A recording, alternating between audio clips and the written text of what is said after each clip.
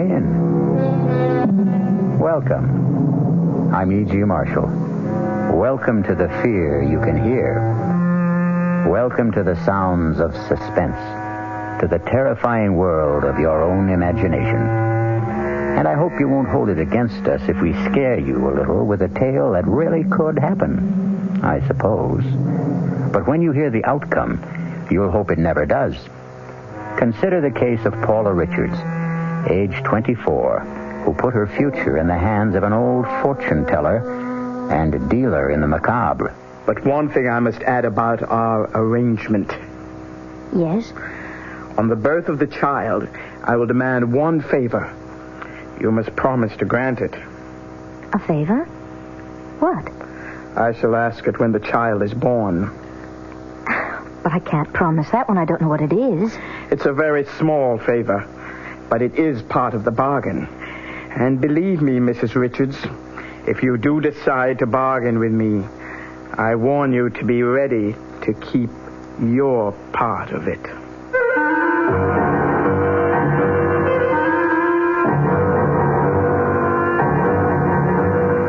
Our mystery drama, Mother Love, was written especially for the Mystery Theater by Bob Jurin and stars Joan Hackett.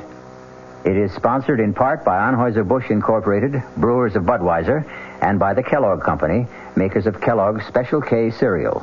I'll return shortly with Act One. Some research experts say you can't taste the difference between beers. Well, if they're right, then Anheuser-Busch wastes a barrel of time Beechwood aging Budweiser. Only they don't think so.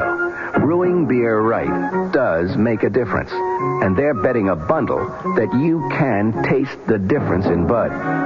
When it comes to brewing Budweiser, the Anheuser-Busch choice is to go all the way because they still care about quality.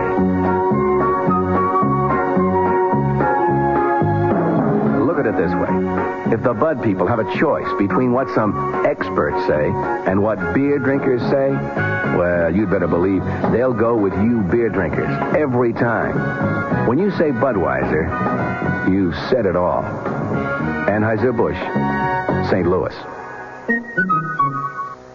This is WOR New York, your station for Mystery Theater. Hey, Ma, what's for dinner?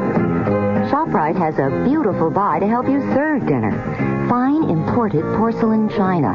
The beautifully crafted Lovelace pattern by Crown Victoria. An elegant white-on-white platinum-banded pattern to complement any table. Now available only at ShopRite. The basic place-setting pieces, dinner plate, cup and saucer, dessert plate, and bread and butter plate, are just 39 cents. 39 cents each with every $3 purchase. A different place-setting piece is featured each week at this special price. You'll want to collect all the magnificent completer pieces and matching ovenware available every week at low prices, too. Visit ShopRite and start your set of lovely porcelain china today. It's a beautiful buy. Hey, Ma, what's for dinner? ShopRite has the answer. Offer not available in Westchester, Ulster, Orange, Dutchess, and Columbia counties.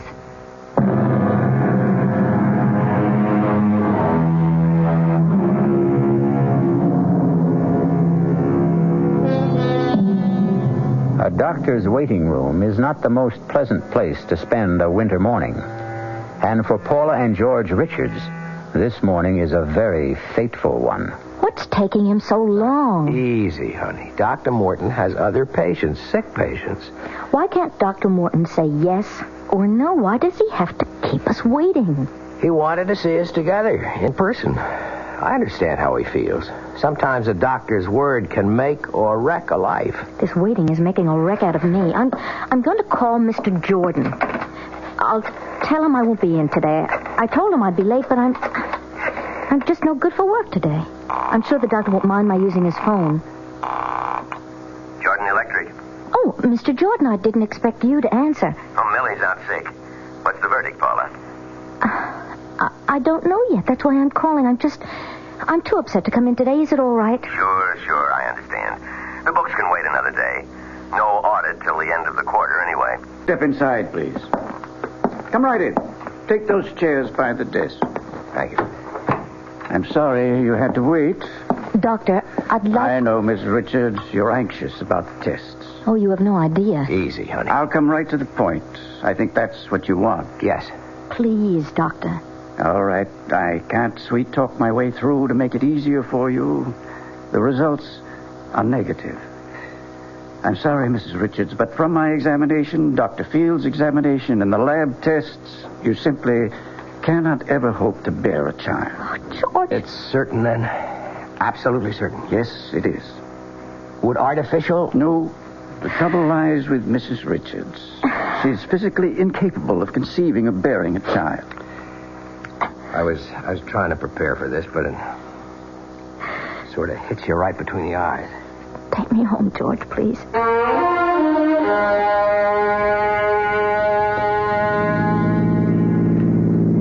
I hate to leave you alone today, but I have to get to the studio. It's all right, George. You know that I'm not going to love you any the less, Paula. Darling, I just wanted to give you a son. So it's not in our cards. We have each other. That's the main reason we got married, to be together. A baby would have been extra icing on the cake. Don't stop loving me, George, please. Please, George. Don't stop loving me. I told you I won't, honey, and I meant it. You'll be okay today? I'll be okay. I won't be singing around the apartment, but I won't be jumping out the window either. I hate like the devil to leave you, honey, but I'm due on the air with the noon news. I'll be all right. See you at 7.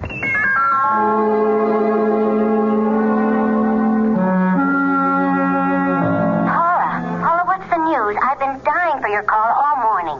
Edna, would you have lunch with me today? I know our date isn't until Friday, and I know that it's snowing awful hard, but if you could just... Of course I'll have lunch, but get me down off the ceiling. What did the doctor say? I'll meet you at the towers, 1 o'clock? Of course. Paula, what's happened? Bad news? Yes, bad news.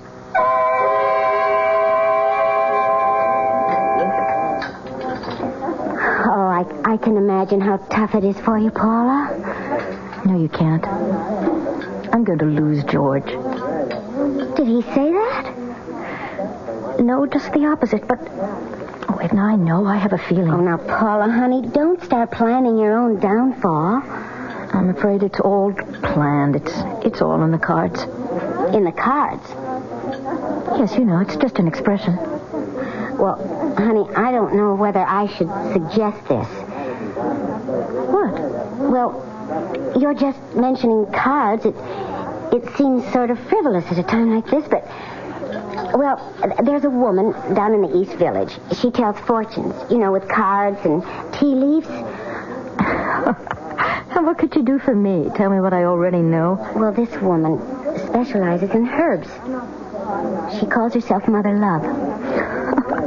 Mother Love? Well, now, mind you, I'm just suggesting, but maybe, just maybe, this woman could help you. How? Sometimes these old crones can read things in the future. Maybe a baby is in the cards for you. After the doctor said that there wasn't... It's just an idea. Well, how do you know this Mother Love? Oh, quite by accident. About 6 months ago. Henry and, well, maybe it was Ed. Anyway, it was the current one at the time. We were bar hopping in the village when we came on this fantastic storefront. The window was painted green and purple with red curtains, and it said, Mother Love, in orange letters. Fortunes told, secret herb remedies. Seemed like a lark, so we went in. And all I remember from then on was mumbling and incense. And being told, 1, I'd never marry. 2, that I was too fickle and flighty. And 3, that my mother had had a wart on her right side. Oh, really? Darned if the old crone wasn't right about that, too. Edna, the idea that a fortune teller spell can help me have a baby is just nonsense. Well, looking at it in the cold light of day, you're right. It's just a thought. Oh, something to say, I guess. Oh, honestly, Paula, I feel so uncomfortable. I mean, what do you say to someone in your predicament?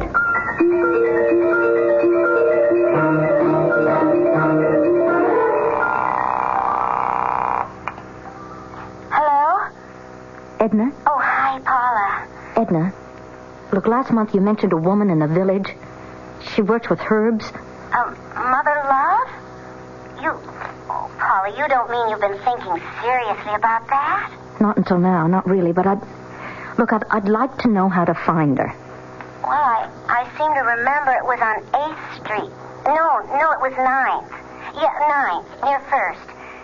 Well, that's about all I'm sure of. 9th, near 1st. Now, Paula, I wasn't really being serious last month. Well, it can't do any harm. Right now, I'm ready to grab at any straws. Oh, when are you going? Saturday. Have you told George? No, he'd be furious. Do you want me to come with you? Would you?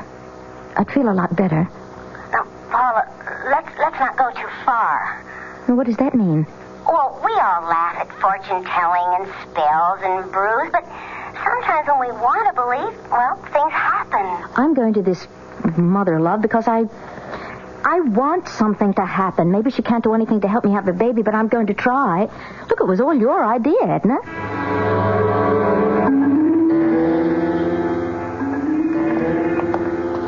I think it's at the end of this block. What a neighborhood. Makes my skin crawl. That's it. I see what you mean about those red curtains and orange letters. Looks like a Coney Island transplant that failed. Mother Love, fortunes told, secret herb remedies. Well, Mother Love, here I come.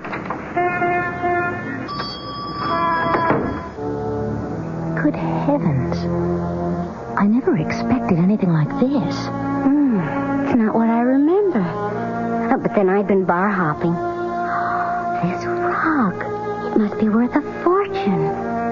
Edna, look at the paintings. There's too much incense, though. Mother has company. Good morning, ladies. Come in. How can Mother serve you?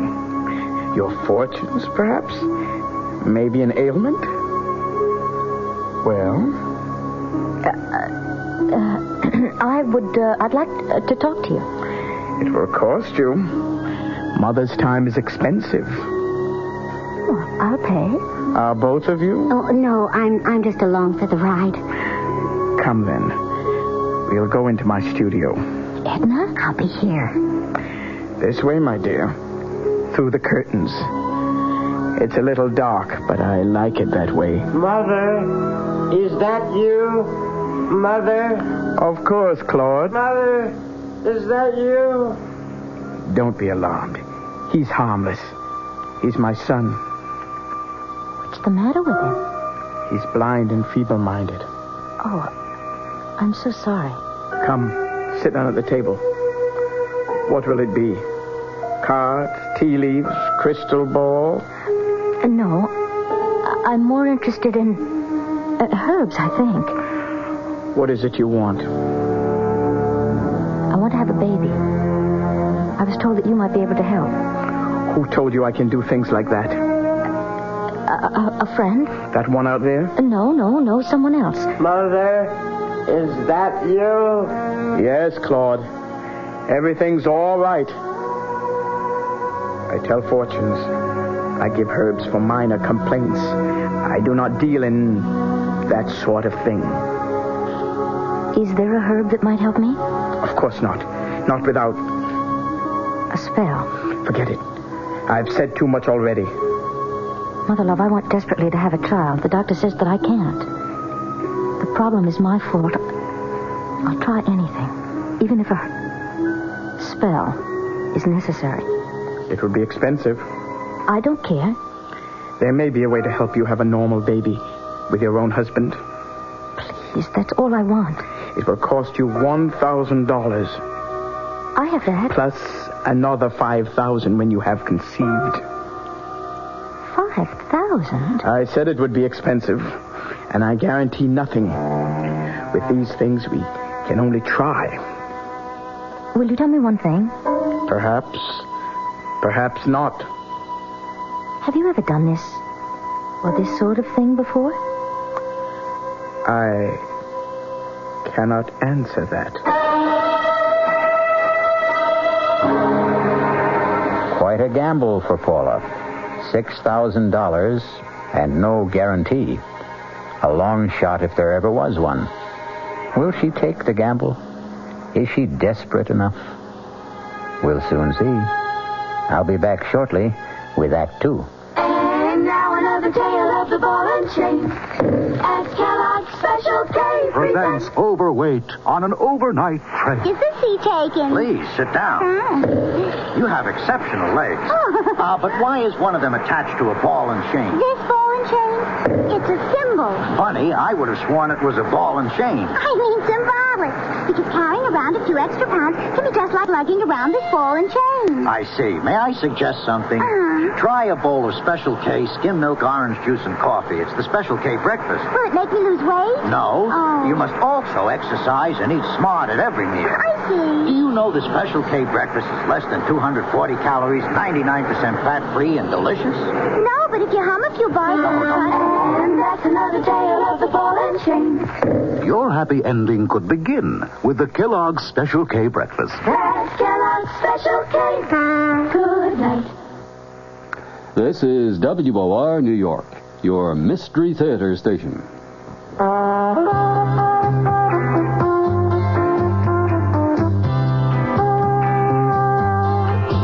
No matter what you're saving for, that's what Suburban Savings for Suburban. Suburban Savings offers you a regular savings account with flexibility. You can add any amount to your account whenever you wish. Withdraw whenever you want. Suburban Savings pays a 5.25% annual interest rate on regular savings paid quarterly, which earns an annual effective yield of 5.47%. Interest is compounded continuously from day of deposit to day of withdrawal, as long as $50 is maintained in the account to the end of the quarter. Come into Suburban Savings and open an account with flexibility. Our regular savings account in New Jersey at Bayonne, Edgewater, Elmwood Park, Emerson, Hackettstown, Morris Plains, Nutley, Paramus, and Sparta.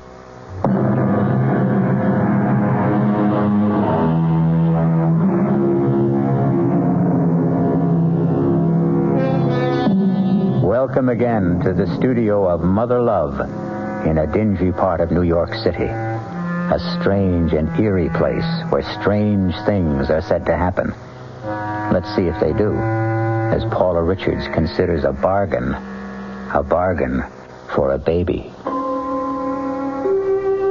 I'll have to think this over. I admit that I am desperate, but I'll just have to think about it. It's for you to decide, of course. Mother, who's there? Who is that? Hush, Claude. I'll be with you in a moment. I'm sorry, he's very ill. Thank you. Anyway, I'll be in touch with you if I decide that... You'll be in touch. Yes. Claude, what's the matter now? Mother's here. Mother is always here. Well, I thought you'd never come out. What happened? Let's get out of here.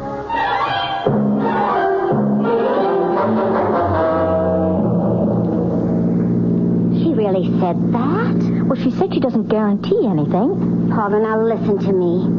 Forget it. She's a fraud and you know it. Well, you can't throw away $6,000 on a phony fortune teller. But if she could possibly... Oh, what? You'll have to tell George about this. Heavens, no. He'd think I was completely crazy. You know, I'm sorry I ever brought this up. Don't be, Edna. Look, I won't lose my head. Well, now... Where would you get the money anyway without telling George? Well, I have $1,000 in a personal account. It's all that's left of my father's inheritance. I'll worry about the rest later.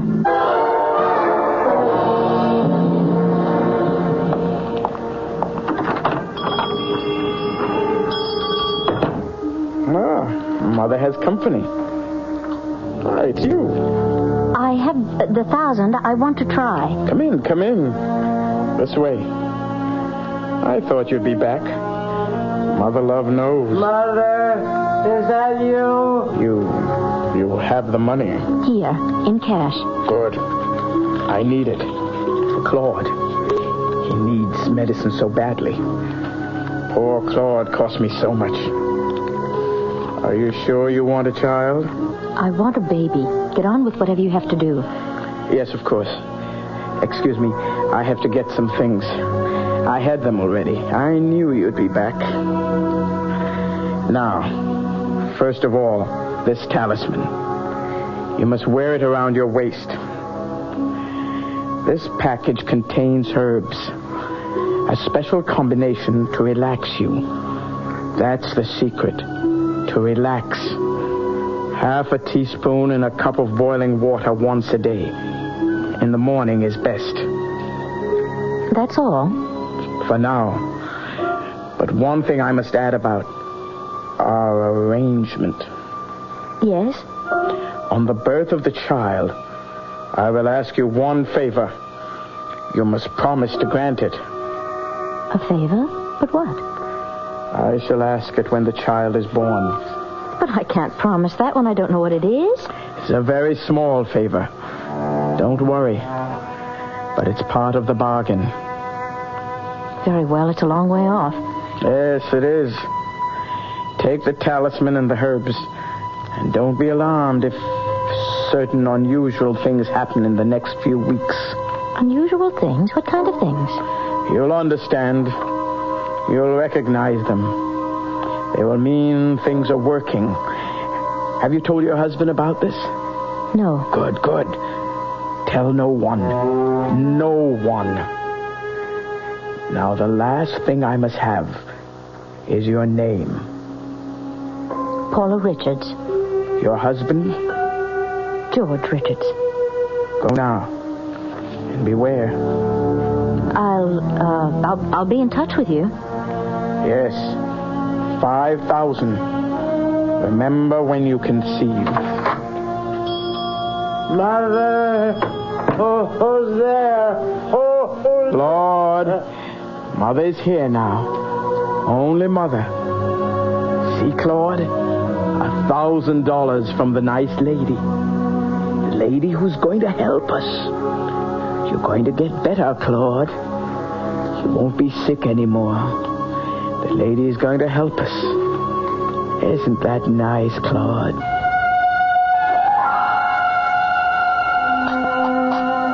Paula? Penny for your thoughts.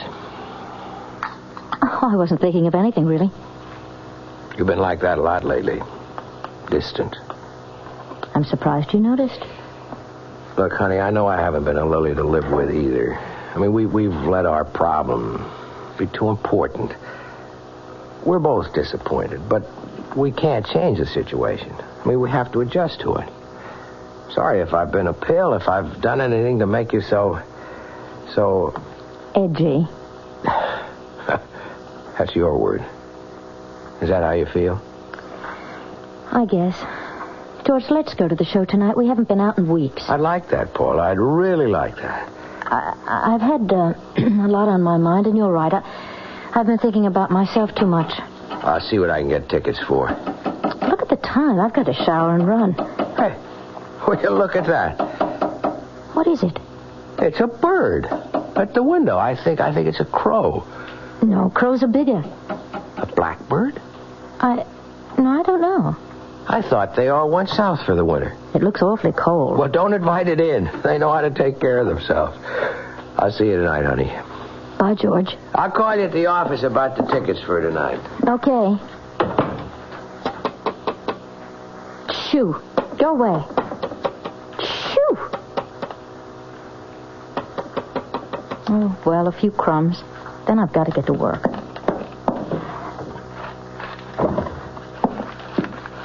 You look so cold. Now here's some bread. Get out of here! Get out! What am I going to do? Oh, get off the floor, lad! Get out! Get out! Oh, Lord! What am I going to do? Get out! Shoot! Go away! Hello? Mrs. Jensen? Is Mr. Jensen there? This is Mrs. Richards in 3A. No, it's not about the heat. It's about a bird in my apartment. I can't get it out. Well, I thought that Mr. Jensen might... no, I've got to get to work. All right, I'll leave... he can get in with the pass key. Maybe the bird will just fly out, and I'll leave the window open a little. Yes, all right, thank you. Bye. Stop following me. Get out! going to get rid of you.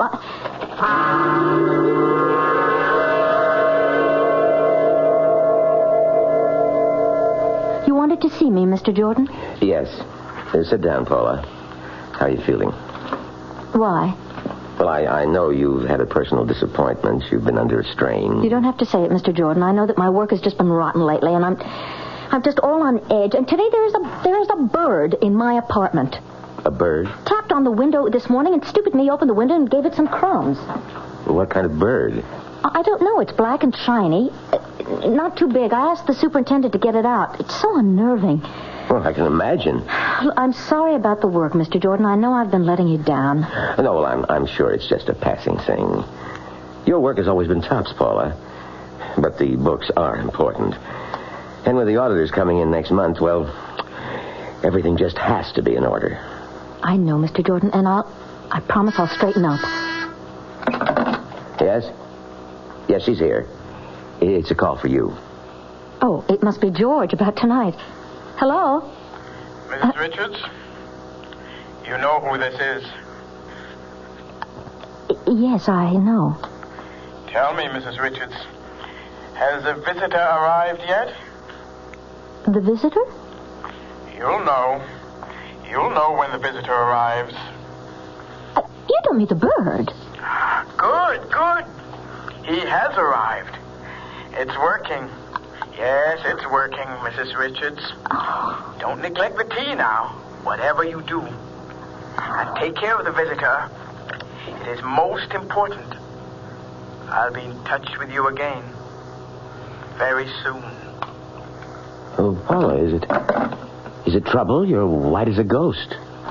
No trouble at all. That is, I don't know. Well, you mentioned the bird. Is that it? Yes. The superintendent got it out. Oh, good. Then there's nothing to worry about.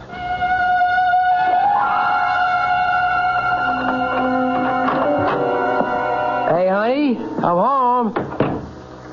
Paula? Don't touch it, George. What? Just let it alone. Oh, good grief. How did it get in? Look, I let it in by accident. It won't leave. I'll get it to leave. No, George, don't go near it, please. Paula, we are not going to live with that in the house. It has a broken leg. I was thinking of getting a cage for it. You can't cage a wild bird, and I'm not going to sit around with one beady eye staring at me like that. George, don't touch it, please. Just go along with me. Oh, Paula, a pet is one thing, but this... I have to take care of it. Why a wild bird? I can't stand the way it stares at me. It stares at me, too. Well, just get used to it. Now, well, this gives me the willies. I'll get dinner. You have to be back at the studio at 9, don't you?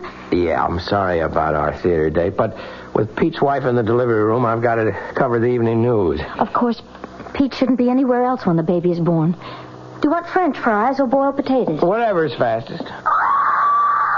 So you found a home, did you? Well, I'm not in favor of it, but it looks like you're part of the family. Paula, come in. I haven't seen you, since your father's funeral, almost 3 years. It was nice of you to see me, Mr. Martin. And why wouldn't I? I'm only sorry I wasn't more attentive to you after your father passed away. Fred and I were good friends. I've missed him. Thank you. So have I. I'm here to ask a favor. Of course, Paula. Mr. Martin, would you lend me $5,000, no questions asked? 5,000? Are you in some kind of trouble, Paula? No questions? Oh, yes, of course. You wouldn't ask me if you didn't need it badly. I will, Paula. I don't have that much on hand. Suppose I send you a check. Thank you. Thank you so much. I don't need it immediately. Any time in the next few weeks will just be fine. You'll have it in a few days. I promise you I will pay you back. Oh, I'm not worried about that.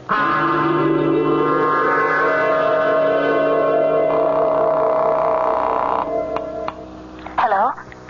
Mrs. Richards? Oh, yes, it's you. Things are ready. You'll be needing the 5,000 very soon. I've arranged that. Good.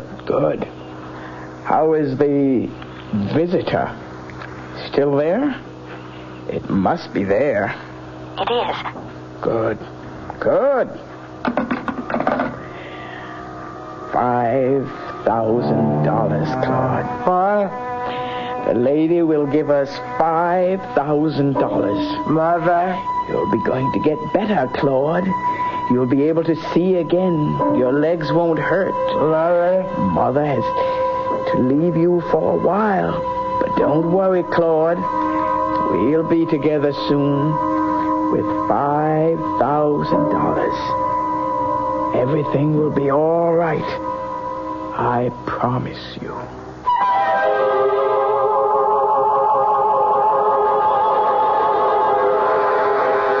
Everything will be all right for Mother Love and Claude, and presumably Paula. But when we tamper with the unknown, the results can be very unexpected. I'll return shortly with Act 3. I'm Hy Brown, producer of Radio Mystery Theater. In recent weeks, I've invited listeners to enter a weekly prize drawing and to send along comments about our program if you wished. Well, you leave me just about speechless except to say thank you for the fantastic response. Thousands upon thousands of letters, and they're still pouring in. But although we couldn't feel more gratified, there is a problem. In addition to your kind words, many of you ask questions, and the volume of mail is so great that we can't get around to sifting through it for many weeks.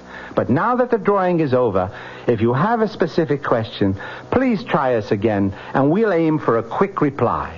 Address, Mystery Theater, Box 5152, Radio City Station, New York, 10019. Mystery Theater, Box 5152, Radio City Station, New York, 10019. This is WOR New York, 710 on your dial, your Mystery Theater station. John Wingate with a reminder. Tonight at 10 o'clock, the Wingate News Digest. And question, you planning to drive this weekend? Great. New England? Forget it. The Poconos? Watch out. Upstate? Westchester? Rockland? You're in trouble there, too.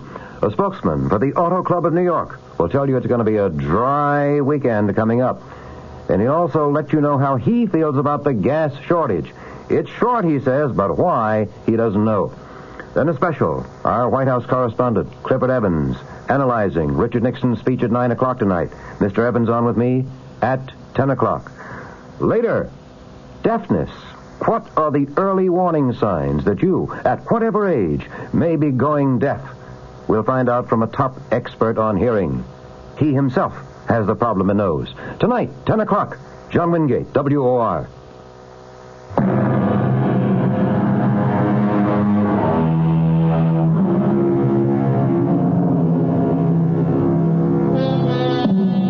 Let's return now to the plight of Paula and George Richards. You'll remember that Mother Love told Claude everything would be all right. But things are not quite so right for George.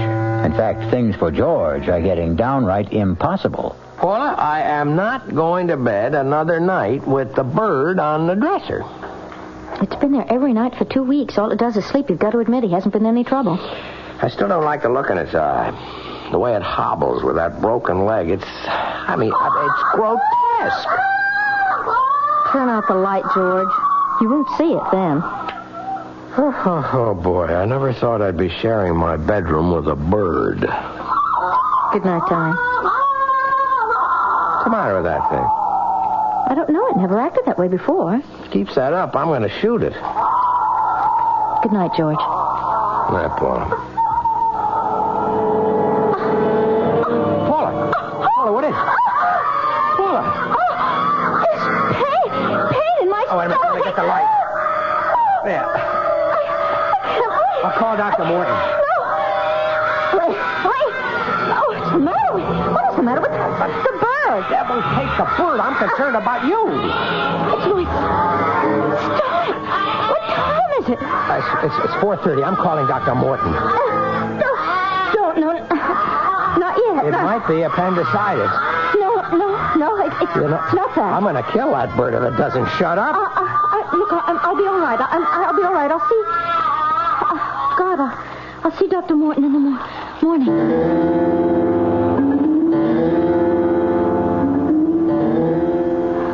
George?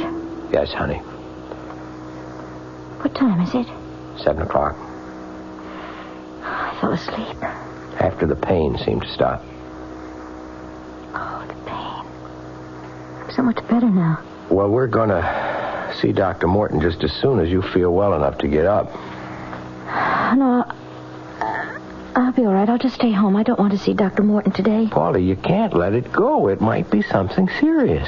I promise I'll see him when it is necessary. I want to stay in bed today. I'm going to call him and tell him about it after I make us some coffee. All right. I'm going to wash. I'll call Mr. Jordan also and tell him that you won't be in today. He isn't going to like that. Paula. What? Come in here. What's the matter? You sound so... I didn't do it, Paul. I know I threatened to, but I swear I didn't. I never gave the bird another thought after that painage. I never touched it. Oh, George, it's all crumpled up. It's dead, Paul. The bird is dead. How long ago was this attack? A little over a month ago, Dr. Morton. Why didn't you see me right away? Well, I wanted to be sure.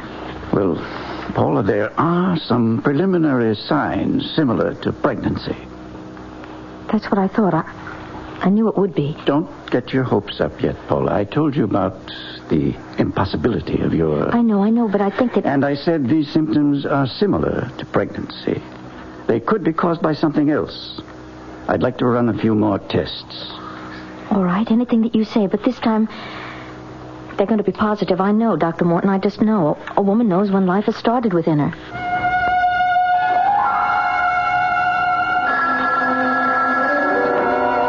Hello? Mrs. Richards, I thought I'd be seeing you by now. Oh, yes, well, the doctor hasn't confirmed it yet, but But we know, don't we? Yes. The second part of our bargain is due, Mrs. Richards. $5,000. And after what we've already been through, I think you know I mean what I say. Yes, I do. Good. I'll be expecting you, Mrs. Richards. I promise I'll keep my end of the bargain. I told you I arranged for the money. It just hasn't come in yet. I'll check on it today. Good. I'll be seeing you soon, then. Yes, I promise. I hope so.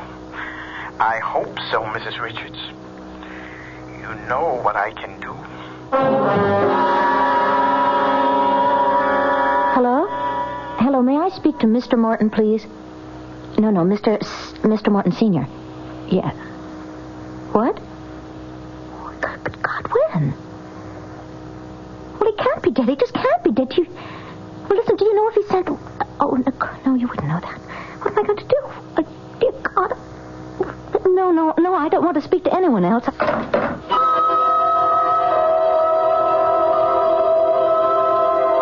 expected you sooner. I'm sorry. I had to turn to another source for the money. It doesn't matter. You're here with it now? It's all there. Good. We're almost even then, eh? I hope so. You don't sound grateful, Mrs. Richards.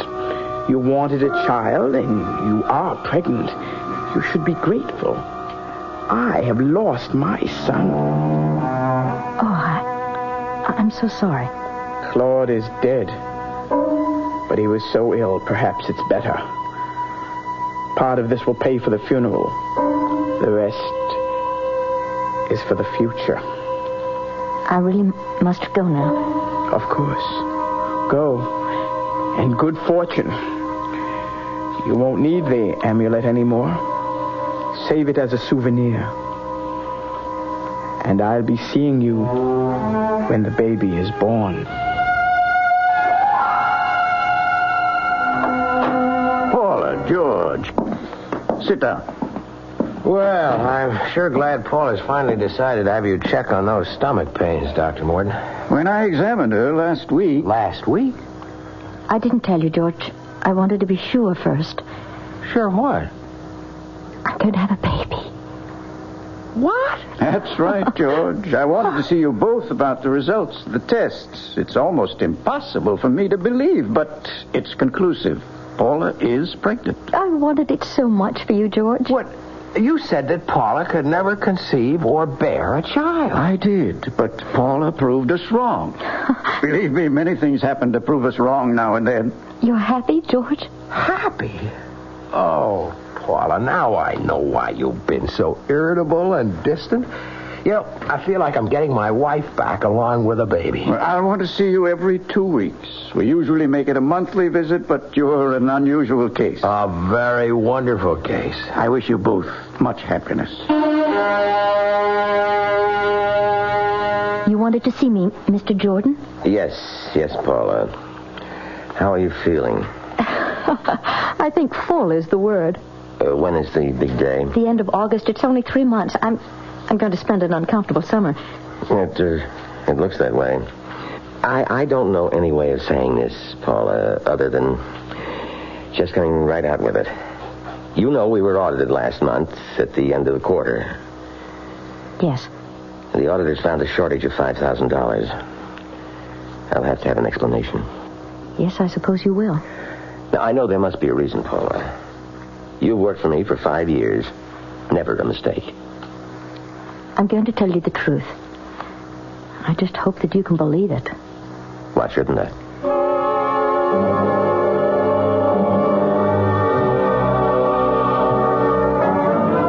I simply couldn't get the money anywhere. I haven't told George, but we'll pay it back. Look, I promise you. I hope so. But I'll go along with that. Thank you, Mr. Jordan. Right now, the baby's the important thing. George, it's time. I know it. I'll get Dr. Morton. I'll get the suitcase. Congratulations, Dad. Everything's all right. Paula? Paula's fine. Boy or girl? Only the mother can tell you that. Go on in. Paula, honey. George, isn't he beautiful? I've already named him George Jr. I hope you don't mind. Mind? Oh, no. Honey.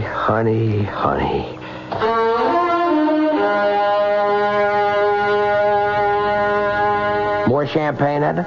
Silly question. A toast to the godmother. Here. Oh, you two. You know you're going to make a grown woman cry. To Edna and to little George.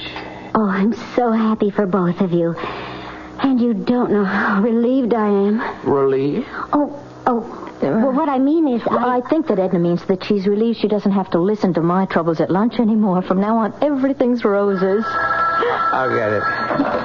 Hello? Yes. It's for you, honey. Hello? Hello, Mrs. Richards. Congratulations on your new son. Well, how did you... thank you. It's time now for the favor. The last part of our bargain. Yes, I suppose it is. Good. I'll see you here in my studio tomorrow. With the baby. Just to see him? That's all. Just to see him. All right. Good.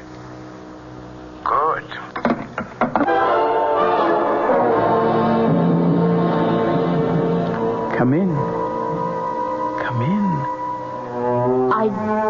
I don't want to seem rude, but I'd like to get this over with just as quickly as possible. Come. Let me hold him. There we are.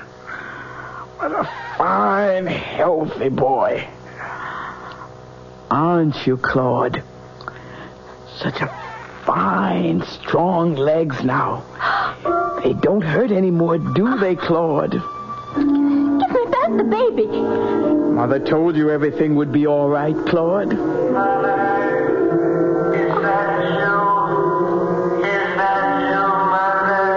Yes, Claude. Oh, my God, what is it? that you'd be away for a little while. But now we're together again. And you won't be sick anymore, Lord. You have a fine new body now. And we'll take better care of it than we did with the last one. Mother will see to that, Claude. Mother will see to it. So, little George, or little Claude, whichever you prefer, seems to have more than his share of mothers. Perhaps Paula and Mother Love will share the raising of the child. But whatever they do, I hope that you, if you're ever tempted to deal in spells, will remember some age-old advice and follow it. Caveat emptor. Let the buyer beware. I'll be back shortly. And now, with another story of mystery and intrigue, here is Commander Neville Putney to keep you in anxiety. What's this story about, Commander? Well, it concerns a middle-aged business executive named Fremont Witherton, who, after spending his entire career with the same firm, returned home one evening with his dreams suddenly shattered. Is that you, Fremont? It's me, Erica. Fremont, you look so peaked. Erica, I've been fired. That new plant manager, he's been trying to cut me out, and today he succeeded. Well, you don't need to give me that hangdog look. Just go out and get another job. I'm through, Erica. I'm 58 years old. Nobody will hire me for half the salary I've been making. My only hope is to kill the plant manager. Fremont, I hate rough stuff, but if you've decided, your Roscoe's upstairs in the trunk. You load it, and I'll warm up the getaway car. Hey, young man. How about that for a story? Well, that was a dilly, Commander, but you just can't leave us this way. How did it all come out? Time's up for now, but tune in, Bob and Ray, on WOR 3:15 to 7, and maybe you'll find out. This is WOR New York, your Mystery Theater station.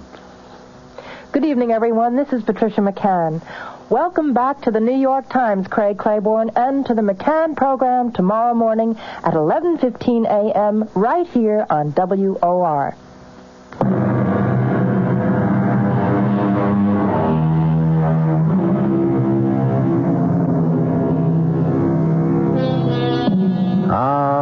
Sweet mystery, magic, mysticism.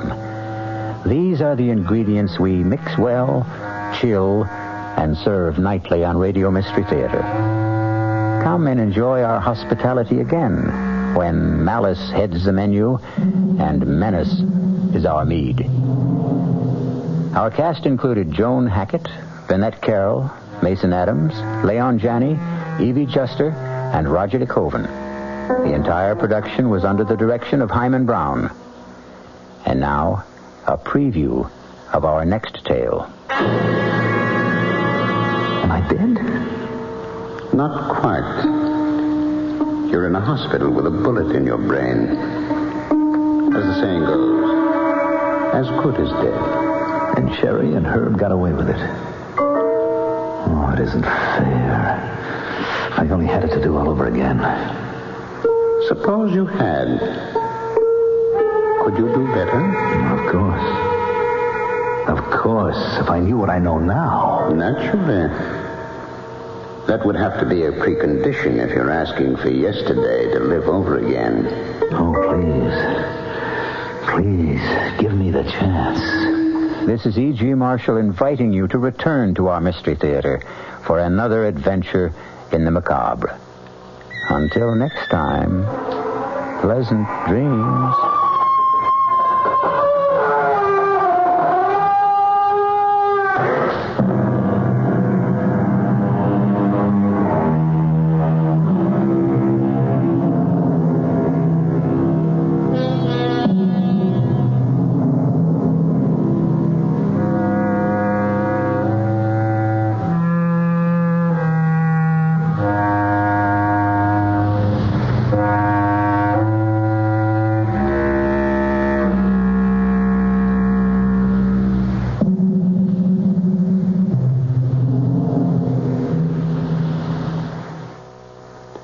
The WOR Mystery Theater was brought to you by ShopRite Supermarkets, where you get a lot more for a little less, and Suburban Savings, with offices throughout New Jersey.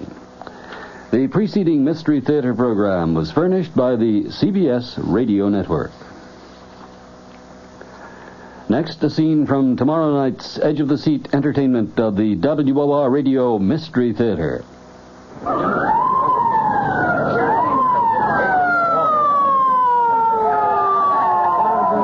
Brain injury, boys.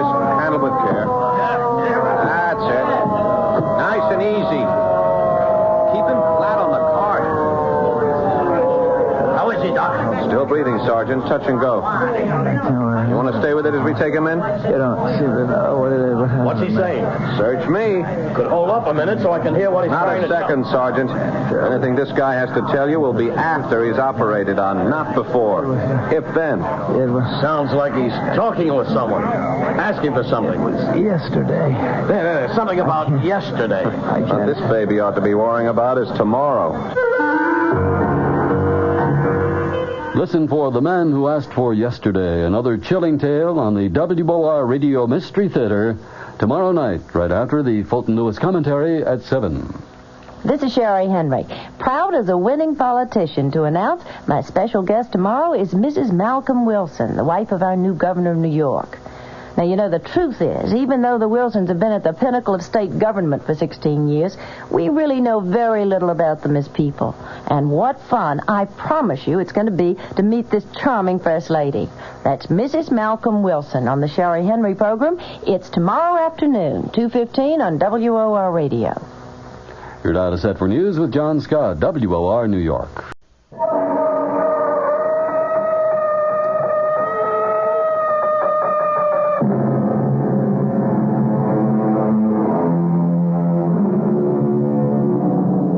Come in. Welcome. I'm E.G. Marshall.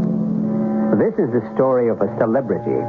A celebrity is a celebrated person, someone distinguished, renowned, eminent, illustrious, famous in any way at all, though especially favorably. But it must be added, sometimes notorious in a not-so-favorable way. At any rate, a celebrity, whatever else, is never humble, obscure, or unknown. See that star, Silas? Which one? There are a lot of stars up there. Right under the Big Dipper. See? Not sure I do, Angela. Oh, well. Never mind. Why are you so interested in that particular star? Why wouldn't I be? That star is my mother.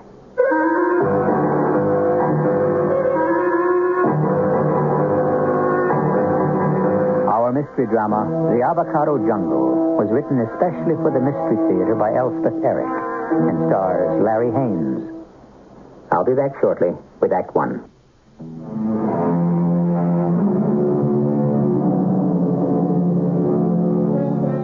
For untold centuries, mankind celebrated nature, its fruits, its seasons. Then came the celebration of the one great creator who made the earth, its fruits and its seasons, and man himself. Then, as humankind developed or deteriorated, however you view it, man began to celebrate himself. And certain individuals achieved, or had thrust upon them, the power to inspire not simply admiration and envy, but adoration and something approaching worship. Listen now to this story of a celebrated person. My name is Silas Love. I'm 51 years old. And up until last year, I'd led a fairly pleasant, but essentially uneventful life. I graduated from a good university, married a nice girl, raised a nice son, got a nice divorce. Where was I, having lived half a century? I sent my wife her alimony check every month, corresponded sporadically with my son, who lived 3,000 miles away, tried to fall in love with a few women and failed, belonged to a few clubs I hardly ever went to, saw a few people. It was all pleasant enough, I guess. But one thing I know it was. It was unexciting. Then, for some reason, or no reason, I decided to go to my 25th class reunion, maybe to see how the other guys had made out and what they were doing. It was there I ran into Jerry Winkler. Silas! What? Well, Jerry Winkler. Silas Love. Love. Right. I love, of course. Slipped my mind. Well, how the heck are you, Jerry? Swell. Great. You? Great. Swell. Great to see you. Great to see you. You haven't changed much. Well, say now, you haven't changed. Well, I don't know. Listen, what are you doing these days? I'm a writer. A writer? Mm-hmm. Well, great. I don't read too much, except in my own field, of course. Yeah, what is your field? Anthropology. Anthropology? Hey, that's great. You go around digging up things. Is that it? Egyptian tombs, stuff like that? You're thinking of archaeology. Anthropology is more the science of man, his social relations, his culture, through the ages. Oh, yes, of course. Well, I'm impressed. Tell me about yourself. What do you write? I'm sorry, I don't... maybe I should know. No.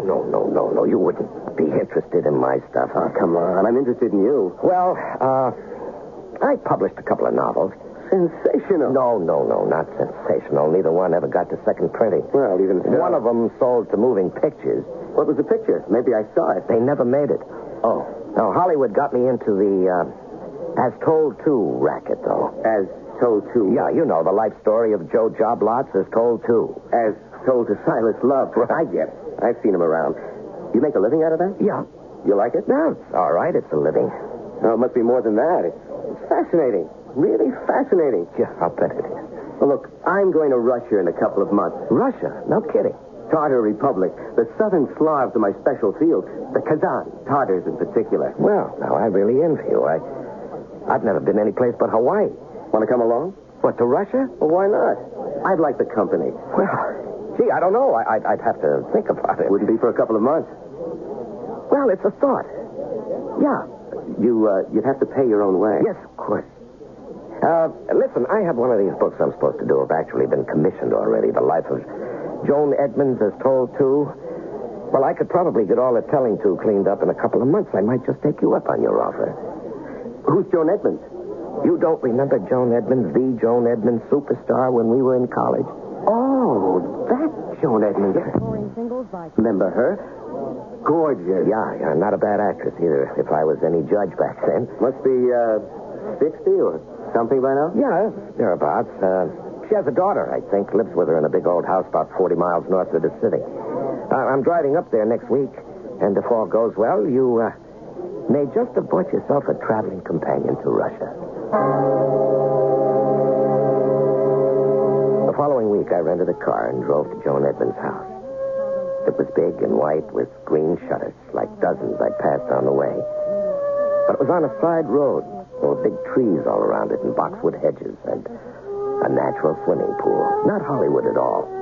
And my hopes rose. There was a big brass knocker on the front door.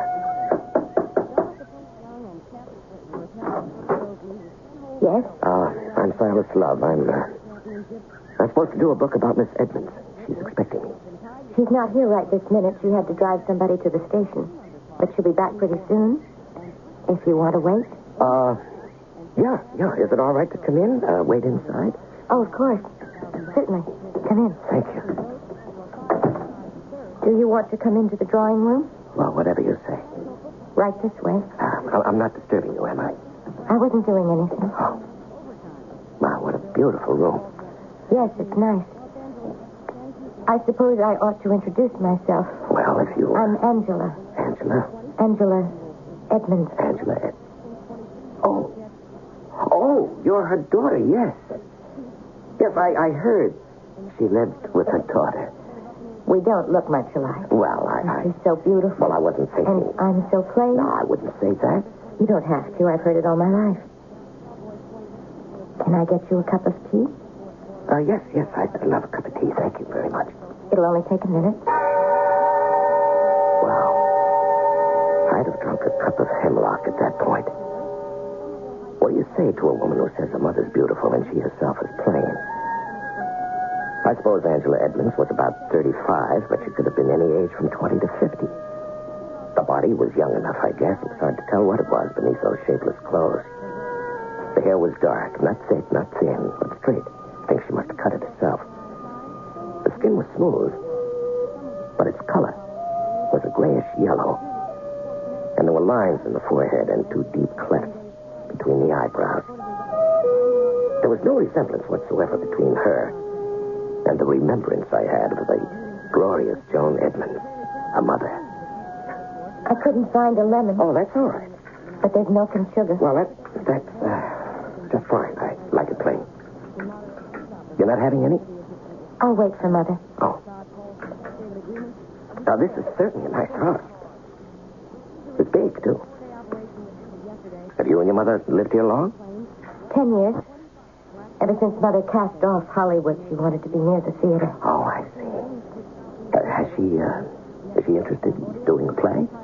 When she can find the right script. But they only send her trash. It's very discouraging. Yes, I can imagine. There was one she liked. We both liked it. But they couldn't raise the money. That's what they said. You didn't believe them? They could have raised the money on the strength of Mother's name alone. They were afraid of the play. Too avant-garde. I see. Well, I certainly like this house. Would you like to see the rest of it? While we're waiting for Mother? Yes. Thank you. I'd like that a lot. I didn't really care at all about seeing the house. It was a very nice house, but I'd seen others just as nice. But conversation with Angela Edmonds was getting to be a little more than I could manage. So I gratefully followed her through all the first-floor rooms, dining room, library, music room, even the butler's pantry and the kitchen. And then? Now I'll show you the rooms upstairs. All right, fine. Mother's room is the most beautiful one, of course. Oh, yes? Well, yes, of course, why not? But mine is very interesting. Yes, I'm sure. Would you like to see my room first? Well, whatever you say, anything at all. It's right here, at the head of the stairs. Shall we go in? After you, please. You go first. Well, all right.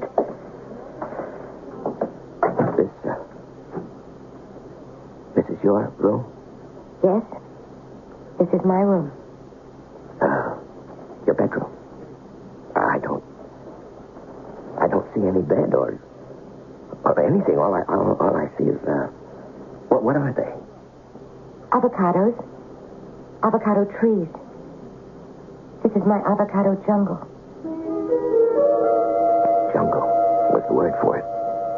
The room must have been 20 feet square at the least.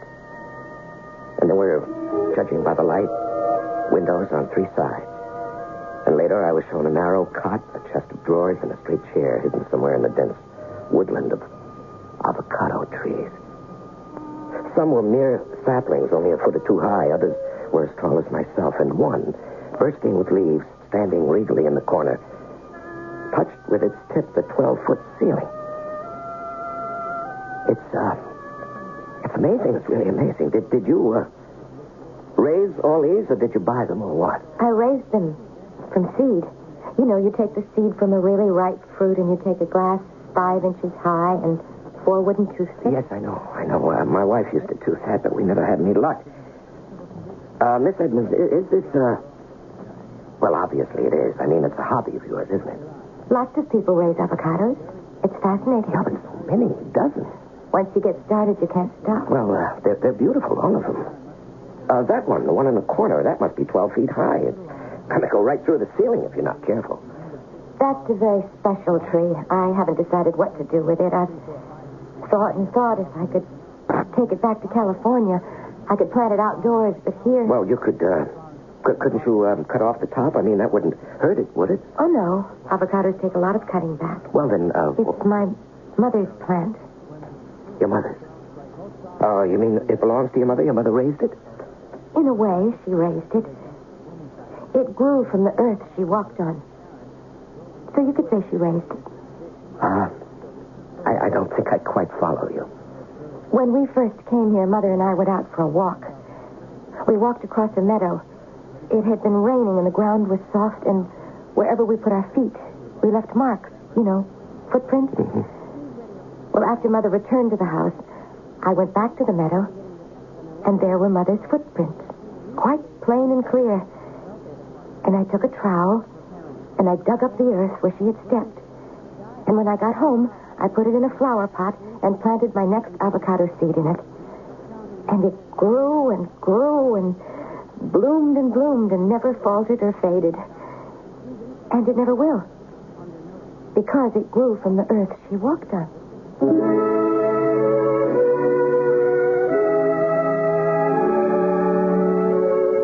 Though Angela Edmonds, in all probability, does not know it, her giant avocado tree is a midget.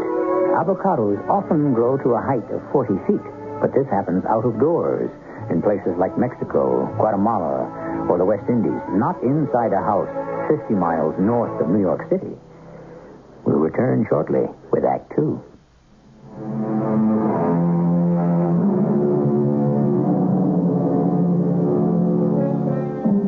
There are those among us who seem to shine with a singular light. It used to be said that they possessed animal magnetism. Now we say they have charisma. Whatever it is called, those who are endowed with it are destined to attract and hold, at least for a time, a certain number of satellites who inexorably circle around them as the Earth revolves about the sun.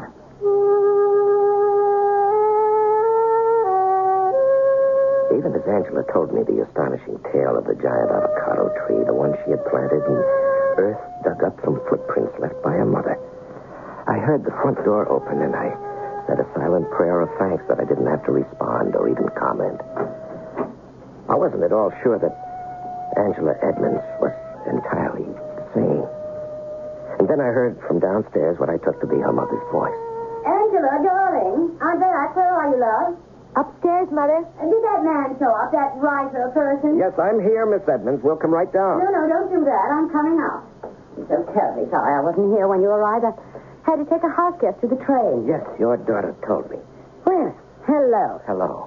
I'm Silas Luck. Of course you are. And, of course, you're Joan Edmonds. Yes, I am.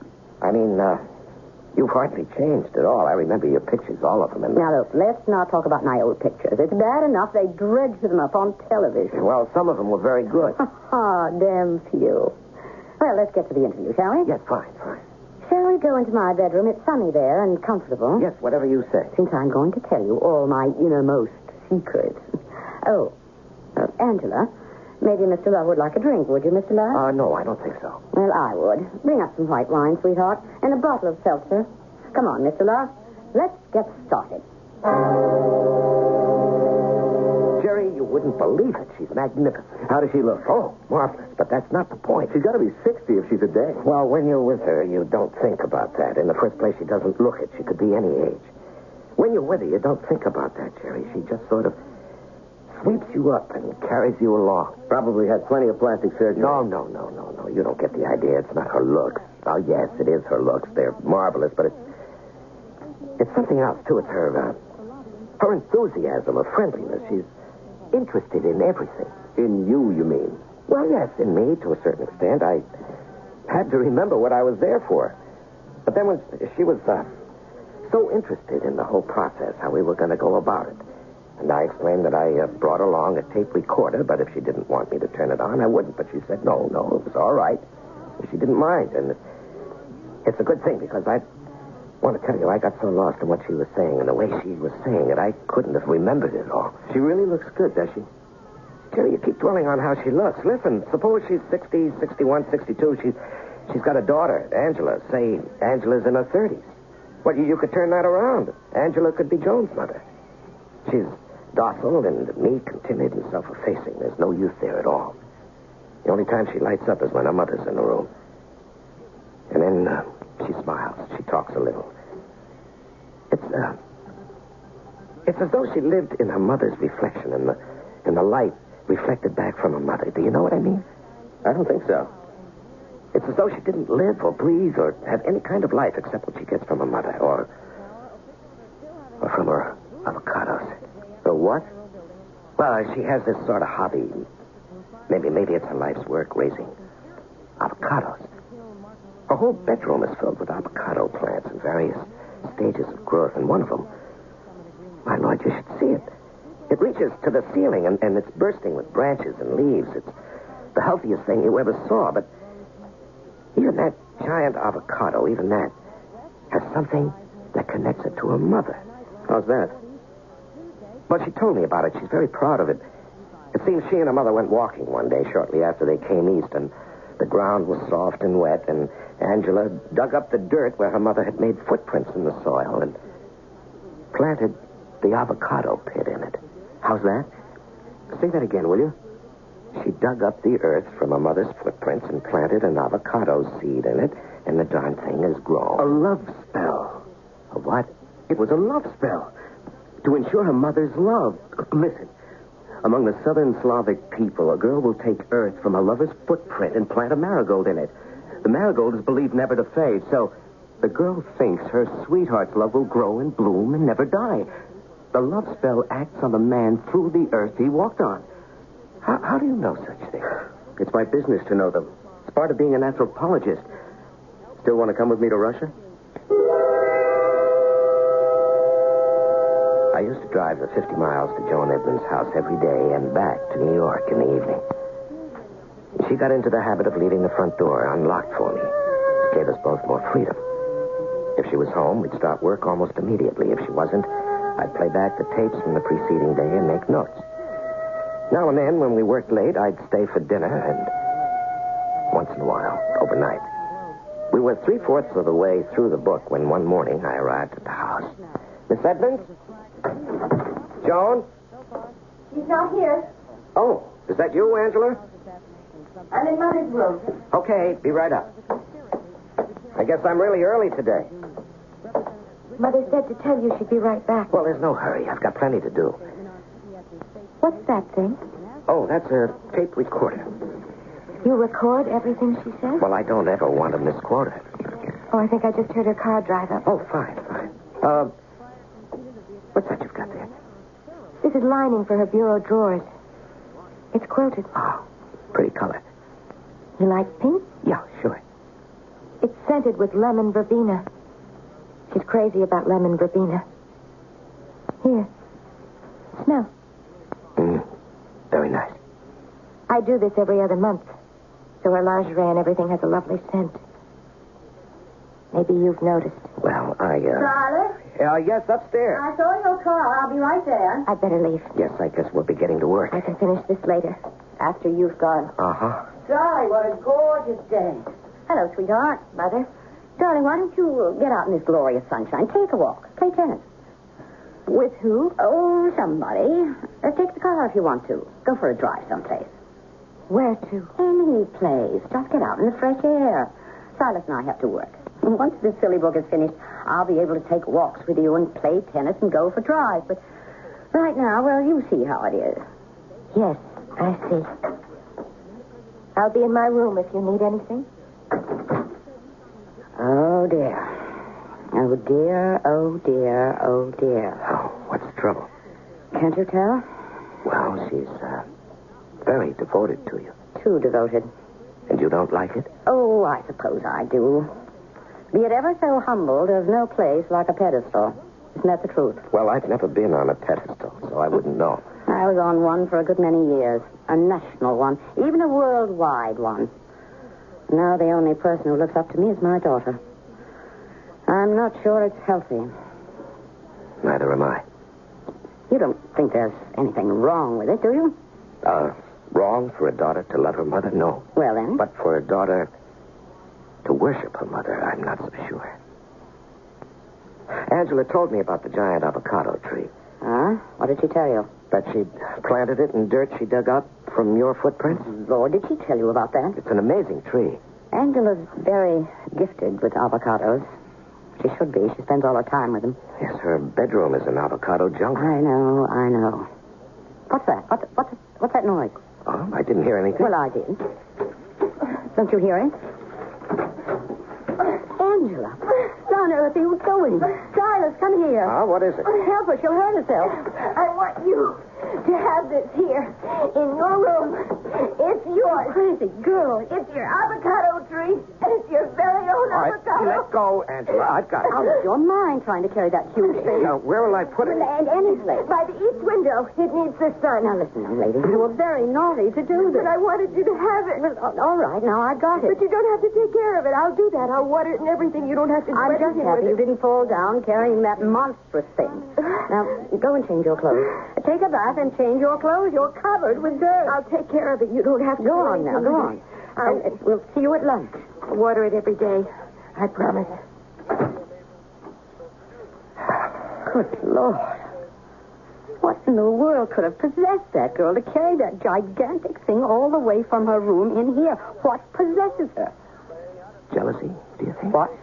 What did you say? I said, do Do you think it could be jealousy? Jealous of whom? Jealous of what? Of you, me, of the time we spent together? No. Well, worshippers don't like to share their idols. They want exclusive rights. They want to belong to their gods, but in return they expect their gods to belong to She's them. not even my own child. What did you say? Forget it. Forget it. I didn't say anything. Yes, you did. Let's get to No, work. tell me what you No. said. I know what you said, but tell me again. You wouldn't put it in the book. Oh, God, you wouldn't do that. She doesn't even know. She doesn't know that she's an adopted child? It was during the war. I was in England. The Blitz was on. I was near Coventry. I found this poor little waif. Just a baby. Her parents were killed. Well, you know what happened to Coventry. Everything was destroyed. All the records. I kept the child with me. And when I came back, I made up a story about marrying an RAF man. Silas, you won't print this. Now, why haven't you ever told I her? don't want her to know. But it's a lovely story. Why would she mind? But the truth is, I don't want anyone, people, my public to know that I couldn't have a child. You know, the image must be preserved, something like that. I've been married 5 times, and there were lovers. I wanted a child. And I wanted that child to believe she was really mine. And everyone else should believe it, too. You won't put it in the book, Silas, will you? Nothing, Joan, nothing is going into that book that you don't want there. Thank you. Thank you, Silas. And you won't tell Angela? I won't tell her. If you did, she might kill me.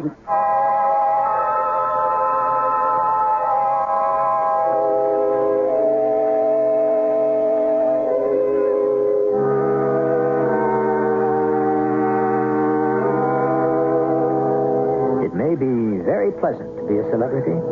Probably it's very exhilarating to see crowds of people gathered to catch a glimpse of you, to have them beg for your autograph, even to have them snatch greedily for bits of your clothing. Heady stuff, I imagine. But mustn't there be an undercurrent of uneasiness, a feeling that the outpouring of adoration is somehow and in some way false, that it could reverse itself at any moment and become hatred? We may find out when I return shortly with Act 3.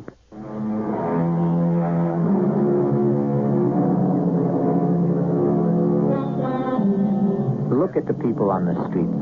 Look at the people in the stores. Look at the people on buses and trains. Look and wonder what secrets are locked within them. What fears bedevil them. What private concerns clot the blood behind those public faces. We return you now to the concluding act of The Avocado Jungle. The summer was ending. My sessions with Joan were nearly over. I was almost ready to start outlining the book. And ahead of me lay the exciting prospect of my trip to Russia with Jerry Winkler. I was hauling down my luggage, going over my limited wardrobe, when Jerry showed up. Hi. Hi, come in. Get yourself a beer. Tell me, what do they wear in the Tartar Republic, anyway? Got your visa? Well, there was a little fuss about it, but I got it. How's the book coming? As told to... Oh, it's great, great. I sent the tapes off to Hilda Hutchnecker day before yesterday. Hilda's the little gem of a typist who transcribes from tapes at $1 a page. But she's accurate and she's quick. I ought to have them back in a day or so. Then a couple of sessions with Joan Edmonds, let her read the transcript, show her my outline for the book, and I'm with you. You planning on doing some writing while we're in Russia? Oh, no. I won't put pen to paper. Just sort of kick it around in my head in off moments, if there are any off moments. Excuse me. Yeah, hello. Mr. Love, this is Hilda Hutchnecker. Oh, yeah, Hilda. How's it coming? All right, but I thought I ought to tell you something. There's a gap in one of the tapes. A gap? How long a gap? Oh, 8-10 minutes about. I thought I ought to tell you. Oh, yeah, well, finish the stuff up, Hilda, and ship it over, will you? Maybe tomorrow. That's fine. Bye. Trouble? I don't know. That was Hilda. She says there's a part of the tape missing. Well, I could have left the thing running, I guess. I get careless sometimes. Well, I can check with Joan as soon as she gets out of the hospital. She sick? Huh? Oh, no, not really. Some kind of a minor operation she had done. She'll be out in a day or so. Holy cow. What? You think of something? It's just possible. I wonder. Could be. What, for Pete's sake? I can't tell you, Jerry. You look concerned. Is it serious that you're missing 10 minutes? It's the 10 minutes I think it is. Hello? Hilda, this is Silas Love. Tell me, what's the date on the tape with the 10-minute gap in it? Just a sec. It's August 28th. August 28th. Thanks, Hilda. I was right. About what? About the 10 minutes that's missing. I know what we talked about on August 28th. Of course, it was the conversation about Angela that was missing. That had been erased in all probability. But who had erased it? Had Joan? Had she wanted to eradicate any evidence that Angela was not her own child? Evidence out of her own mouth? Or had Angela? A couple of days later, I got a call from Joan. She was out of the hospital and wanted to see me. Hi, Joan. Silas? Don't you look pretty? Do I? I signed myself out of the hospital a day early. I wanted to come home. The doctor said take it easy, drink plenty of fluids, and take aspirin. You know, the usual advice. I think it was the painkiller they gave me after the operation that makes me so thirsty. Pour me another glass of water, will you, Silas? Oh, sure. Yes, I brought the transcripts of the tapes with me. Oh, good. I'll read them. But not today. No, there's no hurry at all. Want some more water? Do you mind? No, not at all. Just wait till you feel completely well, and then you call me, and I'll drive up, and we'll go over them together. Here you are. Here's your water. Thanks. Maybe in a few days. Come in.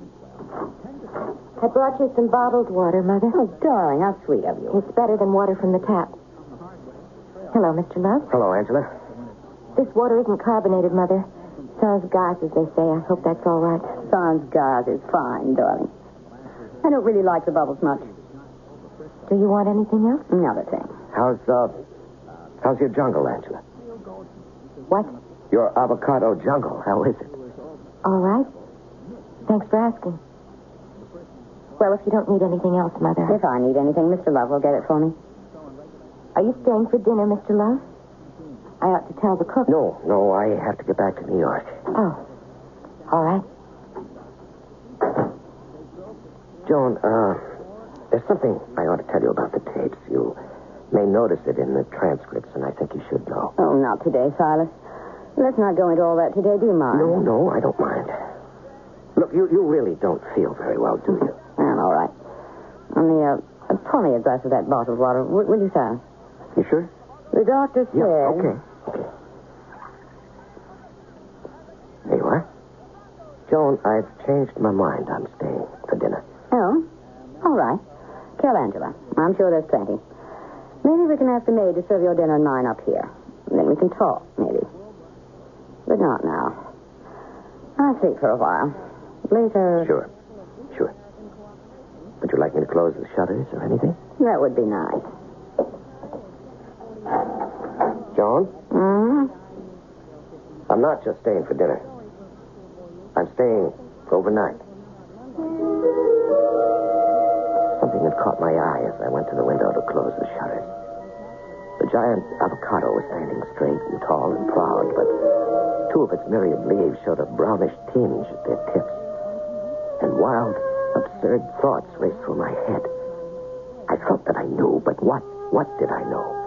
What was struggling inside my brain trying to come clear? I'd stay in this house until it made its way out. And I did, for a week, spending my days with Joan in her room, and whenever she slept, which she did intermittently and often, I stealthily watered the giant avocado. Are you feeling better today? Much better. Would you like to go over the transcripts? Yes, we could do that. Joan, there's something you should know before you read them. Toward the end, there's a part missing. Missing? What could be missing? Well, you see, these are transcripts of the tapes we made. Yes, I know that. And there's a girl who transcribes my tapes for me, and well, she found a gap in one of them, about 10 minutes. Oh, well, we can reconstruct that between us, can't we? Surely we can remember what we said. Oh, yes, we can do that. Well, then, what's the problem? There's no problem. No problem at all. Oh, I can certainly remember what I said. After all, it's my life we've been talking about. Well, I don't think you want to reconstruct this 10 minutes. Why not? Well, this 10 minutes is from the tape of August the 28th. Yes, so? Do you remember what you told me that day? No, but it'll come to me. Of course it will. That was the day you told me about Angela. Angela? That you had adopted her. Oh, no. And that you never told her she was adopted. But that wasn't on the tape. That wasn't supposed to go in the book. Did you erase it from the tape? I didn't even know it was on the tape. Why was it? How did it get there? Well, we must have left the recorder running by mistake. How could that happen? Does it worry you? Of course it worries me. Why? Well, because Joan, I am not going to put anything in that book that you don't want there. Now, what are you afraid of? That Angela... That she played the tape. Is that it? Yes. And couldn't bear what she heard. Yes. And so she erased it. That must have been what happened, mustn't it? Yes, I think What am I going to do? Angela! What? You get out of here! You get out of here! Now, just a minute. Please, Angela. Oh, what do you think you're doing? The avocado tree. He's so clever. Sneaking in. Angela, don't do that. Silas, you're tearing it up by the root. Stop Now, her! come on, Angela. Let's go. Here and watering my avocado. Angela. What's she talking about? Let me have it, Angela. Let me... No! Oh, John. Why did you do that? What is it? Oh, darling, what is it? Oh, sweetheart, come here. Let me hold you. Tell me, what is it? What's happened? I had to do it. I had to. But why? Why? Because you don't love me. You don't love me. And you never have. 3 weeks later, Jerry Winkler and I were on a plane bound for Russia. The book was all planned, and I'd have this vacation time to relax before I started in on the actual writing. I'd gone over the whole story of Joan Edmonds and her daughter with Jerry because, after all, if he hadn't told me about the love spell, I'd never have caught on to the whole thing. And Joan was drinking water constantly, glass after glass. Couldn't get enough of it.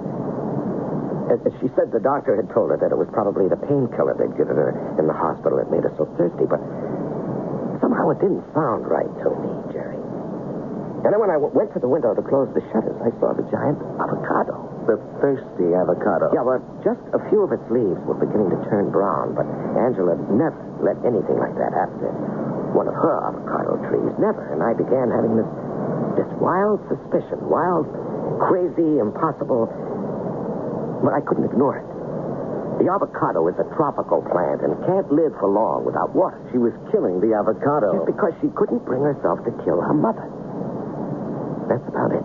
And you watered the avocado? Every day I was there. Saved its life. And thereby saved Joan. Well, all I can do is tell you what happened. You see, Joan began to feel better along with the avocado, and finally I told her about the 10-minute gap in the tape, what it contained, and she was horrified, of course. And then Angela burst into the room screaming at me. For saving the avocado. Yes, she grabbed the tree and tried to pull it up by the roots, and when that didn't work, she kicked the pot it was in till it broke and spilled all over the floor. Then what?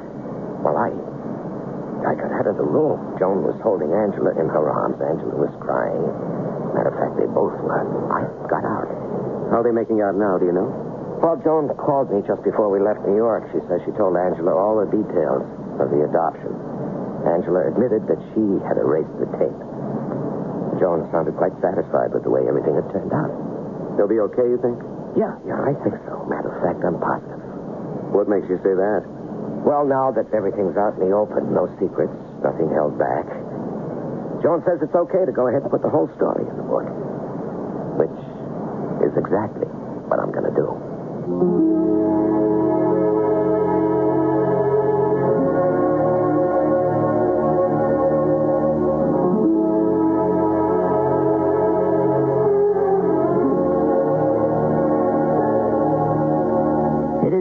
Variously contagious magic, sympathetic magic, or mimetic magic. The belief that whatever is done to a material object will in like manner affect the person with whom the object has been in contact, whether or not it ever was a part of that person's body. In other words, it says to us that things once in contact are always in contact. That is what it says. We can agree, or we can disagree, just as we choose. I'll be back shortly.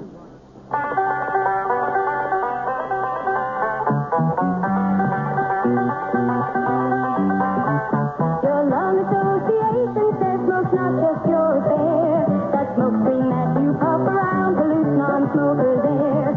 It's bad for kids and older folks with lungs not up to par. It's damaging for you, of course, but your smoke travels far.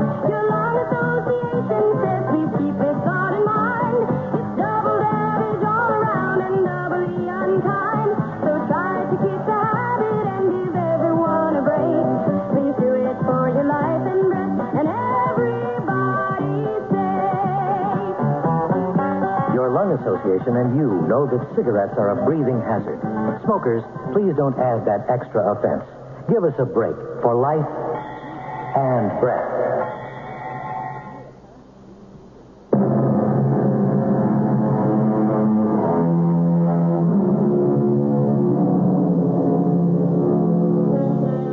The belief in magic, sympathetic, contagious, mimetic, was badly shaken by the evolution of religion.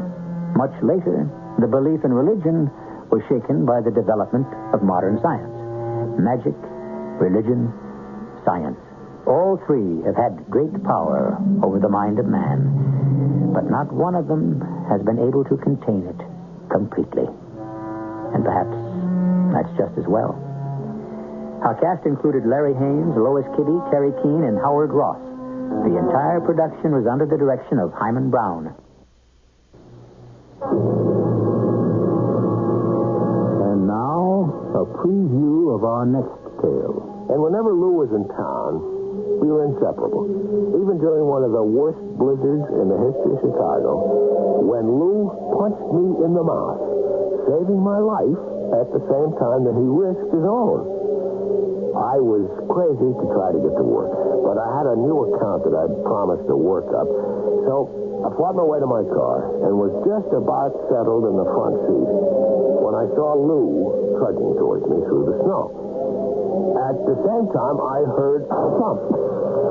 I rolled the window down to try to see what had happened, and I heard Lou calling. Stay where you are, Jason. Don't move. And get your face back in there. Are you crazy, Lou? What's going on here? Let me get out of Sorry, buddy. That's an electric power cable across the back of your car. Now, sitting where you are, your face is in your house. Touch one foot on the ground, you'll be electrocuted. This is E.G. Marshall inviting you to return to our Mystery Theater for another adventure in the macabre. Until next time, pleasant dreams.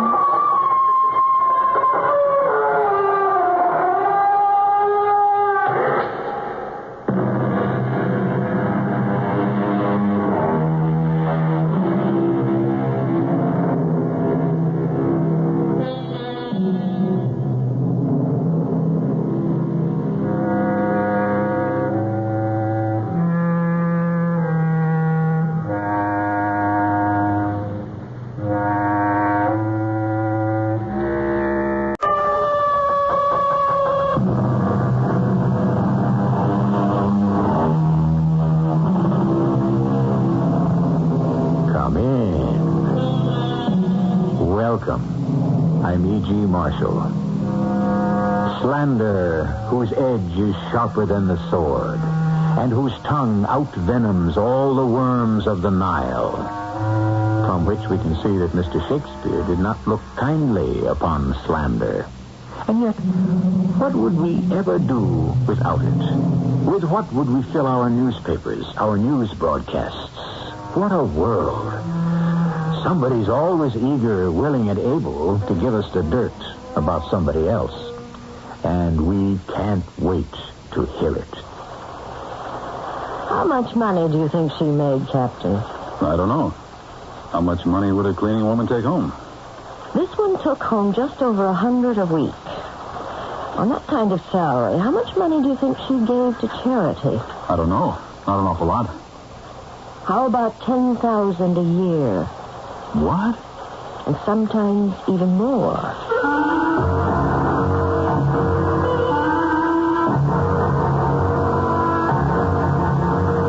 Our mystery drama, Waste Paper, was written especially for the Mystery Theater by Sam Dan and stars Kim Hunter. I'll be back shortly with Act One.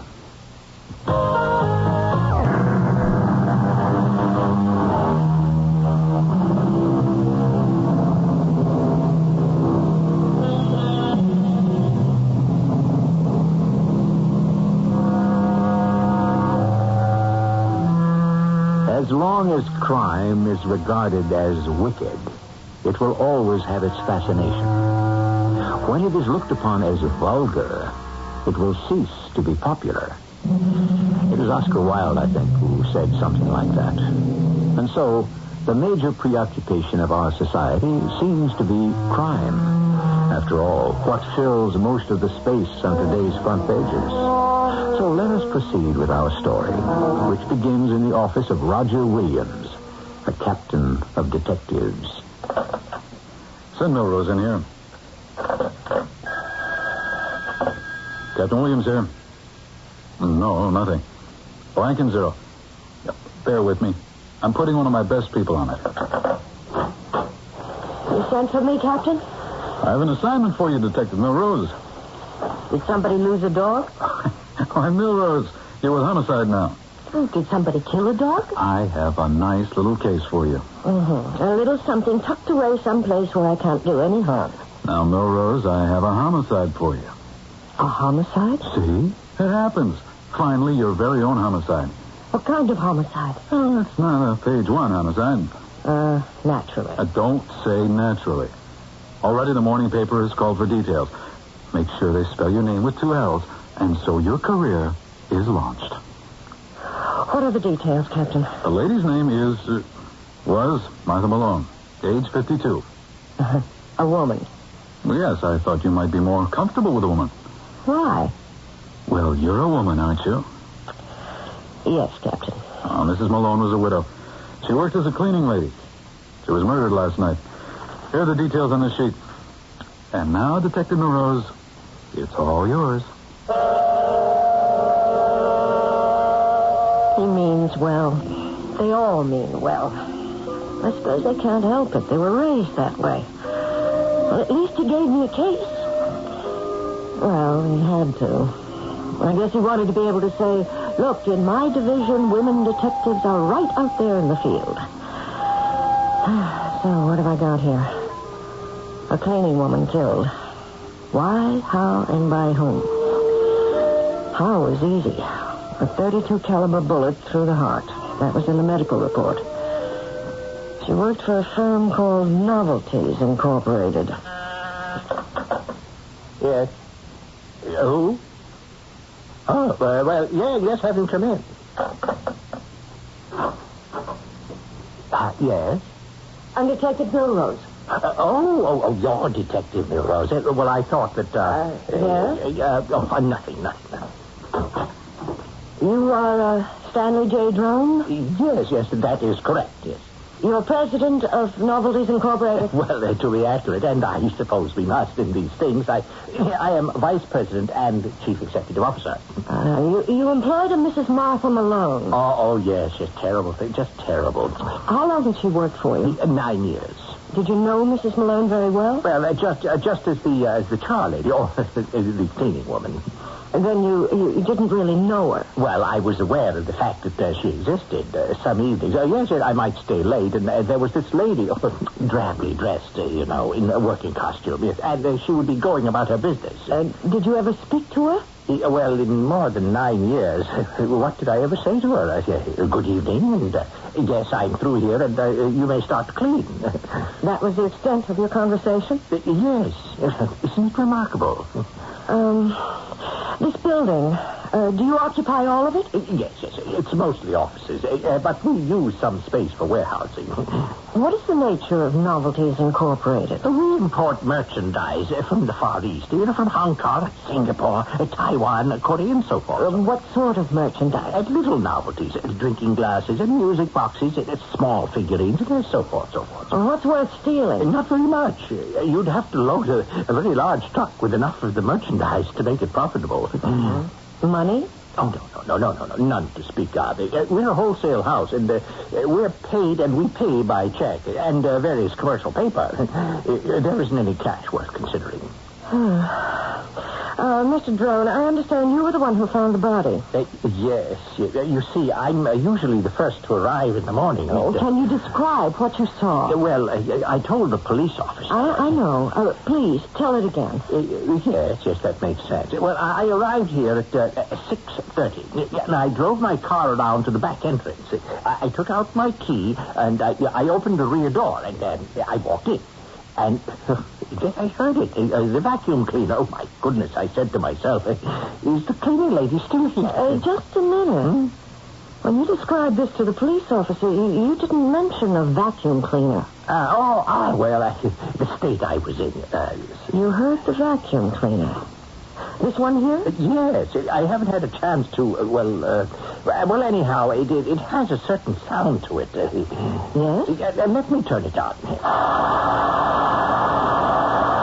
You hear it? Usually the sound goes up and down because it's moving around and working. But when it's just on, it just has that same steady hum. Do you mind if I turn it off? Well, honestly, every time I hear a vacuum cleaner again, I'm going to have a nightmare. It was coming from my office, so I walked in. And there she was, lying on the floor, and I could see blood, and I knew she was dead. That vacuum cleaner is very loud, isn't it? Yes, something's loose there, I think. I've been meaning to have it fixed, but, I guess now I'll just get rid of it. Thank you, Mr. Drone. There's nothing else you want to ask me? Not at this time.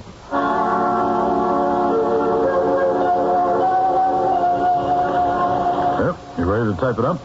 I haven't even begun, Captain. Well, what have you been doing all morning, Milrose? I spoke to Mr. Drone, her employer. Oh, and what could he tell you?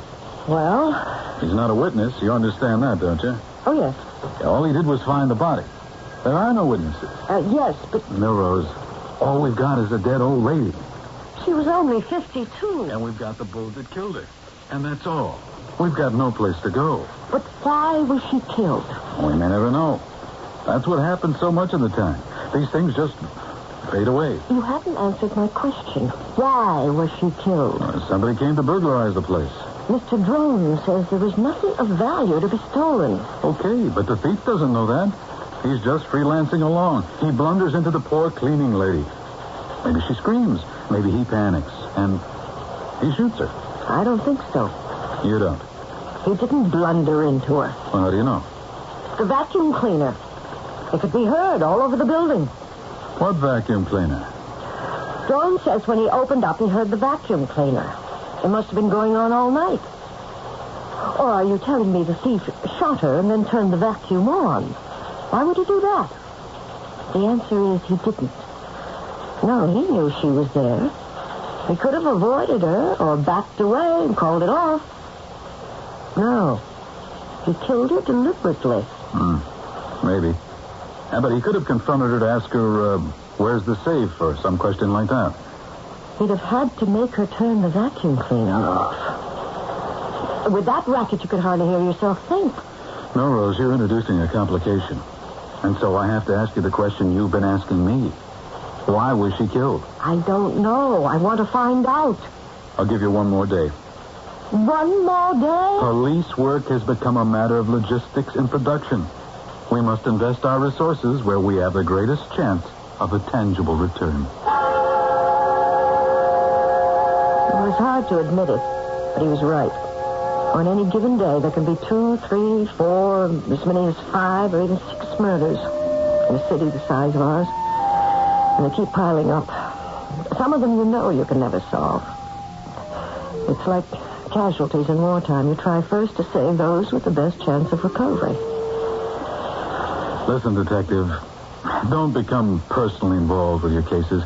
Don't allow them to become part of you. Sometimes you just have to let them go. I still have a day. I know you feel a deep sympathy for this poor old lady, but without facts, evidence, and material we can hand to the prosecuting attorney, there'll be nothing we can do.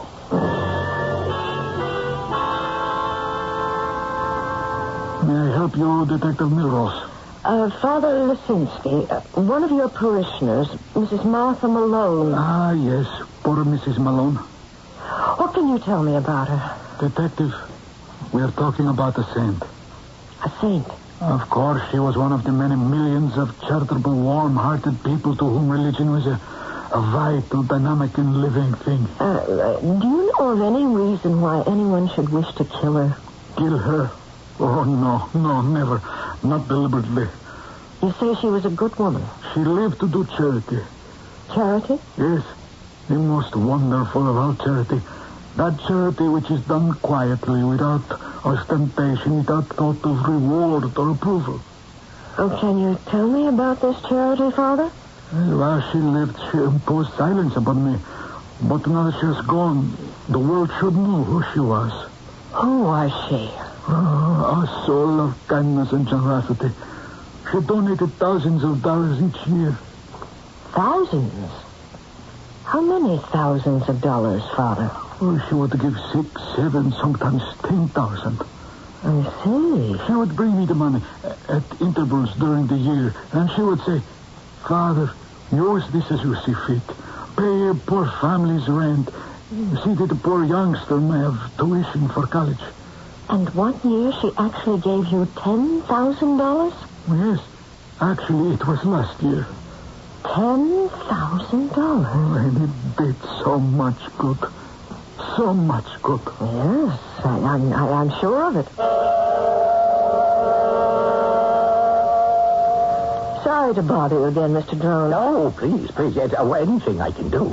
How much did you pay Mrs. Malone?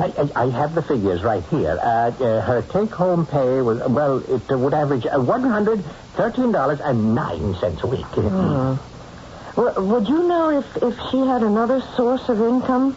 Well, I would assume that if she had another source of income, she would work as charwoman. Or perhaps, yes, I have no right to make that assumption. How did you pay? Cash or check? Oh, a payroll check. Our policy is to have very little cash on hand. Well, she would have to go someplace to cash the check. Yes, I have one here. It was canceled by the Citizens National. I see. Thank you very much, Mr. Drone. Captain, she was taking home $113.09 a week. That's $5,880.68 a year. And do you follow this? Where's it going? She paid $122.40 a month for rent. That's over $1,400 a year. Well, why is it important to know this? And then there were food, clothes, medical bills, car fare, and all the rest. So? So you would think she could barely make it through the year. Maybe not at all. All right. So last year, where did she get $10,000 to donate to charity?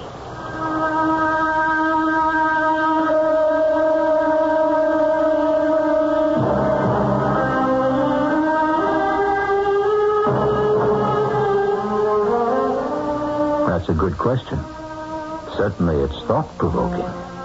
Where is she, or was she, getting that kind of money?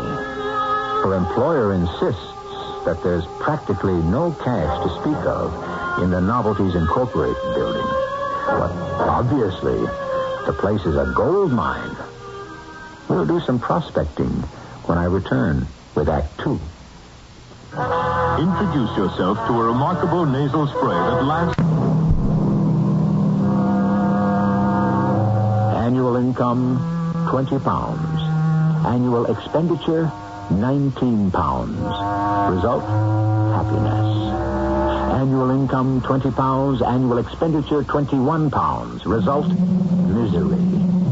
That made very good sense when Mr. Dickens wrote it. Spend less than you make.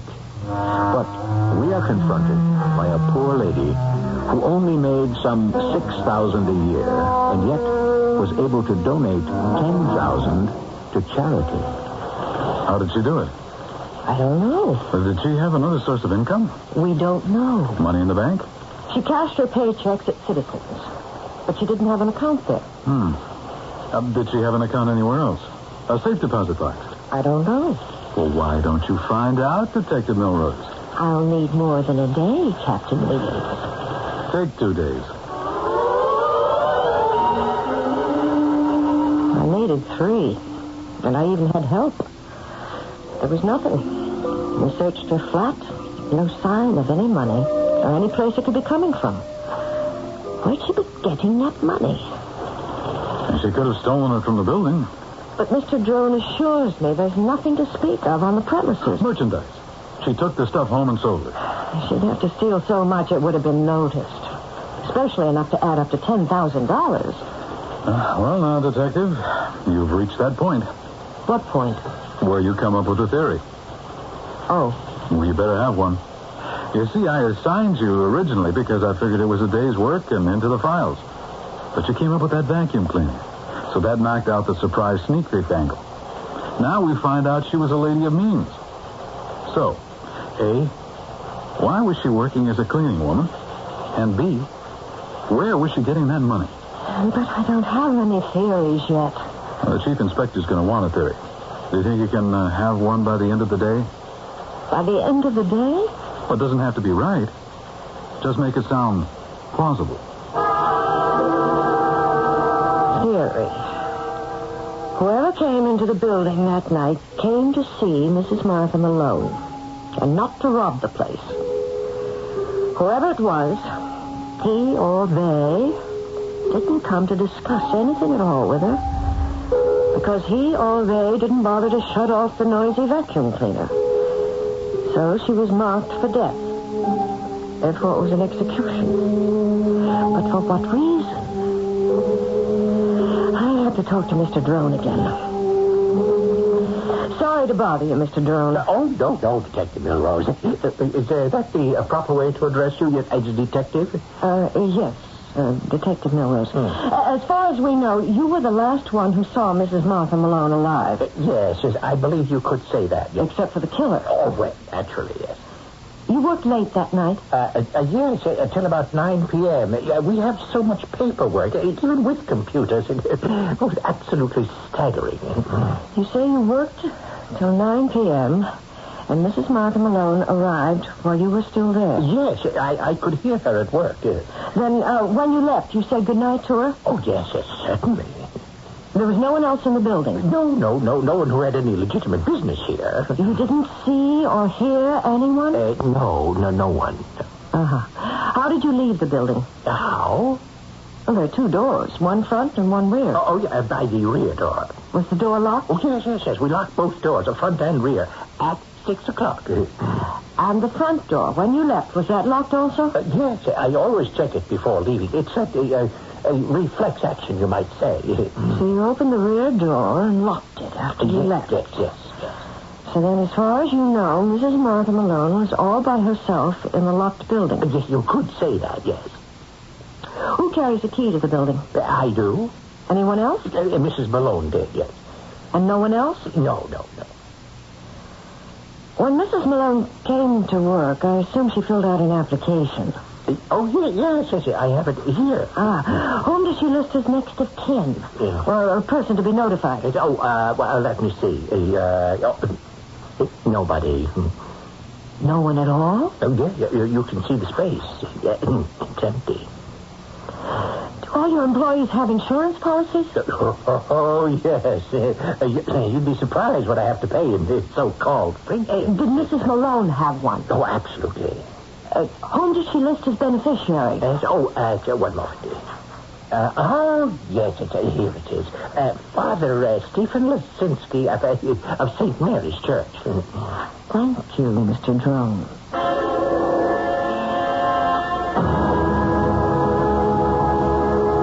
I checked with the morgue.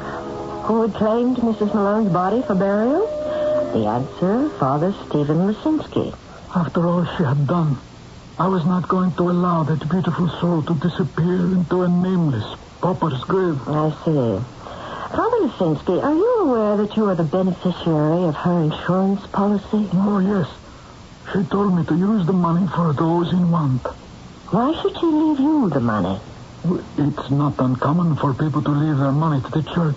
Yes, but she left it to you, personally. Oh, even to the most devout, the church can sometimes seem extremely large and impersonal. I was someone she could talk with, relate to. But didn't she have a family? Well, she never spoke of anyone. She gave me what for a poor working woman would be a considerable sum of money. Yes. And I would say to her, Martha, are you sure you're not neglecting your own? And she would answer, the poor, everywhere, are my very own. Does she have any friends? She kept her own counsel. We have many activities in the church here, social affairs. I did want her to become involved, but she would always answer, I'm not a mixer. Her name was Mrs. Martha Malone. What about Mr. Malone? I don't know. She never spoke of him. And that's all you can tell me about her, Father Lisinski? I'm so sorry. I wish I could be of greater assistance. Excuse me. Yes. Oh, I don't know about that. As a matter of fact, I'm not sure we can count on it anymore. Now, perhaps I can call her former employer and explain the situation. Yes, I have to let you know. Goodbye. Talking about Mrs. Malone, this was another example of her good works. This call I just received. Yes? You see, there was considerable waste paper at her building. Very nice quality. The small packages that they imported would be wrapped in it. At the end of the day, she would gather all these wrappings and bring them here. Why? It would be part of our scrap drive, and it would be worth some money when we disposed of it. Over the years, it amounted to a respectable sum. I must call her employer to see if he'll permit us to continue. Well, thank you very much, Father.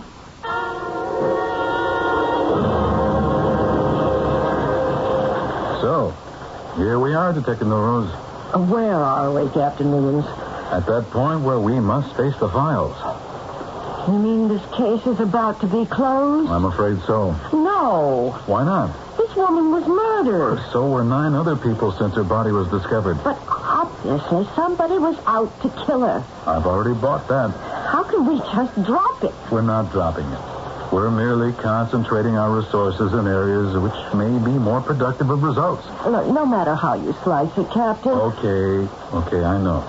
It sounds like a great case. An ordinary cleaning woman dispenses large sums of money to her church charities. Where does she get it? That's number one. And that's not all. She's deliberately murdered. Why? That's a very good question. Furthermore, this woman is absolutely alone in the world. No friends, no family, no criminal record. There's too much in this case to just drop it. Give me an angle to let you follow. Open up a lead. Right now, knowing all you do, fired up as you are, where are you going to go? What's the next thing you're going to do? I don't know. Well, this is the critical moment, Detective Norose. All right. You need a break. Something has to happen. Some kind of insight, some kind of clue. You simply have to get lucky. I know that. All right. Let me see if I can help you. Give me Jerry Marks of the Journal Herald. Yeah, hold on. I could use a break. I don't want to let it go. I know. But a couple of more important people have been killed this week. More important? Well, more noteworthy, more newsworthy, of more interest to the community at large. Oh, yeah, Jerry?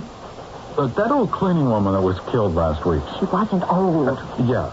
Well, could you run a picture of her? There's a good shot from the morgue. Yeah, sure. I know that nobody cares. Yeah, I know it was last week's murder. Look, let me put it this way. Why don't you do it? Because I'm asking you to.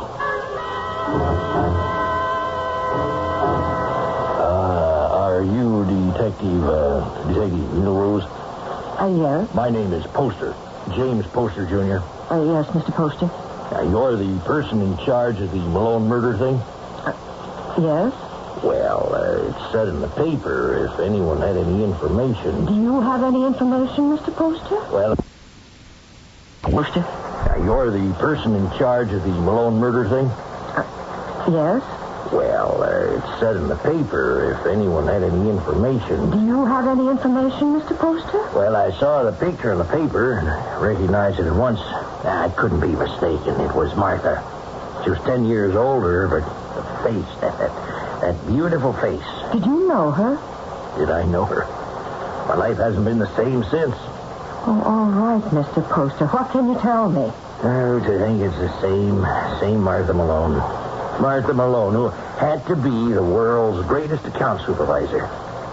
Account supervisor? Yes, at Poster and Pine. We only happen to be the 14th largest advertising agency in America, which for all practical purposes means the world. And she was an account supervisor? Could she ever turn and twist a client like a lump of inert putty? And that's what she did. She was in advertising. My dear detective, she was not in advertising. She was advertising. And she made money. Money? My goodness. Well, why did she leave? Why did she become a cleaning woman? Well, I didn't know she'd become a cleaning woman. I only know she dropped out of sight completely. Why? Well, it happened after Walter had been killed. Walter? Yes, her husband. It's just one of those terrible, unfortunate things. Yes? Well, one of her accounts was a company that made small sporting airplanes, and her husband was an enthusiastic amateur pilot. He was killed while he was flying one. Oh? Yes, and unhappily, there had been talk of some defective components in the manufacture. Yes? Well, you see, she insisted in all her copy that the planes were perfectly safe. Oh, I understand. Yes, and the day after he died, she said to me, I have been punished. I've led a life filled with falsehood, and now I shall do penance for the rest of my days. She was a very dramatic person. Did she say anything else? Yes, she said, from now on, I'll devote my life to hard labor and to charity. I'll give up everything I used to live for, all the vanities of the world. Next day, she was gone. Just like that? She vanished without a trace. Emptied her bank accounts. Sold everything. I never saw her again. She was a wealthy woman? Well, aside from her salary, she must have had several $100,000. And she gave it all up to become a cleaning woman. But why was she murdered? What did poor, wonderful Martha Malone ever do to anyone?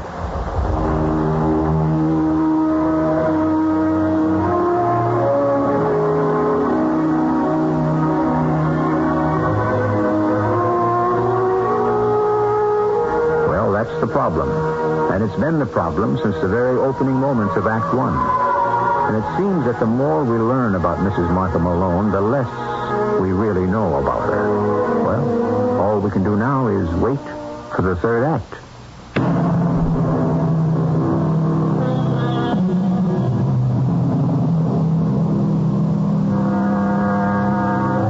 The wonder is not that so few murders are solved, but that so many are.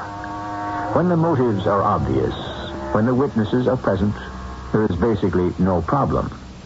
It's that random killing of someone for no apparent reason, by no one we know of, that usually slips into the back of the file folder. It may be filled with fascinating possibilities and intriguing twists and turns, but there is nothing solid for the police to investigate.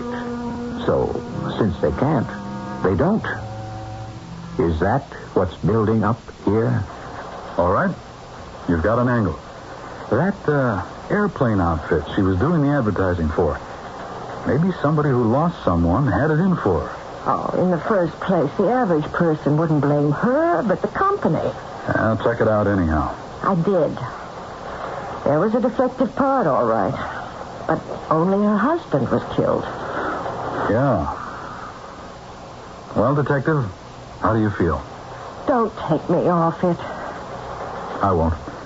You have a whole new world to play with. Her past life, the glamorous lady.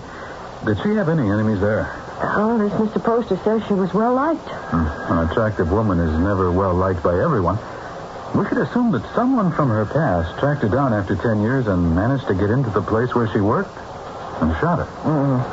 I say she was killed because of a situation in the Novelties Incorporated building. Well, you've already established there was nothing to steal there. I thought we both agreed the object was not to steal anything, but to kill her. Why? I'm ruling out the past. Yeah, but the public doesn't. See here? Tonight's paper. You're on page 3. Murdered cleaning lady turns out to be former top drawer advertising executive. You gave that to the press? Well, why not? Can't do any harm, and it keeps them happy. It also keeps you on the case. And we have a lead we can justify. But it's all there, in that building. What's all there? I don't know what, but she was murdered. I looked at her picture. Not the mugshot from the morgue, but a glossy portrait that Mr. Poster had let me have. It showed a spectacularly beautiful woman in her early 40s. Her face was not only lovely to look at, but you could sense that she was a woman of keen intelligence. And she had chosen to spend the rest of her life on her knees, doing penance. Oh, that I could understand. But murder, why was she murdered? Go back over the same ground. But I've been over it and over it. I can only talk to 2 people, really, Father Lisinski and Mr. Drone. Talk to them. But they've already told me everything they know. People are always remembering little things. Drone told you something he neglected to mention to the first cop on the scene? No, you mean the vacuum cleaner. That vacuum cleaner is what put you in business. All right, I'll try again. It's your very own little case, detective. You have to nourish it. Keep it alive. No, Detective Muros. I know nothing of her past life. And therefore you would know none of her associates or her problems there, if any. None at all. Excuse me. Yes. Oh, no, I haven't. Oh, well, why don't I take care of it right now while I'm thinking about it? Let me call you back. That was the chairman of our scrap paper committee. Would you excuse me? I have to call... Oh, where's that number? I looked it up. Here it is. That you should be here. This has to do with Mrs. Malone indirectly. Mrs. Malone? I'm trying to continue her good work. Hello, Novelties Incorporated. May I speak with Mr. Drone? Yes, I'm Father Lesinski of St. Mary's Church. Thank you. Hello, Mr. Drone. Yes, as you know, Mrs. Malone used to supply us with some very nice paper from your plant. Well, nice as it was scrap which was being thrown out. We were selling it to raise money for our parish charities, and I was wondering... Well, I was wondering if I could have a man pick it up. Well, yes. Oh, I understand. Oh, yes, of course. Well, thank you, sir, in any event. He says he can do it. Oh? He says he has made arrangements with a scavenger who pays him for the paper. Of course, I can see his point of view. Yes, that's true. It's odd. What is? It may have been my imagination, but he seemed quite frightened. Frightened? I think so. You're sure the word is frightened? Detective Muros, I'm more than sure. I know. Was this the break? The lead? The sudden flash of insight? I looked at Father Lisinski. I smiled to myself. If something really came of this, I would call it the revelation. I hope I'm not imposing again, Mr. Drone. No, Detective Muros. I'm glad to be of help. I understand that Mrs. Malone used to collect the waste paper and donate it to her church. You mean the wrappings? Yes. Yes, that's true. I understand that since her death, you've made other arrangements to dispose of them. Yes. I now sell them to a private scavenger. I see. A fellow comes by with a van at the end of the day. Who is he? Well, I believe I told you he's a private scavenger. What made you choose him? Did you go looking for a scavenger? No. As a matter of fact, he was, I would assume, going about soliciting business. He came in off the street, you might say. Well, then it was rather something of a coincidence. What was? That right after Mrs. Malone died, he should call on you. Oh, no. It wasn't really. He called on me before. Yes, several times this past year. Well, why didn't you sell him the paper then? Well, I was going to. It certainly made sense, don't you know? It would be the same as throwing money away.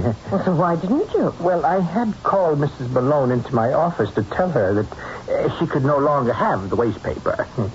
And what did Mrs. Malone say? Nothing. You see, I couldn't tell her. You couldn't? Why not? Well, every time I was about to, there was a look on her face. What sort of look? Well, I don't know, but I was afraid of that look. Why? Because it was the kind of look that seemed to go right through you. As if it could read every secret in your head, don't you know? Oh. So the next time this scavenger came around to solicit the business, I just told him I'd made other arrangements. That my cleaning woman was donating the waste paper to her church drive. Well, what did he say? Well, he didn't say anything. When did this discussion take place? Well, I'm not sure. It must have been 2 or 3 weeks ago, yes. What is this scavenger's name? It is A.J. Scoop, carting service. Thank you very much, Mr. Drum. Oh, yeah, if I can ever be of any more help, Detective. Yes. Oh, here, in your wastebasket here. This is some of the wrapping paper. May I have a few pieces? Oh, why, of course. Thank you again, Mr. Drone. Well, what have you got? Well, I thought I might have something. This paper. Well? He imports little novelties and knickknacks from the Far East. This is what they're wrapped in. Everywhere I turn in this case, I come up against waste paper. She was collecting it. Somebody else wants to collect it. So I had the paper sent to the lab. Why? Well, suppose they're smuggling drugs. There might be some traces. Were there? No. Well, there might be an espionage angle. Photos, messages in invisible ink of some sort. Man? No. You want some help? Sure. Feel the paper. Smooth it out. Okay. And now crackle it in your fingers. Well? I should have known. I should have known. It's okay. You're entitled to a little help in your very first case. Hey, look. We would have never gotten here without you.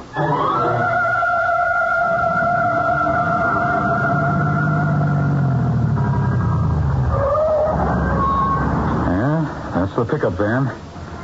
And here's the address. A.J. Scoop Carting. Carting, we know what you're doing, Captain. Oh, there seems to be quite a few people there now. Yeah, we'll probably be able to bag everyone. You sure you want to go in? It's my car, Captain. All right, let's go. Everett, Harry, follow us. Joe and Max, take the back and sides. You know what you ought to do now, don't you? You got to get a warrant, so you're entitled to do it. What? The cops do this all in the movies. Kick in the door. I'm wearing high heels. You want me to do it? It'll still be your collar. Go ahead. Police officers, stay where you are.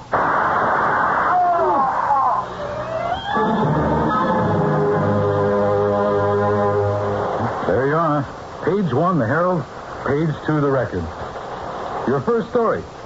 Detective Gertrude Milrose was responsible for the line of investigation that led to the arrest of a major counterfeiting ring. I had a great deal of help, Captain. The case was broken when Detective Milrose discovered that the paper used to wrap the novelties, which was imported from the Far East, is a very distinctive grade of Chinese rice paper. which is ideal for use in counterfeit bills. It is, by sheer coincidence, the closest match to the genuine paper used by the Treasury and is almost impossible to obtain. And that was why she was killed. Waste paper. Just because of some waste paper.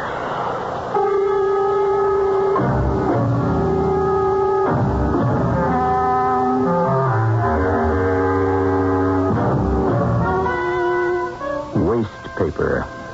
Have you any concept of the staggering amounts that pile up every day? So much paper. Indeed, waste paper may be truly said to be the basic debris of our society. Well, we may waste paper, but not time. So in a little while, I shall be back with you. Hey, buddy, can you give a fella a break? Sorry, fella, I only give at the office. I'm not looking for a handout. What can I do for you? Help save my life and breath. Do you need mouth-to-mouth breathing? I'm not the type. No, but you're smoking. And your smoke is hitting me where I breathe. And what with an allergy and pollution, you're not helping any. Sorry, I didn't mean to bother you. Sure, but the fact is that your smoke is getting in my eyes and nose and throat. And that's not a good song for my lungs. Well, you could always move away. I do, and then there's another one puffing away in my face. How about a deal? Like the Lung Association says, smoke if you must, but make smoking a private affair. Or quit. Secondhand smoke is truly offensive for non-smokers. Well, I'll give it a try. I wish you would, otherwise they're going to hang a tag on you. A tag? Yeah, cigarettes are a health hazard, and so are you. Gotcha, buddy. Now, about that handout... Save it. Let me give you one. Your Lung Association says that giving up smoking is a matter of life and breath.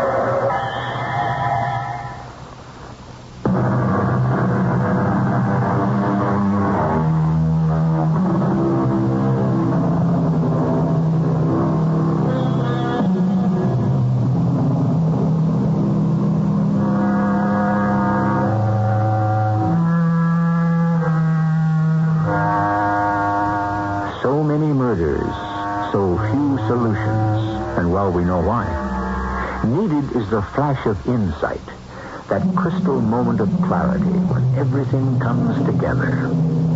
Indeed, it is like the vision of creativity to the artist. Artists and detectives, we don't tend to think of them in the same terms, but why shouldn't we? Without that certain something called inspiration, for all their hard labor, they are doomed to remain in the dark.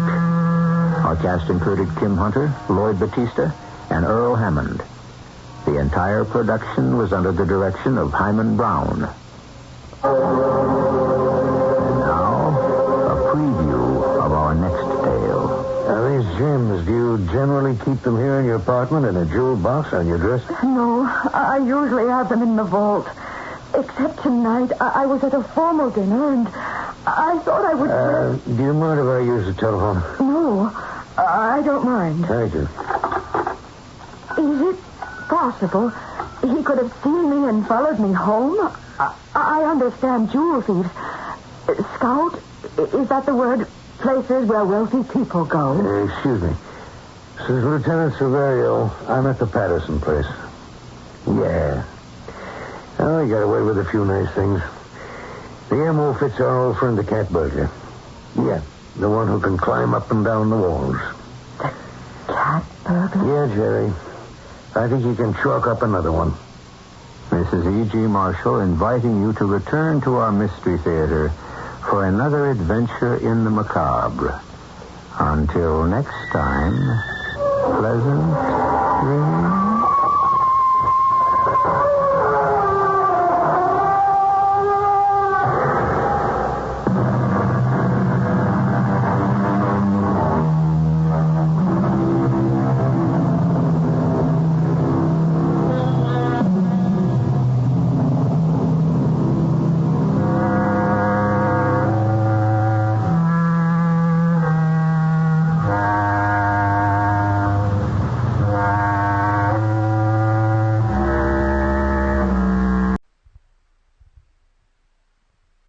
Please join the WR Mystery Theater.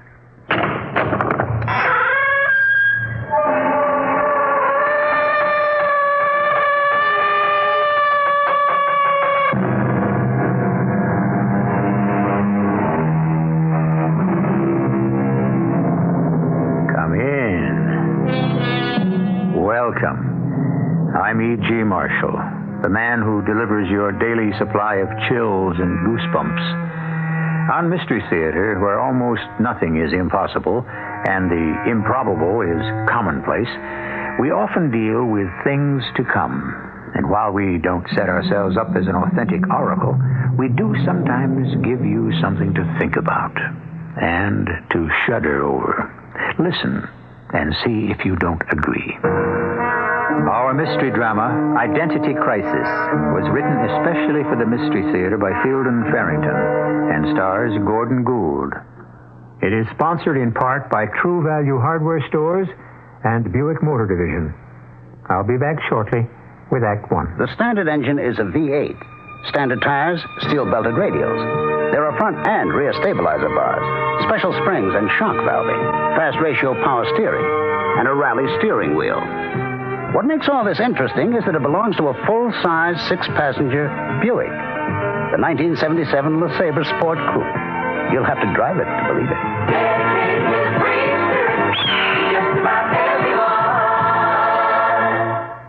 And now, a Christmas story from the folks at Flemington Fur. Once upon a time, there was a lovely princess who looked forward each year to Christmas when one of the handsome princes who sought her hand would give her a gift.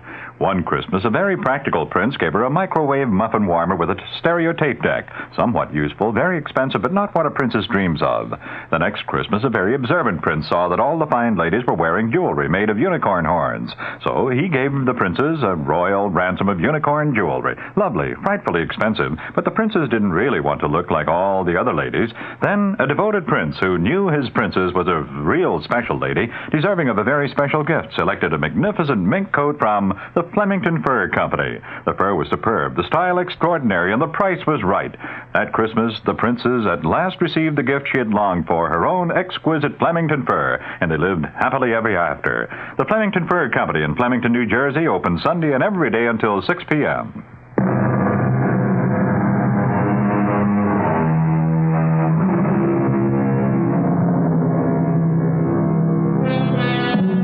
What do you suppose your great-grandfather would have said if you had told him that one day men would fly to the moon, land there, and plant an American flag, too? That a man's heart could be taken from his body and put in another man's body to replace his ailing one? That by clicking a button here on Earth, you could take a picture of a rock pile on Mars? He'd tell you to go and have your head examined. Well, what would you say if we suggested that someday in the future, not only heart transplants, but brain transplants would be possible? Ridiculous? Maybe. Or are you perhaps just being a grandfather when you say so? Come in, Mrs. Hollis. Thank you, Doctor. And this is Mrs. Kemperer? That's right. I suppose you're wondering why I've asked you to stop in at my office, both of you at the same time. I just wondered about it. Well, you two have one thing in common. I suppose you know that. Our husbands. Yes. Both your husbands are in critical condition. In terminal condition, unfortunately.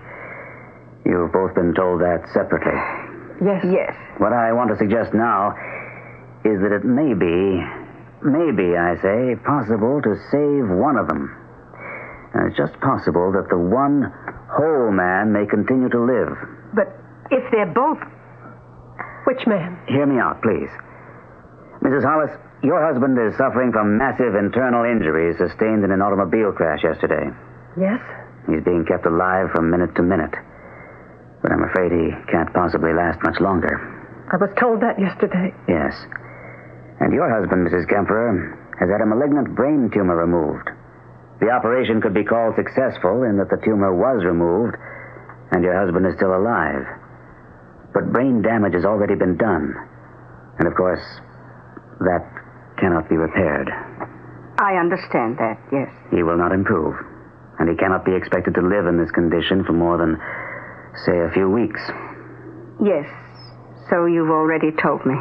Now, Mrs. Hollis, your husband's brain was undamaged in the accident. What are you suggesting? A brain transplant. A brain transplant? I've never heard of such a thing. The fact is, it's never been done before. Not with the human brain. Well, then... But I've been experimenting with animals for many years. My last 3 experiments have been completely successful. Completely successful. And you think it can be done with our husbands? You must understand that I cannot promise success. It still must be called experimental. Techniques will be needed which have not yet...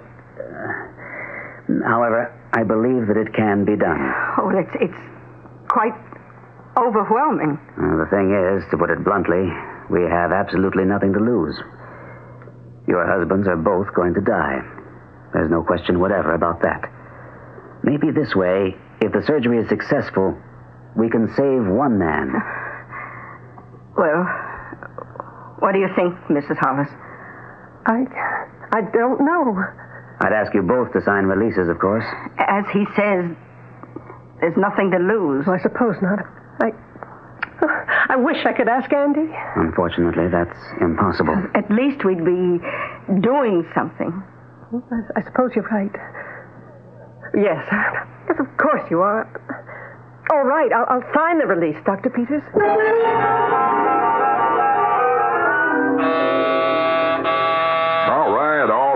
All right. Keep your shirt on. I'm coming. Oh, Paul, can I come in, please? Sure. Come on in. What's got you so upset? Well, there's this doctor, Dr. Peters. Yeah. He's a brain surgeon, and according to the guy on the radio, just about the best there is, and he's going to do a brain transplant job. Brain transplant? That's right. That can't be done. This Dr. Peters, he thinks he can do it, and he's going to try. Maybe he's doing it right now. Well, that's interesting. Do you want to know whose brain is getting transplanted? Okay. Andy Hollis's brain, that's who. State Senator Andrew H. Hollis. You're kidding. No, I'm not. He was in this auto accident yesterday afternoon. Did you hear about that? No. Was he badly hurt? I guess he must have been. He was busted up pretty good. And they got this other fellow there in the hospital. I can't remember his name. He's dying from brain cancer. And they're going to transplant Hollis's brain into the other fellow's head. Well, maybe Hollis will die before they get a chance to operate. I told you, the radio guy said they were going to try any minute. Yeah. I gotta think about this. You think that Hollis, well, you know, when they get the switch made and everything, you think he'll shoot his mouth off? I don't know. Now just shut up and let me think.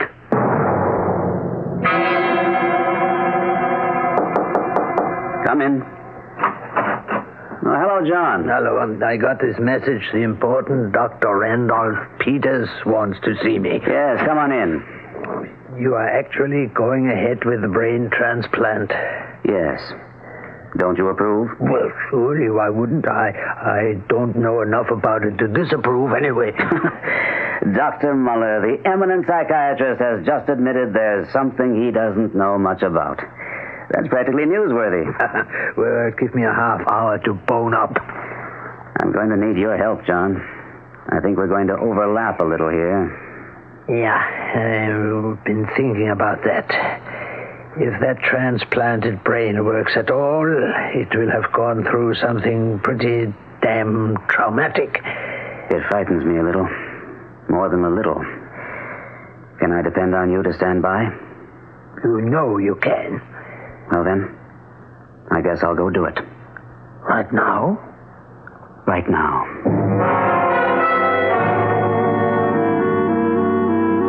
I think we've got a serious problem, Carl. Yeah? On the kind of Hollis? Well, you don't have to be a doctor to know that Hollis is going to be in pretty rough shape. Well, you know, his brain is after his operation. My guess is he's going to be delirious for a while. He's going to be babbling, and if he babbles about the wrong things, well, we could be in a lot of trouble. I guess so. Turnpike repaving job. Good Lord, if they ever start checking on everything we've contracted for since Hollis has been chairman of the State Senate Public Works Committee. Oh, boy, we will have had it, Carl. Yeah, like the Cedar River Bridge. Morrison and Dunlap could be finished, all washed up. Yeah. But why would he want to talk? He's no cleaner than we are, is he? But they haven't been playing games with our brains. There's no way of knowing what his brain may spill. So, what can we do about it? Maybe the operation won't be a success, huh? Yeah, and maybe it will. So? I don't know.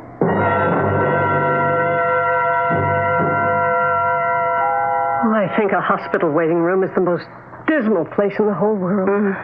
I've spent most of my time here for almost a month now. Has your husband been sick that long? Well, his operation was a month ago. He's been sick a lot longer. Oh, it must have been dreadful for you, Mrs. Kemper. It wasn't nice. You know, it seems we're going to be seeing a good deal of each other. Don't you think we'd be more comfortable on a first-name basis? Yes, I do, Esther. I think I'm still in shock. They called me yesterday afternoon and said Andy had been in a bad accident, and I haven't really been able to grasp it. Yes, it must have been a terrible shock. I've had almost a year to adjust to Ralph's situation. You called your husband Andy. Is he Andrew Hollis, the state senator? Yes. They asked him. They've been talking to him about running for governor. Oh. It doesn't seem fair, does it? A man in his prime. Nothing but good things to look forward to and... No. What is it? That man just coming in. I'm sure he's here to ask about Andy. I don't want... Mrs. Hollis, they told me I'd find you here. How's Andy? Well, we don't really know. Didn't they tell you what's happening? I heard it on the radio. Brain transplant, they said. Yes. He's there in the operating room now. Oh, well, I'm sure everything's going to be okay. Everything can't be okay, not for both of us. This is Mrs. Kemper, Mr. Morrison. How do you do? How do you do? You're the other fellow's wife. Yes. Do they say how long the operation's supposed to last? No, a long time, I should think. Well, I guess I'll just wander around and, be nosy. If there's anything I can do, Mrs. Hollis, anything at all. Well, thank you. I think not. Well, then, I expect I'll be seeing you later on. I can't stand that man. Is he a friend of your husband's? Oh, a business acquaintance, a contractor or something like that. In politics, you have to be nice to all kinds of people. I've always wished Andy didn't have anything to do with Paul Morrison. I think he's a thief.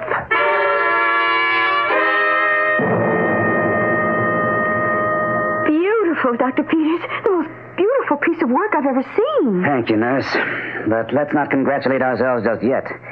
He has a long way to go. Oh, yes, I know. I don't want him out of your sight for a second. I understand, Doctor. I'll be in my office. Let me know at once if there's any change of any kind. I want readings taken every 10 minutes, you understand? And keep in touch with me. Hey, you were over there at the hospital a long time. Paul, did you get to see him? No way. I was just, looking things over. There was no way they were going to let me see him. Does it look like he's going to be okay? I couldn't tell. I guess so. They got a special room all rigged up just for him.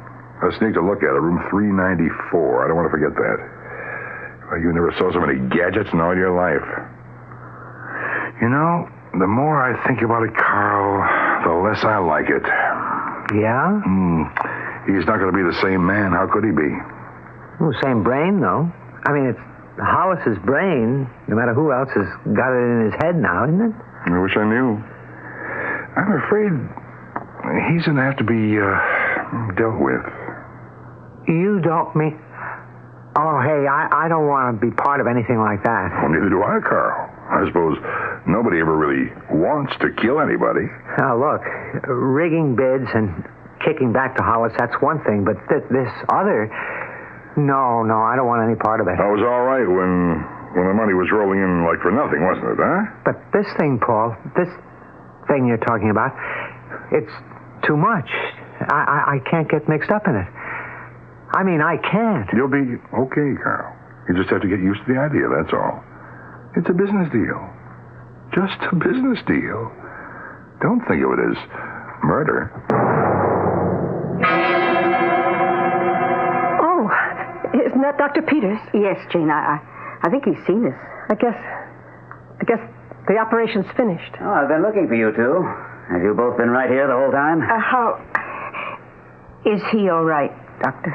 The operation appears to have been successful. He's in the special recovery room we set up for him. But he isn't conscious, of course. Won't be for a good long while. Can we see him? Not just yet, I'm afraid.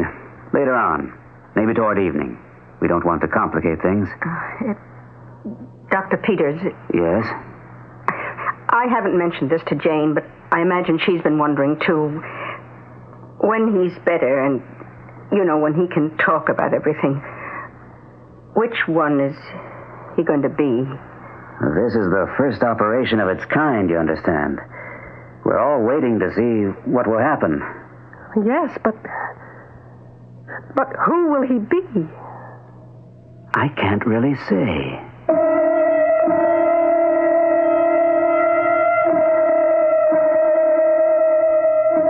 A good question. Who will he be? You have the brain of Andrew H. Hollis in the body of Ralph Kemperer. And by which name do you call him? More important, to Jane Hollis and Esther Kemperer at least, whose husband is he going to be? Which aspect is dominant, the physical or the mental? By which of the two forces is identity established? Perhaps we'll see this tangle unraveled when I return shortly with Act Two. The table looks wonderful, sweetheart. Oh, thank you, darling. Reverend Berkey will just love it. Thank you, darling. Dishes, the silver... Wait a minute, what's this? New Minute Maid 100% pure lemon juice.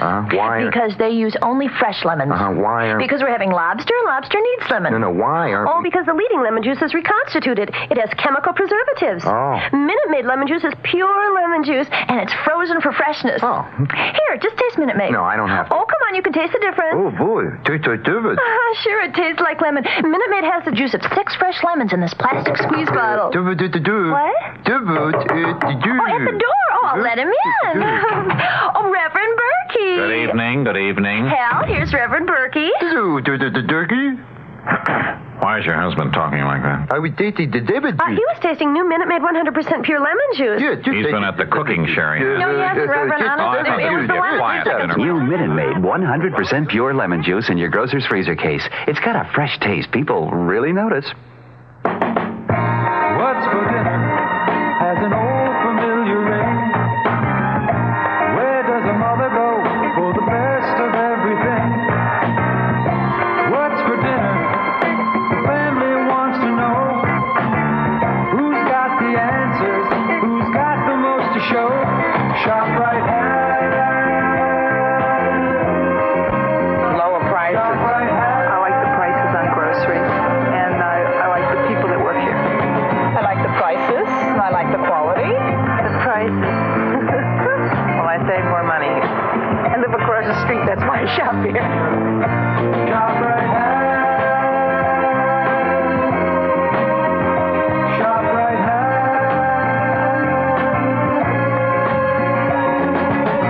Hey, Mom, what's for dinner? ShopRite has the answer. ShopRite has great eating at the meat department this week. ShopRite split or quartered frying chickens, 43 cents a pound. Italian-style sausage, pork, and veal, 89 cents a pound. My husband and I work together, and we both belong to the International Ladies Garment Workers Union. We know what it means to have our union, especially when you've got a family. We want to make our own way, and the ILG helps us. We've got a contract. We know where we stand. We've got something we can build a future on. That's our union. And that's what our label stands for. Look for the union label when you are buying Marco's dress or blouse. Remember somewhere our union's sewing, our wages going to feed the kids and run the house. We work hard, but who's complaining? Thanks to the ILG, we're paying our wages.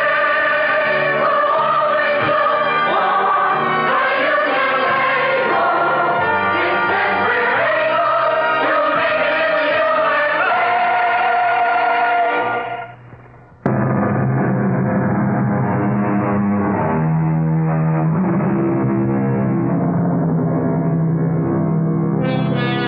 It is generally agreed that there is a spiritual quality in the makeup of every man and woman, quite apart from the mental and physical. Call it soul, essence, basic element, whatever.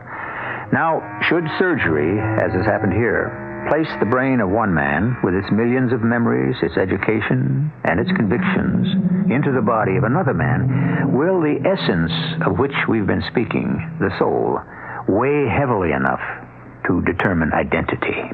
What are we going to do, Esther? I don't know. I've been thinking about it, Jane. If Dr. Peters doesn't know... He'll...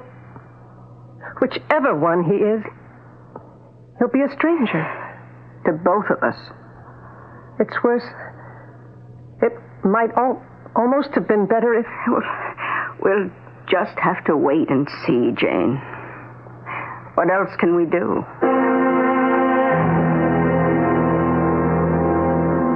But, Paul, this is murder you're talking about. He wouldn't be alive today if Dr. Peters hadn't done this nutty operation on him. He was slated to die anyway. Can't you see that? Well, not because of me, he wasn't. Look, Carl, I've got 3 kids. You've got 2, right? Right. And I don't want them to grow up knowing that their old man was a murderer. So you want them to grow up with their old man in jail for the other stuff? Bribery, conspiracy, you name it, Carl. They'll pin it on us if Hollis shoots off his mouth. But we don't know that he's going to. He may not say one damn word. Maybe he can't talk, for Pete's sake. Look, there's got to be some way so we don't have to kill him. All right, you tell me what it is. I haven't had a chance to think about it yet. Well, you can think until your head drops off, Carl, and you won't come up with anything but what I've come up with. It's my way or nothing. We've got to kill him. I don't know if I could. You can. Well, we got plenty of time. He won't be out of the hospital for a good long time. At least there's no rush. We don't have any time at all. What do you mean? We can't afford to wait. We'll have to go into the hospital after him.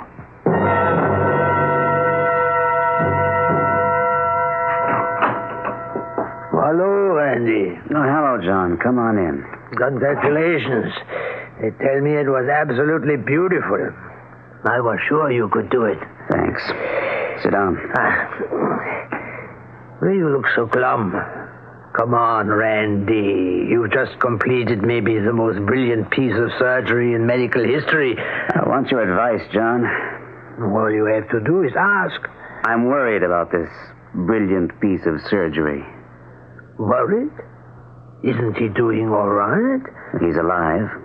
The body has accepted the brain, so far at least. But that's not my problem. So, what is? There are 2 women sitting out there, Mrs. Hollis and Mrs. Kemper. Which one is waiting to see her husband? I'm beginning to think I've got a tiger by the tail. He is still unconscious, of course. Will be for I don't really know how long. The only thing we can do is wait and talk to him when he can talk. How about an educated guess right now? How educated would it be? Well, my guess would be that identity would go along with the brain. I mean, at least lean very heavily in that direction. So you think it'll be Hollis? It's only a guess. You can't discount the body, certainly. There's a whole nervous system in there, of which the brain is only a part. The most important part, granted, but still only a part. But if the body doesn't reject the brain? Physically, you mean? Well, and I'm guessing, of course. All that does is place the brain and the rest of the body in contention. Anything could happen. The body is long accustomed to taking commands from the brain. How is it going to respond now? And the brain, when it doesn't get the responses it expects, if it doesn't, well, who knows? Who's to say it won't break down completely? Well, that was a chance I knew I'd have to take. It's the identity problem that's got me worried right now. Yeah, I have only one suggestion. Wait until he can talk to you, and then ask him who he is.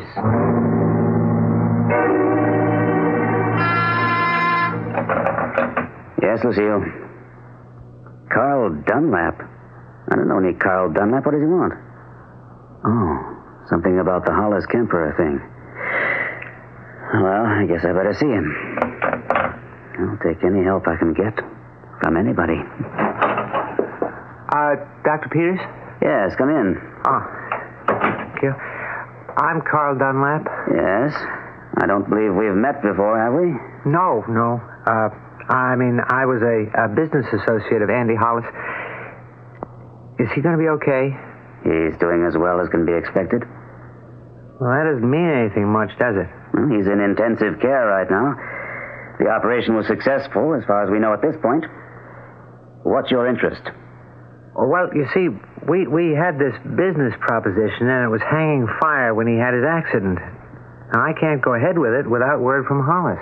You won't get any kind of word from Mr. Hollis for a good long while yet. Well, this is a really big deal. There's over $1 million tied up here. It's kind of a mess unless I can get to talk to Hollis. I advise you to find another way to straighten out your affairs, Mr. Dunlap. It may be several days before Mr.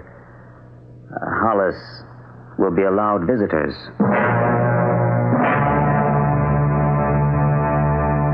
You were right, Paul.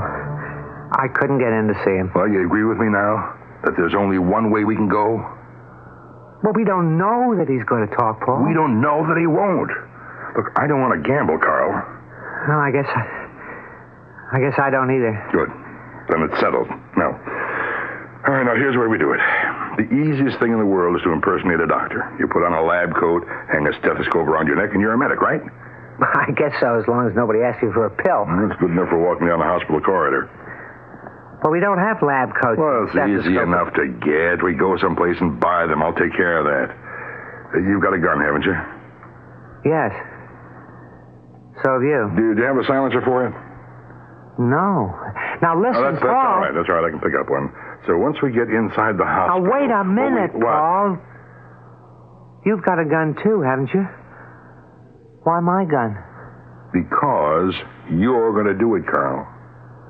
Oh, no. No, I'll go along with the idea, even if I don't like it, but you don't get me to shoot him myself. No, Paul. Sorry. That's the way it has to be. Well, why? You're the one who wants him out of the way so bad. Why should I do the shooting? Because if I do it the way you're running around so scared, you might just get an attack of conscience or something and start talking. Oh, that's silly. Why would I do it? But if you do it yourself, you're going to think twice before you make any stupid confessions. I won't do it, Paul. Sure you will. You can't make me. That's just the point. I can. You'll do it simply because I tell you to. You always do everything I tell you to. Haven't you noticed?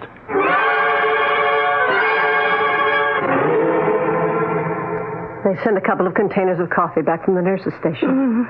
They've been so nice. Oh, I hope you like milk and sugar in yours. I didn't know. Oh, that'll be fine, Jane. Just so there's some coffee in there. Oh, it's going to be a mess, isn't it, Esther? For us? I'm afraid so, yes. What we need here is a Solomon. I suppose when he wakes up, when he regains consciousness, he'll know who he is. It's strange. At first I was feeling so grateful to your husband, to you, for donating his brain to Ralph. Now I'm beginning to wonder if it isn't the other way around. Your husband donating his body to Andy? I guess that's what it will amount to. Oh, Lord, I'm so confused. And another thing I've been wondering, where are we going to stand legally? I hadn't even thought about that. To tell you the truth, I'm not even sure how I want it to come out.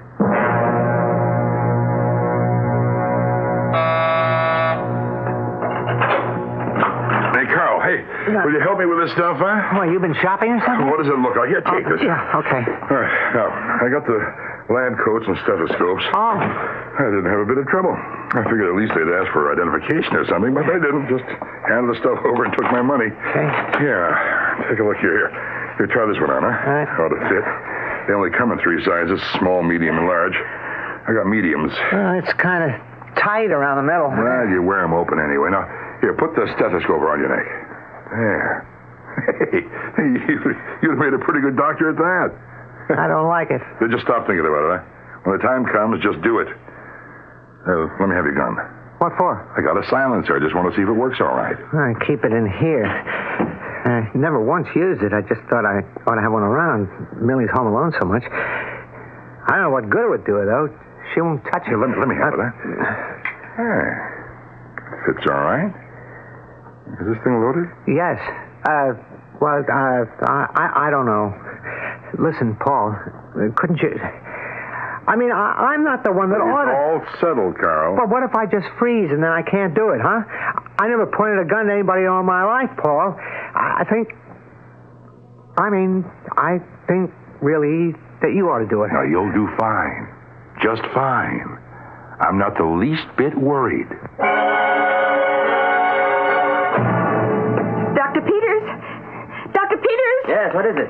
I asked you not to leave your patient. Look, Doctor, I think he's coming too. I saw you pass by the door, and I decided it would be quicker to come after you than to have you paged. All right, let's go. You say he's conscious? Well, no, not what you could call conscious yet. He seems to have gone back to sleep. Just a minute ago, he was... No, I can't. He can articulate. That's all right, then. Please, I can't. Somebody help me. What can we do for you? Help me. Born Indianapolis. You were born in Indianapolis. Is that what you're trying to say? Yes. Born Boston, too.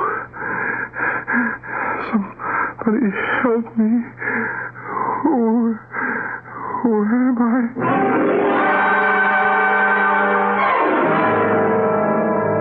Who am I? A question originating in the depths of an awesome darkness. Loss of sure identity is the final step off the solid substance of security. If you must ask who you are, there is no safe place for you. You are a wanderer among uncertainties, lost in a maze bounded by the unknown, inhabited only by you and fear. The mind with no secure haven in which to rest and restore itself will manufacture a haven of its own. And this is what is commonly known as madness. I'll return shortly with Act 3. This Christmas, give a gift that'll help turn any kitchen into a fast food restaurant. Hi, Pat Summerall here to suggest you give the Hamilton Beach Little Mac or Double Mac Grill from your participating True Value hardware store. The Little Mac Fast Cooker has a reversible grid with a square side for grilled sandwiches and a round side for hamburgers, pizza, or fried eggs. The cover locks on for spatter-free cooking, and the no-stick finish is easy to clean. The Hamilton Beach Double Mac Grill from your True Value hardware store makes 2 hamburgers or 2 grilled cheese sandwiches in just minutes. It can even be used to fry bacon and eggs together, quickly and easily and without spatter. This Christmas, give the gift that'll help turn any kitchen into a fast food restaurant. The Hamilton Beach Little Mac or Double Mac Fast Cooker from your participating True Value hardware store. Remember, True Value, that's more than just a name. It's their way of doing business. And remember, too, tell them Pat Summerall sent you.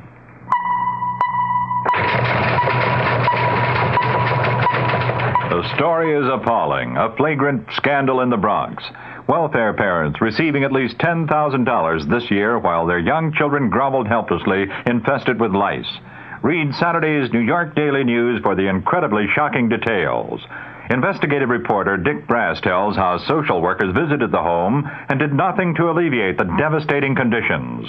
Learn about the mother arrested for endangering her children's lives and the stepfather arrested for raping one of the girls aged 12. A family that's crumbling into pieces, Saturday in the Daily News.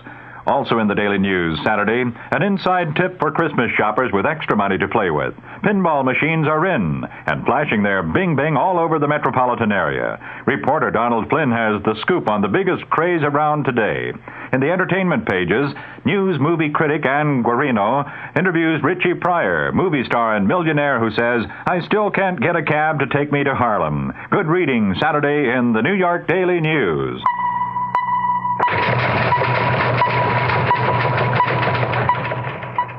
I wish somebody would tell me which wine goes with what. There is a wine, Gancha. Gancha Asti Spumante that makes any meal sparkle.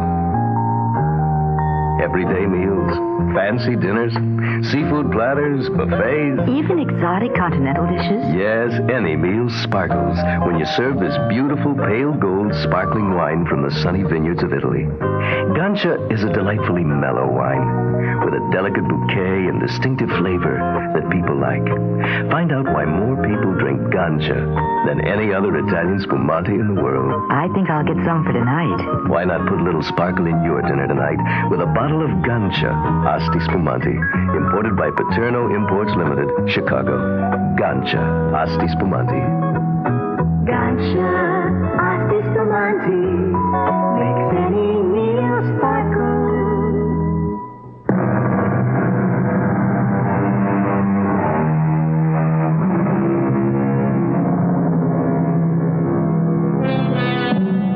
Who can say with authority what the brain is to the body, or the body to the brain? Which is master and which is servant? To be sure, we tend to characterize the brain as the thinking and therefore the guiding mechanism, but it is not the entire being. It represents, by any physical measurement we know how to apply, only a small percentage of the total entity. Is it reasonable to assume, then, that it contains the entire identity, the essence of the individual? Well, John, you're the psychiatrist. You've talked to the patient. What do you think? I think, as you said before, you have got a tiger by the tail. This is completely outside my experience. Outside anybody's. But I will tell you one thing. You have opened up a whole new, unexplored territory.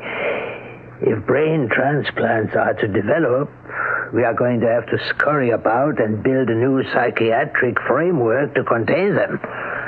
You're stumped? We're stumped, yeah. I have 1,000 questions, no answers. Well, that's a start, at least. The questions have to come before the answers. What are some of them? Well, this Hollis brain of yours has some Kemperer memories. He has demonstrated that. Kemperer was born in Indianapolis and Hollis in Boston. The Hollis Kemperer, for want of anything better to call him, now states that he was born in Indianapolis and Boston. Incidentally, I think his mentioning it indicates that he is trying to cope, trying to come to terms with the discrepancy. Anyway, what this means to me is that there is a memory, the Indianapolis memory, outside the brain. And the way I learned it, memory is strictly the brain's province. Spinal memory? Who knows? There's not supposed to be any such thing. You know, the temptation is to turn metaphysical. Metaphysical? The soul, the unsensed, unmeasurable something that makes us more than mere matter. It is a temptation to say that since Kemperer's body still lives, it still contains something of the Kemperer soul. That's not very scientific, I'm afraid. Still, it's an answer that satisfies in some ways, isn't it? Not one that satisfies the scientific purpose, though. Where do you go from here, Randy? I was hoping you could advise me. I'm sorry. How do you let go of a tiger without getting scratched? Carl, will you stop looking so scared? Huh? Doctors never look scared, even when they are. And we're doctors. I can't help how I look. I am scared. Well, don't be. We're just two doctors walking down a hospital corridor talking shop talk. Now, his room number is 394, 3 doors down on the side of the hall. You see it? Partway closed? Yeah, I see it. What if they moved him to another room? They wouldn't. They've got him plugged into so many gadgets in there. It'd be just too much trouble to move him now. You know what we do, right? I guess so. We take a look in the door. If the doctor's in there, we just walk down the hall and wait for him to leave. If there's nobody there but the nurse, we go in and order her to leave. order her? We are doctors. You keep forgetting. Nurses do what doctors tell them to do. Okay. And then when we're alone with them, you just do it, that's all.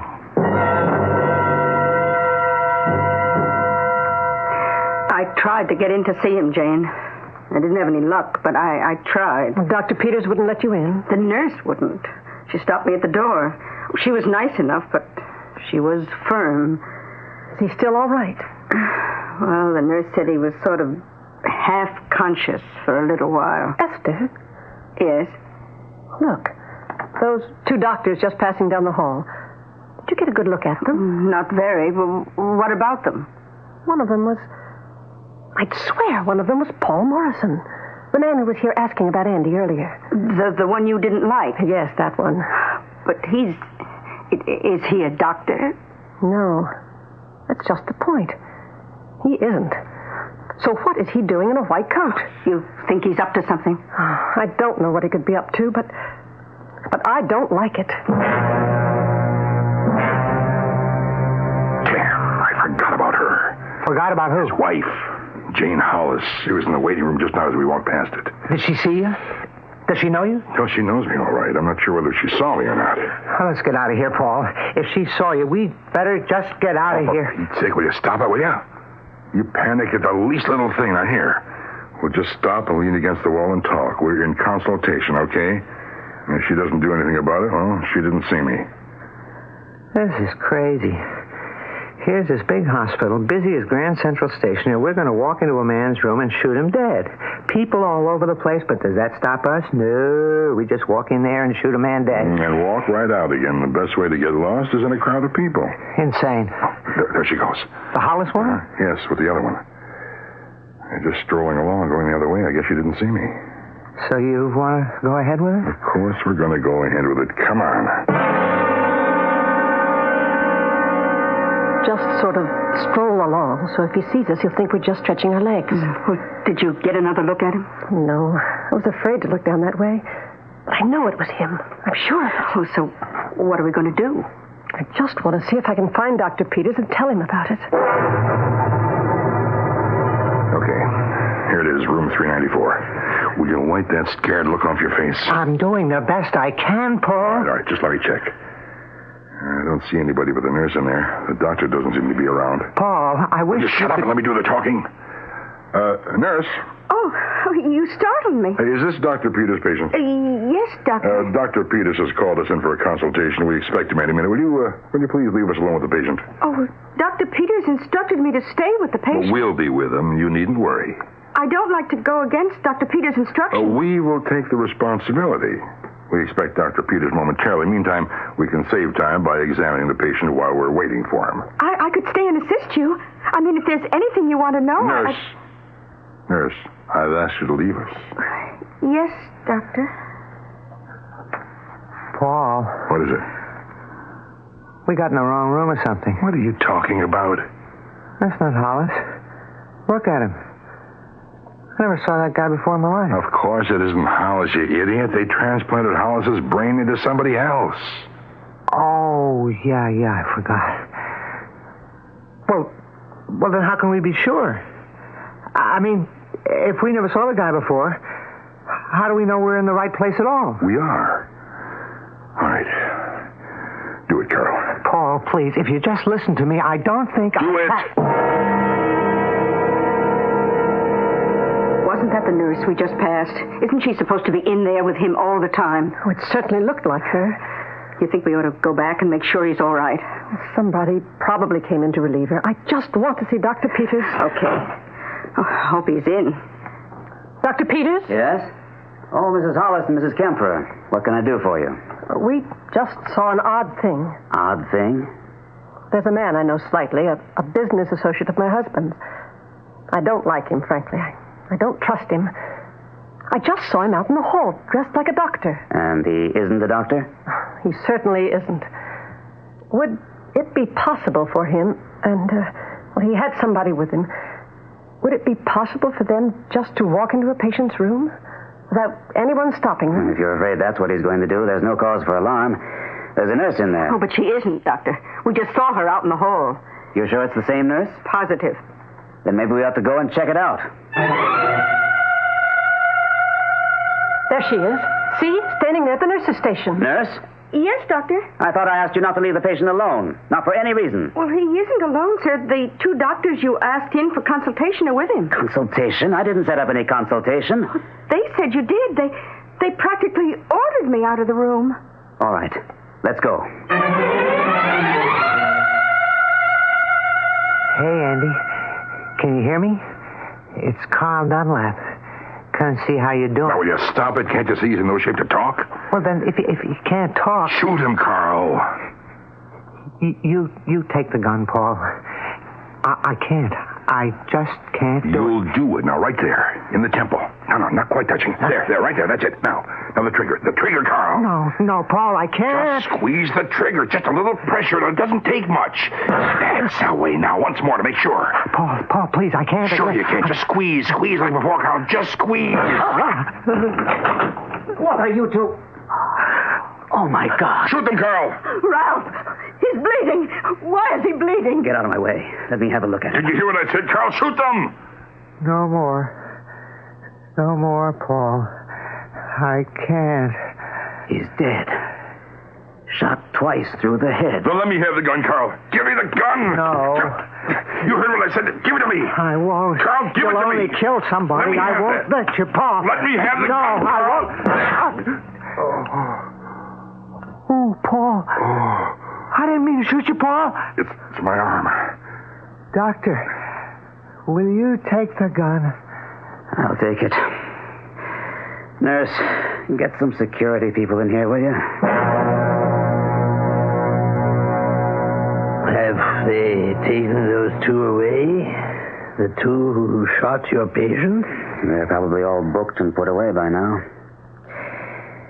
I just had a weird experience. That's the only kind you have had all day, it seems to me. I just had to console 2 women, Mrs. Hollis and Mrs. Kemper, because their husbands were dead. Only that wasn't what I did. I found myself telling them I was sorry about their husband. Singular. 1 husband, 2 wives. And nobody could say who the man had actually belonged to. Yeah. Sad thing, though, all around. Yes. In a way, though, they were grief-stricken, of course, the 2 women, each thinking of her own husband as he used to be.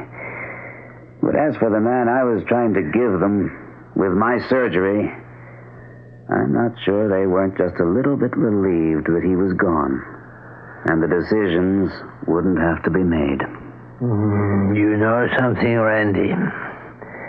I am not sure the world is ready for the brain transplant. I'm not sure it ever will be.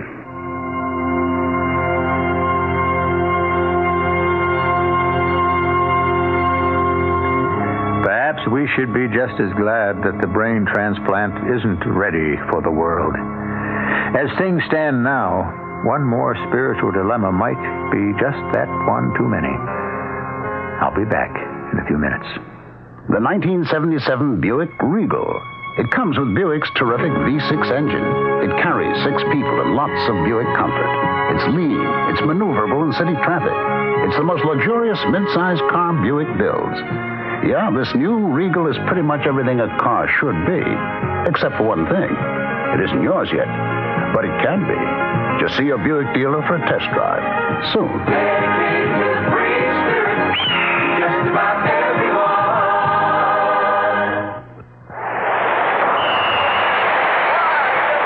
Here's Dennis Potvin of the New York Islanders. Folks, I'm a hockey player first and a football watcher second. And I'll tell you where you can watch some great college football, on TWA. Right now, they're showing films of the players most likely to make All-American this year. You'll also see the 1976 candidates for the Heisman Trophy, scoring points for this great prize. It's a terrific show, and it's only on TWA, where every seat is on the 50-yard line. Fly TWA to the West Coast. And in addition to the football action, you'll see first-rate movies on every TWA nonstop to Los Angeles and San Francisco. And TWA is the only airline that gives you a choice of movies. So if you like being entertained, take a seat on TWA. We give you a lot more. To TWA, being the best isn't everything. It's the only thing. Here's important news for you. Dependable Dean has launched a revolutionary new price policy lowering all carpet prices to rock bottom. This means that every carpet in Dean stores carries an astonishingly low price tag with no exceptions. The carpet you want is right here at Dean's at the lowest possible price. You can always depend on Dean for the finest floor covering, help from salesmen who care, and prompt service. Right now, you can get a 12 by 12-inch Ken Tile touchdown vinyl asbestos floor tiles for only 33 cents each. Yes, 33 cents. Install a beautiful 10 by 10-foot floor yourself in 2 hours or less, and for under $35. Come to Dependable Dean and save on tile, broadloom, and remnant rugs. Dean stores are located throughout New Jersey, and they're open Monday through Saturday, 9:30 a.m. to 9:30 p.m. Remember, you can't spell dependable without D-E-A-N.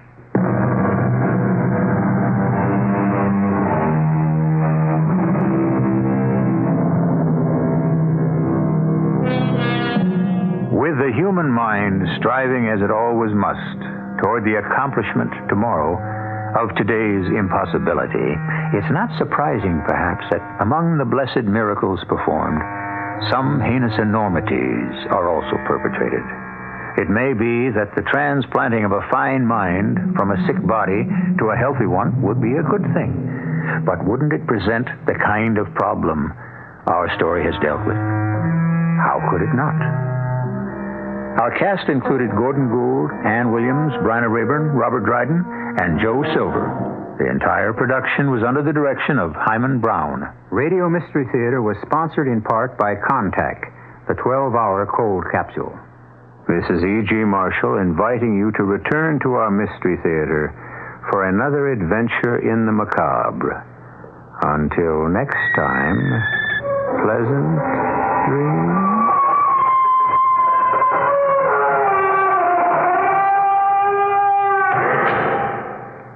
Tonight's WOR Mystery Theater was also brought to you in part by ShopRite Supermarkets. The preceding program was furnished by CBS Radio. This is WOR New York, the talk of New York. Stay tuned now for the news with John Wingate. Verdict has Sam Bronfman mad. That Navy Skyhawk, was it shot down? Jimmy Carter on the economy. It's 43 degrees, 6 Celsius in clear mid-Manhattan.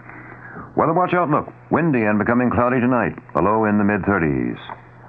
Hi, John Wingate with the 8 o'clock report from WOR News. Samuel Bronfman II calls the verdict in the state Supreme Court trial of 2 Brooklyn men accused of kidnapping him, quote, a miscarriage of justice. The White Plains State Supreme Court jury found the defendants, Mel Patrick Lynch and Dominic Byrne, innocent of kidnapping, but guilty of extorting Bronfman's father of $2.3 million. At a news conference at the Seagram's building in Manhattan today, Whiskey Air Bronfman says the verdict makes him mad, quote, really mad. He said, again, quote, it's a sad system when 2 guys who kidnap someone get caught red-handed and they get off, unquote. Sam Bronfman says he thinks that in this case, the system didn't work. He says he hopes the verdict will not deter other victims of violent crimes from helping to prosecute those who abduct or assault them. Present at that news conference were Sam's mother, Ann Lowe Bronfman, Sam Bronfman's wife, Melanie, his brother Edgar, and Edgar's wife, Georgiana. New York State Senator Roy Goodman, family friend of the Bronfmans, comments on the verdict. I've known Samuel Bronfman all of his life. He is a close personal friend of mine and of my family's. I saw him frequently in the months prior to his kidnapping, during which he was employed as an intern in my New York City Senate office. The allegations of the Lynch-Byrne defense attorneys concerning Sam Bronfman are, in my judgment, absolutely preposterous. I'm deeply shocked that a jury would accept the word of the accused over the word of this extraordinarily fine young man of good character. A very grave miscarriage of justice has occurred in New York State today. Story coming up. Was that Navy plane shot down? WOR 710 News Time. 2.5 minutes past 8 o'clock. The U.S. Navy announces it's investigating the possibility that one of its A-4 Skyhawk jet fighters was shot down in the Atlantic off North Carolina by a Marine Corps F-4J Phantom jet. Sources say there are indications it was struck by a heat-seeking missile. The Navy jet's pilot, Lieutenant Jerome Petkowski, a native of Chicago, ejected and was rescued by a Marine helicopter. Petkowski, currently living with his family in Virginia Beach, Virginia, is being checked over at the Marines' Cherry Point, North Carolina Navy Hospital. A deadly green cloud of poisonous chlorine gas leaking from a chemical plant drifted westward across the Mississippi River. Government officials ordered about 10,000 persons to flee the area, and they've called out the National Guard. No injuries are reported, but several highways are closed, and ships are being kept out of a 10-mile section of the Mississippi. State Commissioner of Administration in Louisiana, Charles Romer, directing operations from Baton Rouge, 4 miles from the plant, said the National Guard would be used to protect the property of evacuees who were moved 10 miles downriver to Louisiana State University. About 6,000 of those fleeing the gas are students at Southern University. The rest are residents of a predominantly black area surrounding the university. Romer said it would take 6 to 8 hours for that leaking chlorine to stop. Jimmy Carter says if the economy needs help next year, job programs are his first priority, supplemented by tax cuts if necessary. But Carter made it clear in a news conference that he has not made any final decisions. He told newsmen he would like to move as fast as possible with public service jobs, job training programs, and public works projects. The incoming chief executive said that he cannot do with job opportunities, that what he can't do with them, he'll do with the tax cut. News conference followed a tour by Carter and Vice President-elect Walter Mondale of the Pentagon's secret war room. The two men were greeted by 2 small groups of demonstrators chanting, quote, "Disarm now," unquote, and quote, "A future for our kids, Jimmy," quote, unquote. Coming up, our nightly column on the market. WOR 710 News Time. Just about 6 minutes past 8 o'clock. New chapter for Gary Mark Gilmore. You know all about diamonds when you know about sales. Sales is the diamond store. You don't buy diamonds every day, so let sales show you the way. 'Cause we know what you're looking for. We're the #1 jewelers the whole world round. But we're people you know, your hometown diamond store. We know diamonds and you know us. Sales is the diamond store. We're people that you know with a name that you trust. Sales is the diamond store. We know diamonds and you know us. Sales is the diamond store. We're people that you know with a name that you trust. Sales is the diamond store. Utah killer Gary Gilmore's attorneys met in Salt Lake City with Judge George Batiff today. The judge said he'll decide by Wednesday whether to have Gilmore appear in court for setting of a trial date on a second murder charge. Secretary of State Kissinger appealed at his final meeting with NATO ministers for an East-West code of restraint to prevent, as he put it, an unimaginable catastrophe. The Soviet Union announces it will conduct a series of rocket tests from December 13th to the 30th in the Pacific. The test site will roughly be halfway between Japan and Hawaii. 63-year-old actor MacDonald Carey has been arrested in Los Angeles for investigation of drunken driving. An envelope addressed to the U.S. Immigration and Naturalization Service exploded on a conveyor belt at the main New York City post office. No one was injured. The Agriculture Department estimates the 1976 U.S. wheat crop was a record, nearly 2,150,000,000 bushels. The new estimate, based on December 1st surveys, boosts the 76 wheat production to about 12 million bushels above last year's record output. Estimates will be issued next month for corn and other 1976 crops that will figure prominently in the nation's 1977 food and export supply. In sports, the New York Knicks say that their newly acquired superstar, Bob McAdoo, will have to postpone his debut with the team for at least 1 week. McAdoo, who's suffering a pulled groin muscle, will not appear at tomorrow's game against the Phoenix Suns, or Sunday's Hall of Fame exhibition against the Washington Bullets, or Tuesday's game against the San Antonio Spurs. Spokesman said, quoting now, "We hope he'll be ready to play next Friday night in Boston. It takes a while to heal, but by then it should be a day-to-day thing." So, for at least a week, we'll not be seeing superstar Bob McAdoo in that Knicks uniform. So, weather watch update for New York City and vicinity. Windy and becoming cloudy tonight with a low in the middle 30s.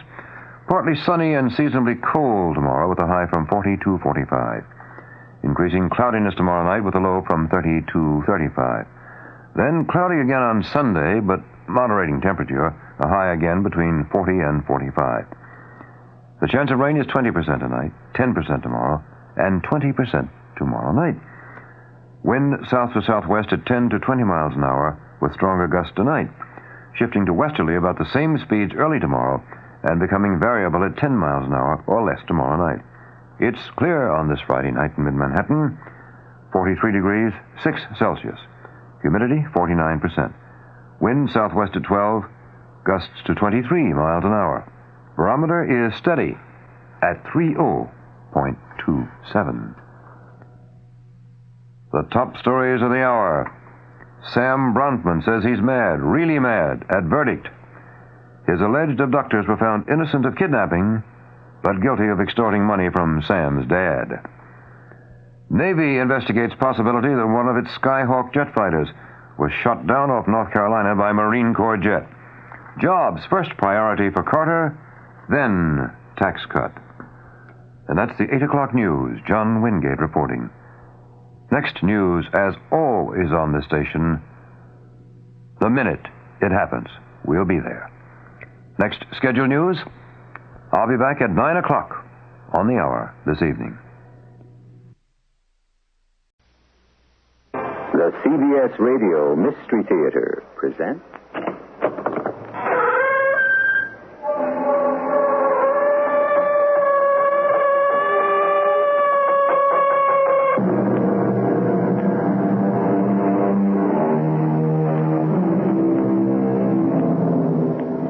Come in. Welcome. I'm E.G. Marshall. Everyone has heard of the fabulous goose that laid the golden eggs, but trust Sir Arthur Conan Doyle to ring some changes on that story when he sends the world's favorite detective, Sherlock Holmes, on a wild goose chase. Mr. Breckenridge, I was recommended to you by the landlord of the Alpha. He says that you have the finest geese in town. Oh, yes. I sent him a couple dozen last week. Mm-hmm. And I'd like to know where you got them. And I shall tell you. I've never been so pestered in my life. Where are the geese? Who did you sell them to? What did you take for the geese? I'm through answering questions about the geese.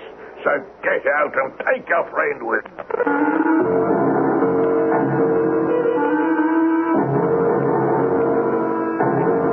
Our mystery drama, The Adventure of the Blue Carbunkel, was adapted from the Sherlock Holmes classic especially for the Mystery Theater by Murray Burnett and stars Kevin McCarthy. It is sponsored in part by ARM, Allergy Relief Medicine, and Buick Motor Division. I'll be back shortly with Act One.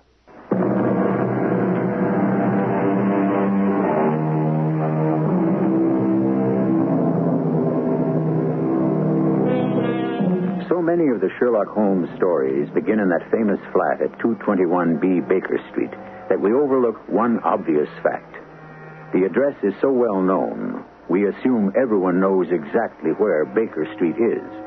And somehow I think that's a mistake. For those of you who've never been in London, let me place Holmes' headquarters more exactly. Baker Street runs from Regent's Park to Hyde Park. At the southern end, near Marble Arch, is the site of the United States Embassy.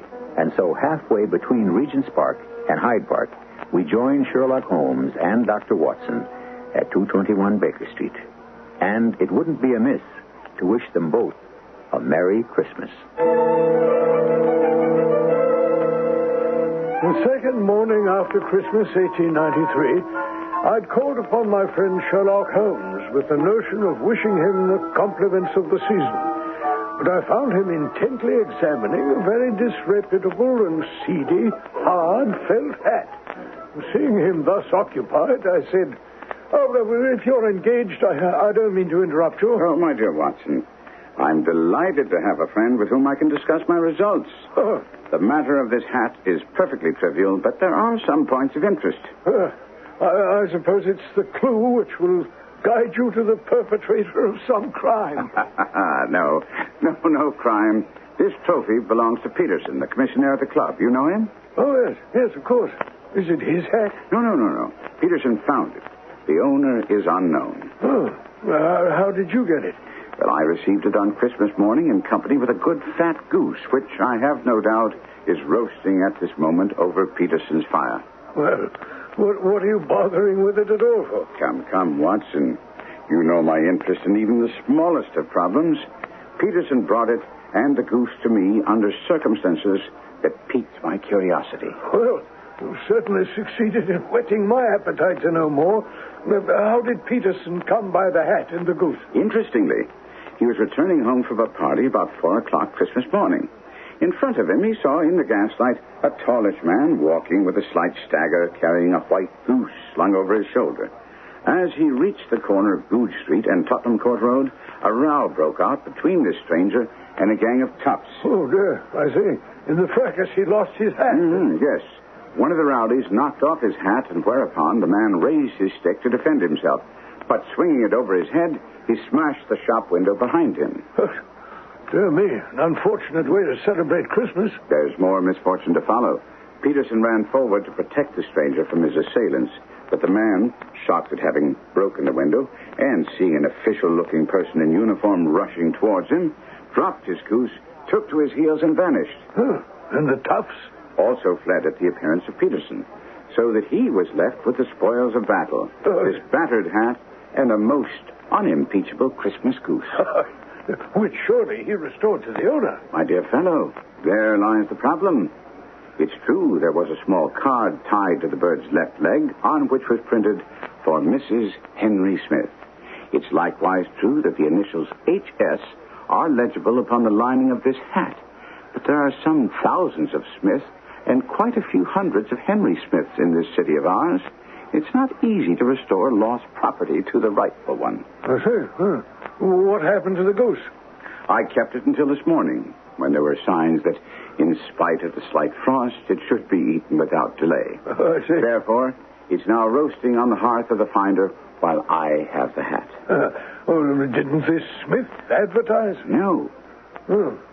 Then you have no way of establishing his identity. Only as much as we can deduce from the hat. Oh, you must be joking. What in the world can you gather from this old battered felt? Here's my lens. You know my methods. What can you gather yourself as to the individuality of the man who has worn this article? I took the tattered object in my hands and turned it over rather ruefully. All I could see was that it was a very ordinary black hat, much the worse for wear. The lining had been of red silk, but was much discolored. There was no maker's name. I saw the initials. There seemed to have been some effort to hide the discolored patches by smearing them with ink. I handed it back, saying, "Well, I see nothing, Holmes." On the contrary, Watson, you see everything, but you fail to draw inferences. All right. Then you tell me what you can infer from that hat. The man was fairly well-to-do within the last 3 years, although he has now fallen upon troubled days. He has foresight, but less now than formerly, pointing to a moral retrogression, which, when added to the decline of his fortunes, seems to indicate some evil influence, probably drink. This may also account for the obvious fact that his wife has ceased to love him. Oh, my dear Holmes, I never heard such flights of fancy. He has, however, retained some degree of self-respect. He leads a sedentary life, is middle-aged, has grizzled hair, which he has cut within the last few days, and he uses lime cream on his hair. Oh, you must be joking. Also, by the way, it's extremely improbable that his home is lighted by gas. Oh, no, that's too much. But I'll skip that and go back to the deduction about his fortunes being in decline. Where do you see that? This hat is 3 years old. So you say? These flat brims curled at the edge were fashionable then, but not since. It's a hat of the very best quality. Look at the band of ribbed silk and the excellent lining. If this man could afford to buy so expensive a hat 3 years ago and could afford none since, then assuredly he's gone down in the world. So obvious when you explain it. How about the foresight and the moral retrogression? Here's the foresight, Watson. This little disc and the loop which secures the hat against the wind. They're never sold with hats. This man ordered one, showing a certain amount of foresight, since he went out of his way to take this precaution against the wind. But the elastic's broken. Precisely, Watson. It's broken, and he hasn't troubled to replace it, although it's cheap and easy enough to have done. Therefore, he has less foresight than formerly. I can't see that. Why isn't it that he just doesn't care? Impossible. He's tried to conceal some of the stains on the hat by daubing them with ink, so he hasn't entirely lost his self-respect. Well, I suppose you'd deduce that he's middle-aged, recently had his hair cut, and uses lime cream from an examination of some stray hairs found in the hat. Good, Watson. If you use the lens on the lower lining, you will find a number of hairs clean cut by the scissors of the barber. There's a distinct odor of lime cream, and the hairs are adhesive. Yes, fine. But the sedentary life. The dust on the hat, Watson.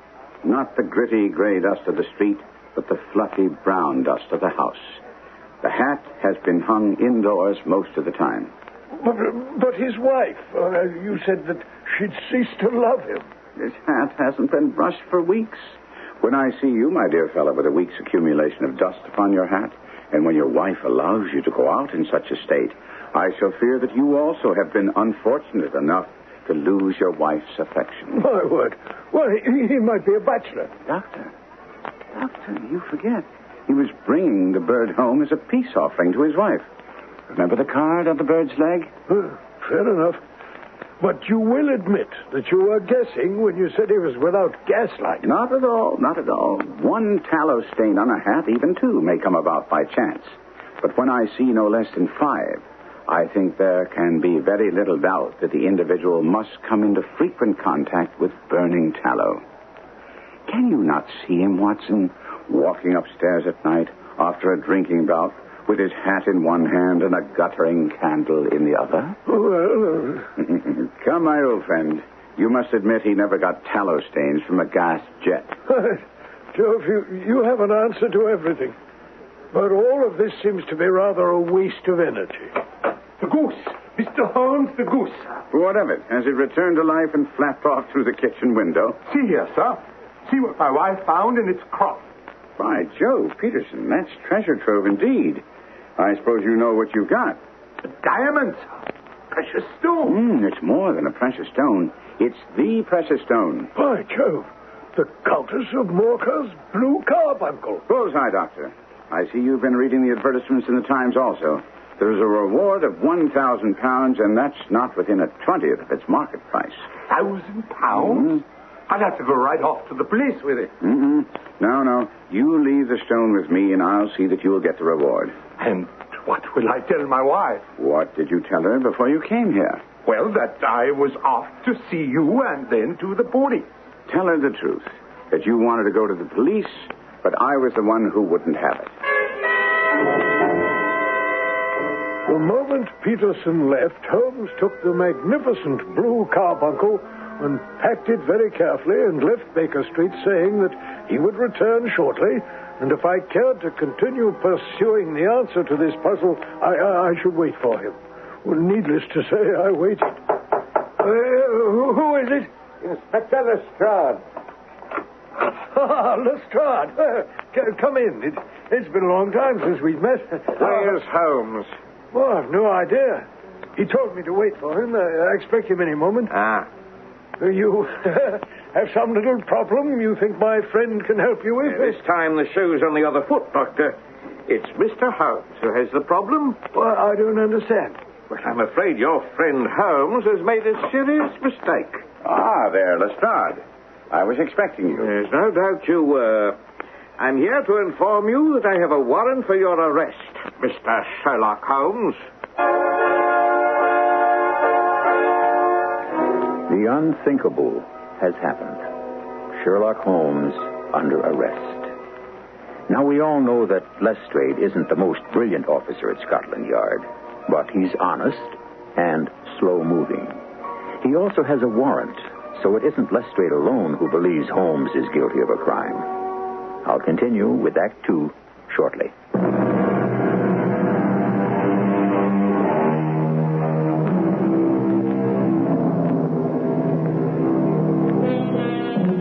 Even the best of us cherish small victories. Although Sir Arthur Conan Doyle doesn't mention it, I suspect that Lestrade, so often proved wrong by the astute Sherlock Holmes, must have felt a measure of satisfaction when he placed the brilliant detective under arrest. Let's continue now and hear Holmes' reaction. Come, Lestrade. Come, what is the charge? Being in possession of stolen property. You refer, of course, to the Countess of Morcar's Blue Carbunkel. So you admit it? Nonsense. But how would you know what I was talking about unless... Because I know righteous women, Inspector. Meaning Mrs. Peterson? Now you'll admit that's where you got your information from, won't you? Nothing to be ashamed of. She's an honest, law-abiding citizen who reacted predictably, and as I foresaw. When her husband told her, I kept the stone and asked her not to inform the police. Now, here, read this note, which, as you will see, is upon the Countess of Morcar's own stationery and written in her hand. As I see, from Mr. Sherlock Holmes, Esquire, the Blue Carbunkel, which was stolen from my suite at the Hotel Cosmopolitan upon the 22nd of December. I have given Mr. Holmes my bank check for £1,000 made out to Mr. Peter Peterson, who was responsible for the finding of the gem. Signed, Helena Mercatus, Countess of Morcar. So, Inspector, I am not in possession of any stolen property, but I've returned it to its rightful owner and will shortly deliver the reward to Peterson. Now, I want your word to keep this matter of the recovery of the carbuncle secret. But why? Because it's necessary that the man who stole it still believes that it's missing. We have the thief. I doubt that you have the right man. So that's the way the wind blows. Once again, you're going to fly in the face of the evidence. The evidence being? Now, it's clear enough. This fellow, John Horner, is a plumber. He was working in the dressing room of the Countess, soldering the second bar of the grate, which was loose. Horner was shown to the room by the upper floor attendant of the Cosmopolitan named James Ryder. Didn't he stay with him? Well, for some time he did. But then he was called away. And when he returned, Horner had disappeared. A bureau had been forced open, and a small Morocco casket lay empty upon the dressing table. Ryder instantly gave the alarm. And Horner was then arrested in his lodgings, found to have been convicted on a previous robbery charge, and is now awaiting trial. That's it. What makes you think we don't have the right man? Several things. First, can you tell me how the stone went from Horner into the crop of the goose which Mrs. Peterson was cooking? Not a moment. No doubt we'll find that out when he confesses. But so far, he strongly protests his innocence. They all do. Another question which occurs to me is, how did Horner know exactly where the Countess kept the gem? But it seems to me that these are questions that his defense counsel might raise at his trial. But since I'm a police officer, I don't think I have to answer them. Well, suppose that I'm in position of finding a link in the chain. Would you then agree to keep the recovery of the stone quiet? It all depends on whether you're off on some flight of fancy or... I know for a fact, as you do, that the stone was in the crop of a goose in the possession of Mrs. Peterson. I also know that before it came into her possession, it was carried by a Mr. Henry Smith. I propose to locate this Mr. Smith and find out what part he played in this little mystery. And if I agree, how do you intend to do that? By the simplest means possible. An advertisement in the newspapers. And so it was agreed. Lestrade left, an advertisement was placed reading, "Found at the corner of Goodge Street, a goose and a black felt hat. Mr. Henry Smith can have same by applying at 6:30 this evening at 221B Baker Street." Now, I did my professional rounds the next day, but was back at Holmes' flat at 6 o'clock. My friend was waiting for me, lounging on the sofa in a purple dressing gown, thoughtfully staring at a plump white goose, which was conspicuous on the sideboard. He waved at it and said, "Isn't that a fine-looking bird, Watson?" "Ha! Makes my mouth water. But I presume we're not going to have the pleasure of eating it." Correct. If we receive an answer to our advertisement, this bird will put us a lot farther along the trail to the answer we seek. You think Horner innocent? Oh, that's putting it a shade too strongly.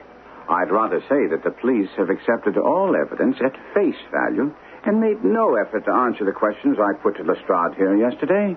However, Mrs. Hudson is preparing our dinner, which we shall have at 7, unless we're interrupted.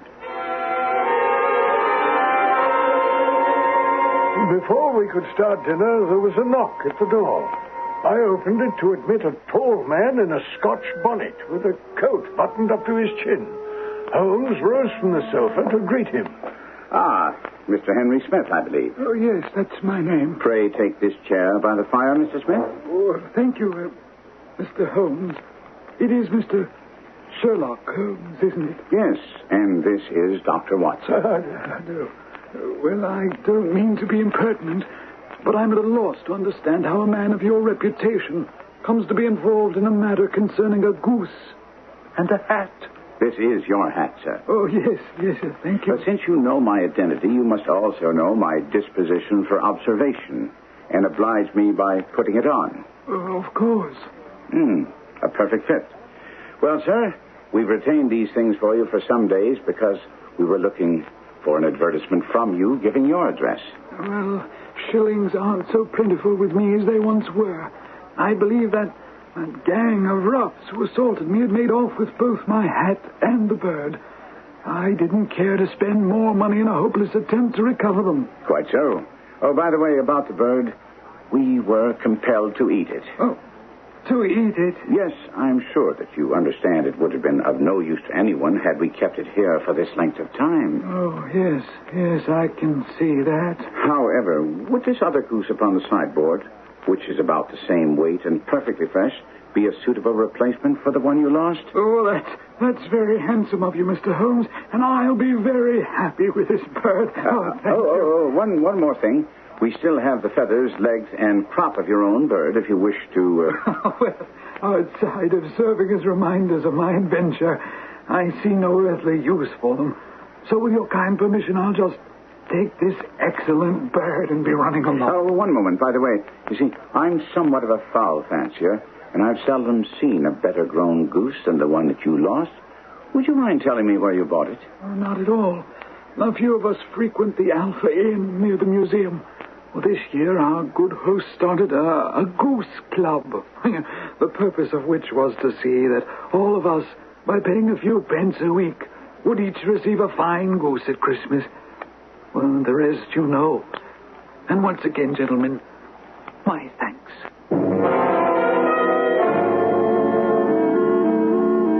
The door had not long closed on Mr. Smith before Holmes turned to me and said, "It's quite certain our friend Smith knows nothing of the matter. Are you hungry, Watson?" "No, not particularly." "Then I suggest that we turn our dinner into a late supper and follow up this clue while it's hot." Or perhaps we could even get a bite at the Alpha, whilst we chat to the landlord.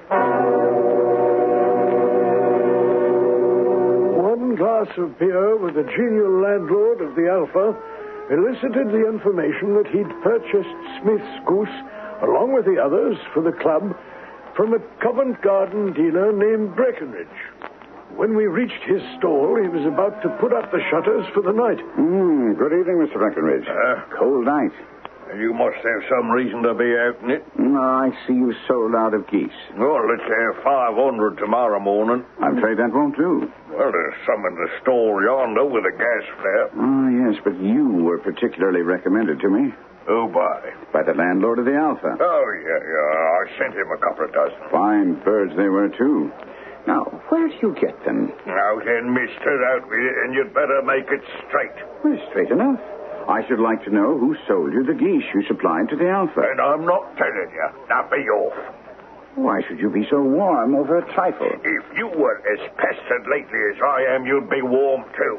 When I pay good money for a good article, there should be an end of the business. But every day it's, where are the geese? Who did you sell the geese to? And what would you take for the geese? Well, I have no connection with other people who've been making inquiries. But I'm always willing to back my opinion on a matter of fowls, and I have a $5 on it that the bird I ate is a country bird. Then you lost a $5 for its town bred. It's nothing of the kind. Now, you think you know more about fowls than I, who've handled them ever since I've been a nipper? I tell you that all those birds went to the Alpha were town bred. You'll never get me to believe that. Now, since you seem to be a betting man, would you care to make a wager on the matter? Oh, I'd just be taking your money. But to teach you not to be obstinate, I'll put a sovereign against you. You may as well hand me the sovereign now. Bill, bring me the books. And when I have a Mr. Cocksure, I'll prove to you that there's still one goose left in my shop, and that's you. Well, thank you, Bill. Now, this book lists the names of all the folk from whom I buy. On this page here are the country folk, and their numbers after their names are where their accounts are on the big ledger. Now then, you see this page in red ink? That's a list of my town suppliers. Now, look at the third name and read it out to me. Mrs. Oakshott, 117 Brixton Road, 249. Just so. Now, turn that up in the big ledger. There, you have it. Read that last entry. December 22. 24 geese at 7 shillings 6pence. There you are. Underneath? Sold to Mr. Windigate of the Alpha at 12 shillings. What have you to say now? Well, what can I say? Here's your sovereign. Well, that's the last time I take a bet with a tradesman. Come on, Watson. You were fortunate that you managed to get him to wager with you, Holmes. Not fortunate. Observant. When you see a man with whiskers of that cut, with a pink betting slip protruding from his pocket, the odds are all in your favor that he can be drawn by a bet. If I'd put 100 pounds down before him, I'd never have gotten such complete information as he gave me, because he thought he was getting the best of a wager. I've had enough of you and your geese. Any more talk of geese and I'll shut the door. Come, Watson, come. Right. I didn't buy the geese off you. But one of them was mine all the same. We'd like a word with you. Come on, Watson. The fellow's taken to his heels. George, chap runs like a hare. He won't get away, and it'll be worth your while to talk with us. Tell the smasher that I can't give him what I ain't got. But I'm still trying.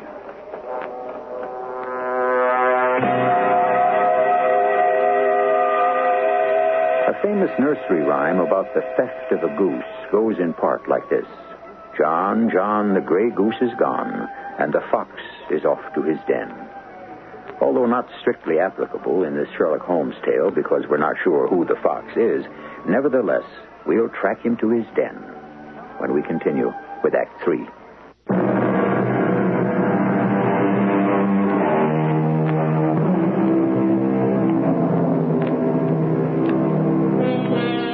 Everyone's familiar with the phrase, your goose is cooked. In The Adventure of the Blue Carbunkel, the cooking of the goose marked the beginning rather than the finish of a story. We pick up Sherlock Holmes and the faithful Watson hot on the trail of a man who's also interested in the whereabouts of the cooked goose, which was the receptacle for the world-famous Blue Carbunkel. It's useless, Watson. We've lost him. Time to stop using our feet and start employing our brains. Well, I'm happy to hear that, Holmes, because to tell the truth, I'm not in the best of shape for running through the streets of London. What do we do? Follow up 2 clues that have been given to us. The Smasher is an infamous name in the London underworld. Oh. I have ways of reaching him, and... And Mrs. Oakshott? No, not quite yet. We've discovered where the goose was grown. Now, I think we should set about checking where it fed. I left my friend to go to my home, but made an appointment to have dinner with him the following night. Much to my surprise, when I arrived, I found Inspector Lestrade of the yard sitting opposite Holmes. Lestrade had a long face. Watson, the Inspector Superiors at Scotland Yard are expressing some concern over the fact that they may look foolish if it turns out that they have once again arrested the wrong man. They're much more concerned of our rowdy disturbance at the Hotel Cosmopolitan this morning. What has that to do with me? Now, come off it, Mr. Holmes. I know what a marvel you are at disguises, and I'll bet my last copper that you were one of those toughs that got into a disgraceful brawl in front of the hotel today. Indeed, Inspector. And can you advance any reason why I should be involved in such a fracas? Because you're still poking around about the Countess of Morcar's Blue Carbunkel. Well, I'm convinced Horner is innocent, and I'm hoping that I'll be able to marshal enough facts for you to render me some assistance. You admit you need our help. In this matter, definitely. And what do we get out of it? I think I can promise to save you and the yard some embarrassment in the matter of the man now in jail. First, I'd like to know what you want from us. I want you to pick up the Smasher. The Smasher? On what charge? Doesn't matter. Anything that will hold him overnight. Use the brawl at the Cosmopolitan. He wasn't there. But 2 of his boys were. So you were the other man. Now, that's of no moment now. What is important is that the Smasher should be out of the way tonight. Why? Do you think this Smasher took the carbuncle? At the moment, I have only suspicions. What I do know is that the Smasher is involved. Else why would 2 of his tops be posted at the Cosmopolitan entrance? Most of the people who stay at the Cosmopolitan are wealthy. The Smasher might have had some other reason. Granted. But the fight didn't start until they found out someone else was inquiring about Mr. James Ryder. Oh? Who quite coincidentally called in sick today. He was not at work. Mightn't he have been really ill? If my theory is correct, he is ill of fright. I think Mr. Ryder knows something that the Smasher wants to know. And that knowledge has frightened him half to death. After some grumbling and a promise from Holmes that the yard could release the Smasher the first thing in the morning, Lestrade agreed. Holmes and I immediately set out for Ryder's lodgings, which weren't too far from Mrs. Oakshott's address in Brixton Lane. Ryder had a room tucked away at the top floor of a small house at the end of a mews. As we approached it, Holmes warned me... Now keep a sharp eye out for anyone loitering around the entrance, Watson. You think the Smasher has some of his men watching the house? I think it's a distinct possibility. I'm not concerned about them watching. I just don't want them preventing us from entering. There they are. Oh, yes. Follow my lead now. I don't want you getting any wrong ideas now, mister. My sister's a very refined gal. Not the sort you can play tricks with. She's used to gentlemen. You understand? You told me all that in the pub. I don't have any wrong ideas. I'll behave in a proper fashion. We weren't challenged as we entered, and whilst we were climbing the stairs, Holmes complimented me. You did well out on the street, Watson. Just enough to throw them off the scent if they had instructions to stop anyone who might be looking for Mr. James Ryder. Here we are. Who's there? My name is Sherlock Holmes. Open up. What do you want? I can be of assistance to you in the matter that's troubling you. What do you know about it? I know everything about it. How do I know this is a trick to get me to open? You're interested in geese, or rather one goose, white, with a black bar across its tail, which was sold to Mr. Windigate of the Alpha Inn and given by him to Mr. Henry Smith. Oh, sir, you're the very man I've longed to meet. I can hardly tell you how interested I am in this matter. Well, come in quickly. These elaborate precautions for your safety won't be necessary, Ryder. The Smasher's in jail. And that's where you'll be very shortly, unless you tell me the few things I need to know to make my case complete. Oh, for Lord's sake, have mercy, sir. Don't have me thrown in jail. Think of my father. Think of my mother. Oh, please, sir, have mercy. I'm thinking of John Horner, the innocent man you put in the dock for a crime he didn't commit. I'll leave the country. I won't give evidence against him. Then the charge will be dropped. We shall see. First, I will tell you that I have almost every link in my hands and all the proofs a prosecutor would need. So I'll be able to check you if you lie. Oh, I promise, sir. You shall have it all. Very well. Now, you decided to steal the stone. When and why? Well, I wanted to get married. You see, Catherine Cusack and... her ladyship's waiting maid? Oh, yes. Well, Well, I was mad for her, and she said the only way she'd have me was if we had a nest egg to set aside. Then she told me where the Countess kept her gem, but I could see no way for us to get it and not be suspected until I heard about Horner. Indeed, Ryder, there's the making of a very pretty villain in you. When you learned that Horner, the plumber, had been mixed up in some such matter before, you laid your plans. You and your confederate created some small job in my lady's room, knowing that Horner should be sent for. He did the job, left, then you rifled the jewel case, raised the alarm, and had the poor soul arrested. Yes. All this I know.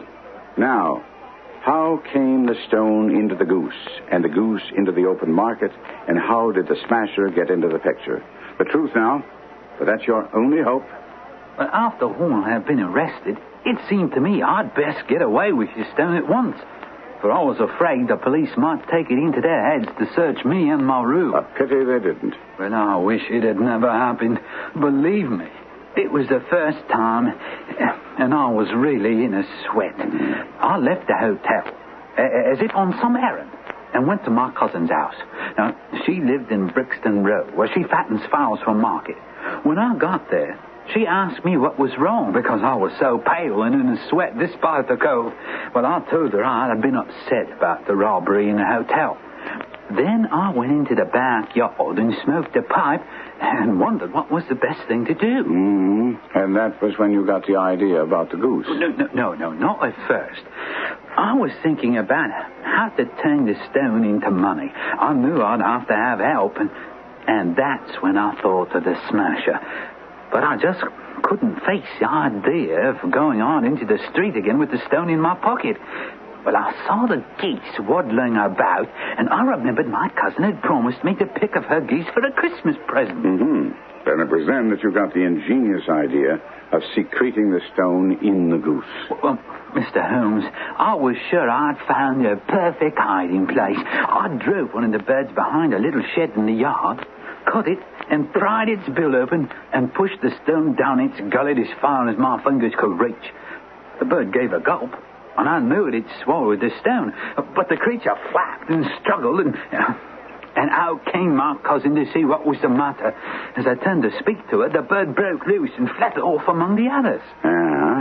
So you were, so to speak, a gone goose. Well, I didn't think so at the time. My cousin had picked out another bird for me, but I remembered the bird I had, a big white one with a barred tail, and I insisted that was the one I wanted. Had you kept your eye on it? Well, as well as I could.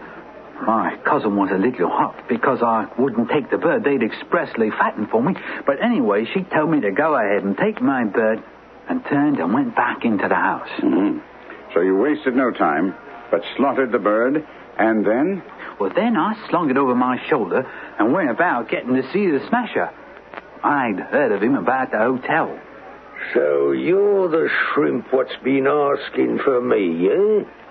All right, now, what's it all about? Well, I've got something I want to dispose of. Yeah, something hot, huh?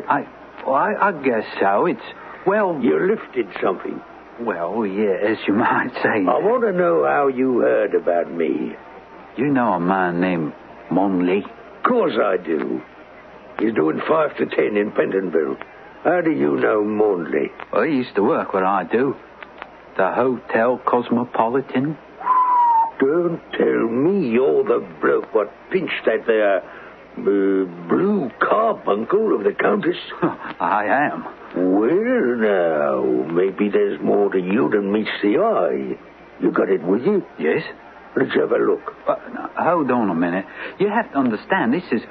Well, I'm not really experienced at this sort of deal. How does it work? Like clotter cream. Smooth as a whistle. 70% for me and 30% for you. Well, that seems like an awful lot for you. Look, mate, I'm the one who's taken all the risks. And let me see the stone. What is it? Right, yeah. In the goose.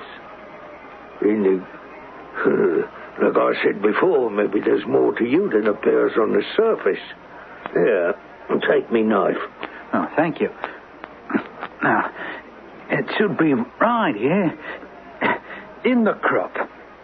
What kind of a game are you trying to play, Shrimp? Well, it's got to be here. I felt it go down. I know it's here. Stop messing about with that bird and tell me what you really did with the stone. Well, there's been a mistake. Well, I must have taken the wrong bird. I'll say there's been a mistake. Let me go. I know the likes of you. You didn't like the split, so you're thinking of talking to Tyndall. No. I never hit Tyndall, I swear. I just got the wrong bird. Let me go. I'll go back to my cousin to get the right one. Oh, all right, mate. Maybe you're giving it to me straight. You run back to wherever you got this bird and get the right one.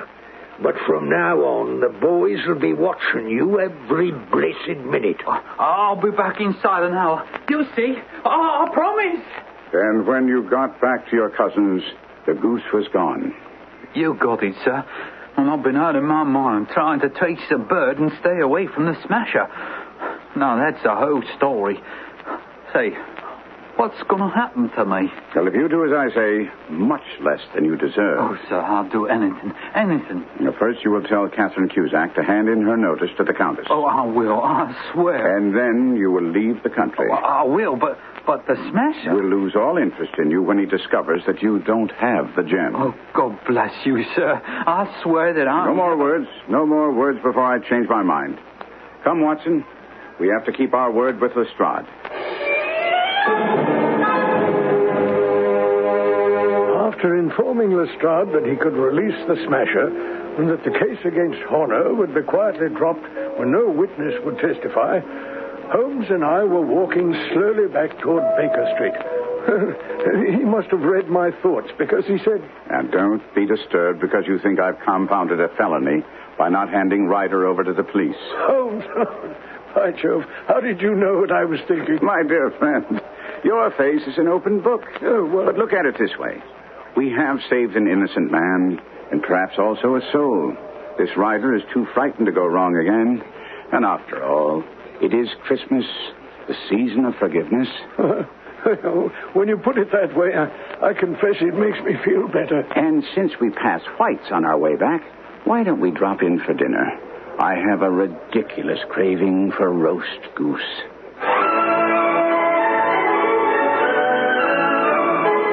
So it seems that Charles Dickens isn't the only English writer who wrote a Christmas story. Although I'll admit that Ebenezer Scrooge is better known than Sherlock Holmes for celebrating the spirit of Christmas. I'll be back shortly.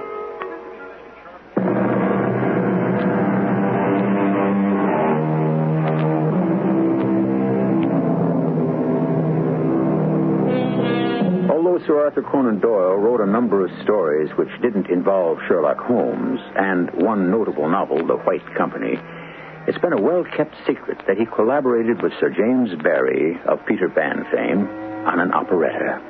I wish, although I know it's in vain, that someday someone would put it on so that we could see just what kind of librettist Doyle was. Our cast included Kevin McCarthy, Court Benson, William Griffiths, and Lloyd Battista. The entire production was under the direction of Hyman Brown. And now, a preview of our next tale. He's recently moved here from New York, hasn't adapted to the diplomatic way of doing things. Well, let's get this over with. Okay. Come in, Sergeant. I think I've got our first real lead. Miss Reed? No, forget her. She's the scrupulous type. Drives 40 miles to return fountain pens. It's Lomas. I see. First you want me to put a tail on Miss Reed and check Simpson's bank account, and now it's Lomas. I think he knew Simpson was going to shoot himself. The case is closed, Fritz. What? It's closed, Sergeant Mangle. Who's this? This is Barney Judd. He's from the Department of Defense, the Pentagon. So what gives? You mean you guys are taking over the investigation? There is no more investigation, Sergeant. But you gotta listen to me. Radio Mystery Theater was sponsored in part by Contact, the 12-hour allergy capsule. This is E.G. Marshall inviting you to return to our Mystery Theater for another adventure in the macabre. Until next time, pleasant dreams.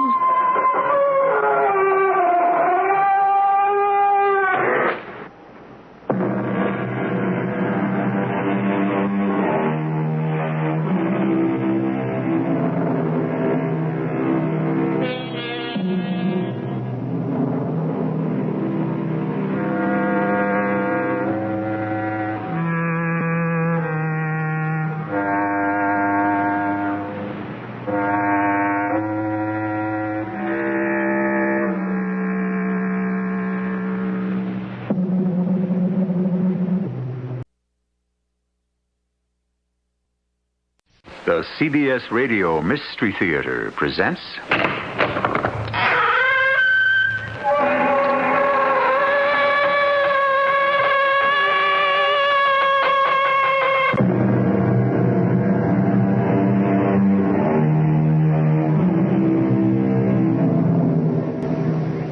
Come in. Welcome. I'm E.G. Marshall.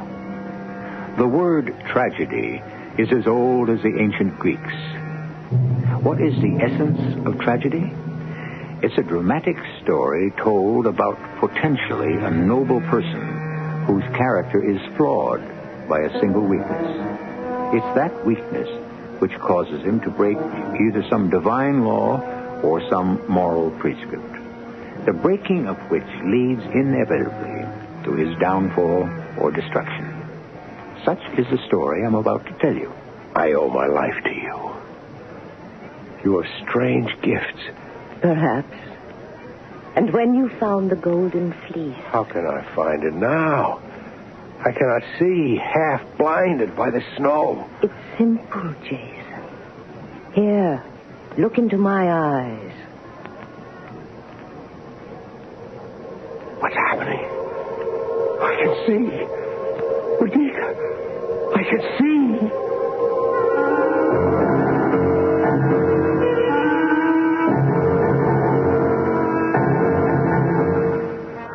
Our mystery drama, The Gift of Doom, was adapted from the immortal Greek tragedy Medea, especially for the Mystery Theater by Arnold Moss. It stars Kim Hunter. I'll be back shortly with Act One.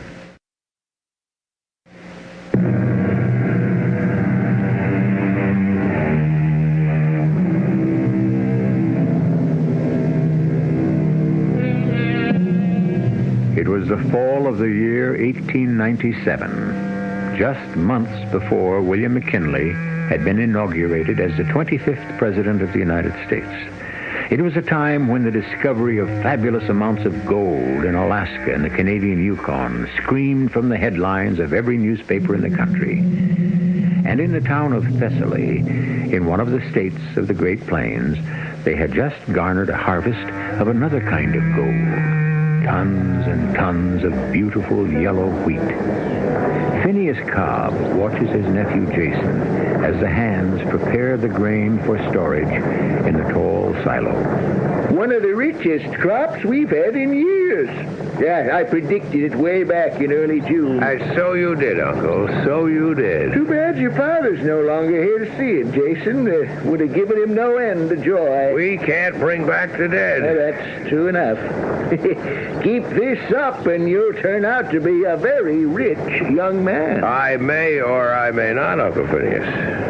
That's still in your hands. The farm and all that's with it go to you. When I can prove to my dear uncle's satisfaction that I'm responsible, mature, weren't those the words?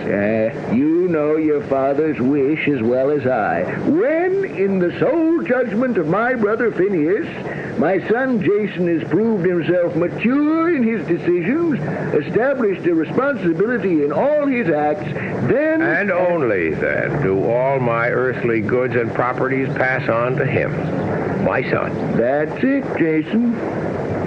What must I do? Well, I've told you half a dozen times. Go prove yourself a man.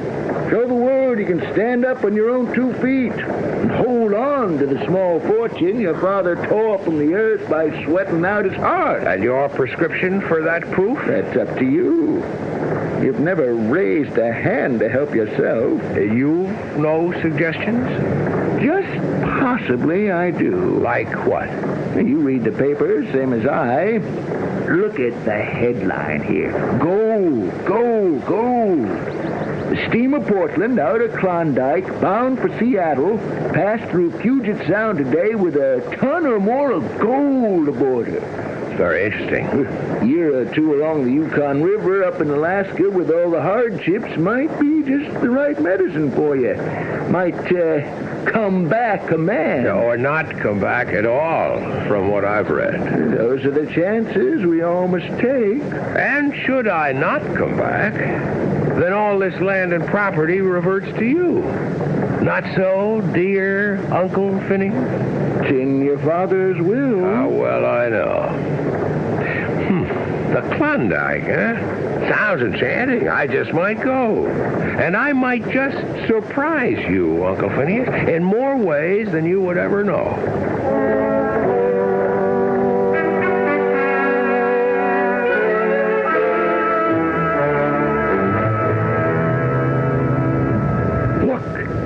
Look, we're almost there. The fog at last is lifting, Jason. Oh, that must be the outline of the settlement at Skagway. The cold Alaskan shore where everything begins. We hope. I'm glad we two met back at Seattle. And I too, Jason. It's made the voyage on this great ship Argo almost bearable. I'll be glad to see the last of it. And smell the last of it. Tend to a cabin that was never meant for more than 2. And all of them in search of the same thing. Gold. Like you, my good friend, Hector. And like you. We'll pray that Lady Luck will smile on us.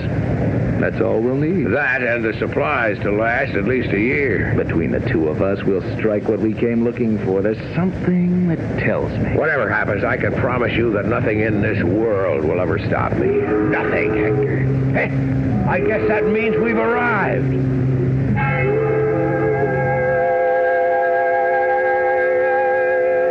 Let's see, you got your blankets, heavy clothing, furs and robes, the rubber boots, the mining pan. The horses, pack equipment. Evaporated eggs and onions, flour, cornmeal, rice, and bacon. Tablets, coffee, lozenges, blocks of beef, and pemmican. There's nothing that we lack. Well, now, you lads can joke, but once you get out there, you'll find that it's no laughing matter.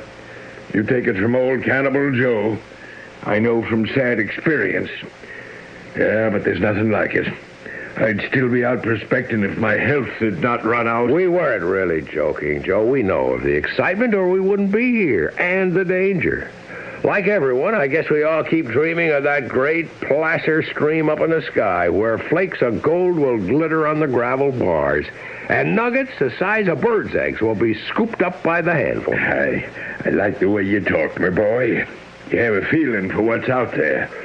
You said you'd show us maps. Oh, yes, and here they are.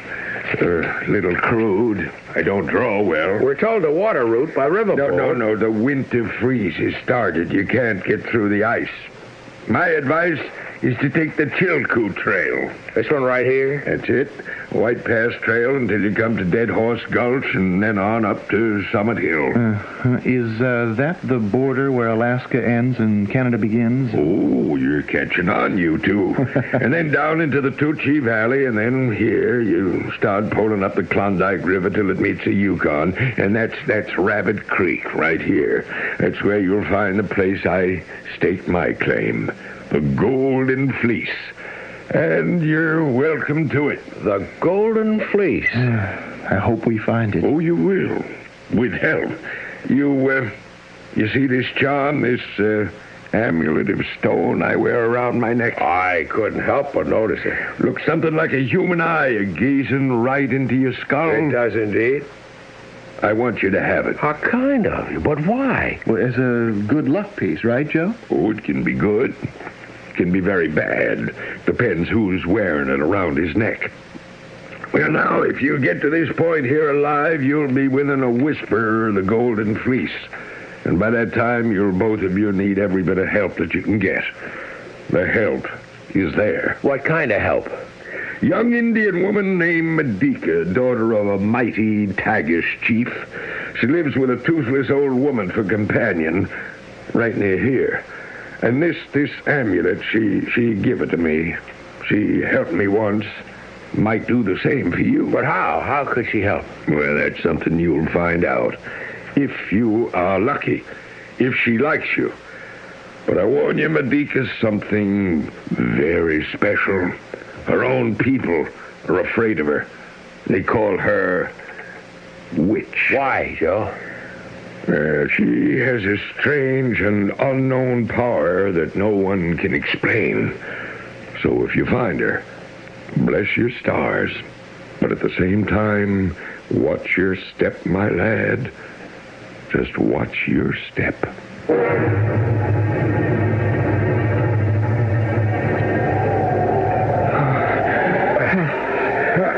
Jason, I tell you, I can't take another step. I've had it. I'm a beaten man. Hector, we can't stop now. We've traveled all these weary months.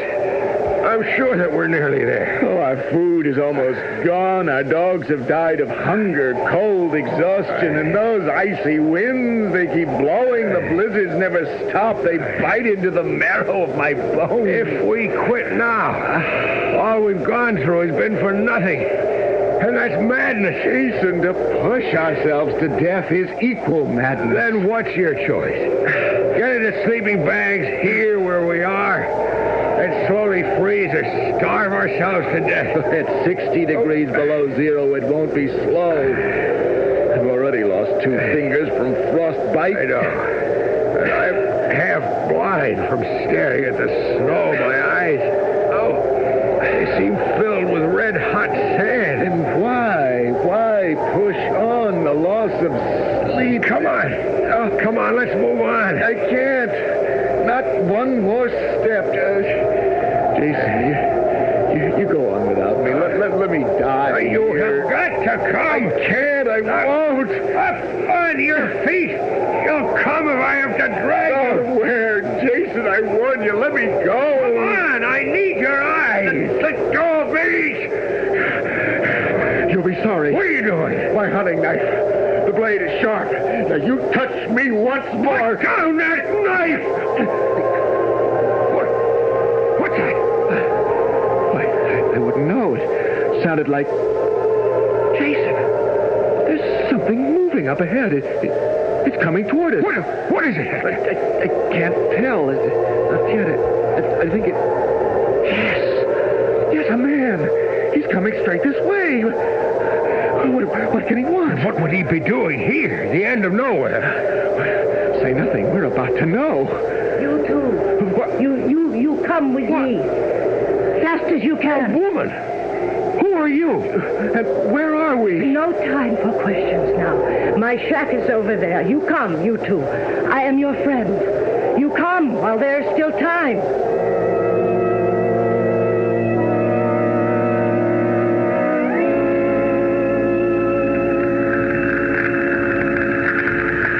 You're feeling better, Jason? Like one reborn. Watona, toss more wood onto the fire. I will, Medica. Watona's been with me since I was born. She can't do much, but I am loyal to her. I'm sorry for your friend. We did our best to save him. His wish to die was greater than his will to live. I know, Medica. And so you've trudged these many miles to find Joe's golden fleece. That, among other things. You know, the amulet, the eye, you wear about your neck led you my way. It was my father's, a great man. I owe my life to you. Cannibal Joe said you had strange gifts. Perhaps. And if you find the golden fleece, what then? How can I find it now? I can't see, half blinded by the snow. It's simple, Jason. Here, look into my eyes. Place your hands upon my shoulders. Now look hard.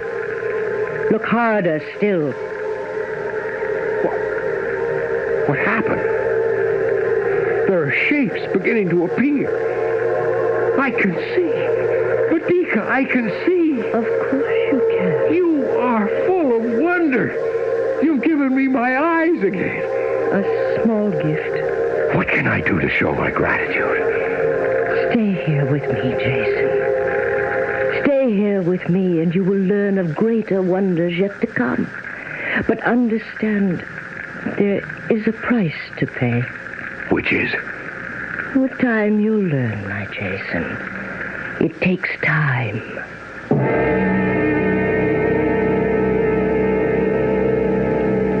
In the days that follow, Jason dips his mining pan into the shimmering waters of the sunlit creeks, rocks the gravel in his miner's cradle, always on the alert for the sparkle that spells gold. And as he does, he speculates on what further unexplainable wonders lie ahead for him in this bleak alien land, in the company of this strange woman with her mysterious powers.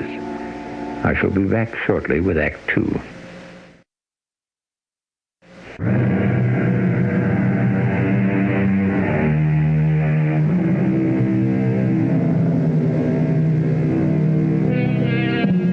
The stampede for the gold of Canada's Klondike some 80 years ago brought out the very worst in men. They came from every quarter of the earth, and those who managed to survive became like addicts who understand their sickness and can do nothing to control it. But Jason Cobb was the exception. Almost a year was past, and aided by Medica's strange powers, he has found the claim known as the Golden Fleece, which has yielded its rich treasure to him. As he prepares for his return journey to the States, he listens to Medica. Why must you go, Jason? Why? I've had my fill of caribou and bear steaks. The moose hide pokes are bursting with my gold. It's time that I return to my own way of life. I'm going back to claim the land that's rightly mine. But you don't need that anymore. I mean to have it. Why? Because it's mine. And I am yours. Stay here. I don't belong here. I can't take up the Indian way of life. It's not for me. Am I for you? Of course. But at another time, maybe, or in another place, not here. Then take me with you, my beloved Jason. Take me. You know my way of life, so don't deny me a small taste of yours. You may not like it.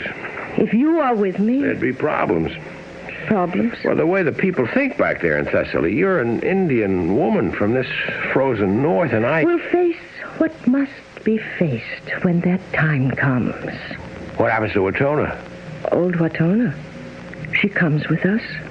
She'd die up here alone, but she will be no trouble. You know, it just might work. When Uncle Phineas sees you, can you imagine what he'll say or what he'll do? Your Uncle Phineas may not have too much to say or do, if that should be your wish. What does that mean, Medica? It means you must remember that I can do for you what no other woman on earth can do. You do remember. When do we leave to see your uncle in this town of Thessaly? Tell me, my Jason.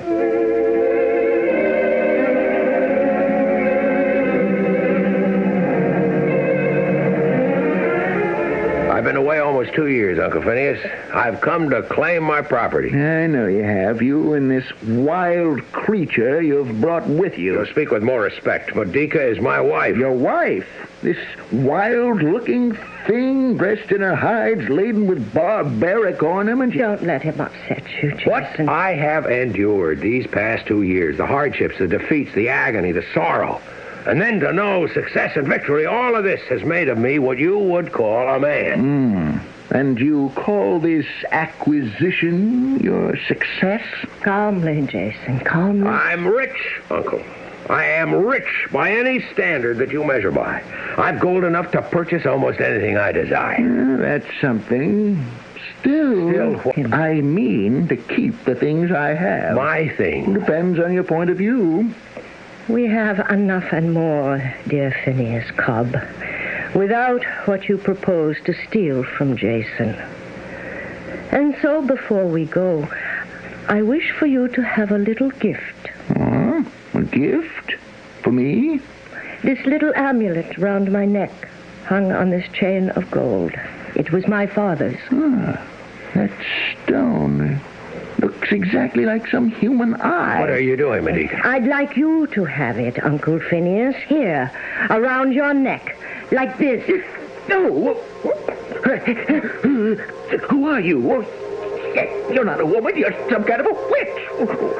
What have you done to me with your black magic? My chest is being crushed. I can't breathe.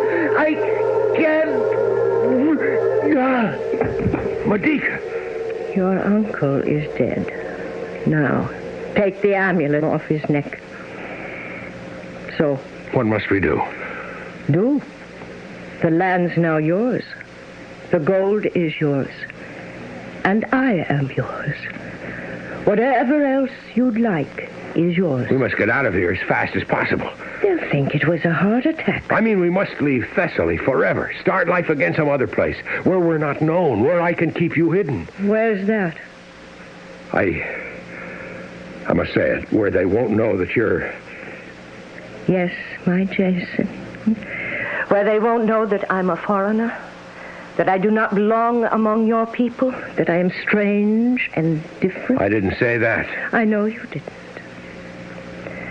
We'll go, of course, whatever place you choose. And wrap me in my tuggish blankets. Keep me concealed, if that's what you want. As long as I'm with you and you love me. You love me, Jason, do you not? I owe you much, Medica. I know, but that's not what I asked. If not for you... Are you in love with me? We'll go. New place, new friends. But I remind you, whatever friends you make will be my friends. Whatever enemies you make will be mine, too.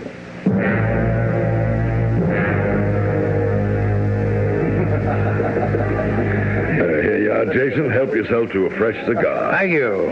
I've had my eye on you and Phoebe as you dance. You make a very handsome couple. Well, that's flattering. Your daughter, Phoebe, is a beautiful young woman, Senator Quinn. It's Tom, my boy, not Senator. Tom. You know, I think this time as good as any for my announcement. Ladies and gentlemen, may I have your attention, please? Since our young friend, our Jason Cobb, came here to Corinth County 5-6 years ago, he's done many great things for the people of our county and the state and, may I add, for our great party.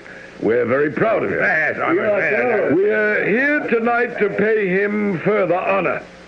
It's my great privilege, and I'm sure this comes as no surprise to any, to offer all of you tonight the name of the next congressman from Corinth County, that handsome, brilliant servant of the people, all the people, Jason Cobb. Jason? Wow. I thank you. I'm honored. You all know that. And if I am elected, I'll do my very best to serve you. Jason, when I selected you, I picked me one sure winner. No one can stop you now. Crean the Kingmaker, aptly named. And that reminds me. Yes, John. congressman from Corinth should be a married man. I don't understand. A pillar of society, upstanding, steady, with no marks against. But, Tom, I know. That strange woman that you brought here with you, she and that old hag that follows her, we know about them. What about her? She and the two small sons, that doesn't count. That doesn't make you married. Not here, in Corinth. They're my sons, too. Modica is my wife. Oh, come on, my boy. There never was a marriage, and you know it. Get rid of her. The sooner the better. Modica, that's her name, could spell the end of your career. What can I do? Well, just send her packing to the polar bears or wherever it was that you picked her up. Tom, even if I wanted to. Jason, my darling, my congratulations. I'd hoped you'd ask me for another dance. I was about to. Please forgive me. Oh, you don't mind my taking him from you? Or do you, Dad? No, he's all yours, Phoebe, dear. All yours. Thanks, Daddy.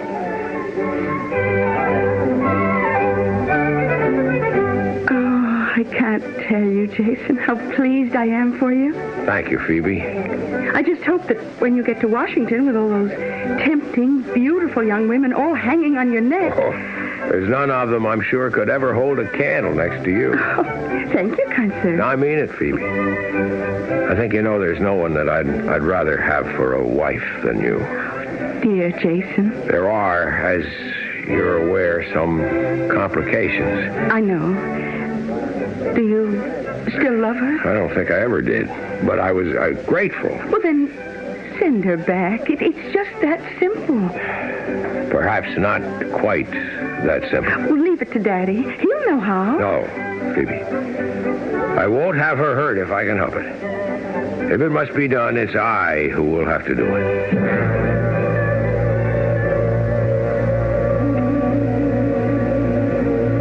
I'm glad you're home at last. The children missed you. Can I get you anything? Modica, I must speak with you. Of course. A glass of milk, some crackers? Please, listen to me. Now, I've tried in every way I know how to help you and the children. I've been generous with my money. I've given you what time I could in a career that's most demanding. I don't deny that. I won't beat about the bush. I'm Tom Crean's candidate for Congress, and I will be elected come November. But, Jason, that's so wonderful. I'm pleased. I cannot have you with me any longer. I'm moving fast into another world. You must return up north to where I found you and take Watona with you. You cannot mean what you're saying. Why, my Jason, why? You know as well as I do. You cannot be alone. You need my care. I won't be alone. Tom Crean's daughter, Phoebe, she's to be my wife. I don't believe what you're saying. There is no other way.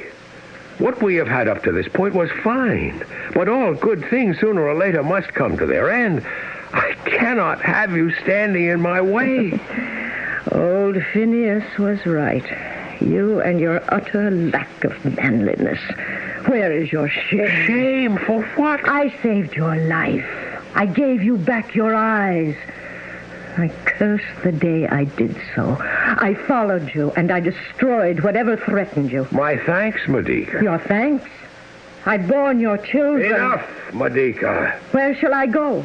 Home to my father's land? Home to the people I deserted and betrayed? The people that now loathe me? That's impossible. Shall I go wandering around the earth, a beggar pleading for the world to take me in? You cannot. You must not hold me back. If ever you had love for me, then go. And let me live the life that's destined for me. It'll be best and safest for us all. Best? I will not have the kind of best that leads to suffering.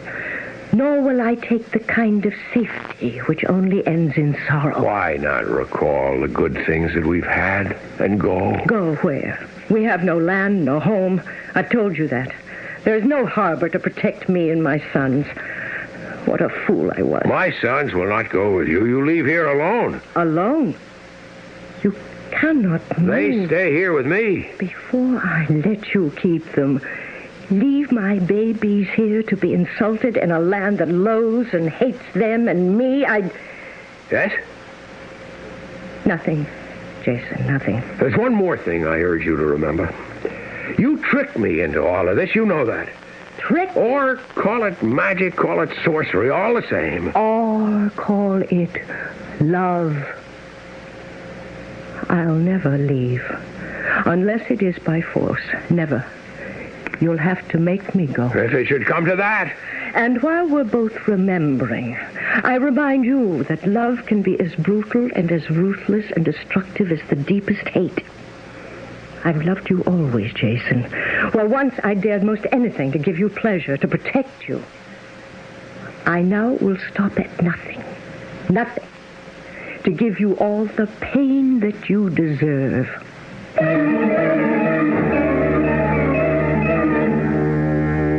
Hell hath no fury like a woman scorned. And when that woman is endowed with a supernatural power, her fury can become a blazing inferno of hatred. To what tragic end will Medica use her gift? I'll return shortly with Act 3.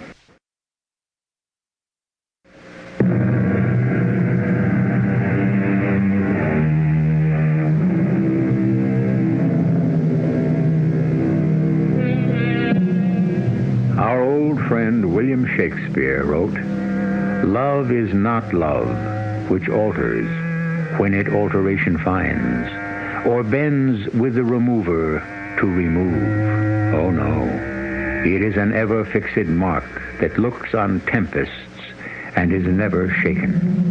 Medica would agree completely with the bard, but now that Jason plans to desert her, alter his affections when it alteration finds, Medica must make other plans. Plans which, in her innermost thoughts, she had never anticipated. She's going to fight us, Tom.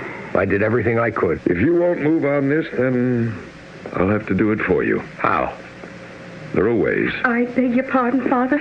Jason, Medica's come to see me, to plead with me to use my influence, and I can't handle it. She dared come here? Oh, please, both of you. You talk to her and do what must be done. Without me, please. She's come here to my home. How dare she? I beg you to go easy. Do nothing more to anger her. It may be just a little late for that. A little late for what, good Senator Cream? You leave at once. You're not welcome here. Oh, no, I stay, good Senator, until I've had my say. You listen now to me, Medica. You're in this land illegally, you know that. Jason is not your husband, as our laws go. I have an order for your deportation right here in my desk, all proper, signed, legal. If you're wise, you'll go quietly with no excitement, no parade of tears, no threats. And if I go, my children, they go with me? That's up to Jason. They were born here in this country. If he wants to keep the little animals, that's up to him. But I'd be happier if you took your livestock with you back to where all three of you... Do not worry. My people keep our word.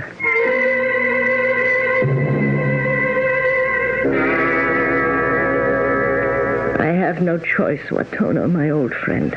It's clear what I must do. Get me the robe, the golden-colored robe that I've been making. Fold it neatly. Place it in the wooden chest.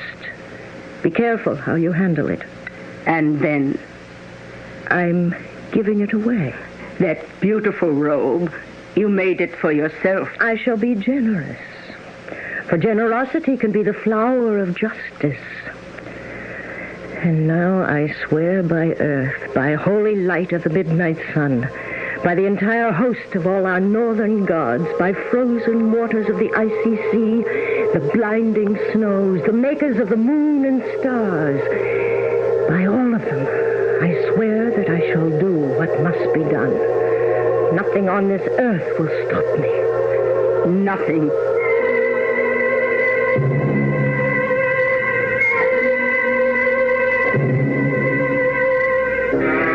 Well, Medica, tell me, what's your plan? I have been thinking. Since last night, I've reasoned with myself, reproached myself. I think you're well advised in taking this new wife. With the rising of tomorrow's sun, I will be gone. And the children? I'm convinced that they should stay here with you, Jason. How could they manage in a land that's alien to them? They're babies. No, it's better they should stay. Understand. Your wife-to-be, this Phoebe, I would like her to know that I have no bitterness toward her, bear her no malice. I'm sending her a little gift in celebration of her coming marriage. A man can never read a woman's mind. What is this gift you're sending her? A dressing gown of gold threads, woven in an Indian design. I made it for myself some time ago. I never wore it.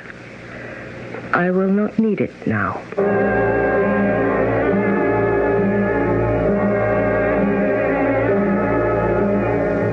Make no trouble, Phoebe, I can promise. Medica frightens me. Now, there's nothing now to fear. She's on her way, or she will be shortly. She knows that what is happening is inevitable. Your father's made it clear to her that there are no alternatives. Oh, is that you, Dad? Come in. Oh, who are you? What do you wish? It's old Watona. I come here from Medica. What is it? I come to bring a gift to your young bride. Oh, I meant to tell you, Phoebe. I forgot. She asks that you accept this gift made with her own hands.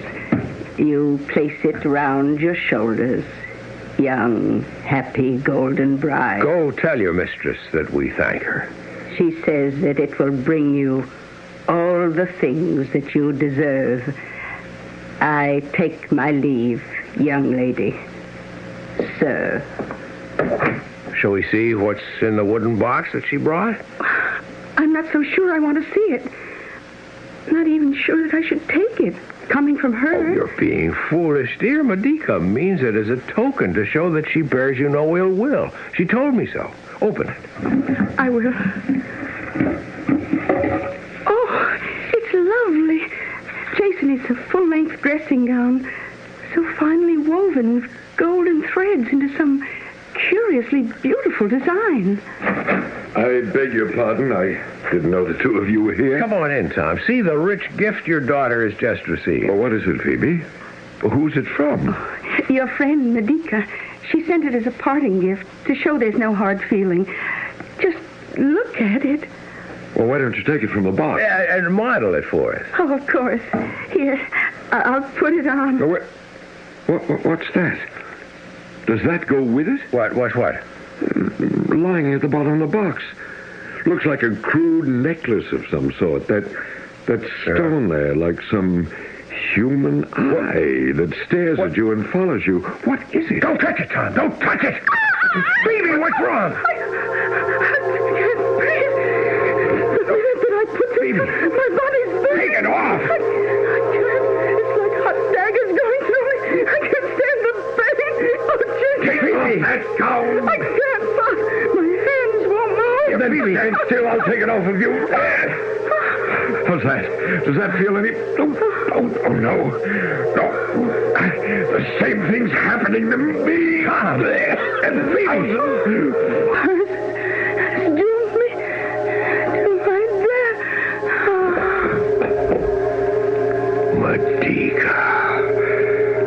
Medica. What fresh horrors, what new evils are you guilty of?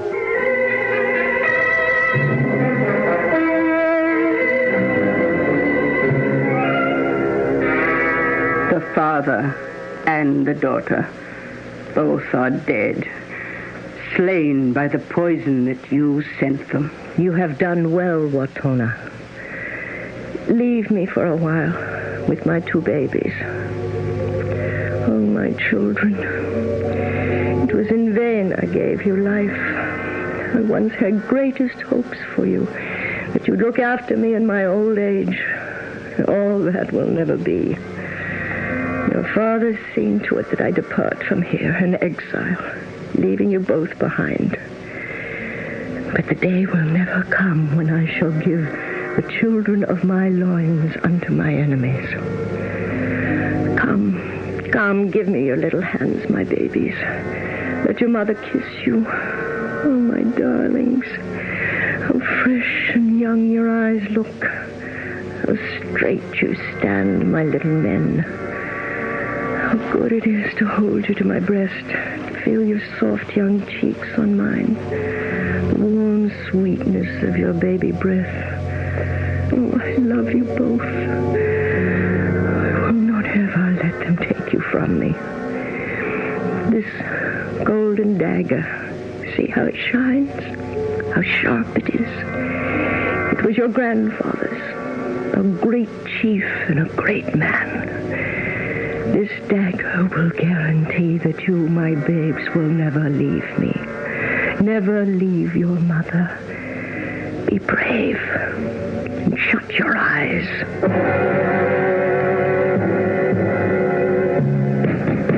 Open the door, Medica! Unlock the bolt! There's nothing that'll save you now! Open, I say! What's on? Why do you batter at the doors? Why do you shake the bolts? The dead will not awaken. Where is Medica? Where is that monster? Call her monster if you wish.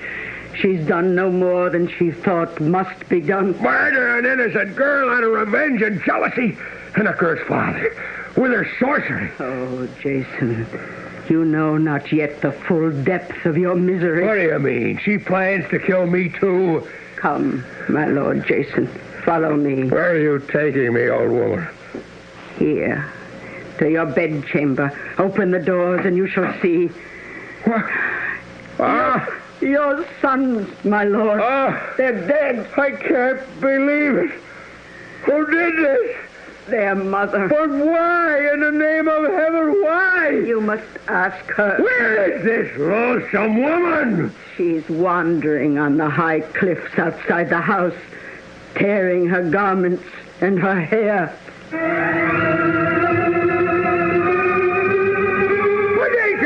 Medica, listen to me! Don't come too close to me, Jason. I warn you, stay away from me. Your sons are dead because of what you did. I would not see them live despised and hated as I was. Call me a monster if you wish, for now I've torn your heart to pieces, just as you've torn mine. You fiend! Don't touch me, Jason. Keep your hands away. Look at the sea below, and the clear skies above, and the scattered soft white clouds. They all welcome me. You're insane. But I have not lost the gift of my great powers. I use them now for the last time. I am about to fly. Fly high over the seas, back to my place of birth. Not to the place we met, but back to join the spirit of my fathers, the gods of the midnight sun. Then jump and kill yourself. Spare me the trouble and the shame. Jump! Rid the world of all your evil. Farewell, my Jason. Remember me.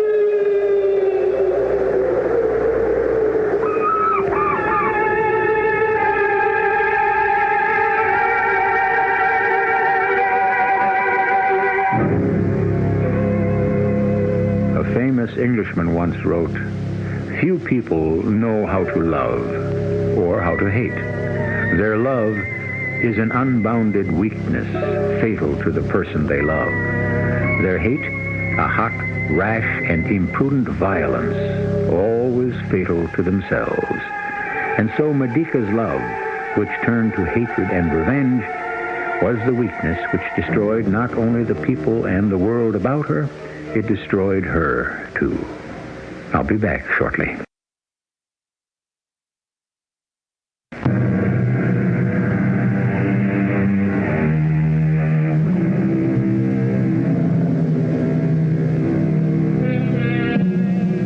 The Medea of Euripides, on which our drama was based, was first produced in the year 431 B.C., more than 2,400 years ago.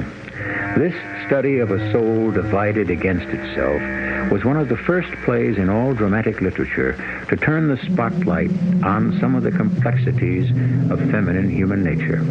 Its capacity for passionate love, murderous hate, pride, willpower, ferocity, superhuman energy. Our cast included Kim Hunter, Mason Adams, Arnold Moss, Russell Horton, and Bryna Rayburn. The entire production was under the direction of Hyman Brown. This is E.G. Marshall inviting you to return to our Mystery Theater for another adventure in the macabre. Until next time, pleasant dreams.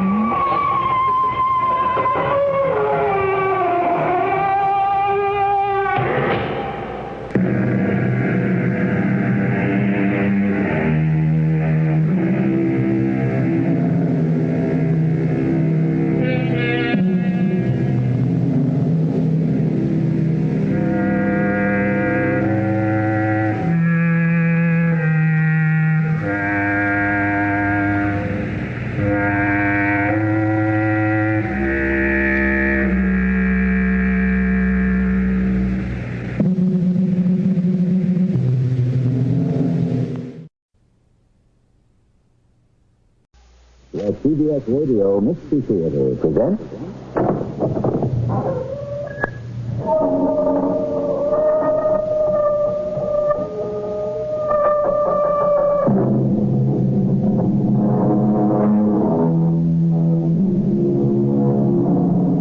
Come in. Welcome. I'm E.G. Marshall. You might consult the dictionary for the meaning of today's word. And what is that word? Enough. Mr. Webster tells us that enough is an adjective. It means as much as is necessary or sufficient. The amount or number needed or desired.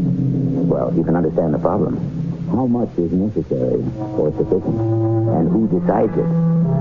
How do you measure need or desire? That's just the problem with an explosive word like enough. Every concept you use to try to describe it has its own built-in booby trap. Yes, I'm interested. I'm always interested in buying land. Now, how much is an acre? We don't sell it by the acre. We sell it by the day. 100 pounds sterling a day. Well, how can you sell land by the day? We sell you as much land as you can walk around in a 24-hour period. As much land as I can walk around for 100 pounds sterling? Yes. That's the deal.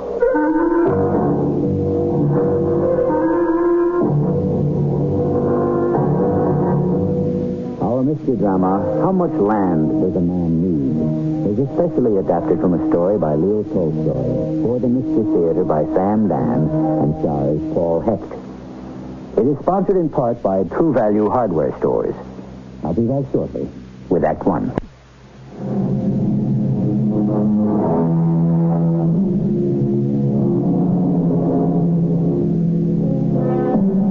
Many years ago, there existed in law the rule of primogeniture. It means that the firstborn son inherited the father's entire estate. What did the other sons do? Well, they did the best they could. Many of them emigrated to one of the 13 colonies. Since they were landless people to begin with, land became an obsession with some of them. And where you have an obsession, there's usually a tale to be told. Thus, we have the saga of Thomas Morgan, who came to Virginia in the year 1750, a penniless lad of 20. And now, 10 years later, they say he owns practically every acre of land in Culver County. How did it happen? Listen. I believe you missed it. Huh? Oh, it's you. Didn't hear you coming. Well, I didn't want to spoil your aim. You upset a man sneaking up that way, Tom. I wasn't sneaking. Just moving along quietly. Thought I had him, too. A deer that's moving that fast, you have to give him more lead.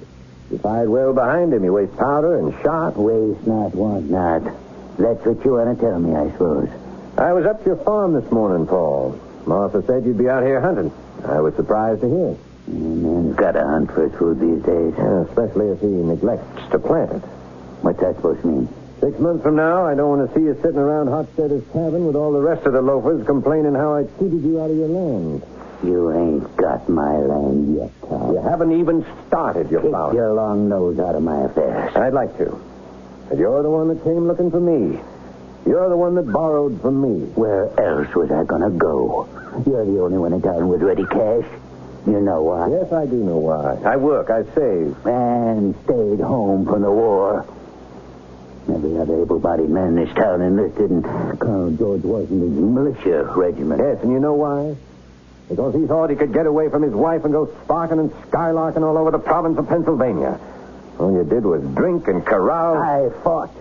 I shed my blood so as you could keep your scalp. So as you wouldn't get burned out of house and home. Yes, but none of this is getting your crop into the ground, Tom. Well, I ain't going to be able to get a crop into the ground till next spring. No? You know it. You knew it when you let me have that money. I knew it? You knew about the rains. You knew about the floods. You knew how it'd come down day after day like the time in the Bible. What are you saying? You knew there could be no plow and no planting. Oh, how could I know? You know how. He told you. He? Who told me? Your Lord and Master, the devil himself. Oh, you're a sick man, Paul Devereaux. You have no strength for fighting. Otherwise, you and I would have to take our coats off right now. Why? Because I'm saying the truth. You've been drinking whiskey. Everybody knows you made a bargain with the devil. Oh, is that what I did? Didn't you? Why else has every scheme of yours succeeded? I believe in you now, Paul. Before I do something I'll be sorry for. Sorry? Does the devil or any of his own know the meaning of sorrow? Can they even feel remorse? You made me take that money. Now, you just hold on. You came to me. You asked for the money. I did nothing to make you take it. You're going to refuse me? Oh, refused. And then I'd have been branded a miser, a skinflint, a man immune to the sufferings of his fellows. You knew I really didn't need the money. I could have scraped along without it. And how would I know that? Your master told you. Offer him the money. He cannot withstand temptation. Make him mortgage his farm. You always wanted that farm. It's more land. You're mad. Offer him the money. He'll drink it away, gamble it away. There's no point to any of this, Paul. And then the land will be yours. I am here to remind you. The note falls due in November. You know I won't be able to pay it. I know that thrift and industry makes all things possible. Now, what if a man ain't thrifty? What if he ain't industrious? Does it mean he has to be turned out of his house like a beggar? What is it you want me to do? Tear up the note? Give me more time. I already gave you a year. Just a little more time. To do what?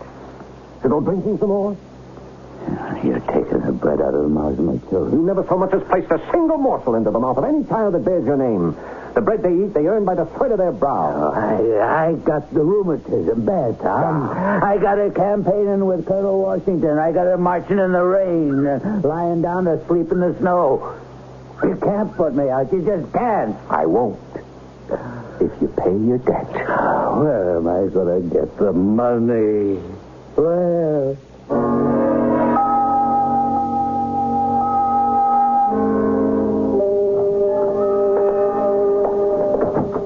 Good morning, Tom. Well, good morning, James. Well, what are you doing here? Unless I'm off in my reckoning, it's the first day of the month. Yes, Tom, it is. Then why are you here in the counting house? Why aren't you out collecting? Tom, we should talk about that. Well, what's there to talk about? I can't take it no more. Take what, James? All these folks that owe you money. They're friends of mine. Well, they're friends of mine, too. No, sir, they're not. They're not? I suppose maybe I shouldn't have said that, but it's true. Don't stop. You're the most hated man in Virginia. Because I want my money. Tom, I'm the one that knocks on the doors. I'm the one that has to ask. I'm the one that has to have my heart torn out by the sight of the women crying. I'm the one the men curse at. Where am I going to get the money? Where am I going to get the money? And how do you answer that? Answer them? There ain't no answer. Yes, there is. Work for the money. Work for it. Money is formed from the sweat of your brow. You go into the fields at sunrise, you work till sundown, and that's how you make money grow. You take it from the land. I can't talk that way to people I've known all of my life. Well, if you want to work for me, you'd better learn how. Well, that's a lesson I could only learn from the devil, the way you did. Now, tell me something, James. There is a story making the rounds that I'm somehow in league with the devil. Yes, there is. And do you believe it? I do. Well, then I suppose you want to leave my employ. I should. But? Maybe I can save you. make you reject the devil. You sound like the parson. Let me save you, Tom. Give up this lust for land. You already have enough. No. How much land does a man need? How much? All he can get his hands on. No, Tom. He needs much less. Considerably less than that. This is getting the day's work done. Tom, I can't go to those poor people and ask them for money I know they don't have. I'm the wrong man for the job. No, James. You are the right man. Being a part-time preacher, you can give a person spiritual consolation while you pick up his mortgage.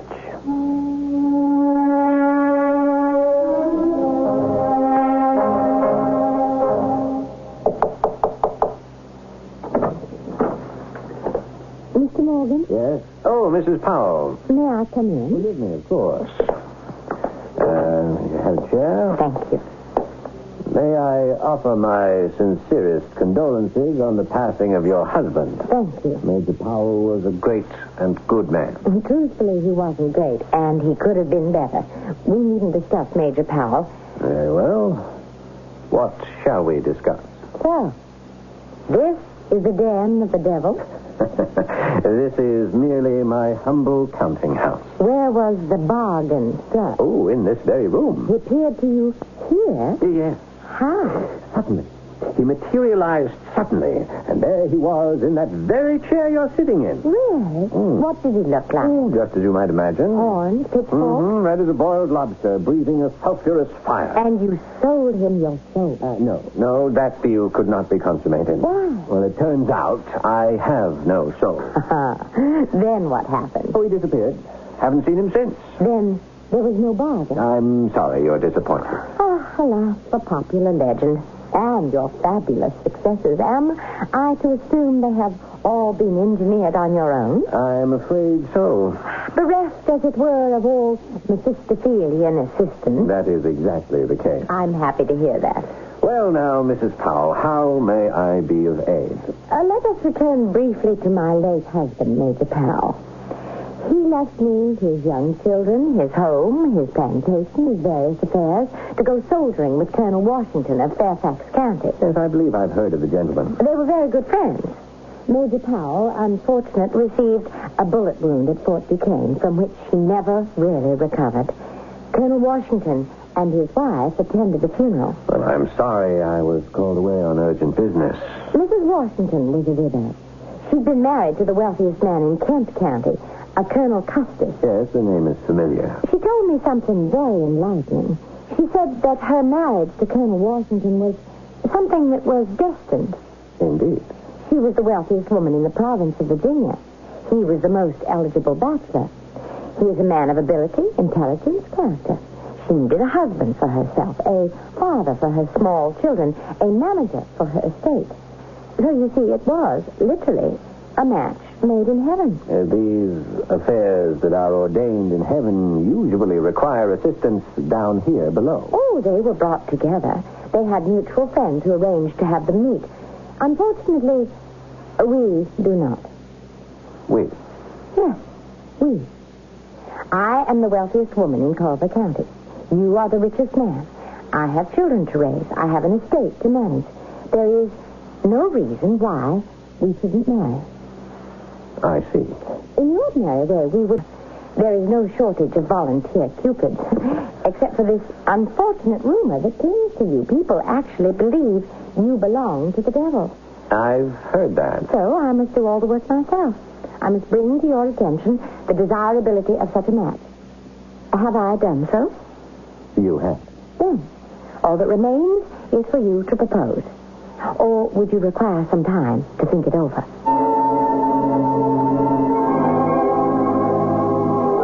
How much time do you need if you're an eligible bachelor? The woman is attractive, rich, she's willing. Love? In those days, people didn't marry for love. They married for what were considered to be solid, sensible reasons. I shall return shortly with Act Two.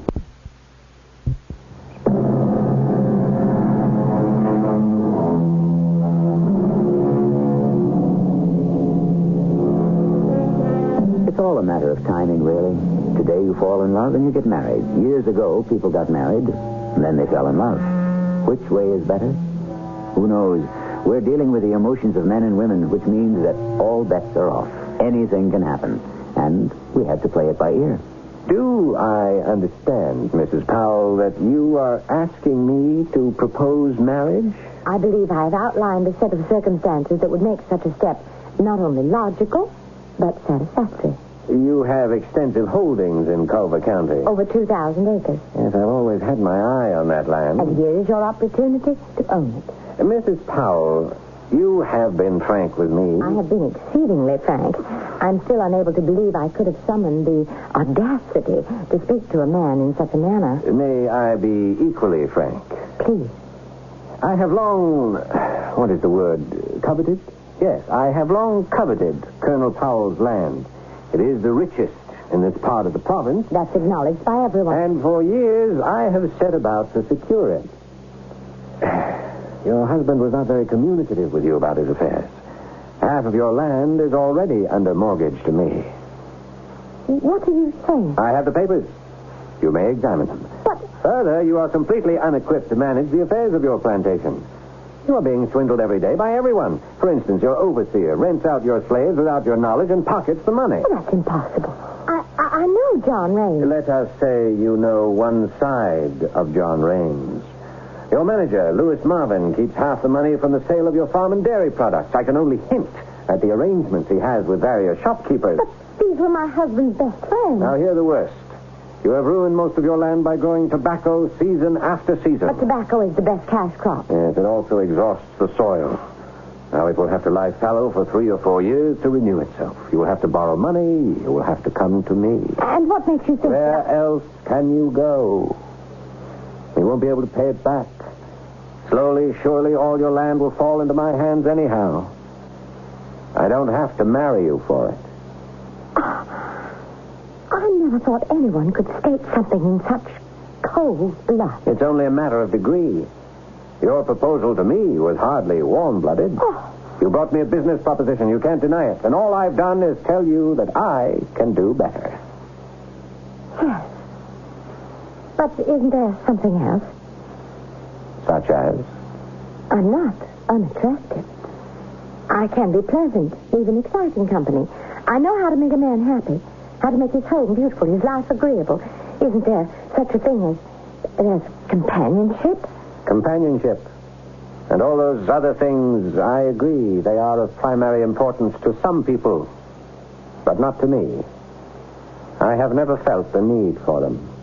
Then the story you told me as a joke was true. The devil did materialize in this room. I'm afraid he did not. Yes, he did. And he bought your soul. I told you, I never had one. You did. A small, sickly, shriveled soul, but the devil would settle for that. What other kind can he buy?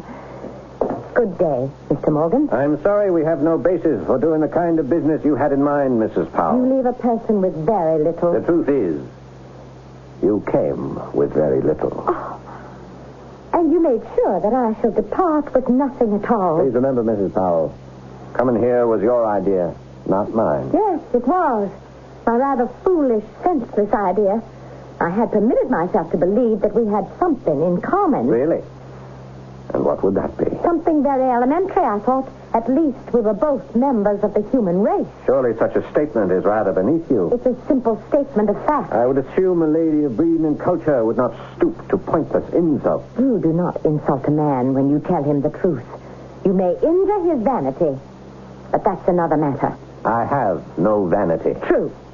And no humanity either. And that is my point. You fascinate me, Mr. Morgan. You're the only completely evil person I know. Evil? I injure no one? You do worse. You give them the opportunity to injure themselves. Yes. This is evil practice on the highest, or I should say, lowest level. You have transformed evil almost into an art. But why, Mr. Morgan? Why? What will become of you? Where shall you be in the end? I shall not find myself in the almshouse as a public charge. Is that the answer? Fear of poverty? I fear nothing. I shall never be poor as long as I own land. And the more I own... Yes? How much land do you want? How much land do you need? How much land does any man need? How much? Yes. Someday, when you find the answer, you might let me know.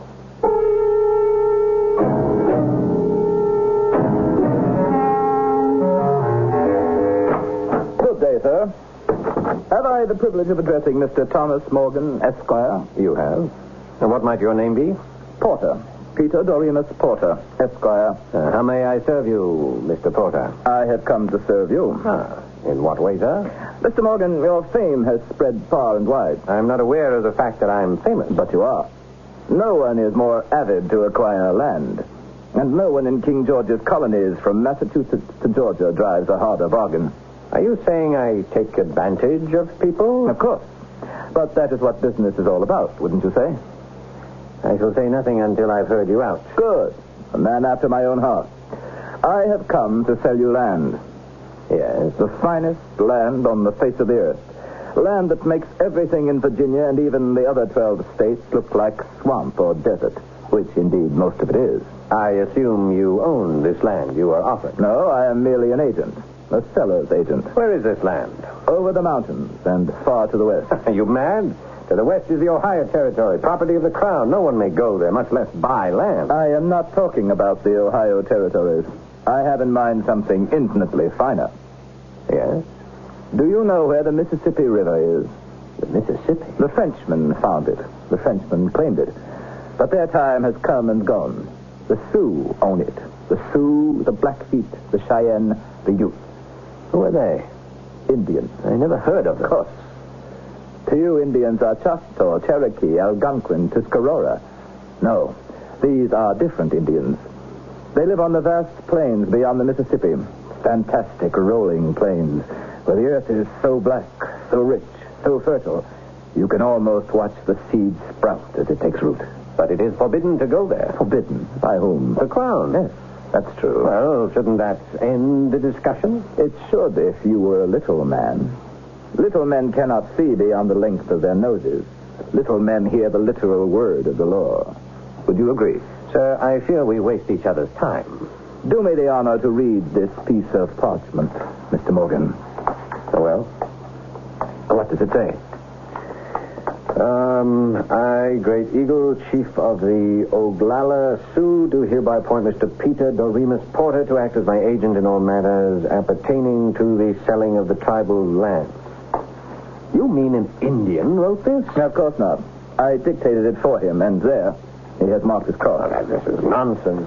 Great Eagle is a visionary. He has read the future. Sir, I am a man of affairs. You speak of the lands in the Ohio Territories and beyond as being possessions of the Crown. Yes, well, aren't they? Not so much longer. Indeed. Within 2 decades, the English Crown shall no longer rule over this country. And who says so? You say so, for one. Me? I have never uttered a word of treason. The sound of treason? Perhaps not. But has there never been the thought of treason? Who are you? You may not even be aware of it, but it's all seething deep down inside. Sam Adams openly advocates secession up in New England. I have nothing in common with those Boston hotheads. You have Patrick Henry here in Virginia. Sir, what has begun as merely a pointless discussion has now become treasonous. You know as well as I do. It has to come. The inevitable rebellion, the eventual separation. At least profit by it. Be prepared. There will be a rush westward. Buy your land now. But why do you come to me? Because no one is more anxious to buy land. No one is as driven as you are. Who are you? An agent for Chief Great Eagle. Now, listen, my friend. The chief will sell you all the land you want. Yes, but why? Because the chief is a magician. He sees what is soon to happen. Uh-huh. When the white man landed all along the Atlantic shore, what did he do to the Indians? Well, now, what does this have to do with... Everything. The Indian was driven out, banished into the wilderness.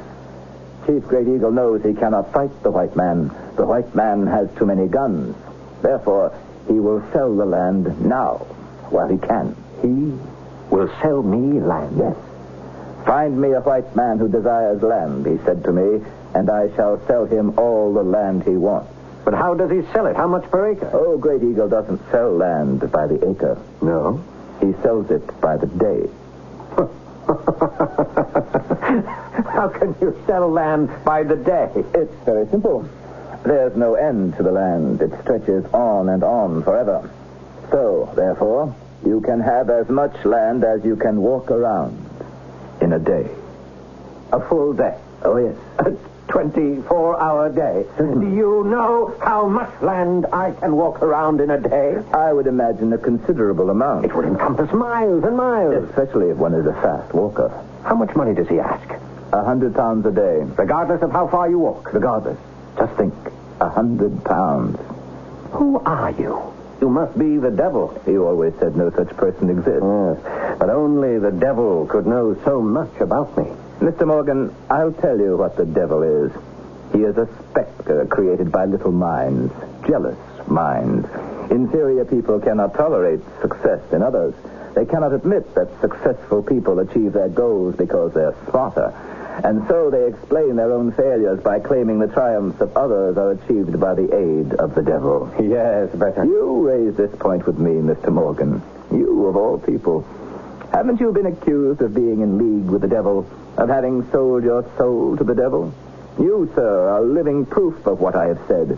They envy you your superior knowledge, courage. Yes, but the fact remains. What fact?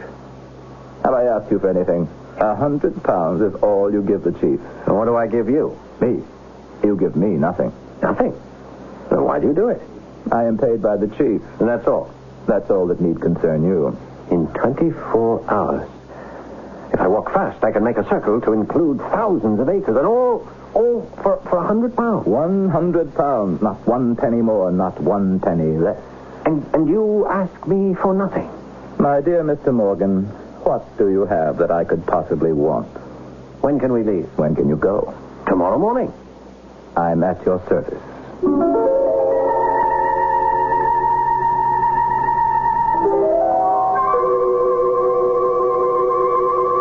That's what life is, wouldn't you say? A constant journey in which we seek an answer. For some, the journey is longer than others. For some, the answer is more complicated than others. Of course, it all depends on the question. You might philosophize for a moment and ask yourself, what is the nature of your journey? And then, before you know it, I shall return with Act 3.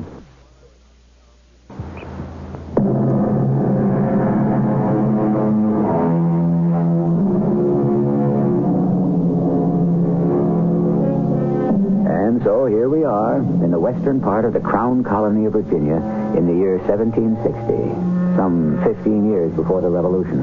And our Mr. Thomas Morgan, accompanied by the mysterious Mr. Peter Doremus Porter, is journeying toward the mighty Mississippi. And day after day, they ride through deep, dark, brooding forests and vast, rolling plains. And every day, Thomas Morgan asks, when shall we get there? And always, Peter Doremus Porter replies, soon. But late one afternoon, when Tom Morgan asks Peter Porter that same question, he gets a different reply. We are there now. What? We are there now. You mean this, where we are? This is the place we have been seeking? Yes. Here. Are you disappointed? No. Is it the way I described it? Yes. You're sure this is the land I can buy? Listen. What's that? The drums.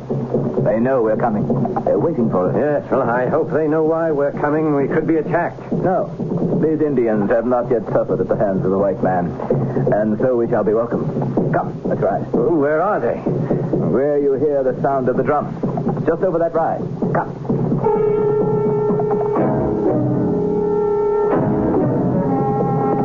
Whoa. Indians. Yes, Indians. Hundreds of them. They attend their chief, Great Eagle. Why are they so quiet? They're quiet people. They're moving their hands. Why are they moving their hands like that? They're speaking in sign language. Do you understand what they're saying? Yes.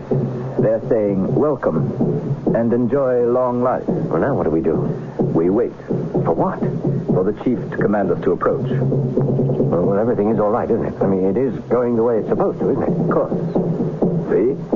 He motions us to move forward. Come. Ride slowly. Very old man, huh? Very old. Very wise. Oh. My brother, My brother. Chief, this is my brother, Thomas Morgan. Then he is also my brother. Why have you come to me, my brother? Answer him. I have come to buy land. How much land do you need? Well, I want all the land I can get. But how much land do you need? How much land do I need? As much as I can walk around in a day. You have not answered my question, my brother. How much land do you need? He has come here to learn the answer. I see. Then let us begin. Now? Yes, now. This is what you came for, isn't it? He knows what he must do. I have explained it. Does he have 100 pounds? In silver, in this little sack. He must place it on ground. Obey him, Thomas. Drop the sack.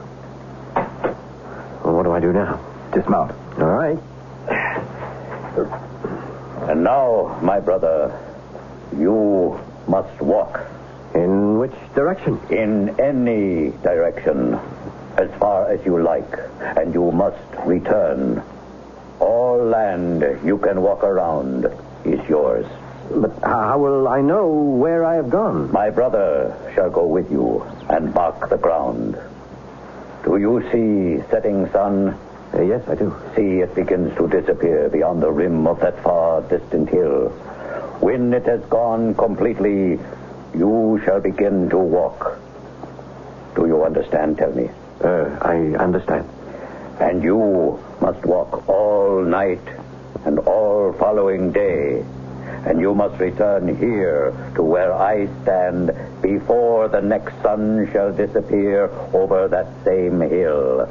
Or you lose your 100 pounds. You will have walked for nothing. Go in peace, my brother. Discover how much land you need.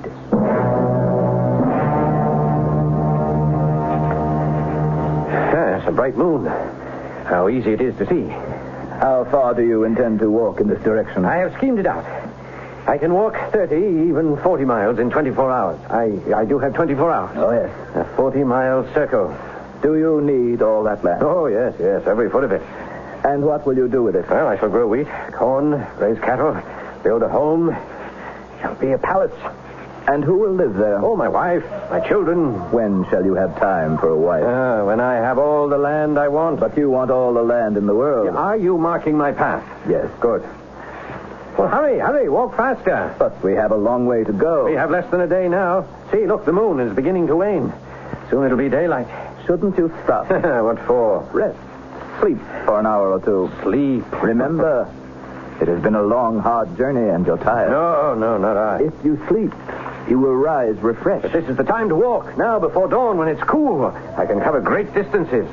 Are you marking this trail? Yes, I am marking the trail. What's that? I don't hear anything. You don't hear that drum? No. Must be my imagination. You're very tired. You really should rest. Come on. You just keep marking the trail.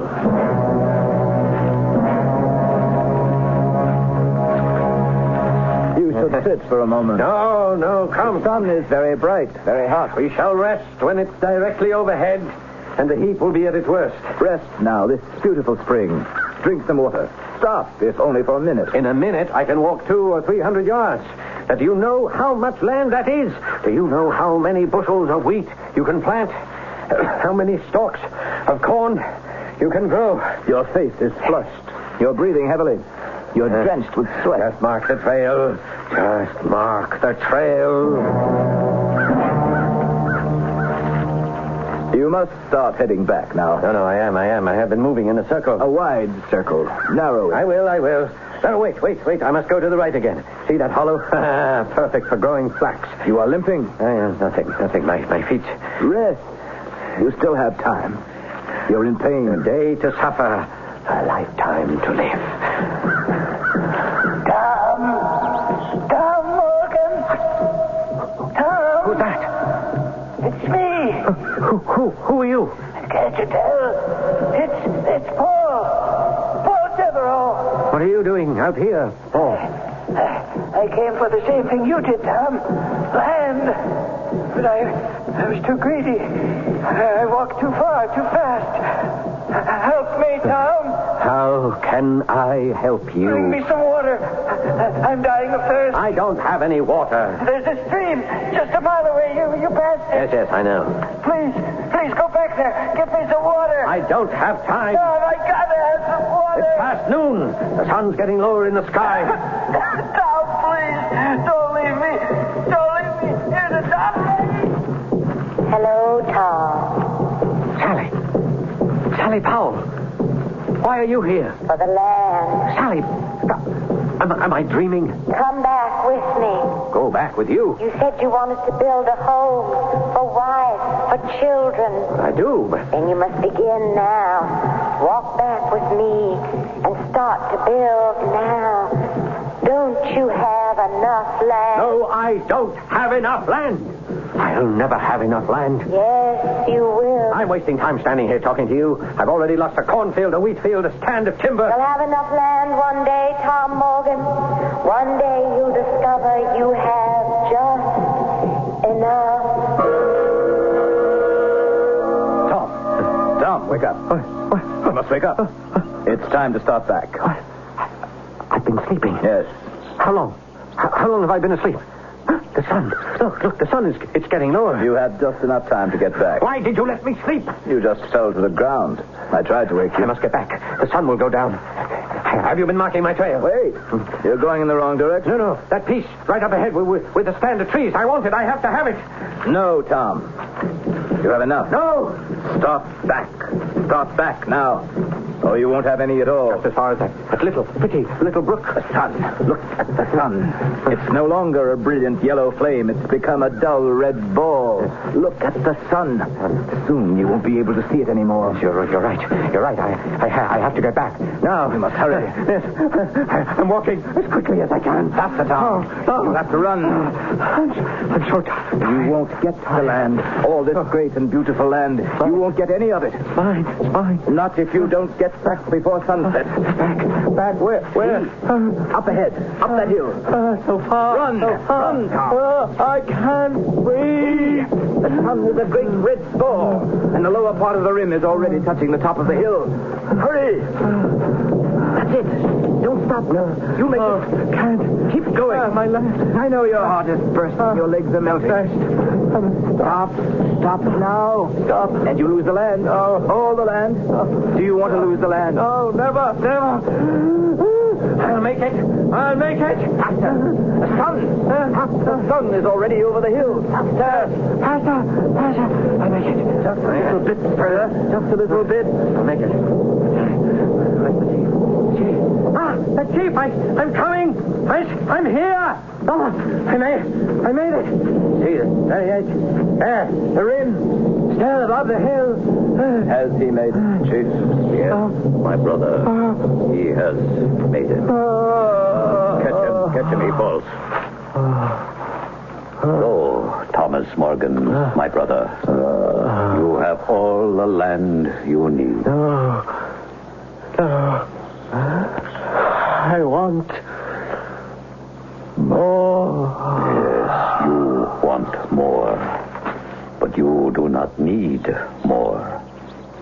See, your eyes close slowly. Your breath no longer shakes your body. Now it leaves you. It leaves you forever.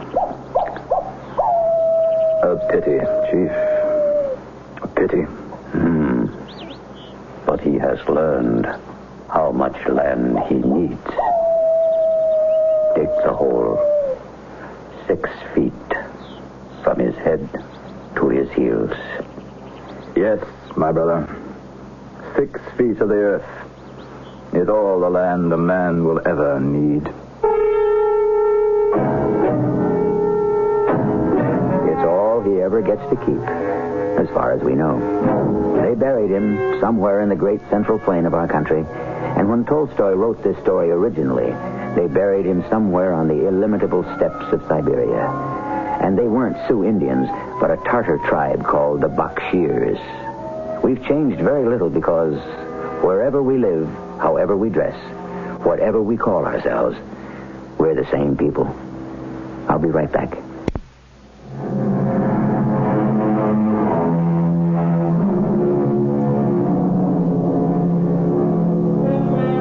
We began our story with a philosophical discussion concerning the word enough.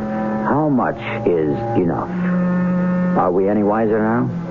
Our story took place before the so-called Industrial Revolution. Today, science has given us measuring instruments of fantastic accuracy. We can measure the width of the nucleus of the invisible atom. If only we could measure the intensity of the simple human emotions. What is enough? And when does it become too much? Our cast included Paul Hecht, Gordon Heath, Patricia Elliott, and Ray Owens. The entire production was under the direction of Hyman Brown. And now, a preview of our next tale. Why, you're not a man at all. But when my country was called to arms, a voice told me I should take them up, too. I cut my hair and I dressed myself in men's clothes and I volunteered. Who did you think you were, Joan of Arc? I followed my conscience. My sex doesn't matter. What does is I am a soldier. And yet when it came to the pinch, you couldn't shoot to save the South. This is E.G. Marshall inviting you to return to our Mystery Theater for another adventure in the macabre. Until next time, pleasant dreams.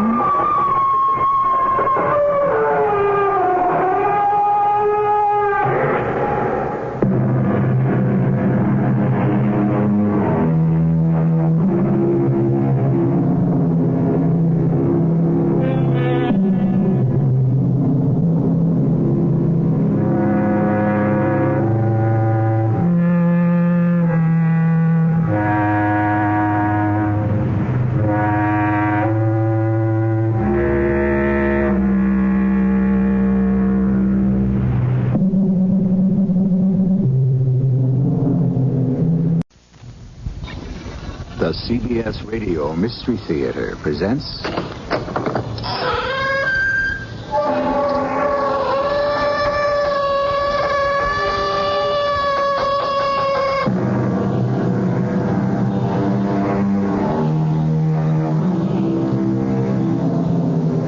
Come in.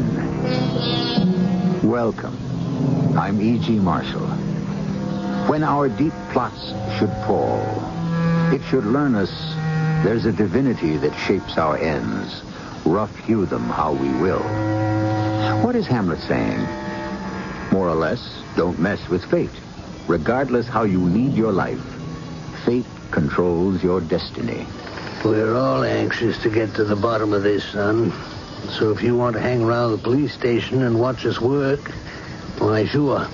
Well, thank you, sir. You see, I'd like to learn to be a detective.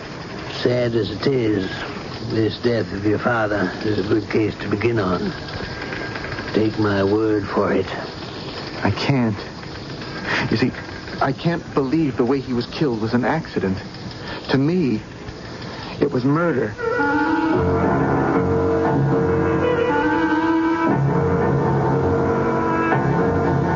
Our mystery drama, The Beast, was adapted from a story by Edith Wharton, especially for Mystery Theater by James Agate, Jr., and stars Norman Rose and Robert Dryden.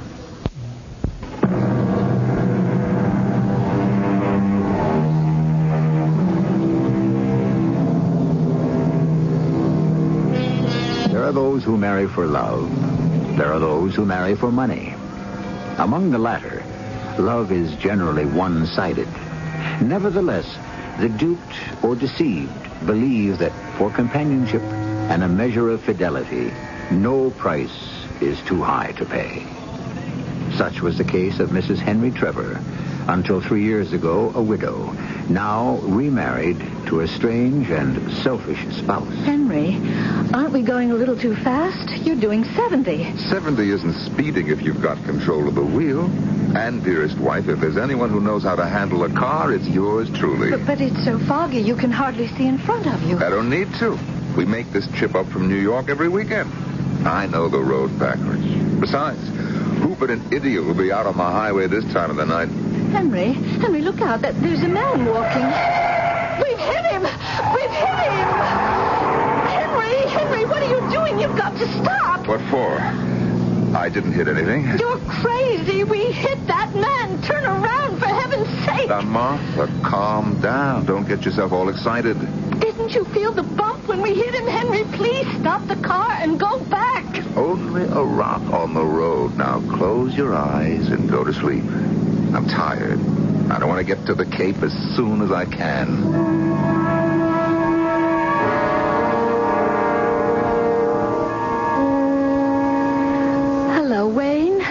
Is that you?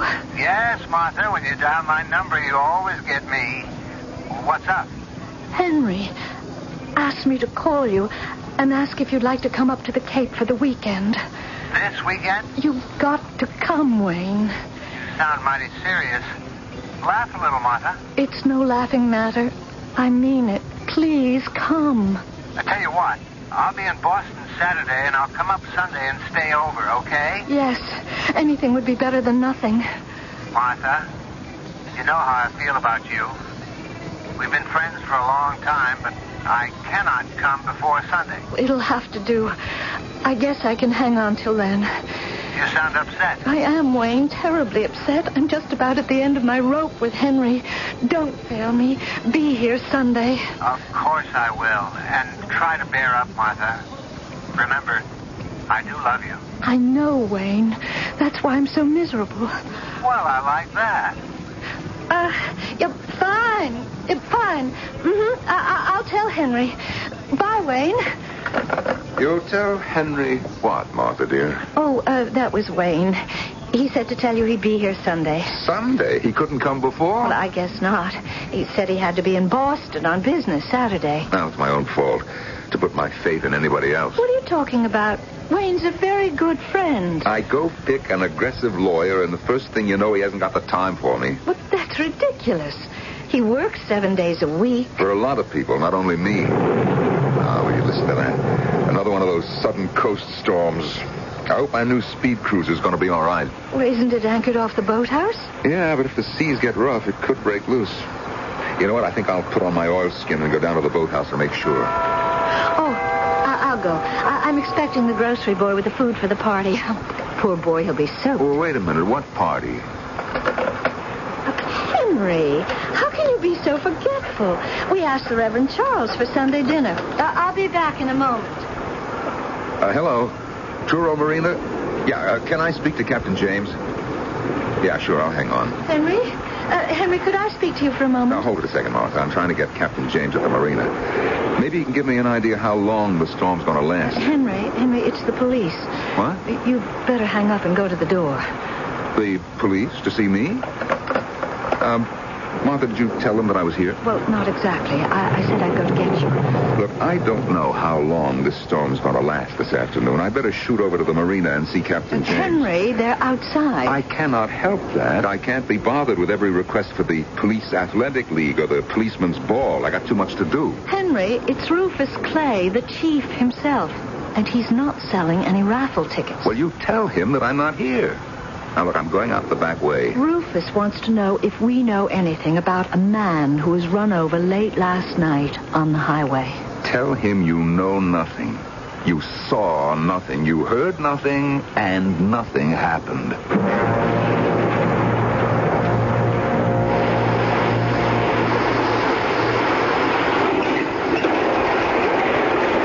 Oh, Henry.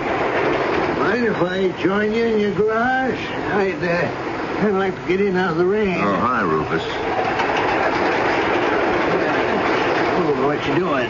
Closing down your car inside your garage? Why don't you just back it out and let the rain take care of you? No kidding. It's coming hard, is it? Oh, cats and dogs. I didn't expect to find you here. Martha said you'd gone to the marina. Say, Henry, would you mind turning off the hose for a moment? Huh? Oh, sure. I just been inside talking to Martha. You know, Rufus, when you hose down the front end of a car, if you don't wipe the chrome dry right away, she gets awful spotty. You ought to use a clean rag. Huh? I thought this was clean. Oh, spots all over it. Looks like blood. Blood? You're smearing that headlight. Better get a clean cloth. Yeah, there's a pile in the corner. Excuse me, Rufus. Henry, I think you must have hit something. There's a dent in the guard below the bumper. And, would you mind if I squat down and get a closer look? Hey, watch out where you're pointing that hole. Oh, I'm sorry, Rufus. I didn't see you on that side. What was it you wanted to ask me about, anyway? I wanted to ask you a question, Henry. But I think I know the answer.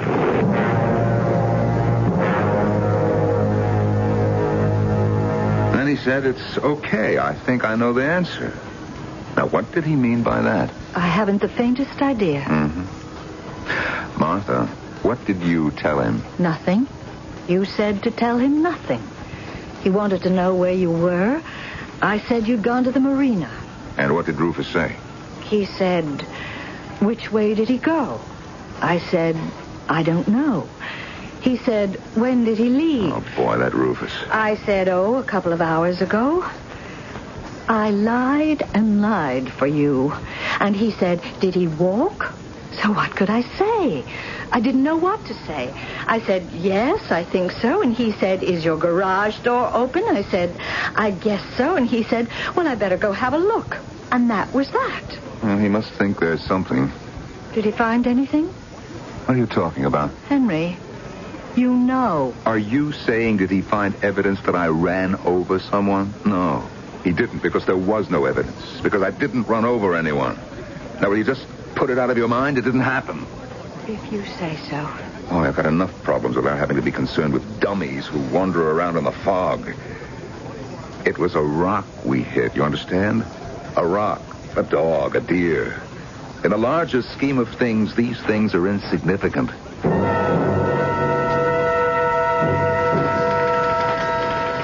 Chief Rufus, thanks for the time. Bartholomew, I didn't do you any favor. I've known your family practically since the whaling ship sailed out of Nantucket. How's your mother taking it? Oh, it's all inside. She holds it in. Always been able to do that with her feelings. Same thing like when my kid brother Jimmy died in Korea. That's New England stock for you. Stoic. Well, just the same, she feels it. She's crushed. I know it. 30 years married and never a bad word between my dad and Mom. My dad. The most wonderful person anyone could know. Best people leave us too soon. It's so unnecessary. By some crazy jerk speeding in the fog. Yeah, we'll get him. He can't get far. The medical examiner said it happened between 2 and 3 o'clock in the morning. The road out here doesn't go anywhere but to the ocean.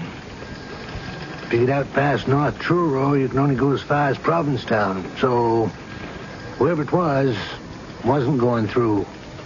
He either lives here or was visiting.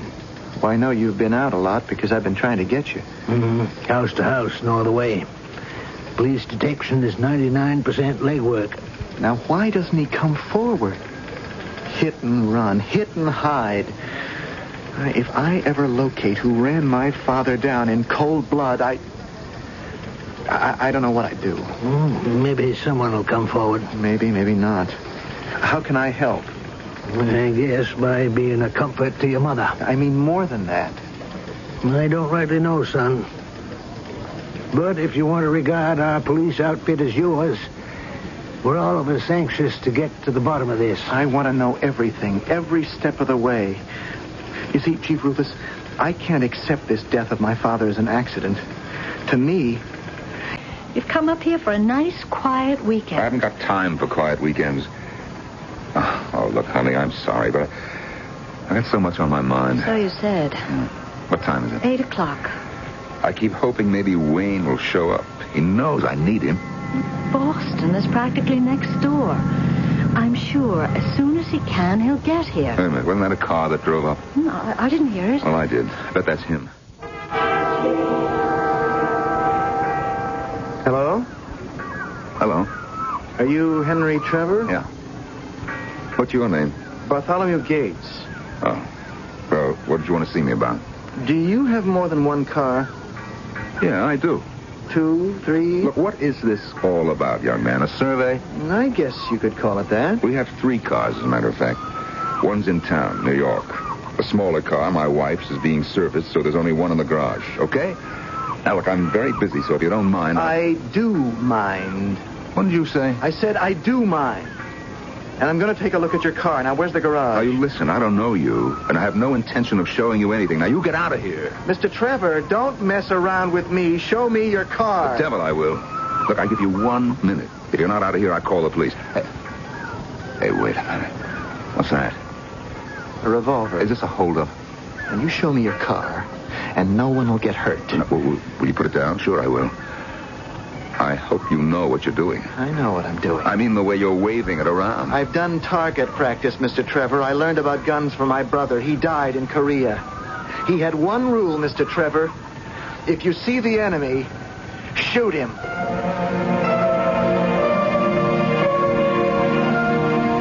A young man, desperate to avenge his father's death, holds a gun. A wife, trapped in an unhappy marriage, tries to take hold of herself. Advice now from Hamlet again. Patience, forbearance. Let Hercules himself do what he may. The cat will mew, and the dog will have his day. I shall return shortly with Act 2.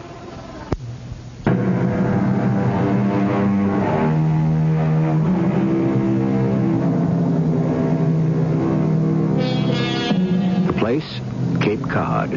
A spit of land curving into the Atlantic, frequently foggy. The time, late Sunday. The people, Henry and Martha Trevor, and their dinner guests, a clergyman and an attorney. I wish the Reverend Charles didn't have to leave so soon after we finished dinner.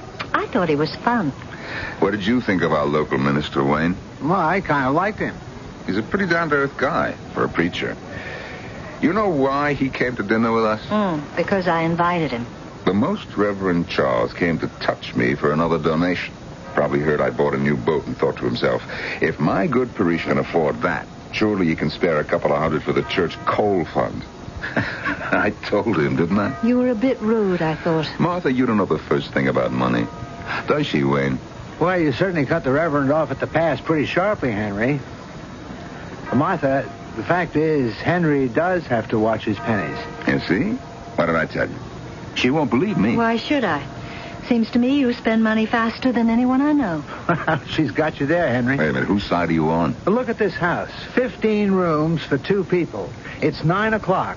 We're in one room, but the whole house is lit up like a Christmas tree. Lights burning in every room. And every time I'm here, it's the same thing. Oh, come off it, Wayne. I don't need lectures in my own house from my own lawyer. Well, it's an attitude, that's all I'm saying. I'm talking to you as a friend because I think sometimes you don't realize you just can't steamroller over other people or disregard the common good. And who do you suppose that is at this time of the night?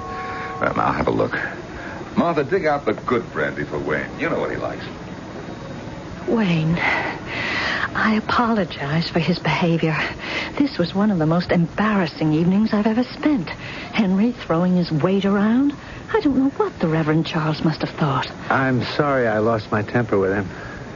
I should be apologizing to you. Oh, he gets worse and worse. And that accident. What accident? A man was run over on Route 6 the night before last. So that's why they stopped me this afternoon. Who stopped you? The police. There was a roadblock between Wellfleet and here. They were stopping cars in both directions. They're looking at cars in every house.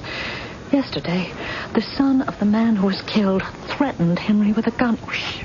Here he comes. I don't know whether to take this as a compliment or what. The Reverend Charles went home and turned around and came all the way back here because he wanted me to show him the speed cruiser. Tonight? Now? fog is rolling in. Sure, tonight. Why not? He's outside. I'll just find the old Parker. Hey, Martha, have you seen my heavy-duty flashlight? It's in the hall closet somewhere. Oh, yeah, I got it. Be back in 15 minutes. Coming, Reverend. Why are the police after Henry? What did he have to do with it? I was with him coming up here. I think Henry did run over that man.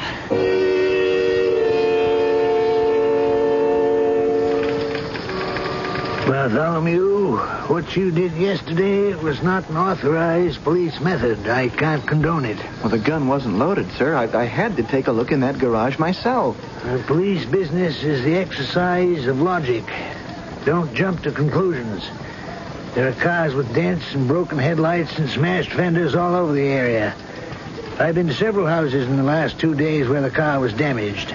Well, what would you say this was? I found it in the corner of Trevor's garage. Some old rag. Why? I think it's part of a jacket. Same weave, same color, a jacket of Dad's. Now, couldn't this have been torn from a sleeve? Hey, you're getting to be quite a detective. What are you going to do about it?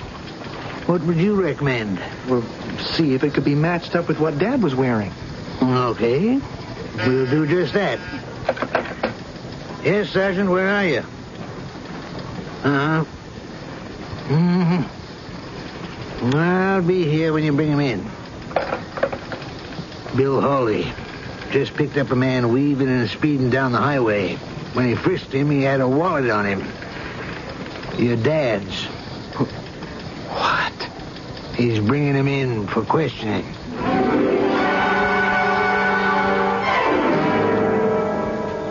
Henry said he hit a rock, did he?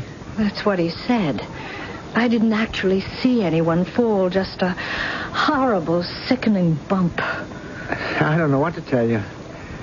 Whether to believe in your husband or not. He's in enough trouble as it is. Is it money again? I'm afraid so. That's why he wanted you to come over. Yes. I don't know if I can help him. Is it that bad? Well, I don't know where to begin. He'll be back soon. What time is it? Shall we meet in an hour and a half from now, say midnight? Yes. Same place? Yes. I'll tell you all about it then. Oh, I think that's him at the front door. Well, I suppose I should thank the Lord he didn't hit me again for a donation. Did the Reverend Charles like your boat? He said so. We stood by the boathouse. You couldn't really see it in the dark and the fog so thick. Hey, Martha, what's the matter with you? Where's Wayne's brandy? I guess I forgot. I'm going to bed. I'm awfully tired. You going back to the city in the morning, Wayne? No, I've got to head back for Boston. We didn't finish Saturday. I'll be getting an early start. Well, you'll be gone before I'm up. Oh, Wayne, it was lovely seeing you. I think the guest room's all set for you tonight. Hope you sleep well. You too, Martha. And thanks for a great dinner. Good night.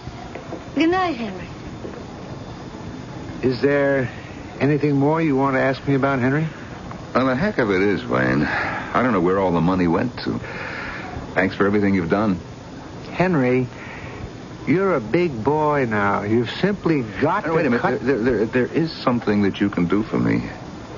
Tell Martha about the loan. Explain to her she's got to sign the note for it. Yeah, but I'm leaving first thing in the morning. Well, leave later.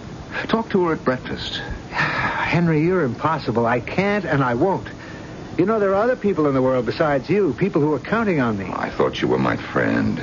She'll take it from you. But I can't hang around until she gets up tomorrow. So I'll wake her. Hey, look, I have an idea. Take these keys to the cruiser. Take her out for a spin tomorrow morning as my guest. Breakfast on board, just you two. Now, you tell her to sign. And another thing, Wayne. Don't tell her anything about the other business, about my mother's securities. Henry, I don't know how to say this, but you'd better get hold of yourself.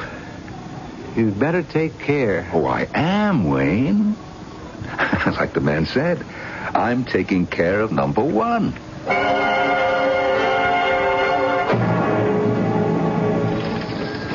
You got picked up for reckless driving. What's your name? Simon. Simon what? I don't have any last name. Who's that? Well, there's a young man attached to our office. He's sitting in on this interrogation. Any objections? No. Okay, Simon, no last name. I want you to know your rights before you say anything. I give you this card to read. It's important you know your rights. I'm kind of tired. I don't see so well. Yeah, that's what Sergeant Hawley reported, weaving all over the road. Right, read the card. I'm waiting. Well, to tell you the truth, I can't read. Well, you see, Bartholomew, in a case like this, we got to read the suspect's rights. Simon, you have a right to remain silent. If you talk to a police officer, that's me, anything you say can and will be used against you. Ask me anything you like. I don't care. I'm not finished. You have the right to consult with a lawyer. You may have him with you during the questioning. You want a lawyer? I don't need no lawyer. I ain't done nothing. All I want to know is why I'm here. Is that all? I got a lot more questions than that. Okay. We begin at the beginning. Your name? I told you, Simon. Simon what? I don't have no last name. And you don't have any driver's license either. I do have it, but I left it home. Is this your wallet? Yeah. These your credit cards? I don't know. Can't you answer a simple question? Look, who is that kid? I told you, he's here unofficially. His name is Bartholomew Gates. You pick him up, too? He's the son of the man you ran over, George Gates. Now, look. I didn't run over nobody. What are you doing with George Gates' wallet? It's mine. I found it. Where did you find it? I don't know.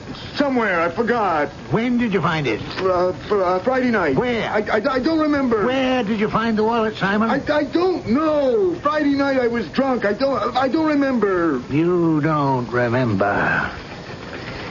I suggest to you on Friday night it was real foggy. You were driving on Route 6, and all of a sudden there's a man walking. You don't see him. Your car hits him. Then, Simon, you stop your car, you go back to help him, and you see he's dead. But you're not so drunk, Simon, that you can't reach into his pocket and steal the dead man's wallet. Isn't that how it happened, Simon? Think it over.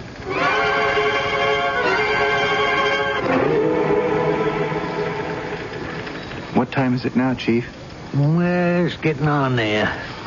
How about some coffee, Bartholomew? Yeah, sure. You too, Simon? Yeah.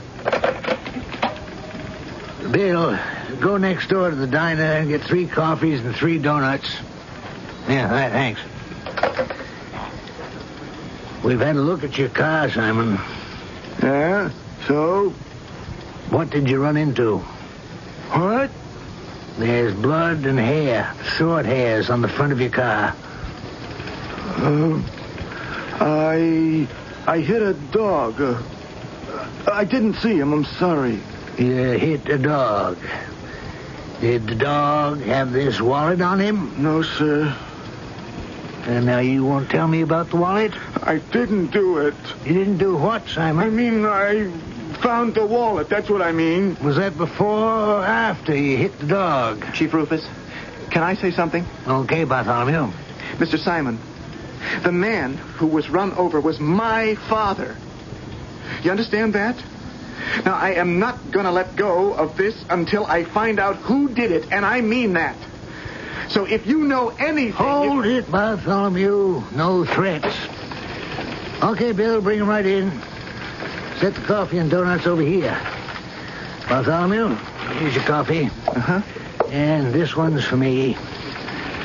Simon, suppose we just hold on to your coffee and donut until you've remembered everything about the dog and the wallet. I'm sure it'll all come back to you. Don't want your coffee to get cold. Now, where were we? A man is killed in the road. Did he die right away, or could his life have been saved? Accident or murder. Hamlet again. Murder, though it have no tongue, will speak with most miraculous organ. What will the dead man tell us about the man who killed him? I shall be back shortly with Act 3.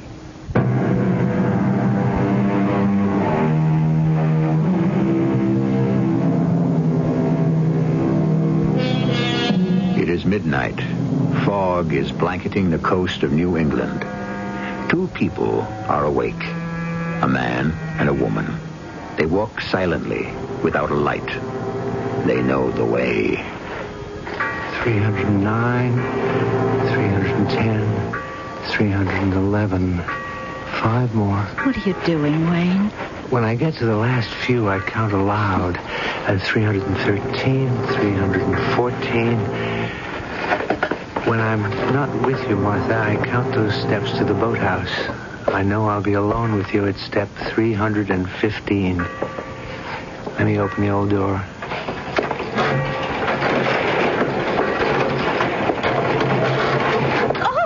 Oh, I've got you. Ooh, you almost fell. Oh, my foot caught and suddenly I was skidding. These old planks are full of holes. Here, let me light a match and see. No, don't. Suppose Henry were looking out the window and he saw a light in the boathouse? Oh, he's asleep. I could hear him snoring from my room. I can feel the floor. Hey, it's a can of grease. Must have been knocked over. I don't know why, but I'm very frightened tonight. Okay, let's walk carefully to the far end of the boathouse.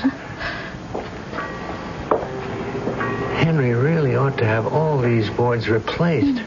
The floor planking is rotten and the water underneath us is very, very deep. I know it is.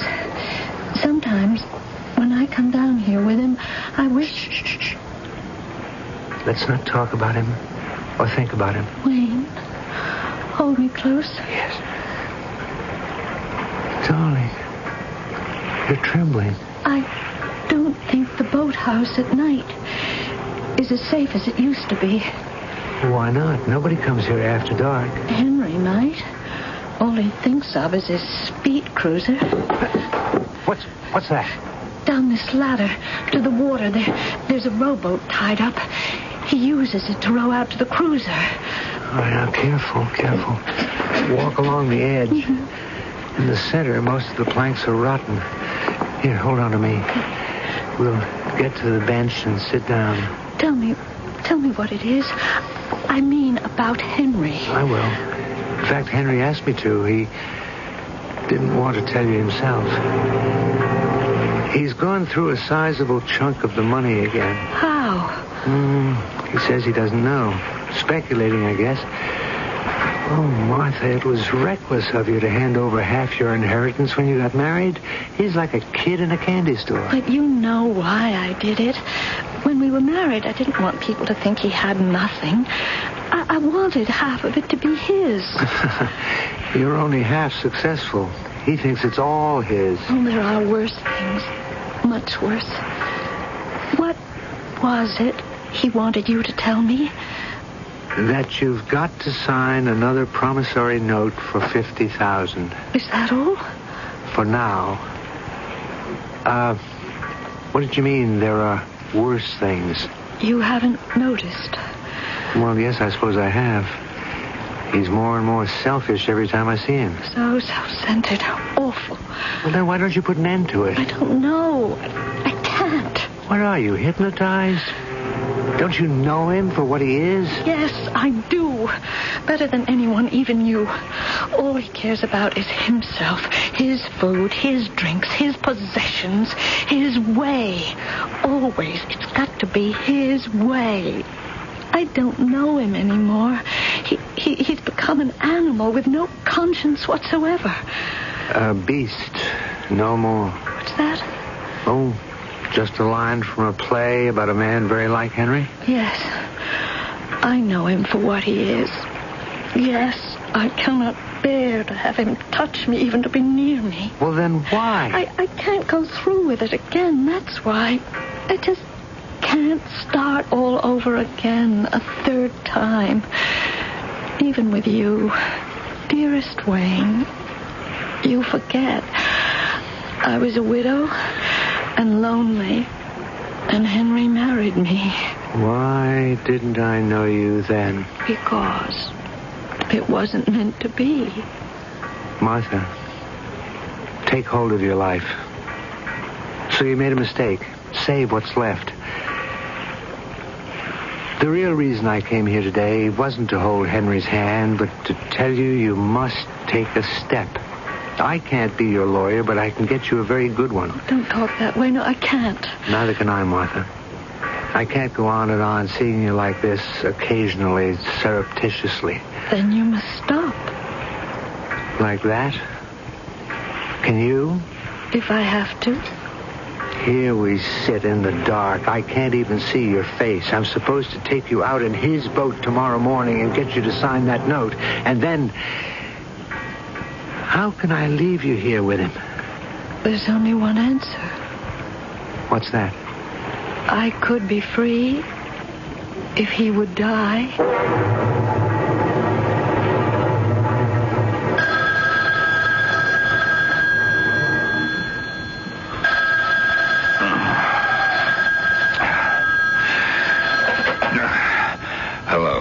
Hello. Mr. Trevor? Henry? Yeah. Hey, who is that? Is that you, Rufus Clay? I'm sorry to wake you up, but I got something very important to tell you. I'd like to come over. Now, in the middle of the night? The whole house is asleep. Can't it wait? I don't think so. Well, why don't you tell me over the phone?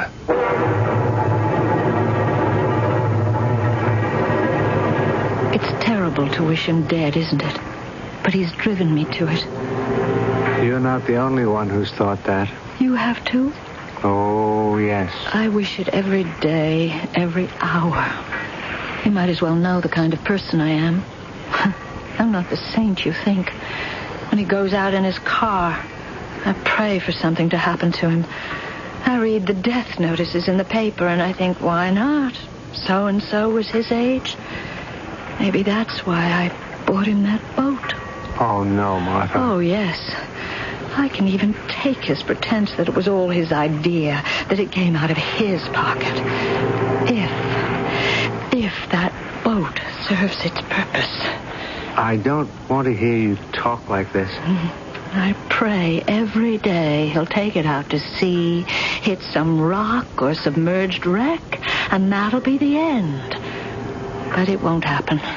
Well, people do die. The wrong people. Look how he ran over that poor man in the road Friday night. He won't be found out. It's hopeless. He's coming. What? You sure? Can you see that far up the path? I see his flashlight. It's headed this way. But why? It's his boat. He's coming down to check on it. Well, is there time to get up the path and hide behind something? No. He's getting closer every second. Wayne, climb the thing and get into the rowboat. Row it away. He'll find us otherwise. I do? And let him find you? And what are you doing here? I'm his wife. I came down because I was worried about the cruiser, too. He'll believe me. Wayne, hide. I'm not going. I can face him. He'll kill you. Martha?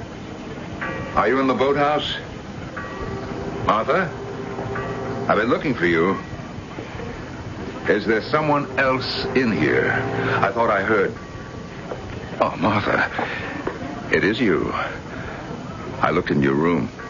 The bed was unmade. What are you doing down here? I could ask the same of you, Henry. Don't shine that flashlight in my eyes. You know what woke me up? The telephone.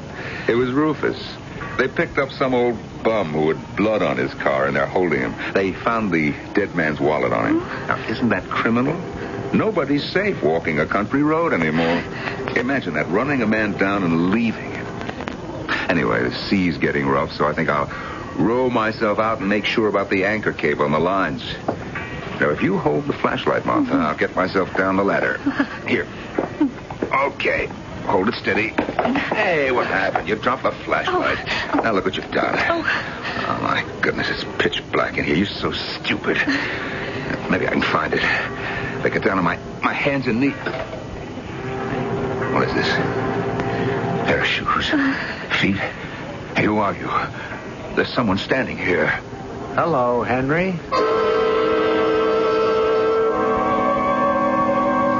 Bartholomew, I think we'll call it a night. But you never got that bum to admit anything. No. But we've come to where questioning ends and science begins. You'll learn that if you do go into police work. Tomorrow, in the daylight, we'll examine his car microscopically right down to the tires. Why don't you just bring him back to the very spot where he ran over my father? We may, but I'm not sure. About what? That's not the way I figure it. Oh? And just how do you figure it, son? I figure you're letting the guilty man get away.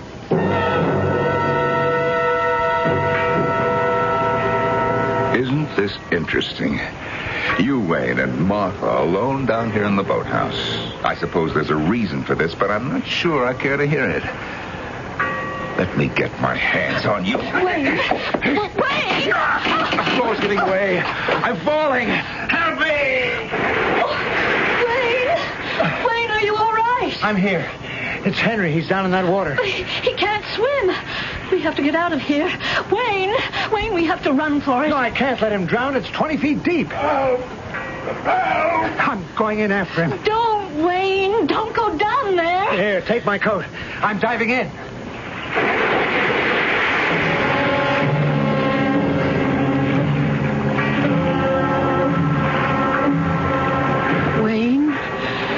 Wayne, darling. Is that you climbing up the ladder from down there? It's not him. Henry, where is Wayne? I can't find him. He's not found. He pulled me to the ladder, and when I started up, he somehow fell back into the water. I didn't push him. And then he was gone. He must have hit his head on the rowboat. That's all I can figure. And, that was the last I saw of him. We can't leave him down there. Let me down this ladder, please, Henry. It's no use. Wayne's gone. He's drowned.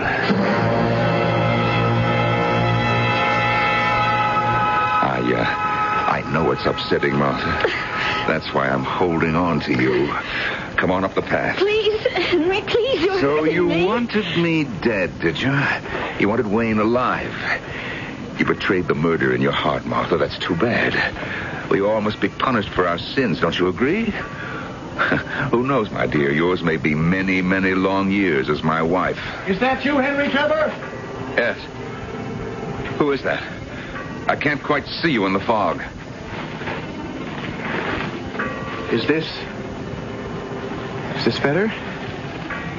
Can you see me now? Don't I know you? Bartholomew Gates. What's that you're holding in front of you? You've never seen it before? A piece of my father's coat sleeve. One of the rags in your garage, Mr. Trevor. I meant, what's that in your other hand? My gun. Mrs. Trevor? Yes. Would you please move away to your right? Let go of her, Mr. Trevor. Thank you. That's far enough, Mrs. Trevor. Just want you out of range. What are you going to do? My brother once told me, when you see an enemy, shoot. No, stop. Don't!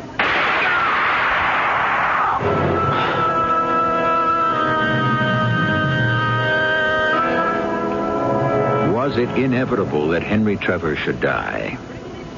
Did he, in fact, first pull the trigger of his own destiny the night he carelessly killed a man on the road? Are we masters of our fate or slaves to our sins? I shall be back shortly.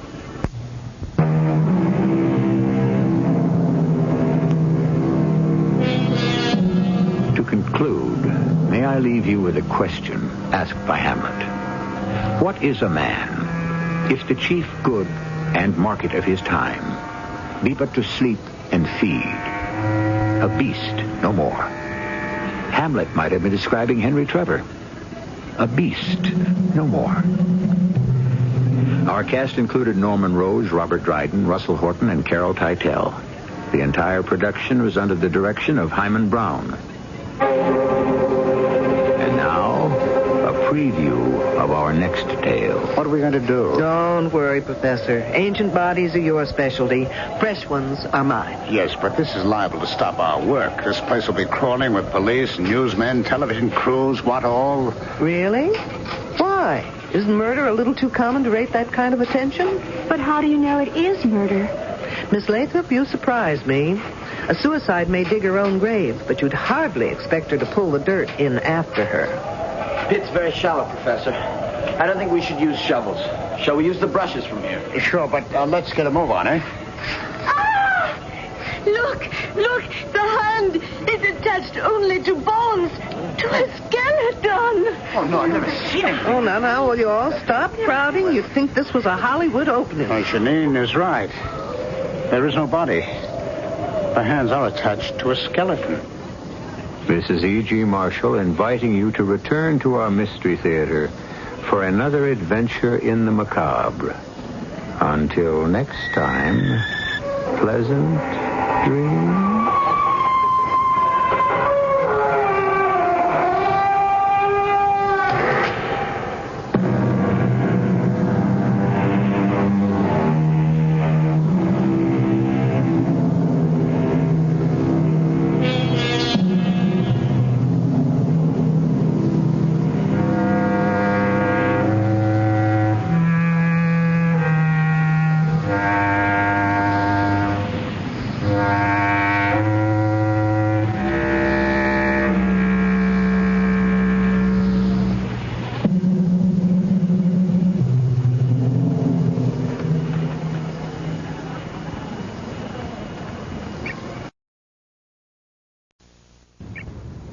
The CBS Radio Mystery Theater presents...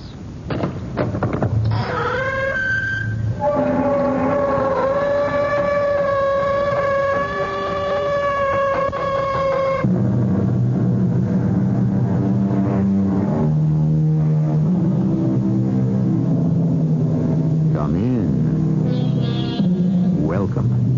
I'm E.G. Marshall. The good books of practically all religions promise us life eternal.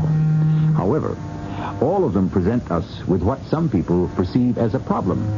Before one can live forever, one must take a necessary first step. One must die. Naturally, many of us would prefer to waive this requirement. And throughout history, people have tried in various ways to get around it. Has anyone ever succeeded? Listen. Rich as you are, powerful as you are, important as you are, Bob, one day, like even the least of us, you too will die. I don't think so. I intend to live forever. Living forever? How do you propose to solve the problem of death? I've discovered in business that there's no problem that cannot be solved. Oh? Have you reduced immortality to a business proposition?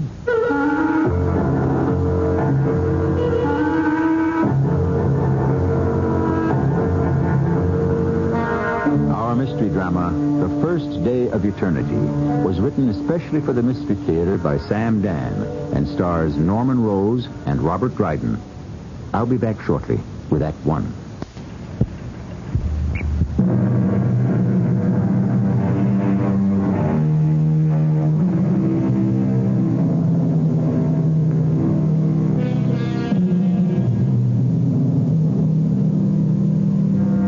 Life, we are told, is a game, and therefore it must be played by the rules. Rules, we are told, are meant to be broken sometimes. So, some of us break them. And what happens? We quickly discover that some rule breakers are sentenced to mend their ways in prisons, while others are permitted to end their days in palaces. Well, whoever said life was fair, or even logical? Yes. Mr. Stewart, Cardinal Dennison is here. Oh. Well, I suppose I have to see him then, don't I? Yes, sir. For all the good it'll do him. Good morning, Bob. Good morning, Your Eminence. Well, aren't you being rather formal? I have to be formal. And I had hoped that we were still Bob and Jerry. If we were still Bob and Jerry, you'd never get in here. Oh? It's your rank that opens the door to my office. Is that the only reason, Bob? You're a prince of the church. Your position compels me to extend you this courtesy. Here, I thought perhaps it might be because we were boys together, who fought our way up from the same dismal slump. Now, you'll find none of that around here. None of what? Nostalgia.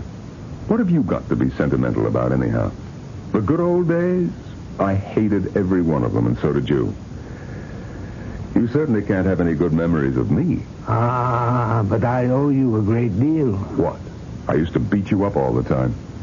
You taught me to turn the other cheek, and it worked. As I recall, my arm got tired. I prefer to think it was for a better reason. What is the reason for this visit? I want $5 million. For what purpose? Charity. Charity, huh? In the holiest sense of the word. To feed the hungry, to clothe the naked, to shelter the homeless, and to heal the afflicted. Oh, Jerry. You find it amusing? When we were in school so long ago, we read A Christmas Carol. Now, what did old Scrooge say? I find nothing lovable about people. Perhaps if you tried to understand your fellow man. Oh, no. Let's leave that alone. I find that the more I understand him, the more I despise him. There are basic rules that govern all of us. All of us, perhaps, except me. Are you different from the rest of mankind? Oh, yes. You look out at the world from this mighty citadel of wealth and power, and you decide whether millions of your fellow human beings shall endure poverty or enjoy plenty.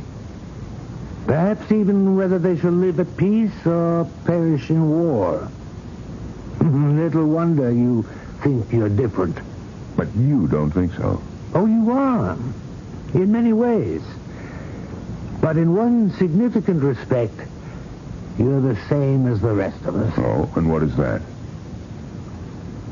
There will come a day, Bob, when you too will draw your last breath. And then, how shall you be different? Even from the poverty-stricken, powerless, and pathetic beggar who collapses in the gutter. How? That day will dawn for you, Bob, as it will for all of us. That final day which will never come to an end because it will be the first day of eternity. You're convinced of that, hmm? How do you propose to avoid it? Well, let's say that's my problem.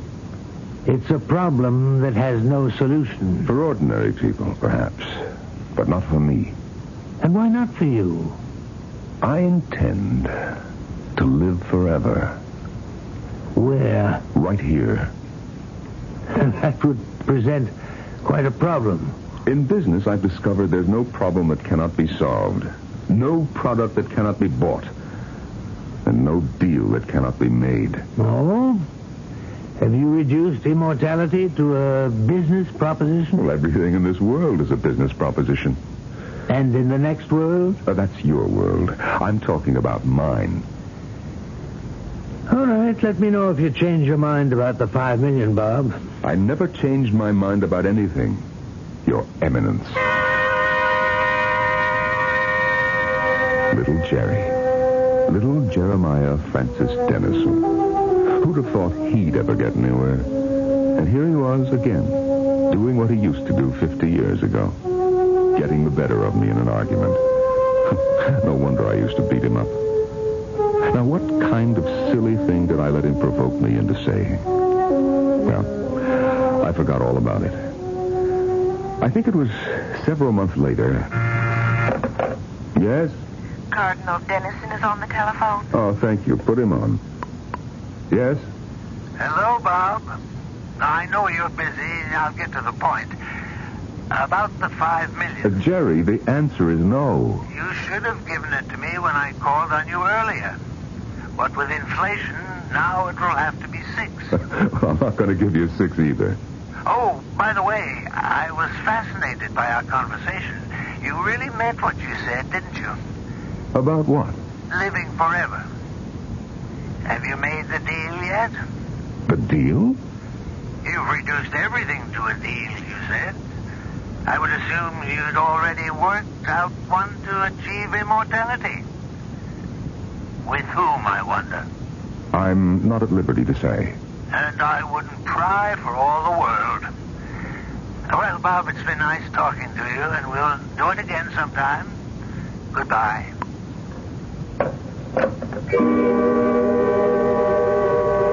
I thought for a moment. Why was this business of immortality necessarily impossible? Wasn't it something that I wanted more than anything else in the world? I decided to bring all of my resources to bear.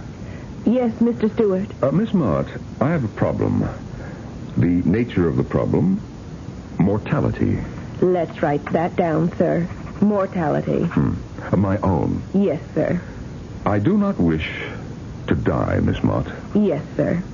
Well, you take it from there. I'll get to work on it right away. Is there anything else? Not at this time. Then excuse me, sir. What better way to introduce you to my Miss Mott? Madeline Mott. She's been with me for 30 years. The only secretary I've ever had. And I've trained her well. She simply cannot be nonplussed or surprised. Nothing ever upsets her balance, disturbs her equilibrium, or pushes her off her even keel. You heard what I just asked her to do. As far as she's concerned, I might have told her to get me a cup of coffee. I need your signature in 2 places, Mr. Stewart. Oh, yes, I see. Do you want the corporate meeting scheduled for Tuesday or Thursday? Thursday. Oh, on the mortality situation. Yes. I judged it would be a matter for research. I would agree. They decided to subject it to problem solving. Very good. I had introduced problem solving all over the corporation. It means the best brains are brought in to analyze the problem from every possible point of view. The top brains, the finest equipment, all of the considerable resources of the corporation are now being concentrated on finding an answer. I have an interim report from problem solving. Yes, Miss Mott. On the achievement of immortality, there are 2 basic approaches. One is scientific. Has science found a way? Not at this time. Well, then let us put science aside. That's what problem solving recommends. Well, what is the other approach? The supernatural. Supernatural? A catch-all term for various aspects of the mystic, the psychical, the metaphysical, and so forth. And? Well, naturally, the field is filled with charlatans. As one would imagine. Therefore, problem solving has called in all the investigative resources of Bob Stewart Enterprises for assistance and collaboration. Very good, Miss Mott. Have them separate the wheat from the chaff.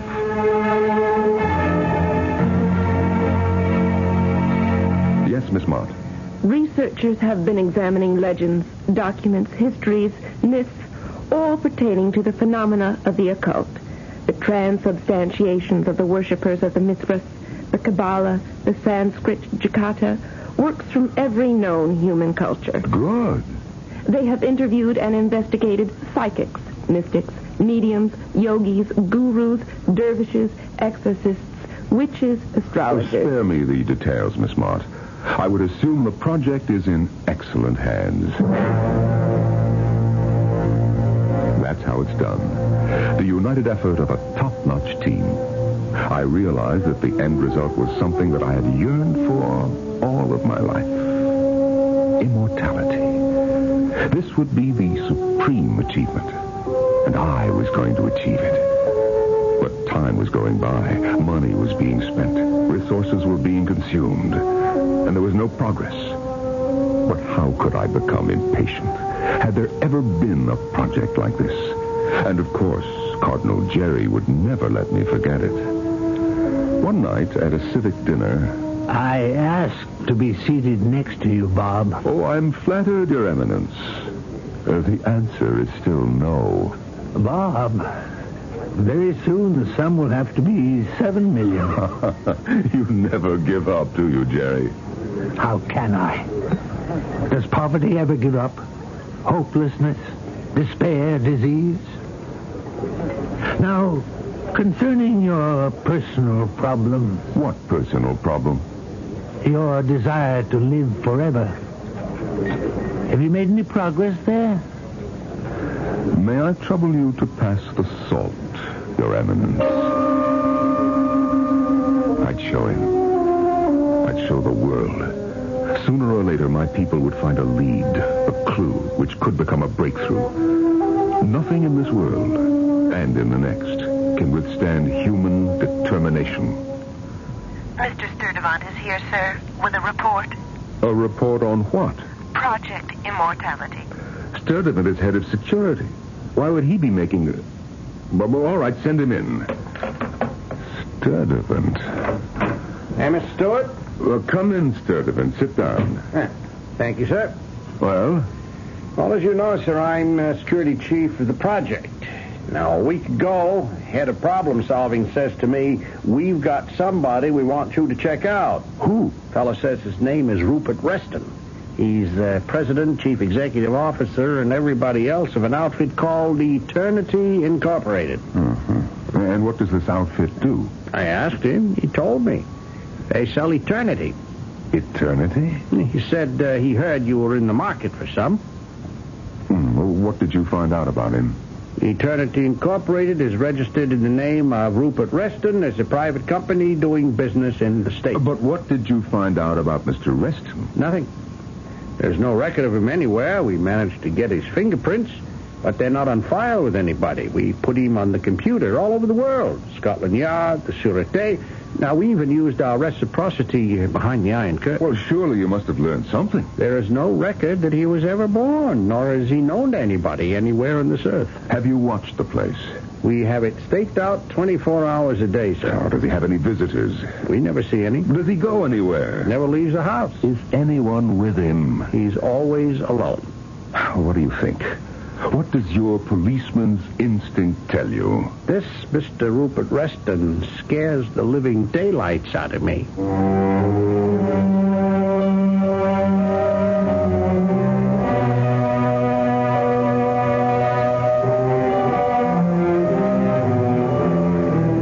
And looking at it from that angle, he might scare them out of me, too. Well, it seems we have an organization called Eternity Incorporated, which sells eternity. And why not? These days, isn't practically anything you can think of obtainable in the marketplace. We shall see if this purchase can be arranged when we return shortly with Act 2.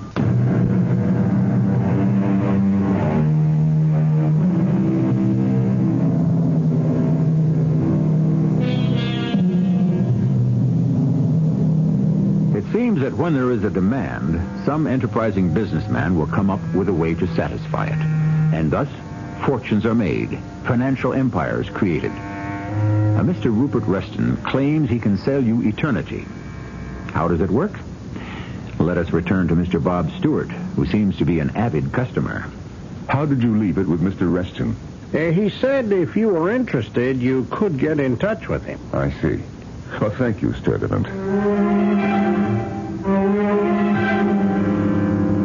Mr. Bob Stewart, please come in. How did you know that I'm Bob Stewart? Who else would come to see me? Won't you have a chair? Mr. Reston, who are you? I am President and Chief Executive Officer of Eternity Incorporated. And you're here because you hope to buy some. Well, tell me, how is this deal to be consummated? Well, we are quite far from that stage, Mr. Stewart. Why? Well, things aren't that simple. Why not? First, we must determine if you qualify. In what way? Actually, in every way. Or whatever the price, I can certainly pay it. Oh, there's no money involved. There isn't? Our service is free of charge. What are you saying? First, we must determine why you want to live forever. Well, doesn't everyone? No, not really. Not after they give it some serious consideration. Most people would like to live as long as possible, but not for all eternity. But I do. Why do you want to live forever? Just a minute. Who are you? I've already told you. How do I know that you're on a level? Some of the best brains in your corporation seem to be quite impressed with me. On the basis of what? You're out of your element, Mr. Stewart. You're a man who is fanatically devoted to facts, figures. Before you accept something, you have to be able to see it, touch it, taste it. It's because I believe in reality. No. But reality may very well be the greatest illusion of them all. How do I know that you can deliver? Well, you'll arrive at that conclusion eventually. I demand proof. All in good time. Now, we must return to the question that you seemed determined to avoid. Why do you want to live forever? Isn't it obvious? No. According to the rules, we're born and we must die. And those are basically sound rules. All of my life I've broken the rules. That's the secret of my success. Why should I die if I don't have to? Oh, but we all have to. Not me. Once again, why do you want to live forever? Because I enjoy life. No, you don't. Now, what are the real joys in life? Love. I can have any woman I want. You mean you can buy any woman who's for sale? All women are for sale. Are they? Was she? Was who? Why do you pretend you've forgotten? Well, it wasn't my fault. Oh, wasn't it? She loved you. She trusted you. Oh, she was a foolish, flighty, silly young girl. Is that why you killed her? I didn't kill her. How can you say that I killed her? Susie Palmer. A quiet little thing. Not very pretty, perhaps, but what quality. What does all this have to do with what I... Frank Palmer's daughter, his only child. And one day she'd inherit all his money. All of his money? You make it sound like a fortune. In those days, it was a fortune. It was the foundation of yours. That's why you married her. How do you know? Ooh, there was a young priest just out of the seminary. She wanted him to perform the ceremony. Do you remember what he told you the day before? Do you remember what Father Jerry said? Do you remember? Shall we refresh your memory? Don't do it, Bobby. Don't break her heart. Jerry, you always think the worst of me, don't you? If only you knew how I long to think the best of you. All right, what's the complaint? Everyone knows you're only after her money. Well, why does she want me, Father? Only for my good looks. Well, we're even. She loves you, Bob. Because she believes there's an abiding goodness in your soul. I'll be good to her. No, you won't. You'll destroy her. Oh, come on. You'll fill the house with cynicism, greed, and dishonesty. And these will poison the air that she breathes. She'll die of it. Jerry, I'm not a monster. Maybe I have got too much ambition. Maybe I believe in hitting hard when I'm out to get something, but I won't hurt her. Walk away from this marriage. I can't. Please, Bobby. There are other rich girls. I'm sure. But you see, right now, I don't know any. And right now, I really need her money. Do you remember the scene, Mr. Stewart? You know I remember it. Well, then you must be able to recall another. Oh, please don't. I'm sorry. There is no way out. It was the day she finally knew, or at least was able to admit it to herself. What's the point in... Do you remember? Will you ever forget how she looked at you? She never accused you directly, but did she have to? Susie, dear, you don't look well. I'm tired. I think I'll have a nap. Well, I think you should see the doctor. Why? Because obviously you're ill. He has nothing that can help me. What cure is there for a shattered illusion? A broken ideal? I'm sorry. I have no one to blame but myself. All I had to do was look in the mirror. The truth. The awful truth was staring me in the face all the time. You mustn't talk like that. Why not? Please, excuse me. I'm not feeling very well. She died of it. All right. But what bearing does this have on our situation? As I said, it's all part of our qualification process. Now, to return to the basic question, why do you want to live forever? Now, you said you enjoy life. Well, I do. Well, what are the real joys of life? Love. It's foreign to you. Friendship. I have thousands of friends. You only have associates who are bound to you by business interests. There is not a single human being in the world you can really trust. That's a lie. Is it? There's Miss Mott. I said human being. Well, Miss Mott is a human being. Is she?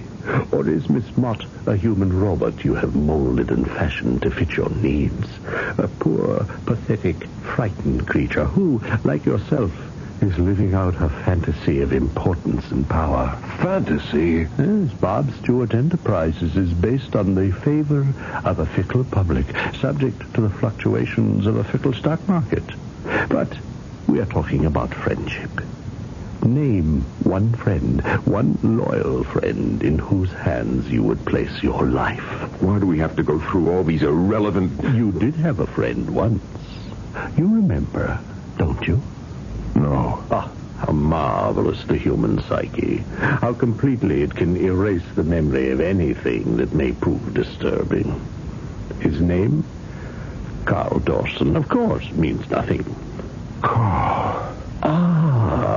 That couldn't be helped. Oh, really? Business is business. Is it also a jungle? It had to be done. Would he have done it to you? That was 40 years ago. What's 40 years? We're dealing with eternity. Besides, what bearing does it have on... Do you remember? It was at the golf club, at the bar. You had just cut his throat, and he had just found out about it. Why do we have to talk about... We have to. Remember? You had just ordered a drink. I'll have the usual, Peter. Oh, here's Carl Dawson. Let's find out what he wants. What I want, Bob, is to punch you in the nose. Oh? But that'd bring me down to your level. What's the matter, Carl? Now, Bob, at least have the decency not to pretend. The opportunity was so good, I just had to take it. You mean you had to sell out to the enemy? Oh, look, this isn't war, it's business. Which I just found out is worse. I thought you'd stick with me. Well, it made more sense to go the other way. I sunk everything I had into the firm. I'll see to it that you get out without being too badly burned. Why, Bob? Why? You are old-fashioned, Carl. These guys represent the wave of the future. They deal in concepts and techniques that repel you. Make an honest product, tell your story honestly. And why do you need these vultures? To introduce some sort of chicanery. Don't you see how we no longer agree? It's high time that you retired anyhow. Now, I'm going to fight you, Bob. You don't have a prayer. You'll go broke. We'll see about that. Carl, if you stick around, you're going to be destroyed. We'll see. All right. You ask for it. Carl Dawson, the man who guided your first steps in the business world. He didn't keep up with the times. You drove him into bankruptcy and finally suicide. Well, I gave him a chance to get out. You used Susie's money to buy into Carl Dawson's company, and in the end, you killed both of them. All right. Let's put an end to it. I must call your attention to the fact that I am a customer. I didn't come in here to be insulted. Well, since when is the truth considered an insult? I don't have to take this kind of treatment. You are always free to leave. I have come here to buy your product, to engage your services. Now, can we get down to business? Not until you answer the basic question. Why do you want to live forever? I told you. You have told me nothing. Why does the man climb the mountain? Because it's there.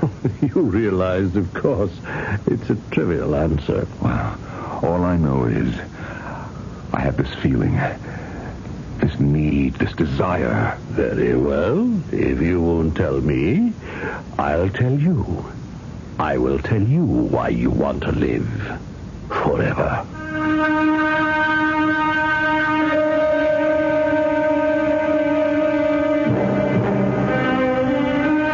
We'll do that in Act 3, which is always the time of revelation. But as you consider it, why does Bob Stewart have so much difficulty making out a case for eternal life? It's something that everyone would seem to yearn for.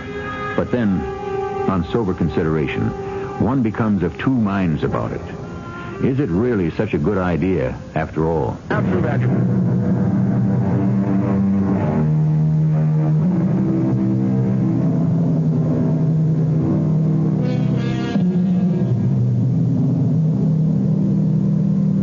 Life and death, the two most vital aspects of our existence here on Earth. And how little we know about either. When does each begin? And when does each end? Or is there neither a beginning nor an ending?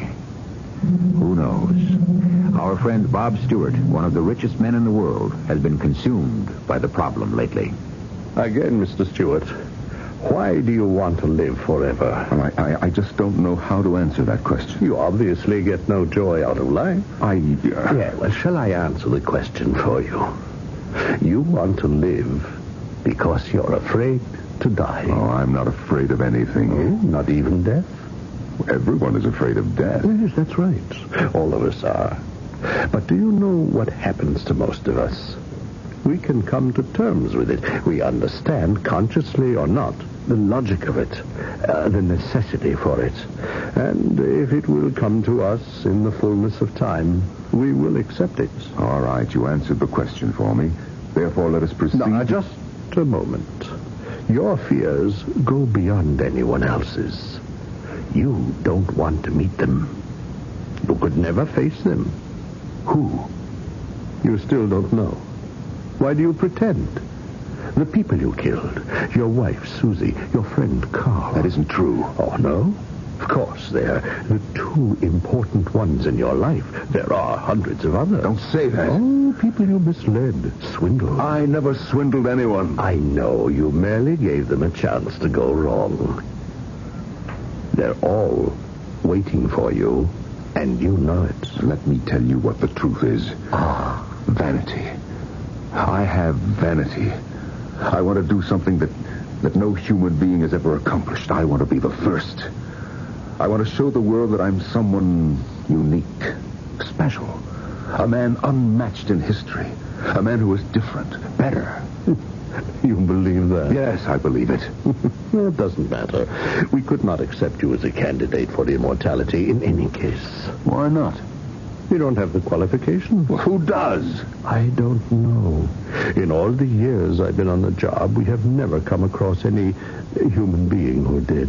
Well, what are the qualifications? I don't know that either.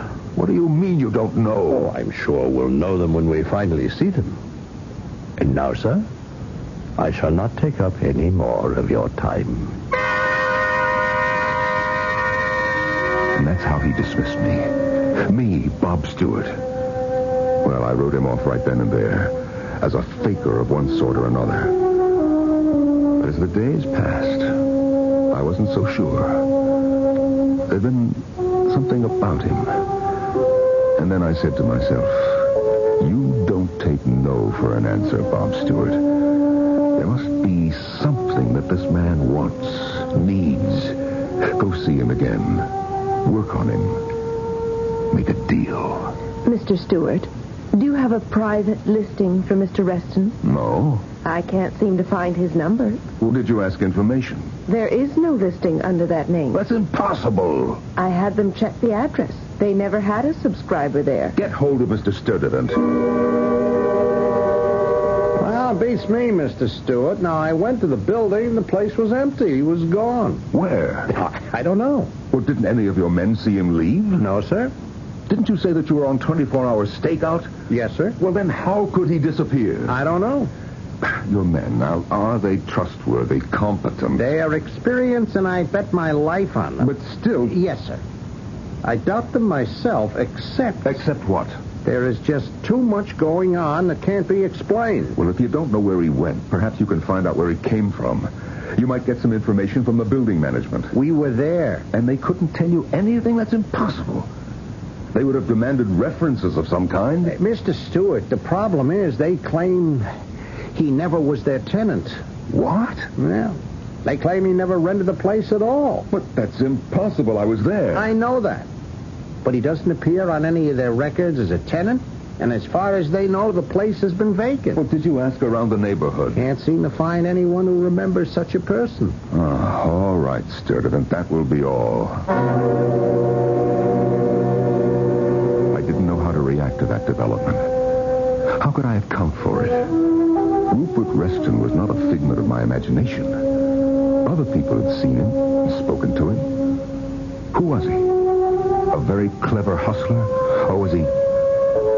Was he what? I couldn't even imagine. But somehow I felt that this had been a test. That I had been found wanting. That a way Rupert Reston had represented was now closed to me. But there had to be other ways. There simply had to be. Miss Mott. Yes, sir. Why am I not receiving any reports from problem solving? They have nothing to report. What do you mean? They're not making any progress. That's impossible. It is not an ordinary problem. It isn't? It's unusually difficult.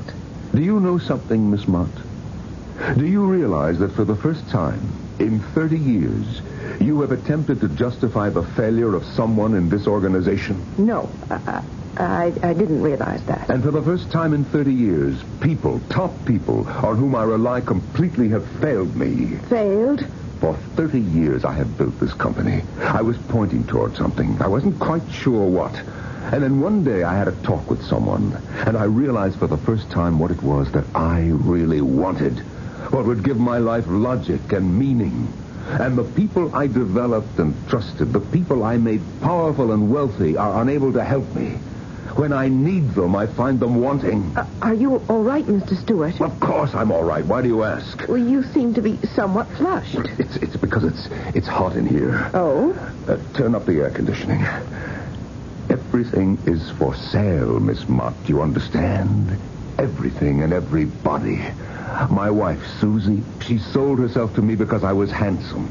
Carl Dawson sold himself to me because he thought I'd save his failing one-horse business. You sold yourself to me, too, Miss Mott. You knew that I wanted a machine, and so you became one. You did, didn't you? Yes, Mr. Stewart. You gave up any thought of a life for yourself because you knew I would need all of your loyalty, all of your energy, all of your time. That's true, Miss Mott, isn't it? It is. But I made you rich, too, didn't I? Yes, sir. Then why do any of you have cause for complaint? Who does this Rupert Reston think he is? I can face all of you in the next world. I'm not afraid to die, but I'm not going to. I'm going to live forever. Forever. Mr. Stewart! Mr. Stewart! Get an ambulance, quickly!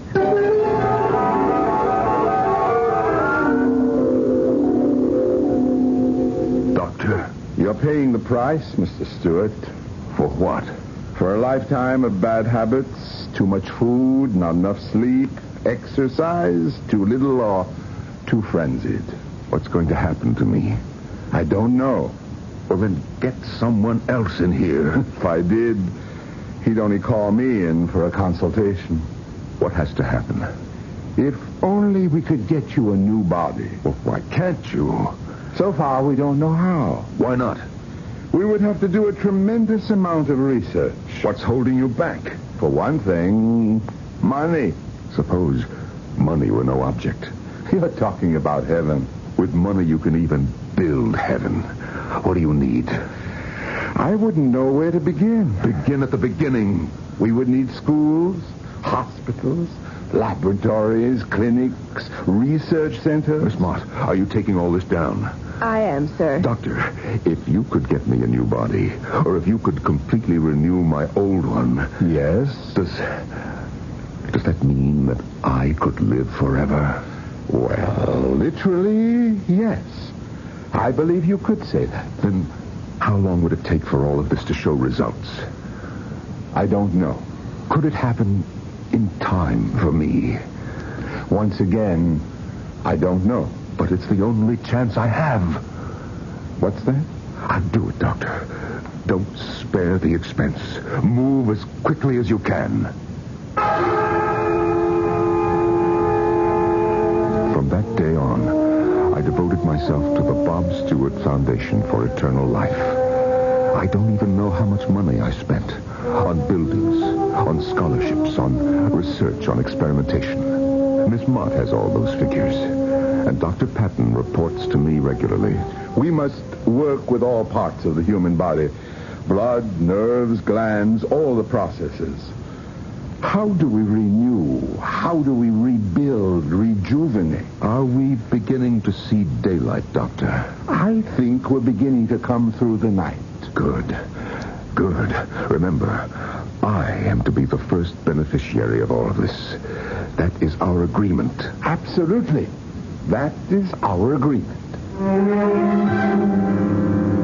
It's a race against time. I don't know if I can win. It's the most important dream I ever had in my life to be denied me. I grow weaker every day. I need a miracle. Why can't I get the miracle? With whom do you have to make a deal for a miracle? Hello, Bob. Is that you, Jerry? No, don't try to talk if it's too much of an effort. Jerry, you were right when you said that day will dawn for me as it does for everyone else. Oh, this is the day. I feel it. I know it. I was wrong, Bob. Oh, no. You were right. None of us breaks the rules. All of us are born. All of us die. None of us can live forever. Not all of us. Some of us will live forever. Maybe. But not me. Bob, now listen to me. You're going to live forever. How can you say that? I'm going to die tonight. Your dream. It's come true. You knew how to do it. You knew how to make it happen. All over the world, you'll live forever. In all the hospitals and schools and laboratories, in all the generations of doctors who will learn there, and all the people who will be healed there. Is that true, Jerry? Is it? Well, then I don't have to be afraid. No, of course not. And even if I lied, stole, cheated, even killed for the money, in the end, I gave it all back. Yes, Bob. You gave it all back. And that's all that will be remembered. That's why you're going to live forever.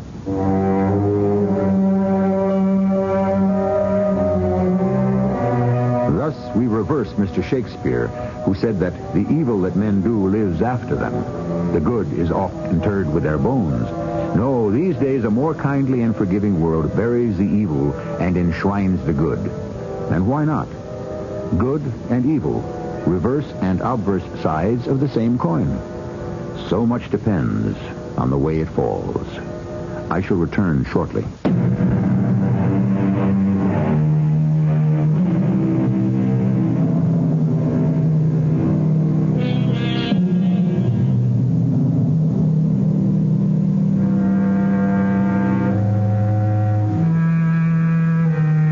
Does anyone really die? Isn't our world the sum total of all our acts and thoughts and feelings? Isn't our impact on the world, no matter how slight or seemingly inconsequential, a part of the collective consciousness? Matter, says the scientist, can neither be created nor destroyed. And since we ourselves are matter in one form or another, we must go on forever. Of course, instead of asking ourselves, does anyone really die? We might with more profit inquire, does anyone really live? Our cast included Norman Rose, Robert Dryden, Earl Hammond, and Tracy Ellis. The entire production was under the direction of Hyman Brown. This is E.G. Marshall inviting you to return to our Mystery Theater for another adventure in the macabre. Until next time, pleasant dreams.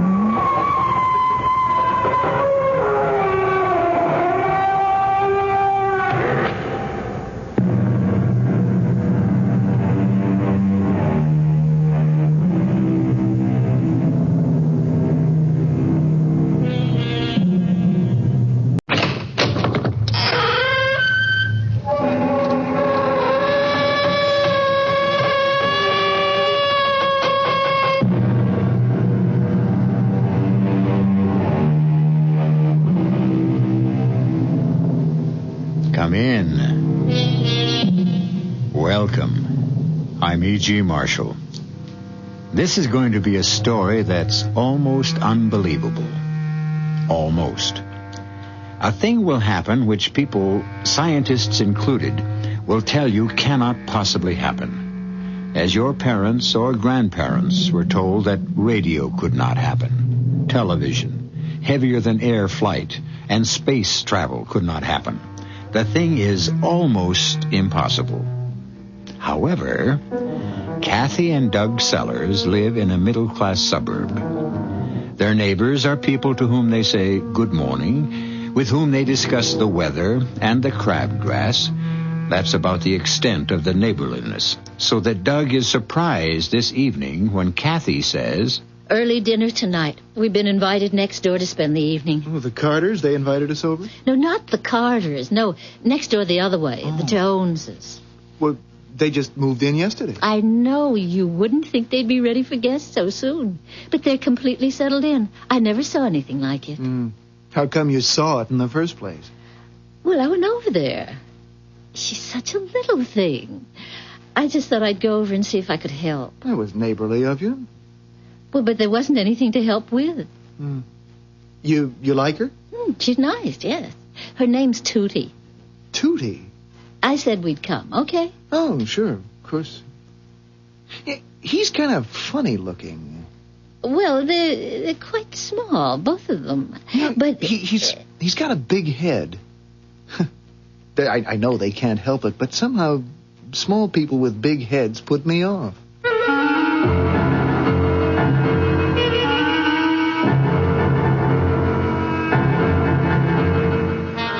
Our mystery drama, Through the Looking Glass, was written especially for the Mystery Theater by Fielden Farrington and stars Anne Shepard.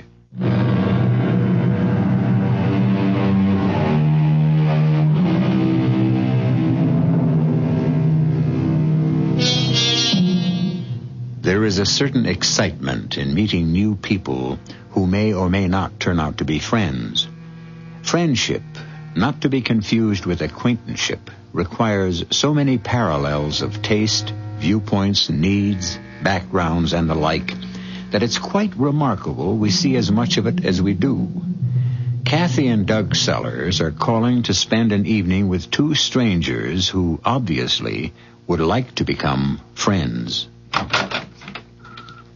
Hello, Kathy.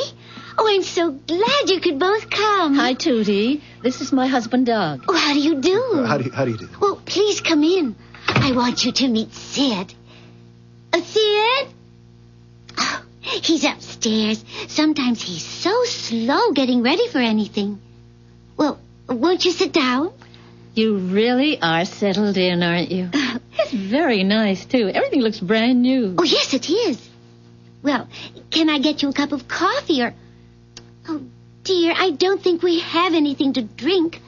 I mean, like... Oh, coffee's fine. Hello down there. I'll be right with you. Sid, do we have any... You didn't get any whiskey or anything, did you? No, I'm sorry. I am sorry. I should have thought of that. We don't drink at all, you see. And it's just easy to forget. That's no excuse. I should have been... That's all right. We don't drink either. Not really. Hardly ever. You see, where we come from, people just don't drink. Oh. You must come from a far distance. I'm trying to think of a place where nobody drinks. Well, things are very different here. We're really very that word, Sid? Backwoodsy. We're very backwoodsy. Yes. Uh-huh. You're putting us on, right? We're... what? You're putting us on, kidding us. Oh. Well, I mean, this furniture looks as if it had been designed for 20 years from now, you know? Backwoodsy? Well, the furniture's all new, you know. And you've got it all arranged so quickly. As I told Doug earlier, it looks as though you've been living here for years. And he's right, you know. It's very advanced. Is it? Well, is it too... It's all right, Tootie. She's so afraid we're going to seem, you know, different.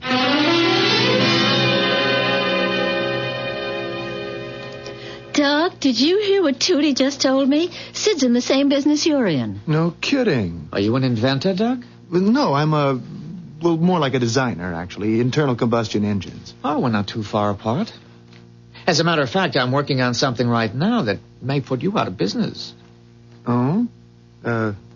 What would that be? I've got a motor that's powered by solar energy. Oh. By sunlight? Just sunlight? Yes. Well, not the light itself, of course, by the emanations. Does it work? Oh, yes. Would you like to see it? See it? I've got a working model down in the basement. A solar energy motor in the basement? Oh, I see. It doesn't need the direct light. And besides, it stores. Do you want to see it? Aren't you afraid I'll steal it? I mean, if you've got a solar energy engine that really works... No, I'm not afraid. Now, please don't be offended. I've had to work out some pretty radical new mathematical concepts that, well, you wouldn't understand them just looking at the model. Nobody would. Okay. I'd love to see it. Good, come along. The good thing about it is you don't even need a sunny day. All you need is the sun on your side of the earth. Would you like more coffee? If Doug's anything like Sid, they'll be down there for hours. No, I don't think I could handle any more coffee, thank you. You're right about Doug, though.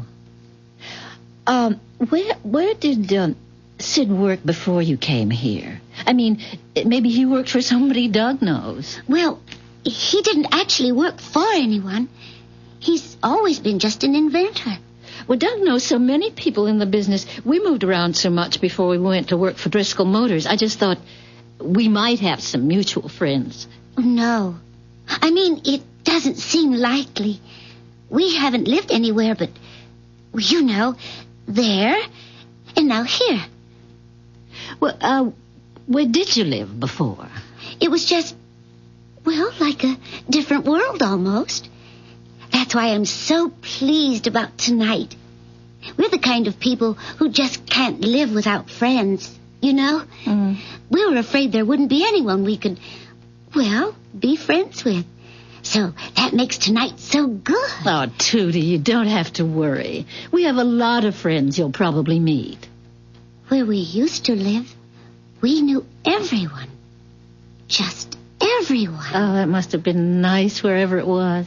Oh, yes. It was all we knew, of course. In many ways, it's better here. Much better.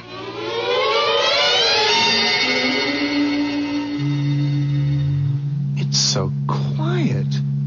How can a motor with any guts to it be so quiet? I've heard cats purr louder. Well, there's nothing to make noise, actually, except the friction. And there's very little of that. It's beautiful. How big would it have to be to power, say, an automobile? How big? Well, this engine itself would pull a freight train. So 12, maybe 15 cars. That little thing? Energy doesn't come in sizes, Doug. With refinements I'm not tooled for here, a motor like this could supply all the electricity a medium-sized city would need. You're kidding. It has implications, as a matter of fact, that could lead to the obsolescence of electricity itself. Man, you are talking revolution, you know that? It would be a tremendous step. Yes, it would almost certainly entail some dislocation. Dislocation? It would bomb out just about everything our society is based on. Well, the short-term adjustment would be severe, I don't deny that. Temporary chaos. The gain would be long-range, not immediate. Ooh, scares me. No kidding. You don't know what you've got here. Oh, yes, I know. What I have here is a device, a ridiculously simple little device which would make the air we breathe sweet and pure again. Make the oceans, the lakes, and the rivers habitable for marine creatures. Put an end to nervous breakdowns from the sheer clamor of civilization. As you say, destroy everything today's society is based on. Well, today's society isn't exactly utopia, I know that, but, Sid, it's the only society we've got. Would you like to see the design on paper? Talk about the math involved. Well, you said I couldn't understand the math anyway. No. I said you couldn't understand it simply from looking at the motor. Actually, like the motor, the math is quite simple. I can't tell you how glad I am that you could come over and just, visit. I'm afraid I've talked too much shop to Doug, though. Huh? Oh, no, not at all. I'm sorry. I guess I'm sort of preoccupied. Dinner next time, all right? Okay. I'd love to watch that gadget of yours turn out a whole dinner. Let's go, Kathy. I mean, I do have to get to work early tomorrow. I'll be in touch, Sid, okay? Good night. Good night. Good night, and thanks again. Disapprove neighbors? What did you say, Tootie? I say disapprove. Oh, I'm sorry. We agreed not to speak that way, not even when we're alone. Oh, I keep forgetting. Did you approve of the neighbors? Yes. On the whole, yes, I think so. What did you think of her? Well, it's hard to get used to these big, clumsy people, But I rather liked her.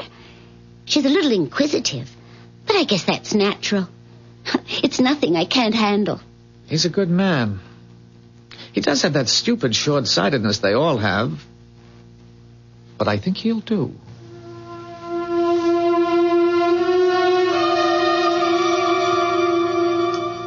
Well, I don't care what you told them about us hardly drinking. I want a good solid slug of bourbon. Okay. Something happened? What? Did he tell you where they're from? Where they moved here from? No, I don't think so. Well, she's a pretty close-mouthed one. Aren't you even going to put any water or anything with it? He's quite a guy, that Sid. How do you mean? But when Tootie... what kind of a name is that, anyway? Anyway, when she called him an inventor, she sure wasn't kidding. Did she say anything about where they came from? I told you I spent the whole evening trying to find out where they're from. But she's slippery as an eel. I didn't get to first base. People don't give things away. You have to be suspicious when a man wants to give something away.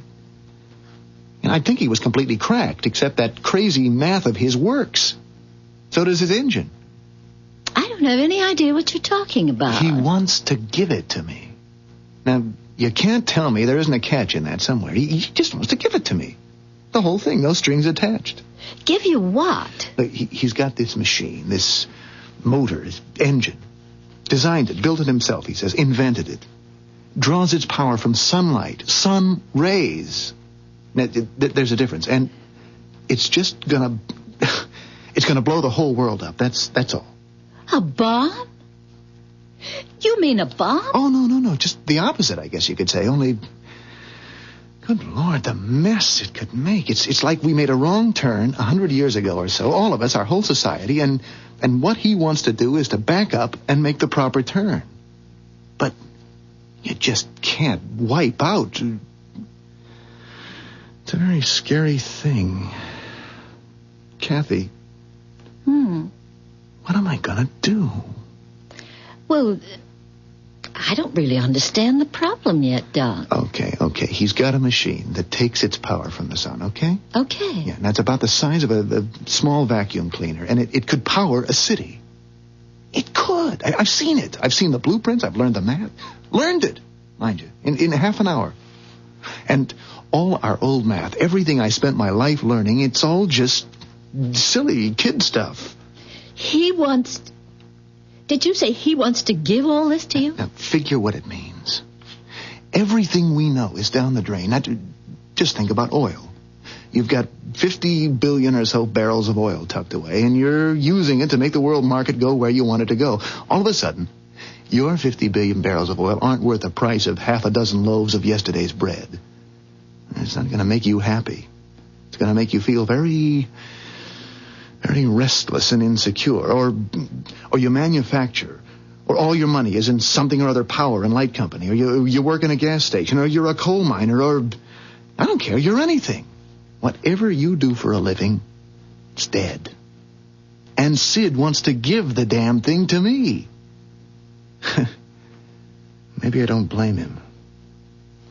Wouldn't there be a lot of money in it? For us? Millions. Oh, hell, more like billions. Take it. I'm not even sure money would have much value anymore.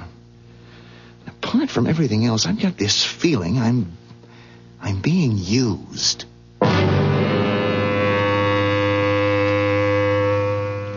There's a very good chance that Doug is being used. In a good cause, perhaps, but used all the same. There's a worn-out old cliche that says you can't make an omelet without breaking an egg. All well and good. But what if the egg that's getting broken is the world you've grown up in? The only world you know. It could make you feel pretty uncomfortable. I'll be back shortly with Act 2.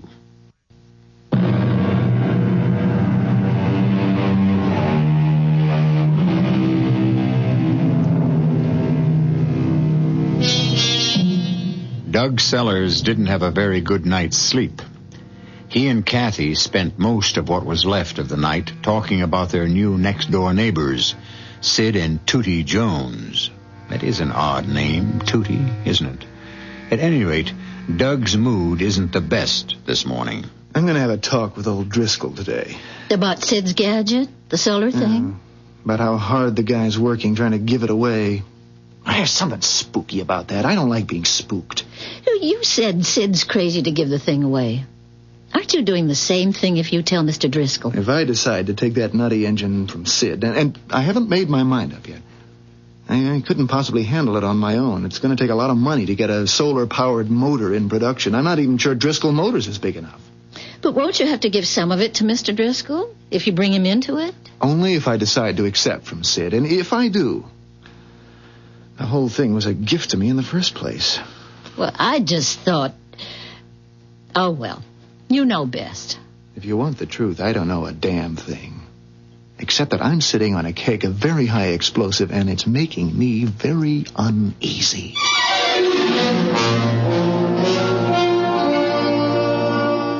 So, that's it, Mr. Driscoll. The motor works.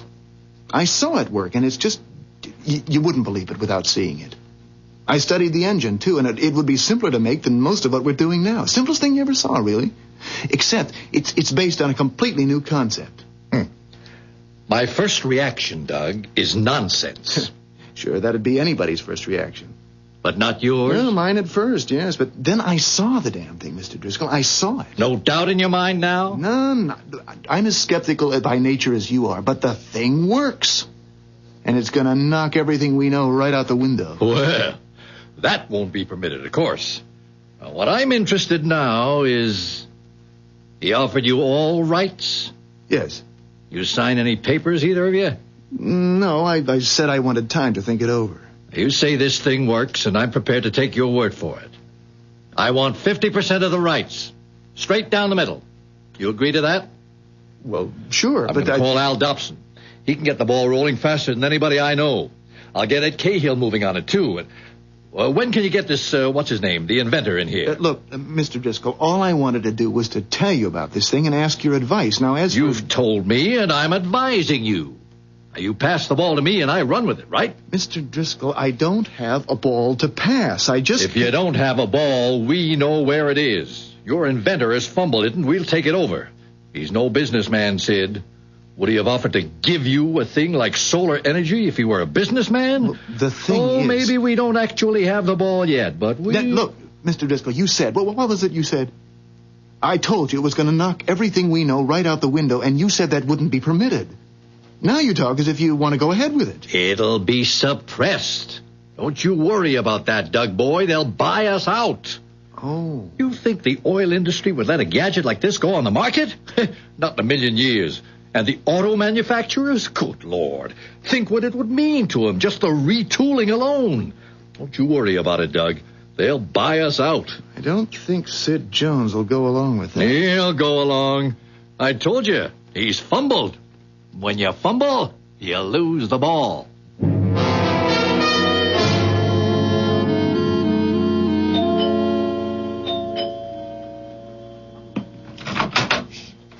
Oh, hello, Kathy. Hi. I washed the breakfast dishes, did 2 loads of laundry, and vacuumed the living room. I figured it was time to take a break. You mind? Oh, mind?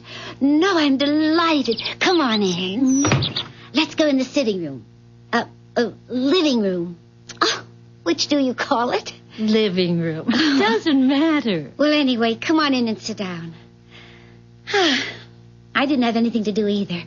I was just... Oh, I forgot to turn off the television. That's a television set? Oh, you know Sid. It's one of his inventions. He'll drive me crazy with his inventions one of these days. But the screen's the wrong shape. It's so big. It looks... What it looks like when you turn it off is a full-length mirror. Well, that's the idea, I guess. People would rather have a mirror in their sitting room than a box with that big blank screen staring at them. Oh, I don't know. I don't try to keep up with Sid's inventions. Doug says he's very good. Oh, yes. He's good. Doug says he's way ahead of his time. Ahead of his time? Yeah. You know, inventing things the world just isn't ready for yet. Like that solar energy thing. Well, he is very advanced in his thinking. Yes. Sid is very advanced. And he's worried about what do you call it? The ecology. Yeah.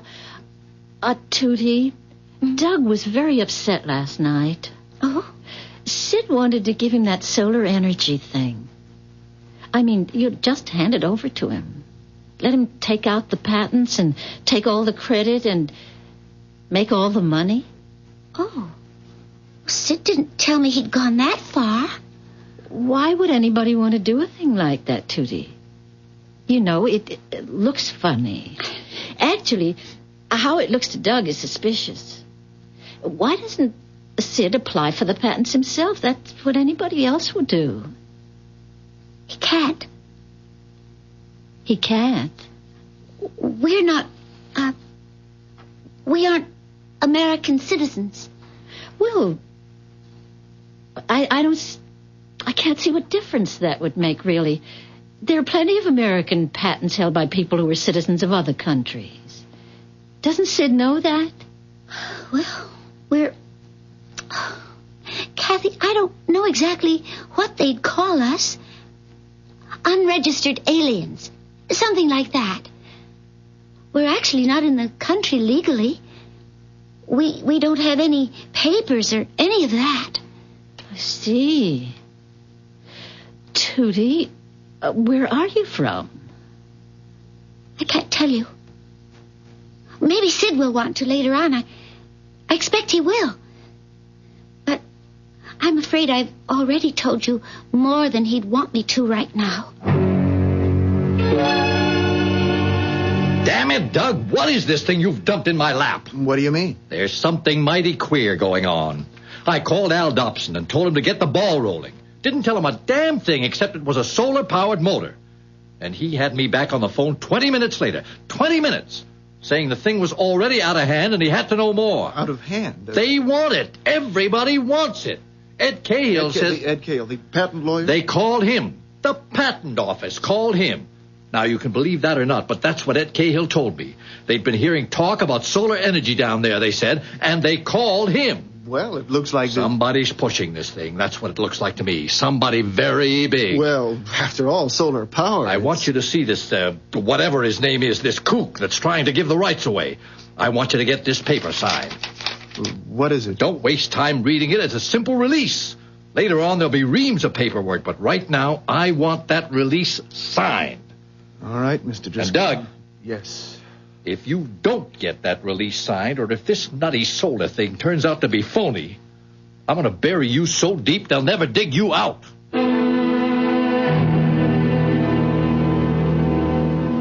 I should never have talked to Driscoll about Sid's invention. What happened? Oh, hell broke loose. As nearly as I can figure, Driscoll's committed himself in 2 or 3 places without having a damn thing to deliver. Everything's moving so fast, it's a mess, that's all. Dear. I talked to Tootie this morning, like you said. Hmm? You find out anything? They're what she called unregistered aliens. She said that herself. They're in the country illegally. Oh, good Doug, what does it mean? I don't know what it means. Trouble, that's for sure. That was why he wanted to turn the invention over to you, Tootie said.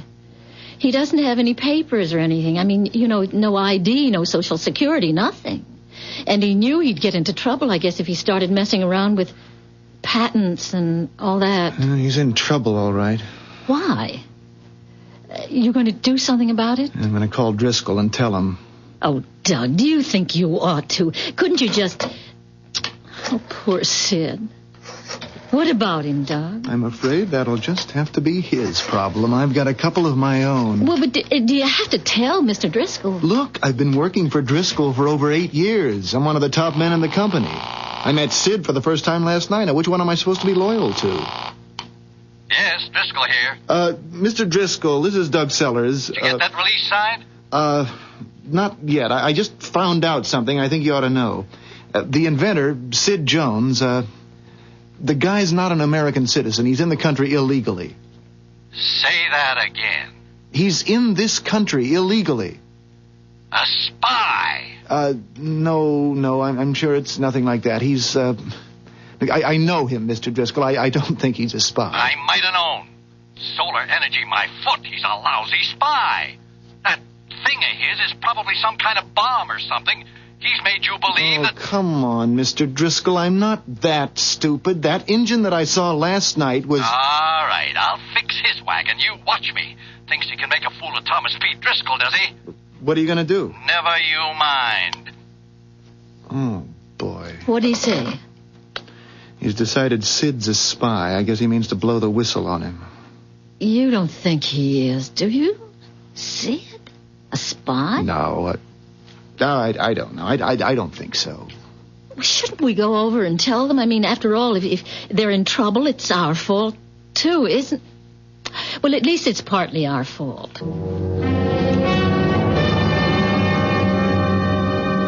Yes, things seem to be moving along very nicely. Nicely?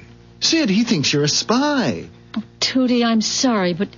Well, I always tell Doug everything, you know. It's all right, Kathy. Oh, please don't feel badly about it, either of you. It's all right. The patent office was interested, you say. That sounds very good. Don't you think you ought to... Look, I mean, old Driscoll is going to do something. And that's for sure. And if you're not in this country legally... It's all right, Doug. Really it is. Did you say this Mr. Driscoll gave you a paper he wanted me to sign? Well, yes. Do you have it with you? Yes.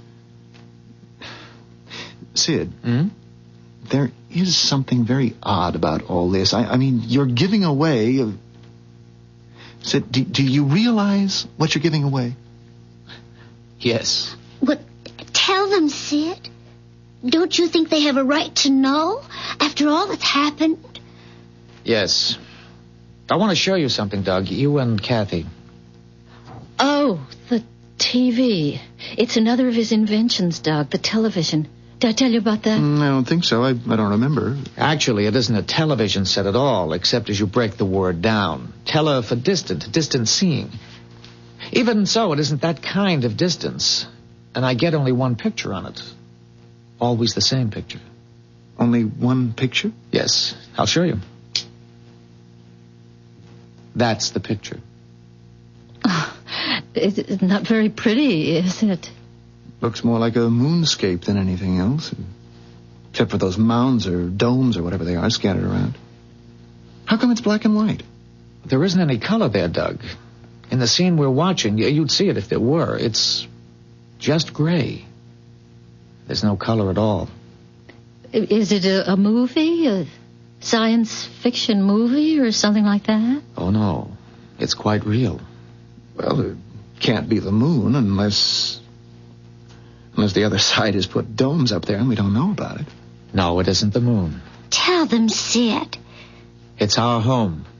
Tootie's and mine. That's where we came from. That's where we've always lived.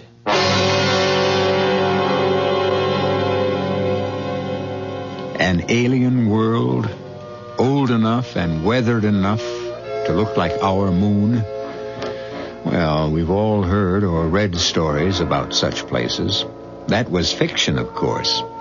But it hasn't been so very long since it was only in fiction that men put on spacesuits and blasted off from Earth and later walked on the moon. Today's science fiction has an unsettling way of becoming tomorrow's fact. I'll return shortly with Act 3.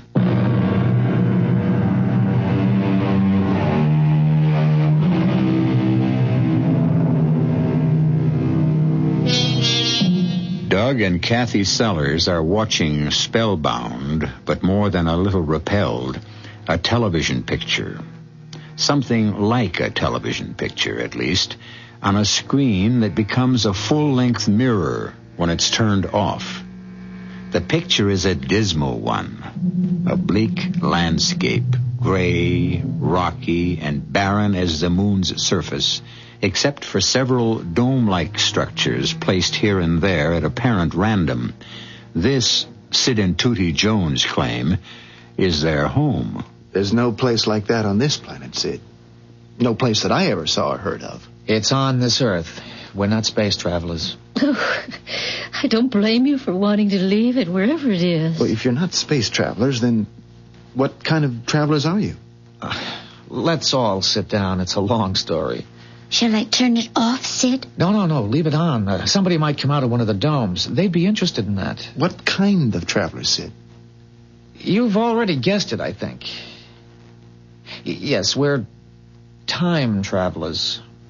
Time travelers? Then when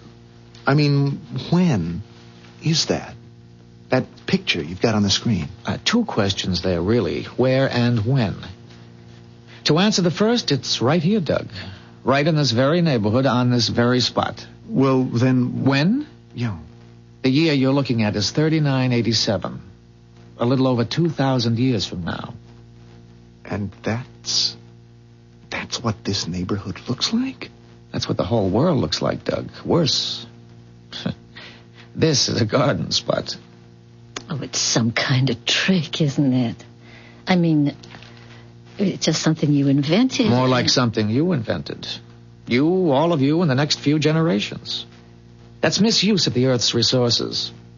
All of your mistakes carried out to their final, inevitable conclusion. You're looking at the end product of your era's short-sightedness. I just don't believe it. Well, there it is. You can see it. Well, then it wasn't it wasn't bombed out? The A-bomb, the H-bomb, all the alphabetical bombs that came after? No, they were never used. Except to waste the Earth's substance and terrify its people. There, on the screen. Somebody's coming out of the B7 dome. Can you see who it is, Sid? No, not to be sure. Forex, most likely. I think it was his turn at B7. What's he wearing that thing for? Looks like a spacesuit. Well, that's what it is.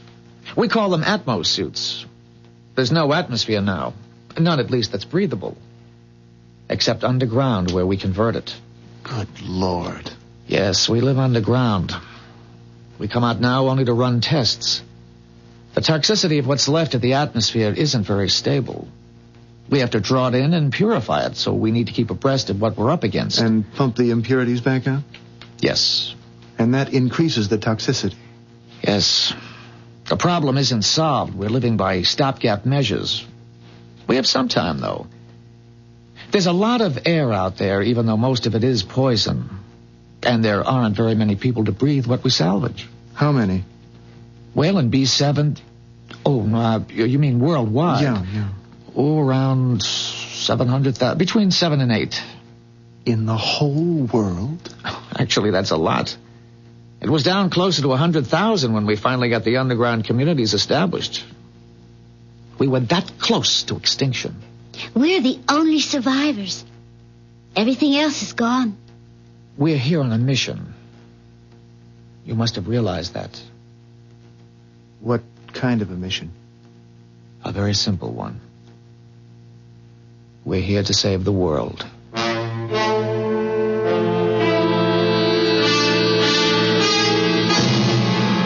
Sergeant Wilson. Yeah, I want to talk to the chief of police. He's out of town. What can I do for you? Listen, I'm Thomas P. Driscoll of Driscoll Motors. I want to report a spy. Report a spy. You'd like to give me the details? I can only give the chief the details. No way, Mr. Driscoll. I offer you a spy, a genuine spy, and you won't put me up. All right. I'm coming over there. By God, I pay my taxes and I'm entitled. I'll be over there in 10 minutes. Did you say save the world? You're here to save that world 2,000 years from now? That world, which of course is simply this one grown old. That's a dead world. It's beyond saving in our time. We have a few 100,000 people living inside it. Like people on one of your life rafts. If the people on the raft aren't rescued, they'll die. The same with our people. They'll die, or their grandchildren will, or their grandchildren. We few have survived the catastrophe temporarily. And so you've come back here, back to our time with the only treatment that can possibly save the world. We have a cure for its sickness, and we mean to administer it. Call me one of the doctors. There are many of us. Many of you? Oh, yes, one man could never do it. Your Mr. Driscoll was very right about that, Doug. We have many people in this time, some of them in very high places where pressure can be applied, where red tape can be bypassed. Speaking of Driscoll, Sid, I think you ought to... Don't worry about it. It isn't important. Now, will you let me sign that paper he gave you? All right. I've read that the people of your time set great store by pieces of paper with signatures on them. What are these numbers you put under the signature? Oh, that's just to make it thoroughly legal. That's my designation in my own time. 6D48M. We have numbers instead of names, although we still use nicknames. Mine actually is Sid from 6D. My designation is 2T93K. Tootie. 2T. That's kind of a cute name, though, once you get used to it. Well, if you had time travel, why did you wait until the world got into such a state? Time translation is a relatively recent discovery. But why this particular time? Why not earlier or later? Oh, no, irreversible damage has been done at this time. As a matter of fact, it was at this time and point that the depletion of resources began accelerating so rapidly that it got out of control. Any later would have been too late.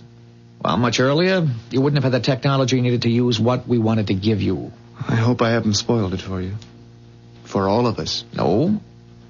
If it doesn't work, it's nobody's fault but my own. I made the decisions. It was my assignment.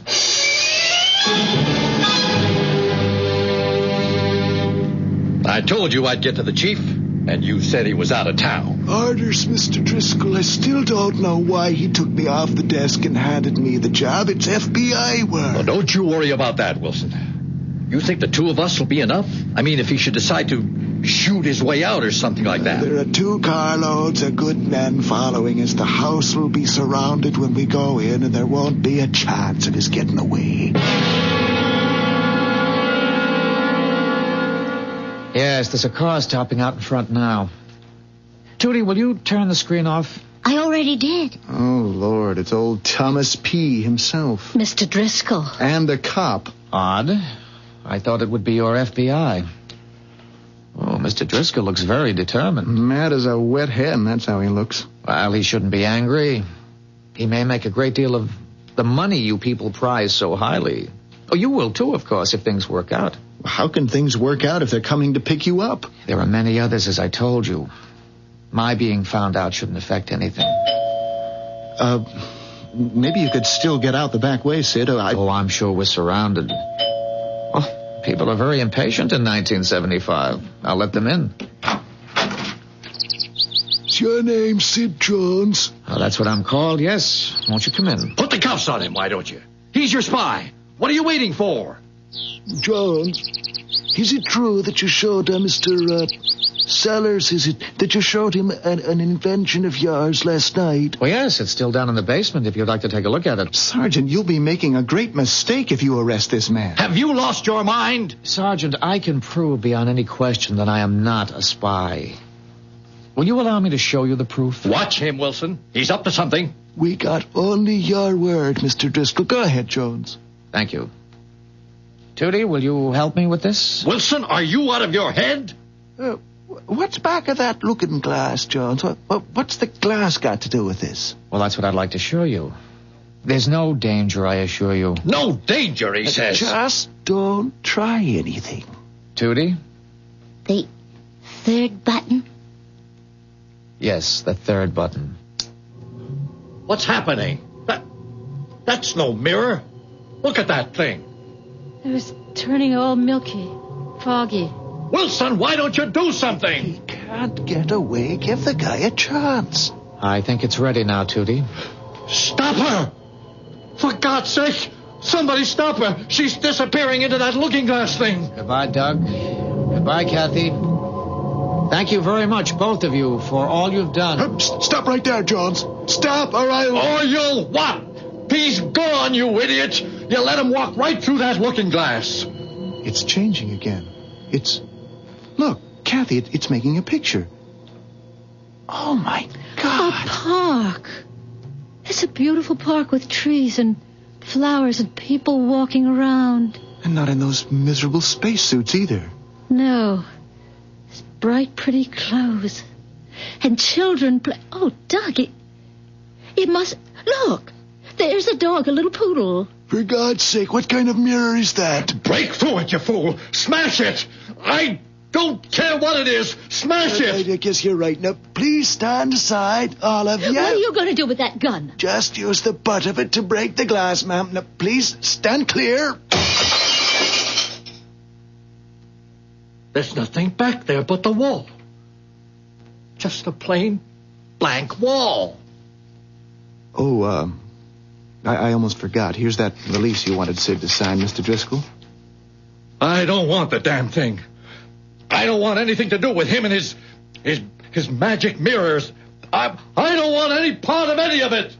I don't think you really have a choice, Mr. Driscoll. That was a park we saw through the looking glass before the sergeant here smashed it. And if they have a park, we have solar energy. We couldn't change it if we wanted to.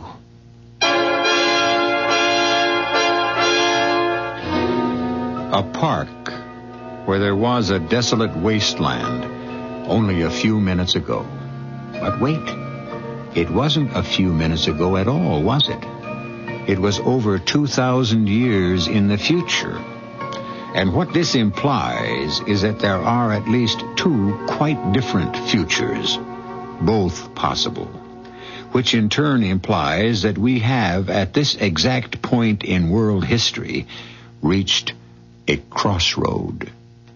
I'll be back shortly.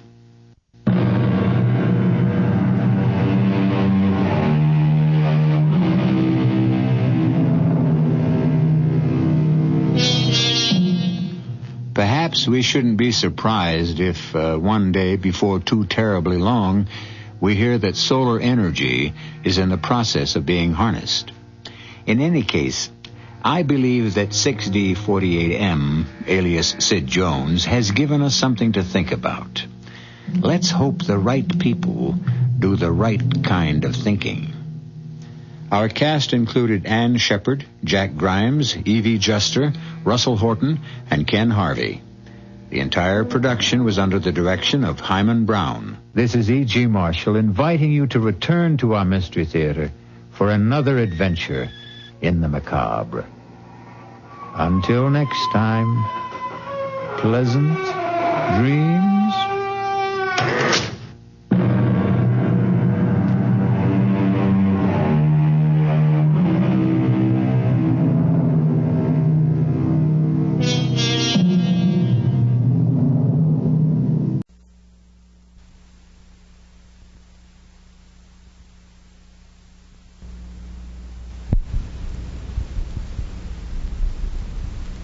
Radio Mystery Theater presents...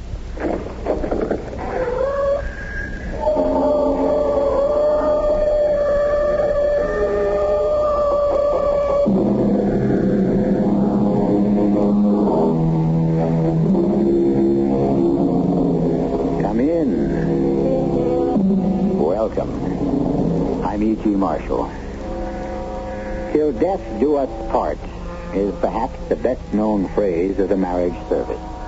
Today's brides and grooms say them and all the time believe them, despite so many marriages ending in the divorce court. There are, however, many marriages that are indeed lasting unions, and some very few that should have the word "till death do us part" changed to a promise to love to the grave and beyond, to the end of time. Emily, why can't I see you? John, darling, I am dead, and you live. You've crossed a deep and dark boundary to be here to talk to me, and it is best for you to go back now and forget me. Forget you, Emily? You know I can never do that. Forget that you ever talked to me, John. Please, for your sake, if not for mine. Learn to leave the dead alone.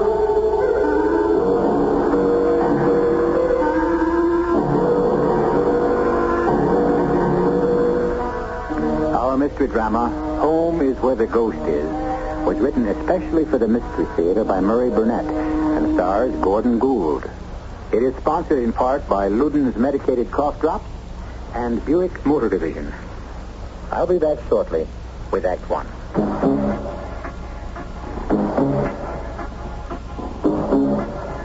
When you say that, you said a lot of things nobody else can say. A lot of things, like Beechwood aging for 100% natural carbonation. That's how the Budweiser people age their beer. Nobody else does it that special way. But then, nobody else is brewing the king of beers. I could tell you a lot of other things about Budweiser and why it's the largest selling beer in the world. But it all comes back to the Budweiser taste, and that speaks for itself, loud and clear. Hear it talking?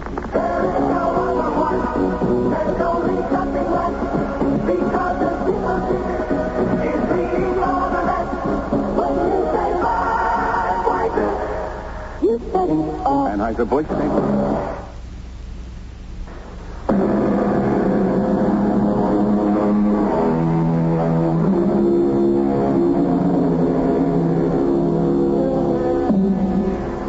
Each of us has a very special place, a favorite retreat. It may be a particular restaurant, or a very special vacation spot, or, in our younger days, perhaps a cave or a treehouse. Ghosts are no exceptions to this rule, and for centuries they have favored castles, old creaky houses, and desolate wind-swept moors.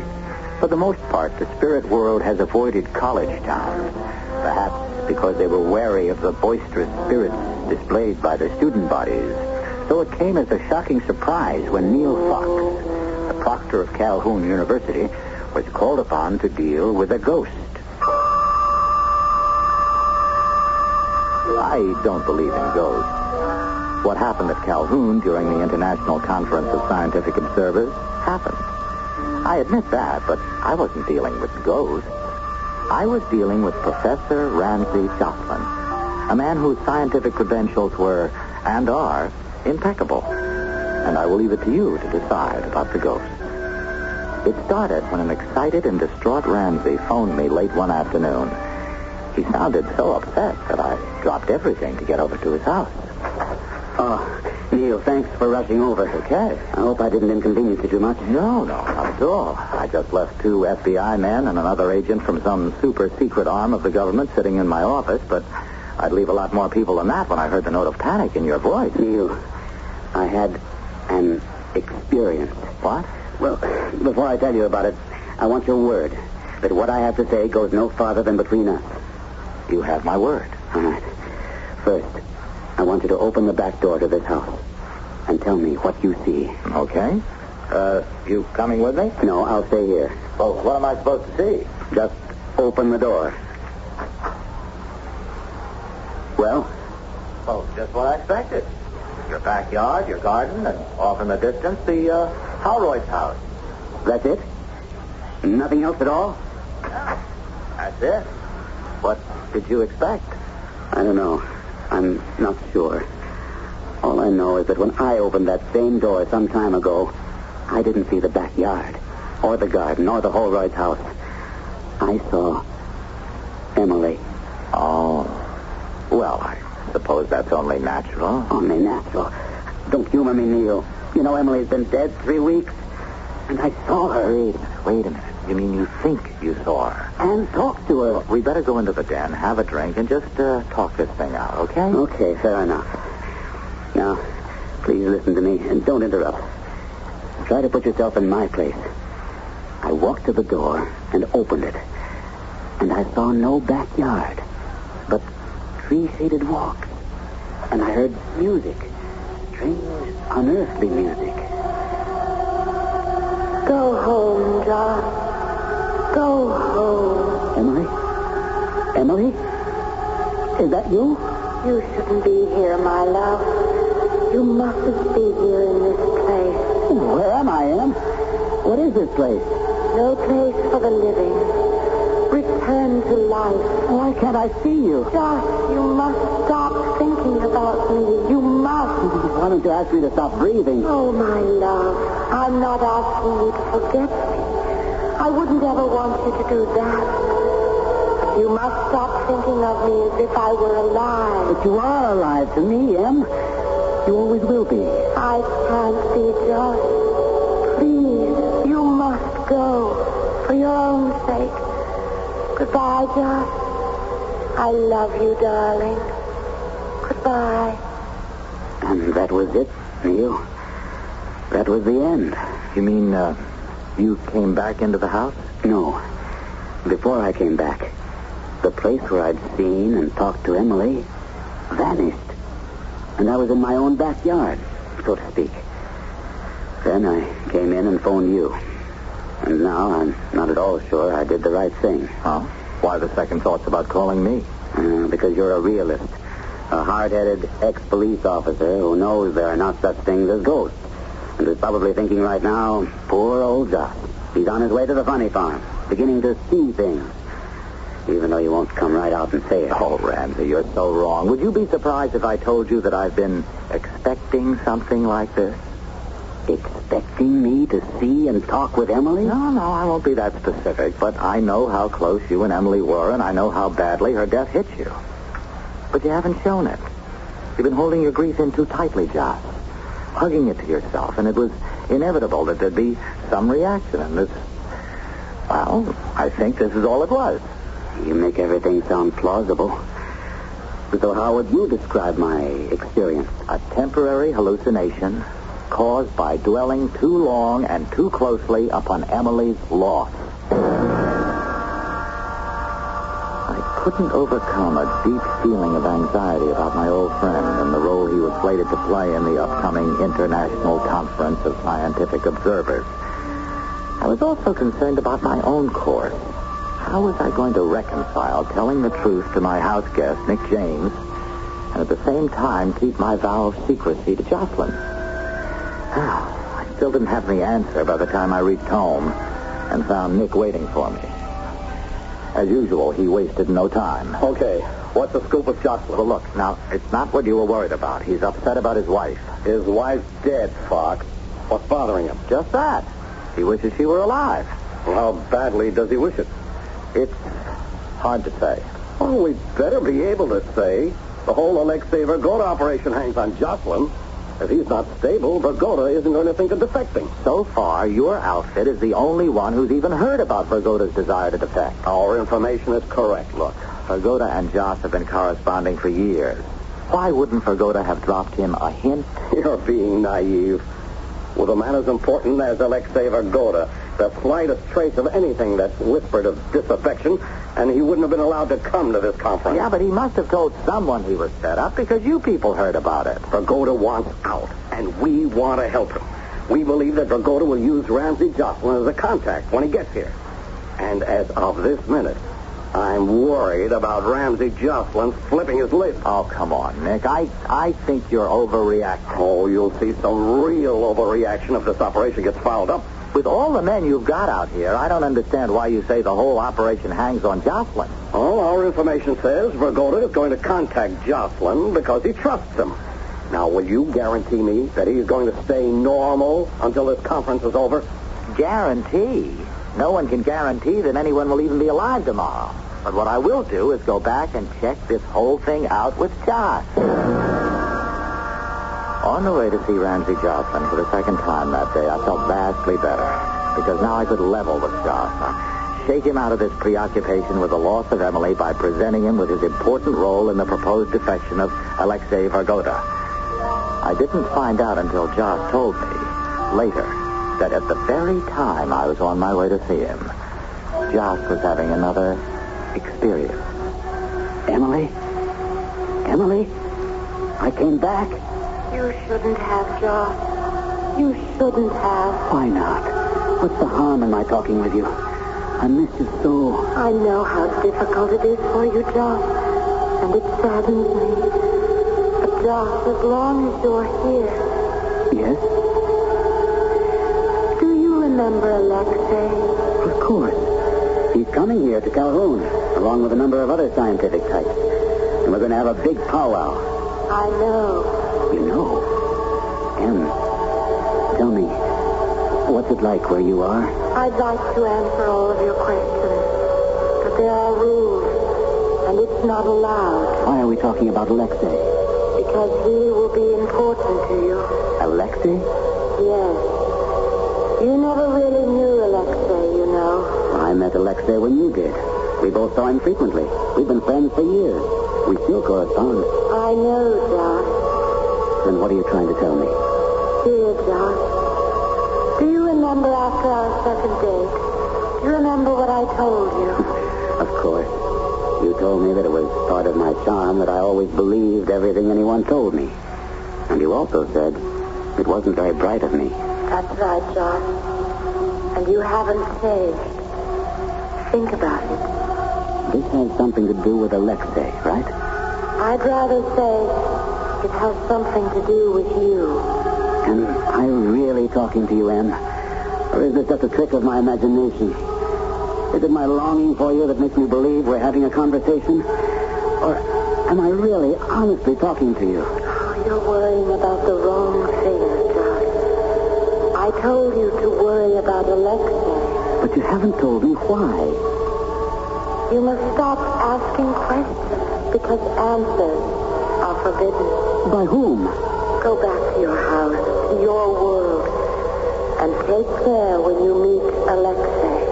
I think I've made a discovery. If it only depends on my will to have these talks with you, then I intend to have them. No, you mustn't. I told you, you mustn't. Trust me, Josh. And forget me. Then you must give me a reason. Very few mortals can come as far as you have. And having reached this point, you should be able to understand when I tell you that you are permitted only a certain number of visits. Once you pass that number, you can never return to your world. How many visits am I permitted? Emily? Emily, did you hear me? How many? Oh, it's unfair. Don't you see that now I'm worse off than before? Emily? Emily, come back! For centuries, gamblers have known that the ultimate gamble was life or death. Now, if Ramsey Jocelyn believes that he has really been in touch with the spirit of his dead wife, Emily, then he must, if he wishes to talk with her again, take that ultimate gamble. On the other hand, there are those who will say that he dreamed the whole thing. Take your choice, and I will return shortly with Act 2. Isn't it nice to know you're free? To see the things you want to see. To touch the heights you dare to reach.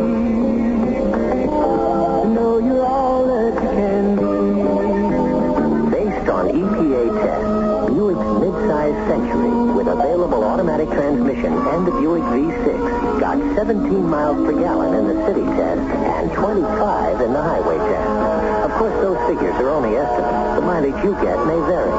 But what it means is this. Buick's V6 Centuries with automatic transmission got better overall EPA mileage ratings than any other U.S. midsize with automatic transmission. Nice going, Buick.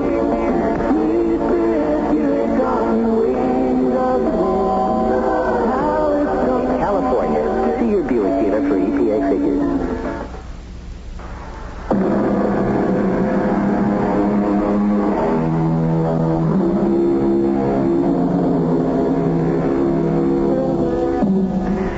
Civilization has been of two minds about people who hear voices. In some ancient cultures, they were enshrined as saints or honored as soothsayers, while in more modern times, some, like Joan of Arc, have been burned at the stake, and others sent to institutions. But the problem becomes complicated when a man who believes he heard the voice of his recently dead wife is not only a scientist and college professor, but also the key figure in the hoped-for defection of a top scientist.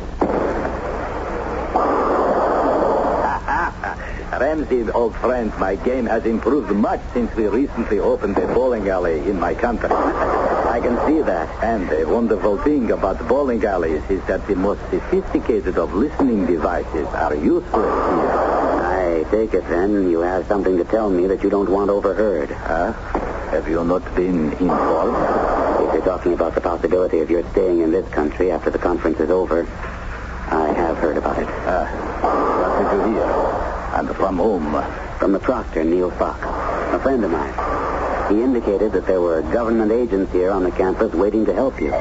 If you want. Ramsey, I not only want, I need. You scientists will wear me out with the hours you keep. Alexei, are you aware that you have a 9:30 meeting tomorrow? Very well aware of it, Colonel.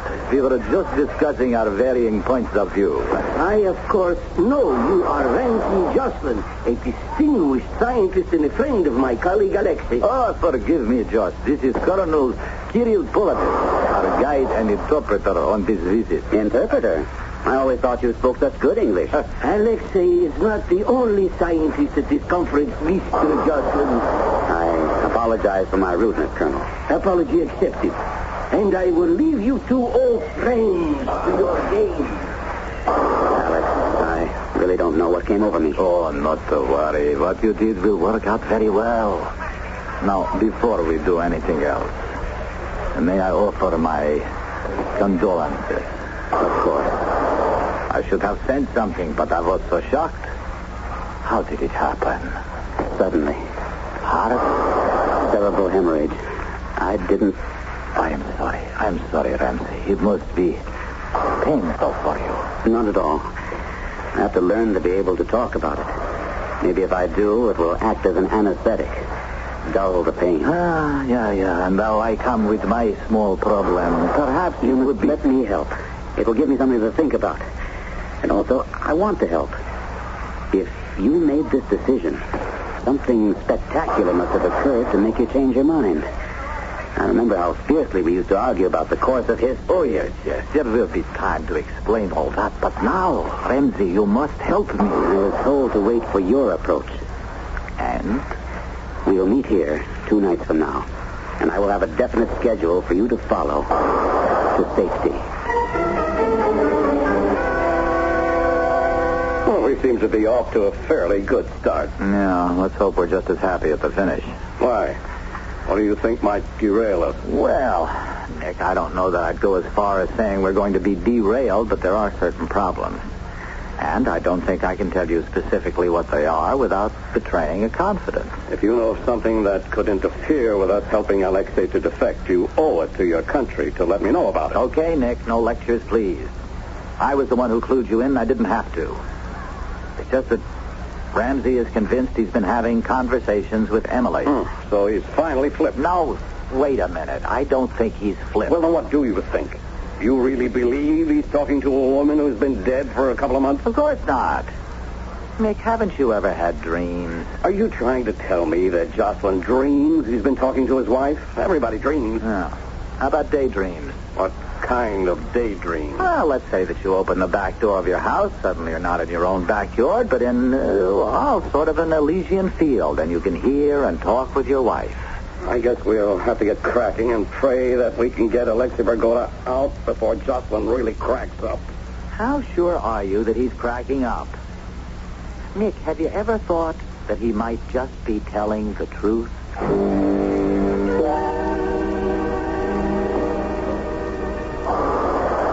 have good news for you.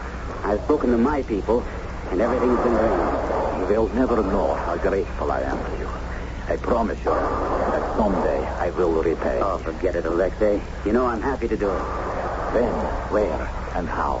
It will be at the Roundabout Inn luncheon when we make our visit to Eden Farm. Aha. That is the day after tomorrow, is it not? It is. And how? I hope one thing, that it is not complicated. No, it's the soul of simplicity. No one knows the exact minute that we'll be sitting down to lunch, because the tour at the farm will take some time. What is this farm? Oh, Eden Farms produces only natural products grown organically. It's really a fascinating and instructive project. I see, but you will forgive me if I am more interested in the arrangement. Of course. As I said, it doesn't matter what time we sit down to lunch. You will excuse yourself after the first course has been served and ask for the men's room. You are allowed to go there, unaccompanied, I hope. Well, usually, but there should be a contingency plan, you know. There is. I'll explain in a minute. Because I've been to the farm so many times, I shan't be along on the trip. But I will go to the inn early. The inn's facilities are somewhat rustic. I shall be in the men's room, waiting for you.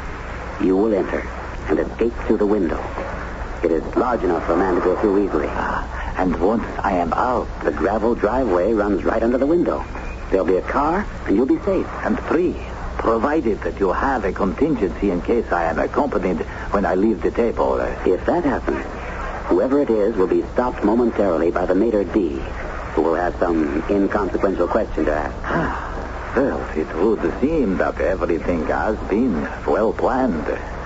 You don't sound very happy about it. Oh, I am. But you, of all people, just should understand that to me, I am giving up a country, a way of life, and perhaps more importantly, a philosophy by which I have lived ever since I can remember. If you're having second thoughts, the people who have been briefing me will be very upset. No second thought.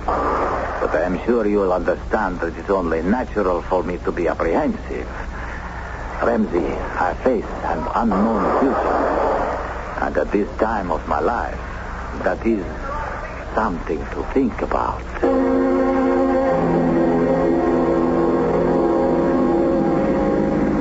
Oh, Josh, you're quiet today. I'm not used to this cloak and dagger stuff. Neither am I. But at this point, there's nothing for you to worry about. You know what you have to do. Are you sure everything's been arranged? Positive. Carl will be waiting. Your absence from the tour at Eden Farm has been accounted for. And all that remains is for you to wait for Alexei. But, by the way, how did he take the plan? Oh, I hate all this. I'm a scientist, not an expert in the ins and outs of defectors. Okay, Josh, calm down. There's nothing to your part in this now. All you have to do is wait until Vergoda shows, and then after he's through the window, just walk out. Well, then why not let somebody else do it? Now, you know that's a silly question. Can you imagine Vergoda's reaction if he walked into that room and didn't see you? You have a point. But then he wouldn't go through with it. And maybe he'd be happier. Oh. Is that the feeling you got when you explained the plan to him? The feeling that he wasn't 100% sold on the idea? I can't say that exactly, but... Well, I imagined he'd be more enthusiastic than he was. But what do I know? Well, you're perceptive. Your feelings are important. How about Emily's feelings? Emily? Well, what's she got to do with it? She's warned me against Alexei. Oh. You've, seen her again? No, I've never seen her. I told you, we talk. Out in your backyard? Yes. It happened again after I spoke with you. Oh. John, when she warned you, was she specific? Did she know that Alexei was thinking of defecting? From the questions you're asking, it appears that you're beginning to believe in Emily yourself. No, not a bit. But I believe in you. What does that mean? Josh, I know you. I believe that your subconscious has picked up some signals from Alexei. You're not sure about them or yourself, so you've transferred those doubts to have them voiced by Emily, or your idea of Emily.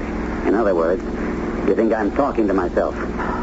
Don't you think your foot's a little heavy on the gas? Talking to ourselves is one thing, and what I'm experiencing with Emily, quite another. And you damn well know it. Now, Josh, you're under a strain, and you're definitely driving too fast. I just wish I could take you with me when I open that back door into the garden. Then maybe you'd believe me. Okay, we'll try it sometime. Now, Josh, slow down. I'll drive as fast as I want. Come on, now, you're being childish. Because you're treating me like a child, humoring me, and really not believing for a moment, or even opening your mind to what... Josh, watch it. The truck at the crossroads. Hang on.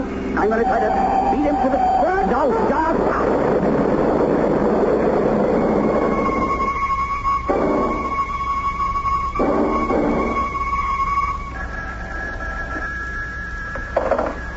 Yes, hello. Neil, I called your house first, but they told me you were still in the hospital. I thought you were supposed to get out today. Oh, I was, and I am. Just waiting for one last x-ray. What time do you think you'll be out? Sometime this afternoon. Anything up? Have you heard from our friend? Only the usual courtesy call, hoping I wasn't seriously hurt in the crash. He wasn't alone when he called. That was to be expected. I was hoping you were out, because I wanted to remind you about our promise. What promise? The last thing we were talking about before the accident. Remember? I asked you to accompany me when I walk in my garden. Oh, yes.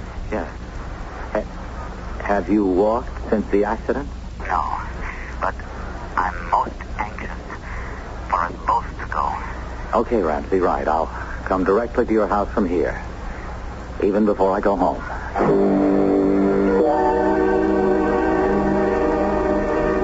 You're not scared, are you? No, of course not, but maybe there has to be some kind of preparation. Like what? Well, like me thinking about Emily, concentrating on her, and you doing the same. I don't see why. I never thought about her before. I mean, made an effort. I just opened the door, and there she was. All right. Go ahead. Open it. I just thought of something. What? Suppose that when I open this door, you see the backyard as it was, always, and I see what I've seen before. Then we at least will have some kind of an answer, won't we? I suppose so. Well, here goes. Well? Nothing. It's just my backyard. That's right, John. That's all it is. Why don't we take a walk? Okay. I've got time for just about a 5-minute stroll, Joss, and then I think it'll be back to the drawing board because we still have a commitment to Vergota. We walked for the full 5 minutes through the entire garden, but nothing changed, and Jocelyn never claimed that he had heard Emily's voice. Joss and I went back into the house, and I returned home after telling Joss that Nick James was going to come up with another plan for Vergota's defection. I didn't know till Joss told me the next day that he'd gone back to the garden alone.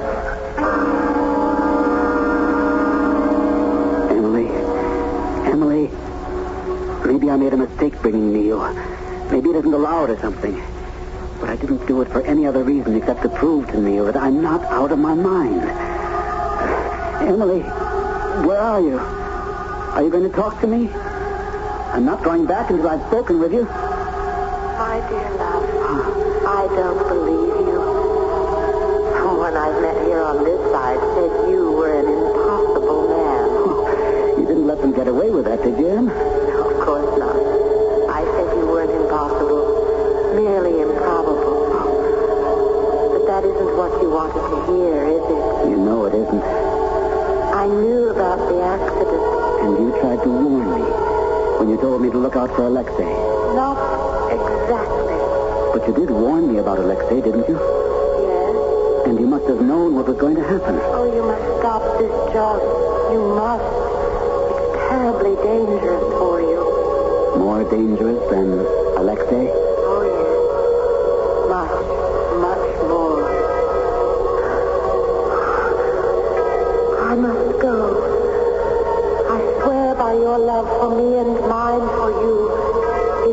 visit me once more, you can never go back.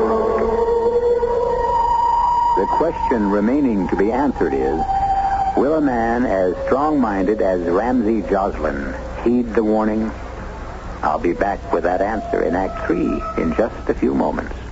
You can have great taste, lots of great taste and taste with Blue Carbunkel. There are medicated cough drops with great taste in every box. Wild cherry, sweet and savory, menthol, cool and flavory.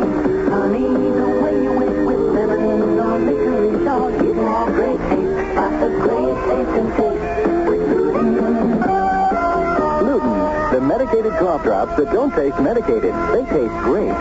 Use only as directed.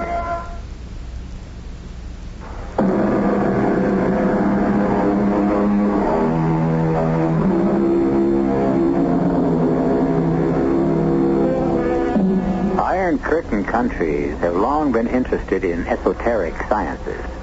ESP and telekinesis have led in experimentation that has been well publicized. But one may well wonder whether they haven't also looked into the occult.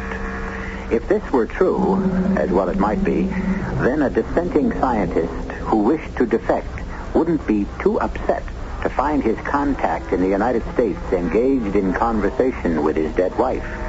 This opinion, however, isn't shared by the American government agent masterminding the arrangements for the defector.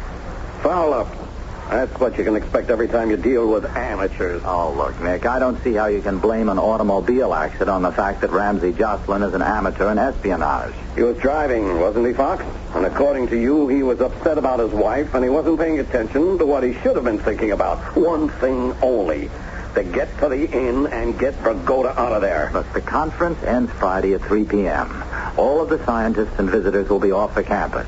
We just have to come up with something that's workable between now and 3 p.m. Friday. Well, that gives us just 2 days. 2 days to get a plan. Give it to Jocelyn. Have him contact Vergoda and then carry it off. All right, excuse me for asking what's undoubtedly a stupid question, but what would be wrong with having Vergoda simply walk up to your office and ask to be taken to a U.S. consul for asylum? Nothing. All you have to do is tell me how he can get up here unescorted. And what reason could Vergoda give to come to your office? He'd have to invent something that his people would buy. Okay. All right, what does that leave us with? What we had from the beginning. His friendship with Ramsey Joslin. At the same time that Nick James was outlining the new plan to me, a meeting was taking place at the dormitory that had been assigned to the visitors. I didn't know it at the time, but it was all too clear before the end of this affair. As you well know, Comrade Vergoda, our superiors don't believe in acts of God. Nor automobile accidents either, eh, Colonel? By whatever names we call it, it is failure, and we both know how they regard failure. There need be no failure here with Jocelyn. We are desperately short of time. Who says that Jocelyn is so important that we must have him? What? Didn't the original suggestion for the kidnapping of Jocelyn come from you? Whether or not Jocelyn is important to us has no bearing on their attitude about me. You agree that I am still a number one priority on their books? Yes, I agree. So they must renew their efforts to set up another rendezvous. And time also pressures them. I am going to explain to my old friend Jocelyn that I have decided it isn't in the cards for me to be able to defect successfully. Very clever.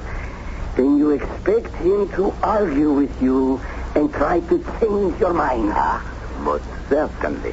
And during that urgent arguing, we will again become very close. And we will talk much more openly about everything, including his experiments.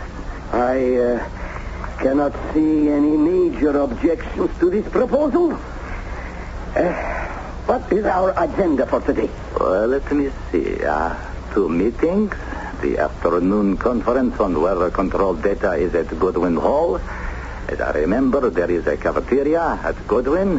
Why don't we lunch there and allow ourselves to be, shall we say, discovered? I think you should know, Alexei, that You never fooled me for a moment. What? Who is that? Emily, the girl you hope to marry.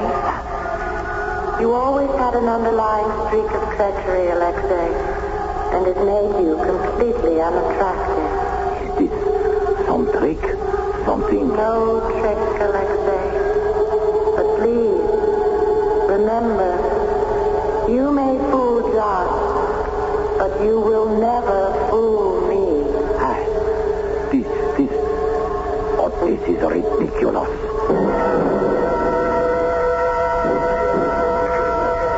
Gentlemen, may I join you? Of course, George, of course. I am delighted to see you so rapidly recovered from your accident. Thank you, Alexei. I, too, had my pleasure at your recovery. Thank you also, Colonel. You're attending this afternoon's conference then, Alexei? Oh, I wouldn't miss it. Well, there you are, Colonel Polovich. I'm very glad I found you. Yes, Mr. Fox? My office received a threat just about an hour ago. Ordinarily, I would have had the campus police handle it, but this one was partially written in Russian, and so Of course, you were right. I would like to see it. It will keep till after you finish your lunch, Colonel. No. I want to look at this immediately. Comrade Vergoda, we will meet later at the conference, in the usual seat. Of course. There aren't any words to apologize for what I did to you, Alexei. So I won't say any more. Joss, you mustn't feel that way. An accident. It was not your fault. It could have happened to anyone. But it didn't. Do you think I could live with the thought that except for me, you would have been free? Well, it may not have worked. A new plan has been formulated. That is very kind of you, but I do not think that there is enough time. There's plenty of time. This may be even a better plan than the first. I'm giving you a farewell dinner tomorrow night at my house. Of course, I know that I also have to invite Colonel Polovich. But that is all. Also present will be Neil Fox, the proctor, and a few others, all agents. After dinner is over, you will announce that you are staying. What can the colonel do? Well, I do not know. Oh, come on, Alexei. You know as well as I, there's nothing he can do. You are tempting me. But if your house is watched too closely, Ramsey, it will only serve to alert Polovich. Not with the threat that he's going to read in Neil's office. That will be the ostensible reason for having agents around the house. Perhaps I was remiss in not notifying you that I had a change of mind, but I had no way of knowing that you would be preparing another plan. Look, Alexei, you have every reason to believe that somehow I may foul this up again and you would be the one to suffer. But I ask only one thing of you. Be prepared to make a decision when you come to my house for that farewell dinner.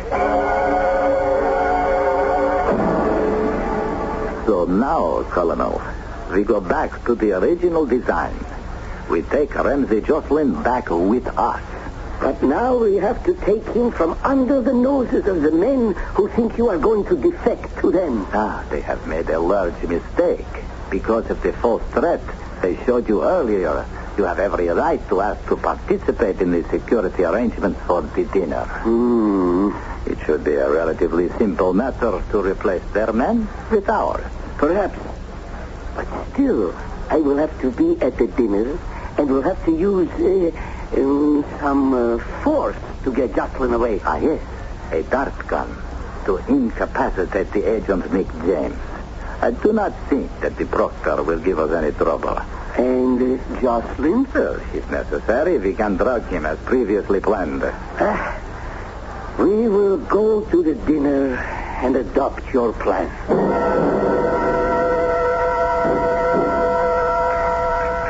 An excellent meal, Mr. Jocelyn. Excellent. I'm happy to hear you say that, Colonel.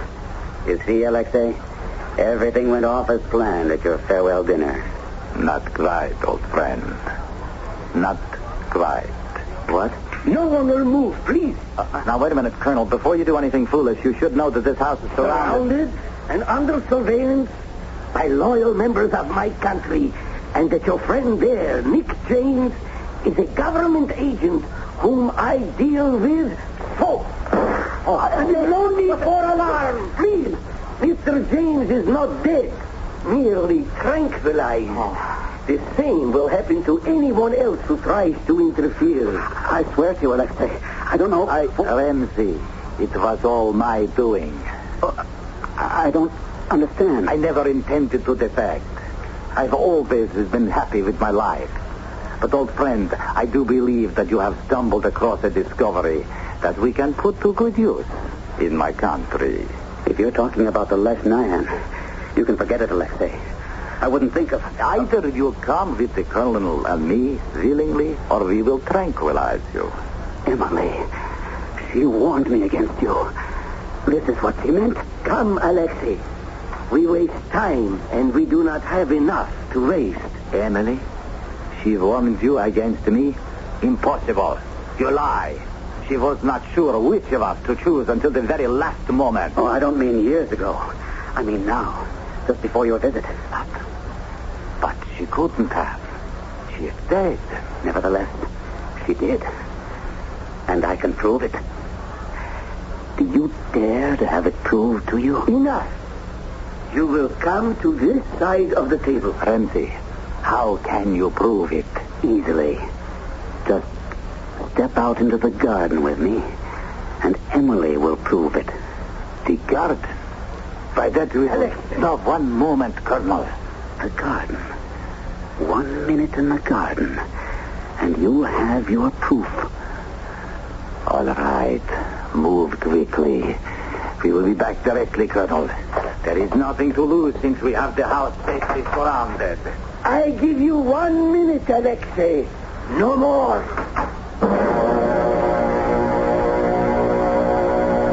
The door closed behind them. We waited. 1 minute passed, then 2. And then the Colonel ordered us all into the garden. But they had disappeared. Both Ramsey Jocelyn and Alexei Vagoda. Neither was ever seen again.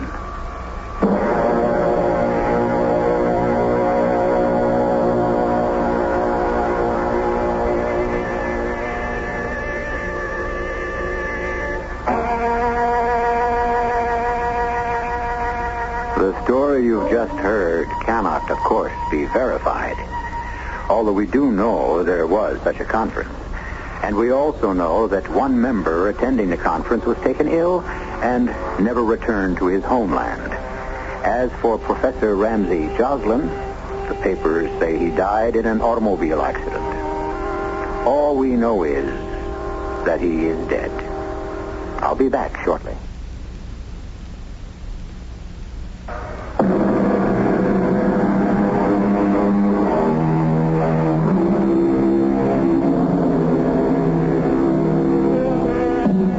Much has been written about the last frontier, space.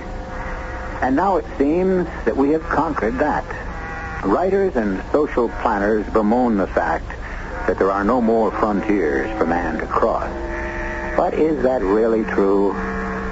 The final mystery, death and life after death, still remains as tantalizing, as frightening, and as full of hope as ever. I, for one, will be exploring it right here with you 7 times a week. Our cast included Gordon Gould, Patricia Elliott, William Redfield, and Gilbert Mack. The entire production was under the direction of Hyman Brown. Radio Mystery Theater was sponsored in part by Buick Motor Division. This is E.G. Marshall inviting you to return to our Mystery Theater for another adventure in the macabre. Until next time, pleasant dreams.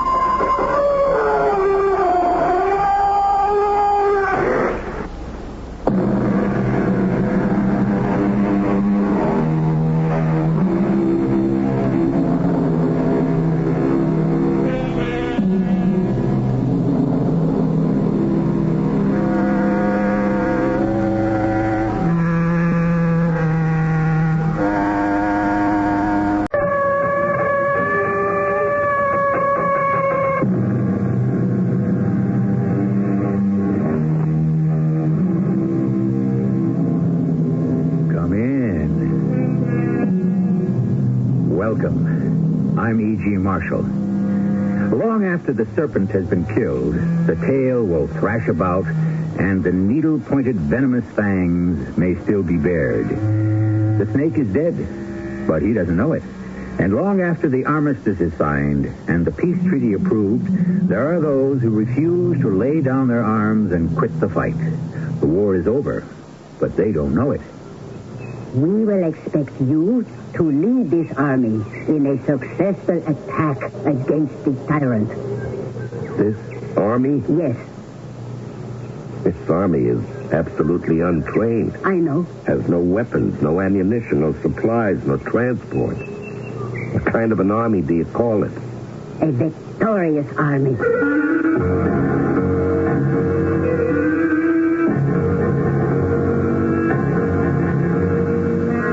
Our mystery drama, The Equalizer, was written especially for the Mystery Theater by Sam Dan and stars Larry Haynes. I'll be back shortly with Act One.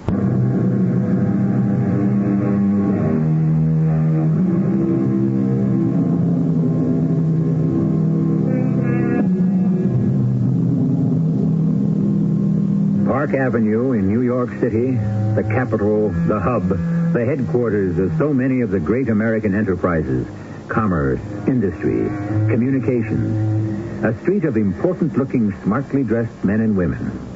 Here's a young man of about 35 or 40, slim, with dark hair that is just stylishly long. Suit, shoes, shirt, tie, everything he wears speaks of elegant and expensive good taste.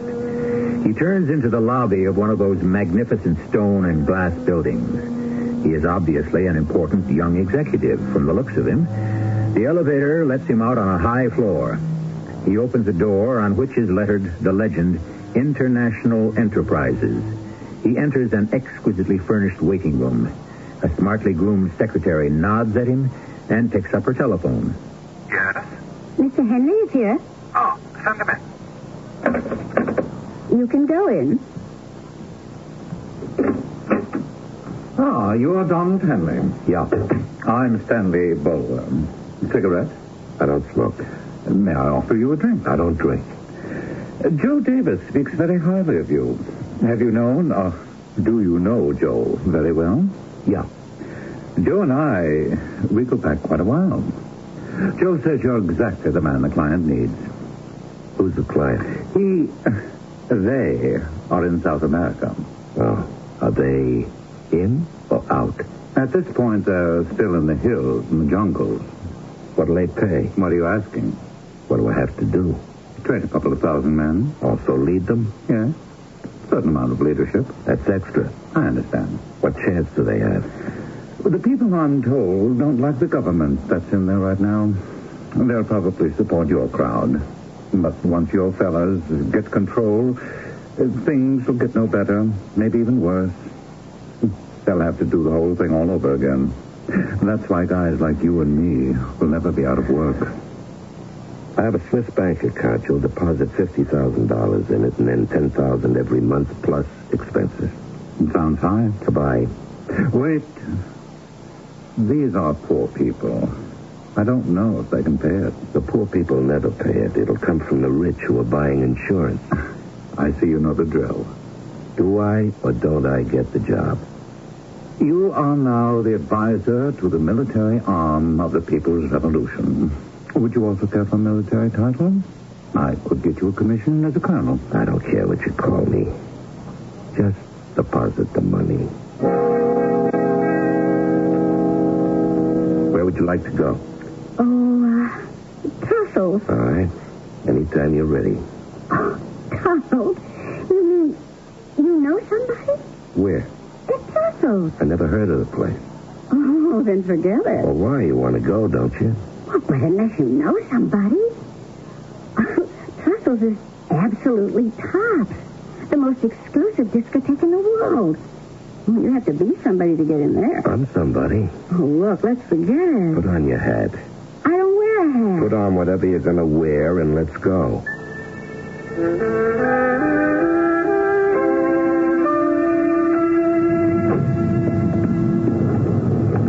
Did you see the way that cabbie looked at you when you said Trussell?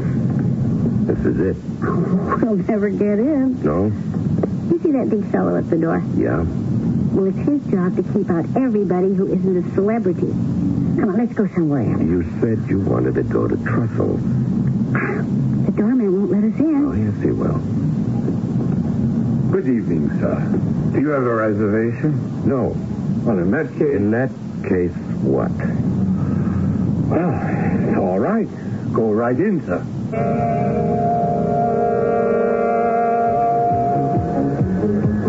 Don? Yeah? Now, what did you do to the doorman? Nothing. That isn't true. You did something. What? I don't know. Well, such a frightened look came over his face. What did you say to him? Nothing. Maybe it was the way you looked at him. Yeah? He was petrified. Don, I was scared, too. What? That's just it. I don't know. All of a sudden, I realized I don't know anything about you. You having a good time? If I asked you, you'd never say one word. I asked you if you were having a good time. Yeah, sure. Any, celebrities here tonight? The place is jammed with them. Don't you recognize anybody? I don't know anybody. But these are stars. You see them in the movies, on TV, the media. I wouldn't know one from the other. Don, who are you? Donald Henley. Yes, but who is Donald Henley? I've had enough of this place. Let's go somewhere else. Sure, Donald, sure. Anything you say. You want another drink? No, thanks. Ready to go home? If you are. Don, why do you take me to all these places?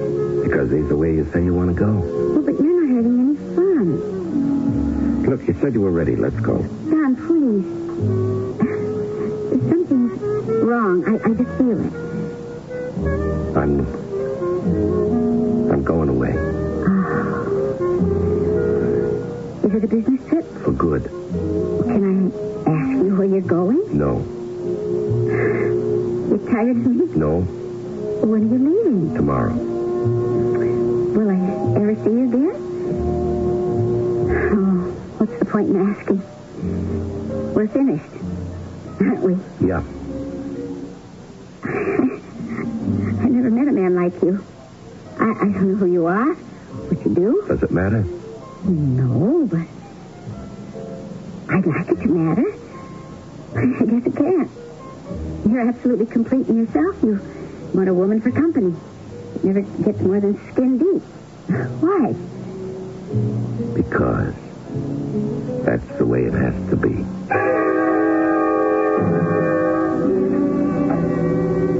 Don? Yeah. What are you doing up? I woke up. I saw the light on in here. Don? What's the matter? Are you all right? You're pale. You're shivering. I'm all right. No, wait.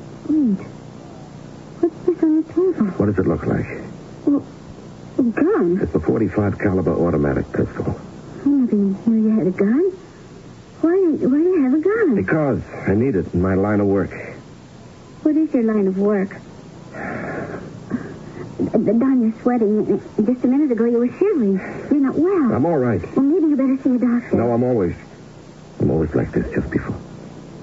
Just before? What? Before I leave. And once I get there, I'll be all right. It's just sitting and waiting and thinking about it. Thinking about what? Death. What do you mean, death? What do I mean? I'll tell you. I can't tell you now because I'll never see you again. You asked me what kind of business am I in. You want to know that, don't you? Oh, I don't want to make an issue out of it. I'm in the death business. Death? Yeah, I teach people to kill people. Oh. I live with death. Sometimes I feel it's a part of me. It must be because so many people who meet me also feel it. Do you feel it? It scares them. They don't know why, but it scares them when I look at them in a certain way. Now, that doorman, the truffle, that's how I looked at him. Do you understand me? Yes. I go out there in the jungle or a desert or a mountain or maybe in the twisting streets of a town with some flames, and I know it's waiting for me, too. Do you understand that? Yes. Why do you go? Because I can't do anything else. You could learn to do something else. Maybe I don't want to do anything else. Look, it's getting late. My plane will be leaving soon. But you can't go feeling like that. Once I'm in there, I'll be all right. I'll be just fine. I told you, once I get into my first firefight, it'll be wonderful. But why do you do it? Maybe because I'm so good at it. Look, I left an envelope for you on the dresser. You didn't have to. Don, how many times have you said goodbye to a girl like me? More than once. You better forget all about me, Diana. I don't think I could ever do that. Well, you might just as well. Because I'm going to forget all about you.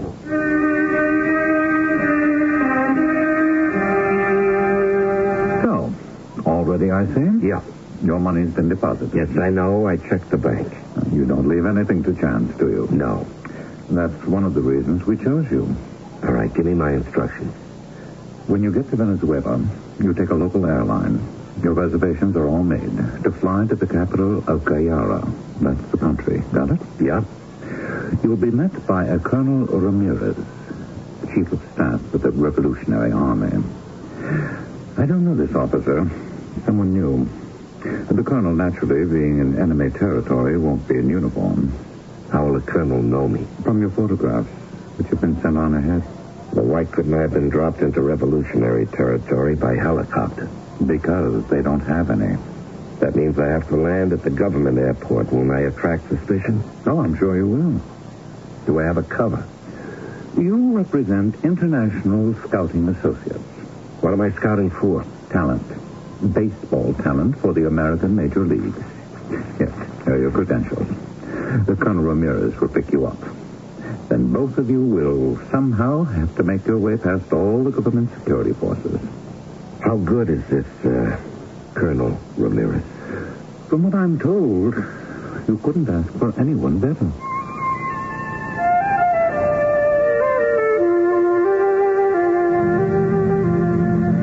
Mr. Donald Nelson?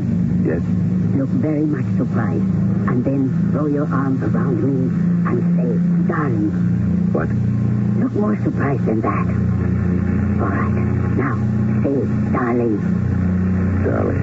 And it's louder than darling. that. Now, kiss me. Who are you? Make sure no one can read your lips. Put your face very close to mine. Who are you? Who do you think? I don't know. I am Rosita Ramirez. Rosita Ramirez. We cannot talk so loud. Yes, Rosita Ramirez. Colonel Rosita Ramirez.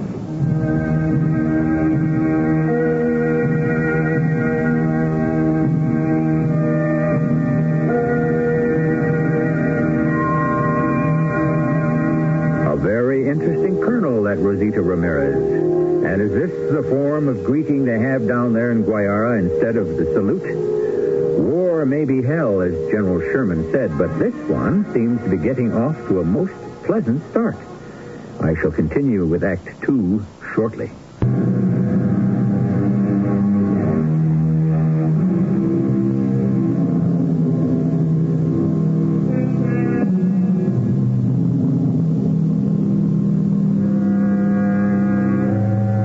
Life, they say, is like a garment that we continually alter, which never seems to fit. And not just life itself, but all the perceptions that go with living, all the ideas and beliefs, and even prejudices. We are constantly being surprised and forced to reevaluate our thinking. Well, that's all to the good, isn't it? You're Colonel Ramirez? Be careful. Those two men by the exit, they are the secret police. What do we do? Nothing. Smile. Be happy. Have you a weapon? We may We'll have to shoot our way out. In my luggage. We cannot wait to pick it up. We must leave at once. Those two men are coming toward us. I have a revolver in my pocket.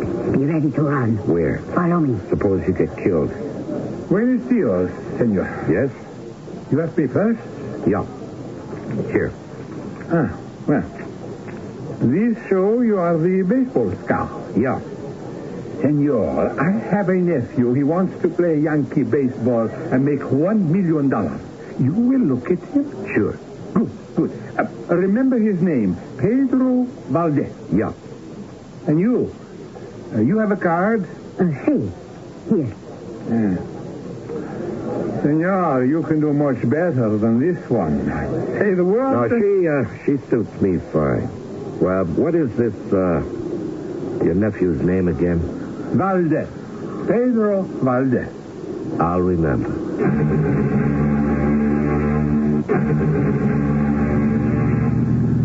That was easy. If they had not believed your story about baseball, we could have been shot down on the spot. How good was your card? Not good. But he wanted to believe you, and so he had to believe me. Where are we going? Into the country. Are there police? Everywhere. But we are looking for young boys who play baseball in the schools, the fields. Yeah, it's a good cover. Who thought of it? I did. You're a girl. How did you get to be a colonel? Do you object? Of course you do. But not as much as my own men. But they had to accept me in the end. That is also part of the fight. It is not like in your country where the woman is free to be anything she wants. Here she is either a courtesan or a drudge, a saint or a slut. How long will it take us to get to where we're going?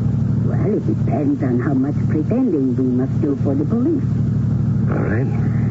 You're paying for my time. Use it any way you like. Look in the mirror. You see that car behind us? It is not too far. Has it been following us? Yes. Police? Yes. That is why we are going to Las Cruces. There is always a game. The factory workers, the sailors, the high school. I never liked baseball. It was always too slow for me. Yeah, we could have a problem. Why? I've got these credentials. They can fool people, but I can't. Why not? Because the minute I talk baseball, I'm licked. Why? Anyone can see I don't know the first thing about it. Let me help you.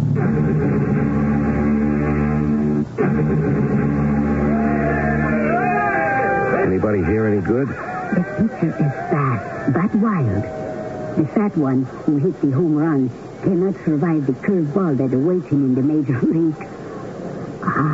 But the shortstop. Yeah? He has the inborn gift. He does, huh? He anticipates where the ball will be hit. And so he is there before it arrives. Our friend, it seems, has also arrived. We meet again, Senor Scout. Yeah, hello. What do you see here, Senor Scout? The pitcher is wild. The big fat fella can't hit the curve. Well, that is also a fact. But the shortstop. Oh, he is born with the gift. You really think so? Oh, yes. And you think he can go to the United States? I'll say so to my boss once I find out his name. I know his name. He is my nephew, Pedro Valdez.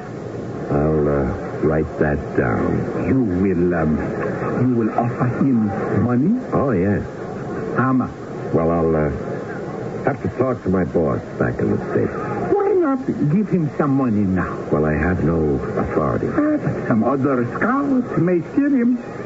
I have no money. You have $500? No. 3. I never carry much cash. Certainly, you must have 100. Well, just about. Give it to me, and I will give it to him as a deposit. In that way, he will be bound to you.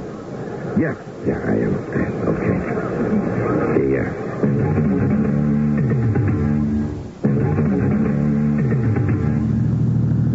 That's how it goes in my country. They pay the police poorly and force them to oppress the people. The people hate and fear them. And the police then also hate and fear the people. Is he still following us? No. Why have you come here? For $50,000 up front and then $1,000 a month and expenses. Was it only for the money? What else? The other things? Yeah, sure. Maybe for you, but not for me. I work for whoever pays me. Then this is just a job. That's right, Colonel. And you would also work for the enemy? Why not? They aren't my enemy. But you are willing to kill them? Part of the job. What if they had asked you? Would you also work for them? If they had asked me first... Then you are a man who has no principles. Only one do the job. For which you are getting paid. Yes, but when you buy me, I belong to you.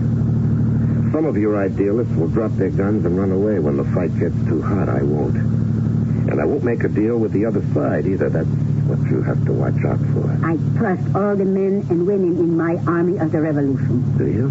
I don't. Of course, a person like yourself. I've been here before, Colonel.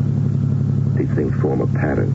If you're losing, people will try to make a deal to save their necks. If you're winning, people will want to get all they can for themselves. You have no faith in humanity. How soon will we be there? We are there now. Oh, yeah? Here are the hills, and beyond them, the jungles.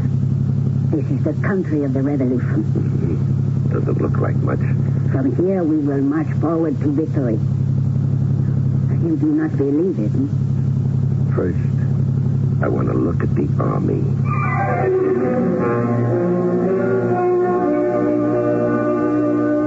Compañeros, this is Senor Henley, our military advisor. Senor Henley has inspected our forces and is prepared to report. The army is too small to begin an offensive. People will join us if we advance. Who are you? This is Major Bafuja, my second in command. The government forces outnumber us 10-1. The government troops are completely demoralized. They are ready to revolt. I watched some patrols moving through the jungle. Their morale looked pretty good to me. What is it that you suggest, then? Your men need training. They need better weapons. They must learn how to use them. And how long must this take? I don't know. We're paying you for answers. It'll take as long as it has to. I have to transform peasants and peons into a smart, effective striking force. If we do not move now, Rosita, we lose the moment. What moment is he talking about? The correct revolutionary moment. The critical moment. When the people shall be ready to rise. Well, you settle that among yourselves. I have a company out there that doesn't know one end of a rifle from the other. Where are you going? I have to teach them how to use missiles and rockets, how to repair radios and jeeps. I can't get bogged down in your politics. Stand at attention. Shoulder arms. Present arms. Now, don't reach for that canteen. But it is I'll tell you when you can drink, and I'll tell you when you can eat. I'll tell you when you can breathe. Is that clear? Shoulder arms. Right face. Forward, march.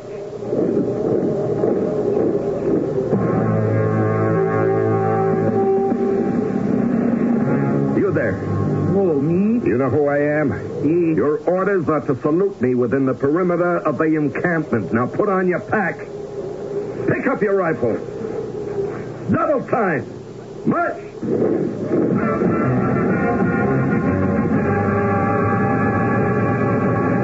You have to set up a maintenance platoon.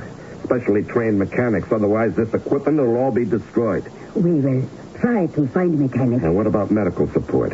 One of our comrades is a medical student. You need a medical detachment. We cannot have all the frills of a modern army. Then you can't be a modern army. And if you can't be one, forget the whole business. Rosita, I am here to protest in the name of the men of the 4th Platoon. All right, what's the matter now, Baroja? You are treating these men in the most savage and repressive manner. What do you mean, Carlos? I'm trying to teach them discipline. Oh, you are brutalizing them. This is why we're having a revolution. to destroy this master and sir relationship. Well, they have to pick up the habit of discipline. What good is this right-faced, left-faced, this saluting? Because one day I'll say to them, move toward the enemy, and they'll do it without thinking about the bullets they have to walk into. And they'll obey me because it's become second nature. You are dealing with human beings, not pigs being led to a slaughter. My way cuts down on the slaughter. When do we attack? When we're ready. Do you agree with him, Rosita? Yes. Oh, very well. But I tell you this, it had better be soon. He's not really a military officer. How did he get to be a major? He's more of a political officer. His job is also very important. Sure. He does not like you. No kidding. He was always opposed to the idea of hiring a mercenary. That's a good enough reason. There is also another reason. Yeah? He happens to be in love with me.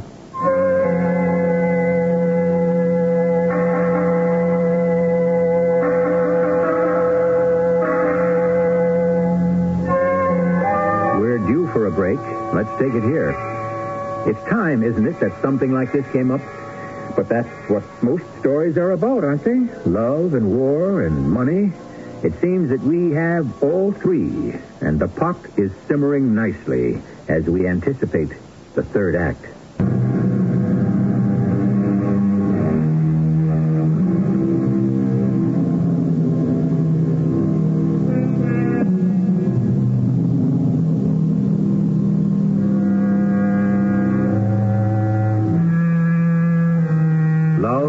And war and money. That's pretty much the story of the human race, isn't it? There isn't a moment that people aren't obsessed with one of them, two of them, or even all three. This isn't going to be much of a war. It'll only involve some 2x4 country lost somewhere in South America. There isn't an awful lot of money at stake here either. But love? Stand by. So he's in love with you. What has that got to do with me? He thinks I'm in love with you. That's his problem. But he's right. I am.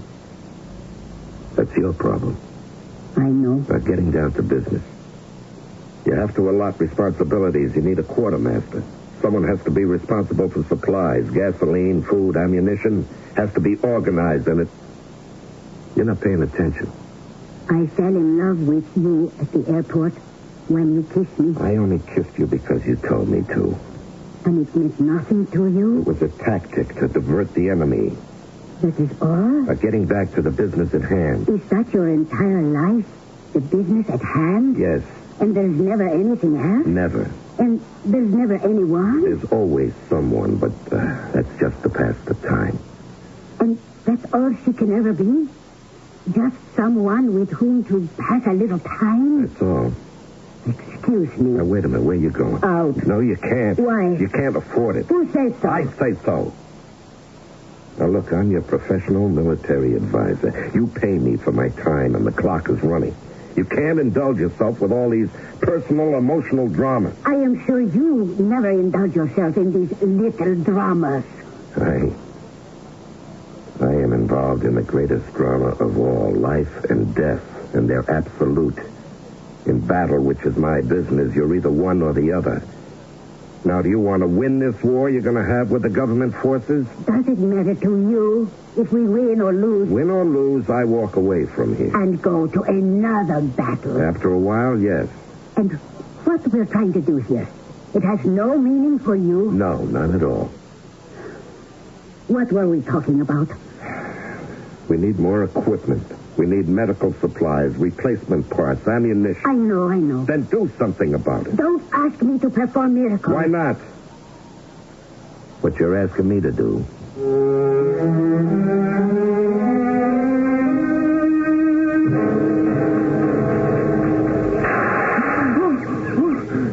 You almost killed me. That's right. If I were a government sentry, I would have heard you coming and you'd have been a dead man. Didn't I show you how to do it? You don't lumber up behind them like a truck. You do it quietly, slowly. You sneak up, taking advantage of every bit of cover. And when you're ready, you pounce.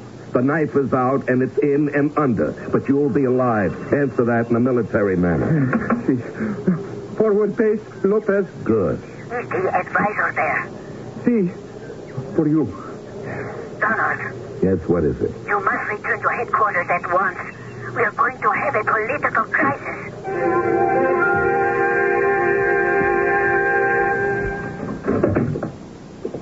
I am glad you arrived first, Donald. What happened?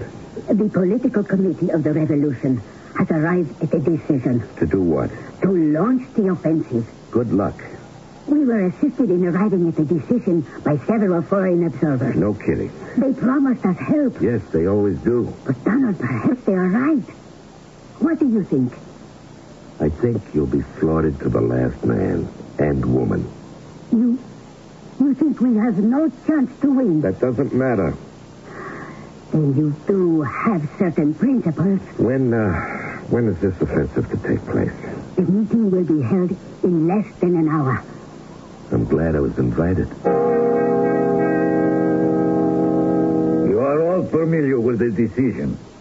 We will now hear from the military advisor. I'm against it. Why? We're not prepared. We're not trained. We're not equipped. That is a consideration, compañeros. You are overlooking the basic spirit of the movement. Our strength is not in our weapons. It is in our determination. It is the support we shall receive from the people. Let us march, and soon we shall be surrounded by the victorious nation. There's a strongly entrenched army with tanks and artillery waiting for you just at the edge of the jungle. This is a military problem which you have been paid to solve. You have been training commandos. Once they achieve a breakthrough, the nation will join us. That's what you want me to do. That is what we expect you to do.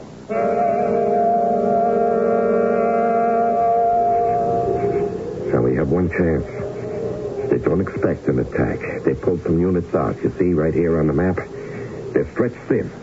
Now my detachment can break through, but we'll need you to bring up support. Do you understand, Baroja? See, if we can get loose behind the lines, we can capture or destroy some tanks and artillery pieces. But you have to hit them, Baroja, and take their attention away from us. Do you understand? See? All right. I'll be ready to go at 4 a.m.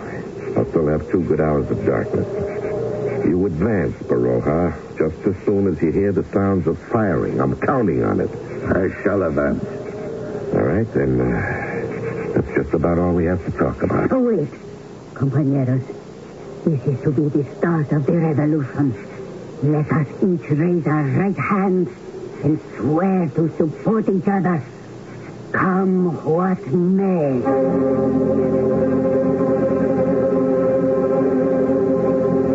What are you doing here? I am going with you. It's not going to be a good place for a woman. What is a good place for a woman? Besides, I am more than a woman. I am your commanding officer, and I am as good a soldier as any man. How much longer? Less than a minute. You seem very calm. This is my business. And that is all it is? Just a business? All right, everybody. Let's get in quietly. Don't fire till I give the word. All right, let's move out. You're really going to come, huh? Yes. I know how to use a knife if I have to. Fire!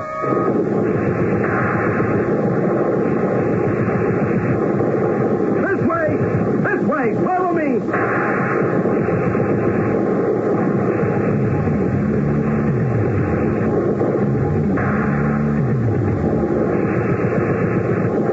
Where are the tanks? They should have been in place right here. Why is it quiet? Why isn't Baroja supporting us with fire? I don't know. Where is Baroja? I don't know. I know. He told us out. No. He took an oath. No, he set us up. But he believes in the revolution. He is not a traitor. Maybe he thinks you're the traitor. Me? He talked himself into it. He believes that what you're doing is wrong. So this is how he gets rid of you. You have no evidence. We both have evidence. The evidence of our ears. It's what we hear. Silence. What we don't hear. Firing. We're in a trap. All right, let's get out of here. I told you he was no traitor. That is Barossa. No, that's the enemy. No. They're shooting at us. Fall back.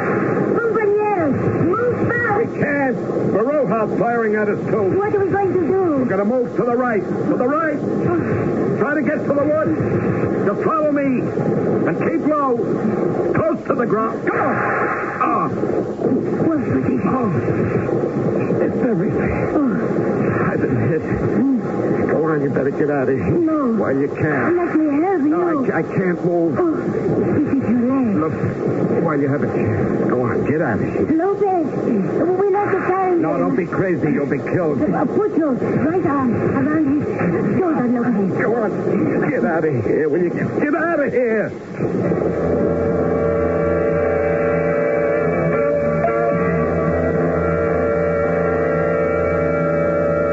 Get some water, Lopez. I think he is coming away. Oh. Donald. Donald. What? It is all right. Oh. Where am I? Here. I'm alive. Yes. It's you, Rosita. Where are we? In a cave. Just above the river. But they are looking for us. Patrols are still searching. You must be quiet. Yeah, sure. If we are caught, we shall be shot. It's nothing new to me. Oh, my leg. What happened to my leg? It will be all right. It has a bullet in it, huh? No more. Jacinto, the medical student, he took it out. But we could not move him. He risked his life to come in. Oh, yeah, now I know. I was hit. You and Lopez carried me away, huh? Where is Lopez? He's risking his life, going for water. All for me? All for you. And you stayed with me. Why?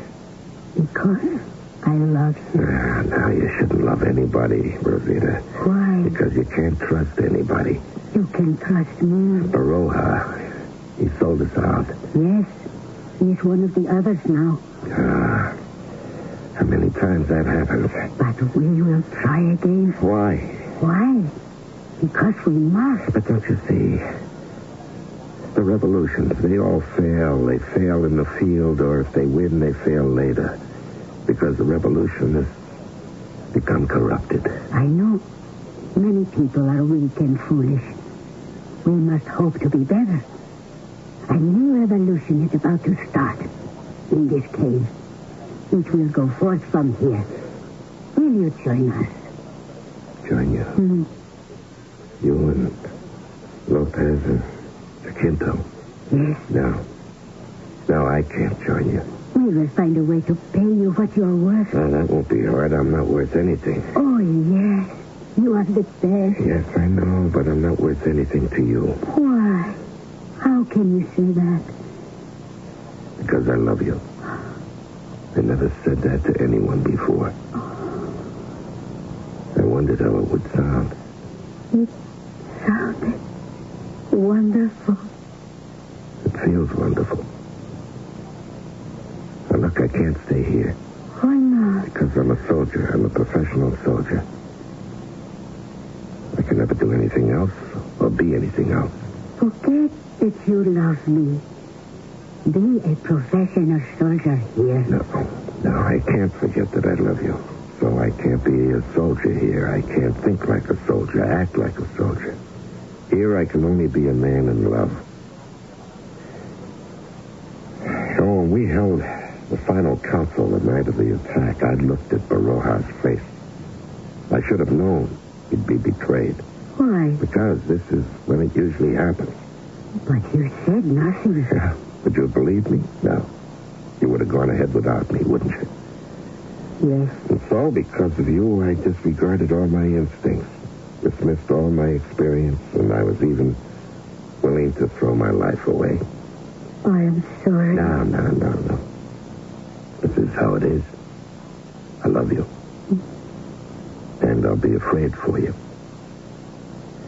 I owe my life to Lopez, to Jacinto. And I'll try to save theirs, even if it means defeat, and that's why I can't fight here.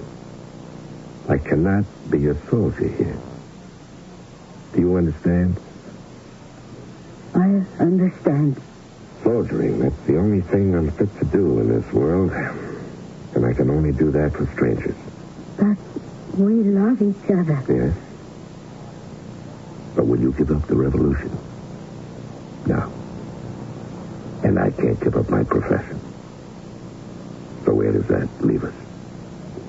In a cave, surrounded by our enemies, waiting for death, for rescue, for whatever fate will decree. But waiting together, here and now. Here and now. Does anyone in the world have more than that?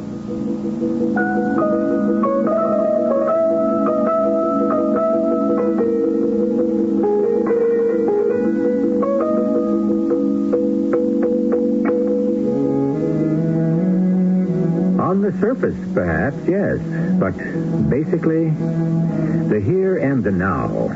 This is the great equalizer. This is what makes all human beings kin. I am here now, and in just a few moments, I shall be back again. Pardon me, you wouldn't happen to have a pair of...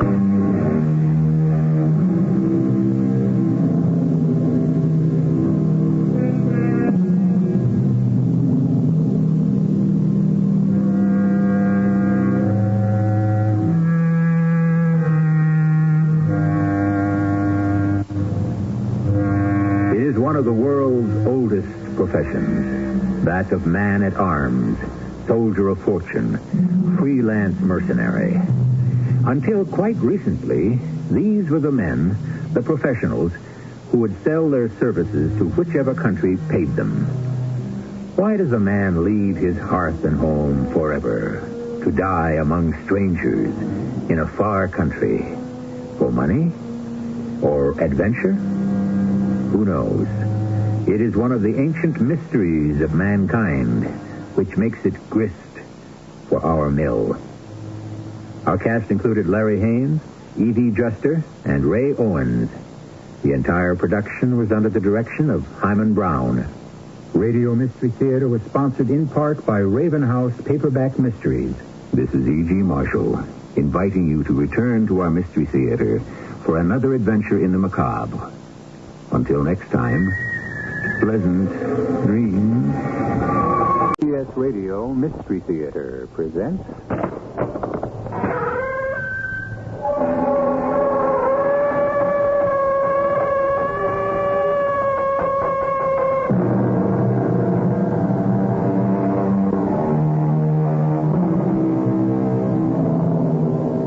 Come in.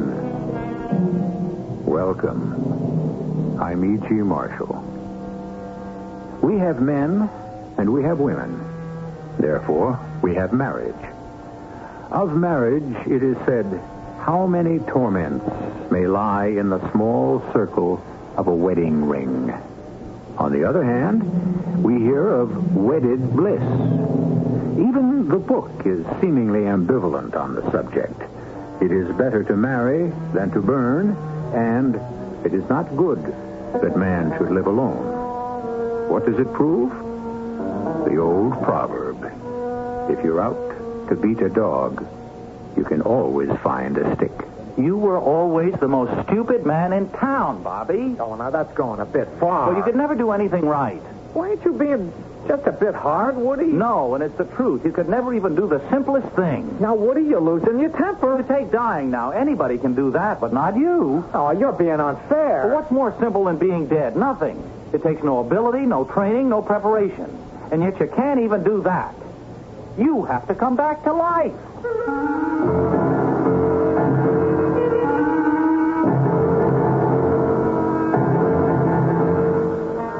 Our mystery drama, The Ghost of San Juan Hill, was written especially for the Mystery Theater by Sam Dan and stars Jack Grimes and Marion Haley.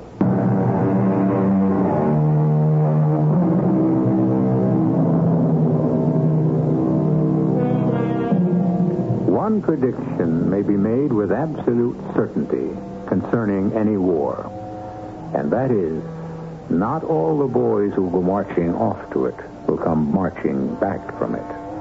Some will come limping back, others will be carried back, and then there are those who will never come back at all. And the world shall go on. Getting down to specifics, the world is going on without Trooper Bobby Halstead, who charged up San Juan Hill with Lieutenant Colonel Teddy Roosevelt. But unlike Teddy, he never did reach the top. Well, could you expect a woman like Mariah, in the full flush of her radiant beauty, to remain a widow for the rest of her life? After all, she has cherished Bobby's memory for 3 long, lonely years in her fashion. Mariah, my dear, may I have this waltz? Woody, oh, you mustn't dance with your bride-to-be the night before the wedding. Is that a fact? Well, you shouldn't even see your bride-to-be the night before the wedding. Oh, is that a fact? I mean, we shouldn't be having this party. I mean, a thing like this, it just isn't done. Oh, you mean it's against the rule? Well... Folks like us don't have to follow the rules. Why don't we? Because the rules are made for average, ordinary, everyday people. Uh-huh. Well, I always thought of myself as just folks. Oh, you were never just folks, Mariah. Even when you married Bobby Halstead, you married beneath your station. Oh, everyone thought I married above my station. Bobby's pa worked for the railroad, and my pa... Oh, now, he had an unfortunate illness. He was the town drunk. Well, that's all so far behind you, my darling. I suddenly decide to have this party the night before the wedding. Why, Woody? Why? Because I don't want anybody for miles around to get any sleep tonight. Well, why should anyone miss out on a night's sleep just because you and I are getting married? They'll be too excited to sleep after I make my announcement. What announcement? This announcement. Ladies and gentlemen, may I have your attention, please? Please, ladies and my friends, I have an announcement to make. I have here a telegram. I should like to read it. Quote, shall be delighted to attend wedding and give bride away. Delighted. Signed, Theodore Roosevelt. Yes, indeed, ladies and gentlemen, the President of the United States. Woody!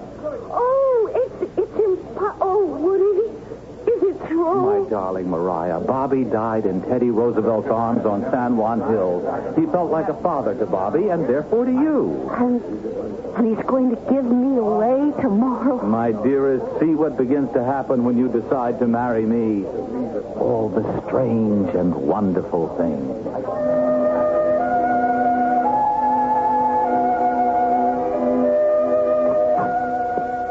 Mariah? Yes, I'm awake, Aunt Millie. I know, dear. I heard you.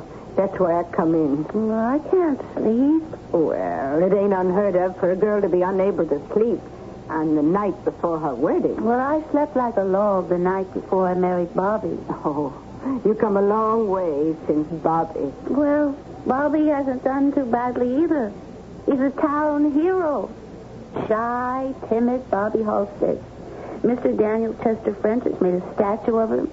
The new town hall is called the Robert Halstead Auditorium. And the baseball team has been named the Bobby. Oh, it's a pity Bobby ain't here to enjoy it all. Well, how could he be here? If he were here, he wouldn't be a hero, and none of this would have happened. Who would have believed it 5 years ago? Bobby is a town hero. And you are about to become the richest lady in the county. And just think, it's Woody Preston who's done it for both of you. Aunt Millie, you talk too much. Well, it's true, ain't it? If it wasn't for Woody, Bobby would never have gone off to the war. After all, the Rough Riders were a special outfit. Unless you were one of Teddy Roosevelt's cowboy friends or a college graduate or a rich man's son, you couldn't get into that outfit. Now, those are just rumors. Well, Woody enlisted. He was accepted, but at the last split second, he lost his nerve. He did not. He didn't. Well, what was it then? Well, the realization came to him that He was a pacifist at heart. Oh, sure. And that perhaps it was not really a just war. Mm-hmm. All right, be skeptical, but it is possible to receive a sudden enlightenment. Well, the enlightenment was, like you say, that he could have been killed. Say what you like, but it was a sincere change of heart on Woody's part. Now, let's try to get some sleep. Oh, sure. You'll need all your strength for tomorrow. Now, what was that supposed to mean? Good night, honey. Oh, she thinks she knows everything. Well, she doesn't. Oh, I'm so sleepy. Thank goodness. Oh, I'm sleepy. Maybe now I can get some sleep.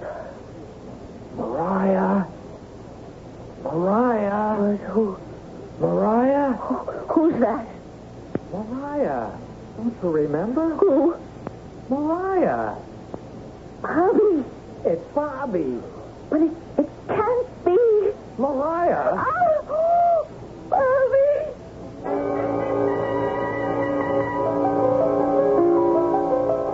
Now, dear, just drink this. Oh, I tell you, Aunt Millie, he was... Nice, warm milk. I heard him, plain as I hear you. With a little something in it to give it a jolt. It was Bobby. Now, drink it down. All of it down. That's it. Oh, just as plain as day there it was, his voice. I heard him say Mariah, the way he used to say it, the same breathy way like he had a cold in his nose. Now, Mariah. Which he usually did. I heard him. You were dreaming. I was awake. You couldn't have heard him. He's dead. Oh, I see. You're saying he's a ghost. Yes. But there ain't no such thing as a ghost. Well, I used to believe that myself. Now, let me tell you what it was. Now, we were talking about Bobby, and you fell asleep, and you dreamed. No, you don't understand. Bobby's ghost was in this room. Now, Mariah, I won't let you talk such foolishness. Well, I'm being punished. Child, what are you saying? Punished for what? Well, read in your Bible about David and Uriah. So what's all that got to do with And David did lust after the wife of Uriah. And so he sent Uriah into the thick of the battle. What are you talking about? Woodrow Bennett saw me walking on the street, and he wanted me. I won't have a niece of mine using them words. Wanted me. And I wanted him. And so we schemed how to get rid of Bobby.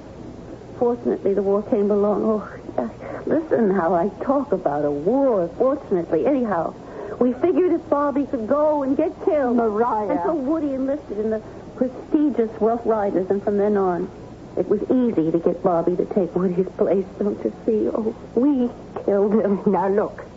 No one forced him to go. He could have stayed home. No. We did force him. Poor Bobby, who never did anyone any harm. Oh, Aunt Millie, I'm frightened. Oh, that ain't fright, child. It's remorse. There's only one thing I can do. Call off the wedding. Oh, you can't call off the wedding.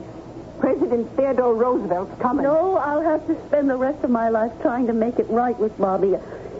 I'll become a nun. Well, that's doing it rather strict, ain't it? Well, then I'll spend my life doing good works for the poor, and I'll go to the veterans' hospitals where our brave boys... Mariah, and listen. after I spend a lifetime atoning for my sin, maybe then Bobby will find it in his heart to forgive me. No, well, honey, you just lie here, quietly. And don't say another word. Just relax. Relax.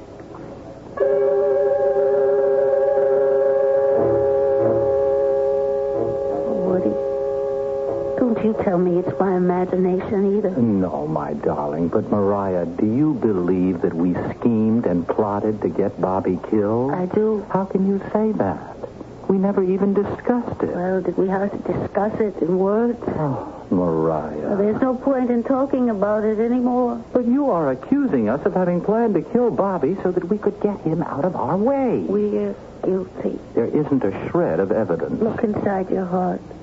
Our guilt is written in letters of fire. Our thoughts and words may have been unspoken, but there were thoughts and words just the same. But I spent $2,000 on the wedding party. Cancel it. How? The food's already been prepared. Well, give it to charity. How can orphans eat pheasant under glass? Oysters Rockefeller. Well, that's not my problem. And what are we going to say to President Roosevelt? You invited him, so you uninvite him. Look, you cannot play fast and loose with the President of the United States. It's against the law.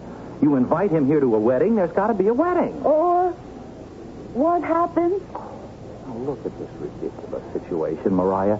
You want to call off our wedding because you imagine you heard the ghost of your first husband. I tell you, Woody, I did hear him. And what if you did? What could he do? You're behaving like an ignorant, superstitious, uneducated... Oh, now that's starting to come out. No, I didn't mean to imply that you... Mariah, please snap out of it. Admit what every sane, sober, right-minded individual knows for a fact. There is no such thing as a ghost. Woody. Huh?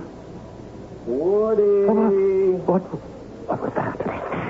Woody. Oh. Woody. Oh, no. It's his ghost. It's Bobby's ghost.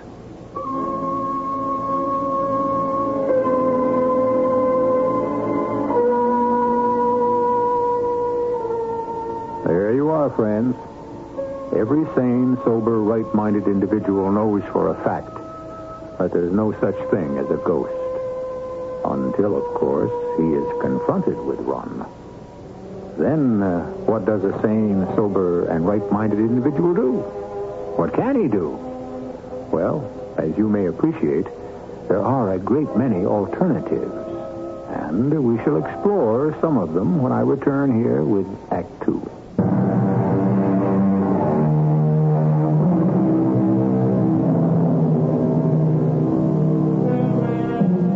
The dead, we are given to understand, leave us forever. We, when our time comes, will go to join them. They, on the other hand, can never return to join us. The proposition seems so elementary and basic that one could hardly call it a question. And yet, what has been happening in Mariah Halstead's bedroom? Not only has she heard the voice of her dead husband, Bobby, but her future husband, Woody, has also just heard it. Woody! It is he. It's him. It's Bobby. I told you. I told both of you. Now what do you say, Woody? And you, Aunt Millie? Land sakes alive. Bobby? Is that really you? It's me, Woody. Oh, no. Oh, no. Oh, Bobby, forgive us. Forgive me. I mean, please, forgive Mariah. Oh, sure. Sure, I forgive you. Sam, it's you, Bobby, standing by the window. Bobby in his Spanish war uniform. Bobby. The ghost of Bobby come back home. You've been sent back. Yeah, I guess I was sent back. Oh, and I know why. As a warning to Mariah and me. To remind us that we must repent for our sins. Well, now, Woody... Well, we have sinned, Bobby. Yes, Bobby. We may lie to ourselves, but we sin. The minute I laid eyes on Mariah, I fell in love with her. And I fell in love with him. But she was married to you. And so he tricked you into joining the Rough Riders. You've got to forgive us, Bobby. Oh, Bobby, we'll spend the rest of our lives in repentance and prayer. We'll never look at each other again. That's punishment, isn't it, Bobby? That's punishment enough. Oh, Bobby, you were such a good man, such a great heart. So kind, so decent. So gentle. Well, ain't you going to say nothing, Aunt Millie? Well, if I keep thinking, something will come to me. Bobby, how long will you continue to haunt us? I ain't going to haunt you at all. You mean you're going back? Oh, no. I can't go back. It's too hot. Hot? You mean you were sent to the other place? What other place? I'm talking about Cuba. Cuba? I ain't about to go back there. Cuba? Is that where people go these days? After they die? Well, don't ask me where folks go after they die. All I know is Bobby, darling, you of all people should know where folks go after they die. Why should I? Well, because you're dead. Who's dead? You are. Who says I'm dead? Everybody, Bobby. The War Department. Teddy Roosevelt. Well, you died on San Juan Hill. No, I didn't. Bobby Holstead, now stop this foolishness and look me in the eye. Yes, ma'am, Aunt Millie. You mean you ain't a ghost? No, ma'am, I ain't a ghost. That is impossible. Why is everybody so ready to believe I'm a ghost and so unwilling to believe I'm alive? Because... Can you touch a ghost? Well, can you feel a ghost? Well, come on, touch me. Feel me. Oh! Come on. No, don't come near me. Now, you come over here, Bobby Holstead. Yes, ma'am. Well, I'll be. Yeah. It's true. Bobby, you are alive. That's what I've been trying to tell everyone. Alive? Bobby, you can't be alive. You've got no right to be alive. Alive, Bobby? I mean, you just can't. I mean, what business have you got being alive? Yeah, well, Couldn't you ever do anything right in your life, Bobby? Couldn't you even get killed properly? Woody. I mean, most people who die do it right. They stay dead. Woody's naturally upset, Aunt Millie. I mean, we all are. But when you get yourself killed, you have to come back. But I haven't come back from any... Well, what do you call this? You're as substantial as I am. That's because I never been gone. I never been dead to start with. And the Army and Washington, D.C., and the President, all of them are wrong? They ain't wrong exactly. They just made a mistake. Oh, you see, the way I got it figured, they must have got me mixed up with someone else. Who? Billy Homestead. Your Homestead does sound something like Holstead, don't it? And me and Billy, well, we were great pals, and we were both short and red-haired, and we did look a little bit alike. Billy Homestead? Well, who I'm coming to you. Now, you know I couldn't hit the side of a barn with a carbine or with a Krag Jorgensen rifle, and Billy, he was worse. So to keep us from killing everyone in the outfit, they made us messengers. And we were attached to Colonel Roosevelt's headquarters. And when he wanted something done, he'd say, "Trooper Halstead, my compliments to General Shafter. Tell him I need 100,000 rounds of ammunition." Or, "Trooper Homestead, my compliments to Colonel Wood," and, well, so forth. You follow this? It really isn't complicated. Well, Colonel Teddy never could keep the two of us straight. He'd call me Homestead, and he'd call Billy Halstead more often than not. All right, but how did you hold on. You have to understand all this, because if you don't, you'll never understand how the rest of it could have happened. All right, we understand. All right, it was the morning of July 1st, 1898. 3 years ago, the morning of the Battle of San Juan Hill. Honestly, Bobby, you can wear a body's patience. Get to it. Well, we were drawn up along the bottom of the hill. It was such a beautiful morning. The sky was a deep, deep blue, and the sun was like gold. Then the whole place was alive with nature. The birds singing, the crickets chirping, and suddenly there was a shot from the top of the hill.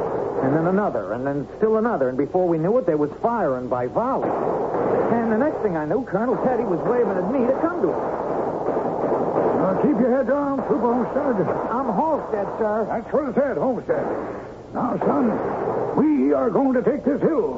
Yes, sir? By assault. By assault, sir? We'll take her by storm. Yeah, but they're firing down on us pretty hot and heavy. We're not called the Rough Riders for nothing, Homestead.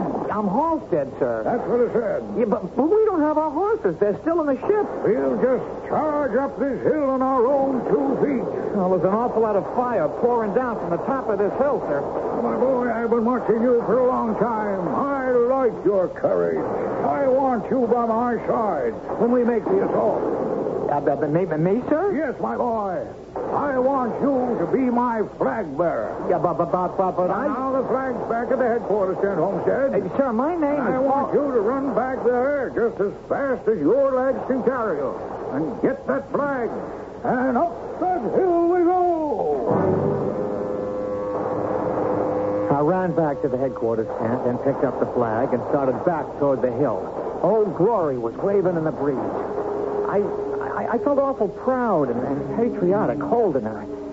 And then as I approached the hill and heard the firing, I suddenly become frozen stiff with fear. It was bad enough running up that hill with just that Krag Jorgensen rifle in your hand, but with the flag, I'd be a target for every sharpshooter in that Spanish line.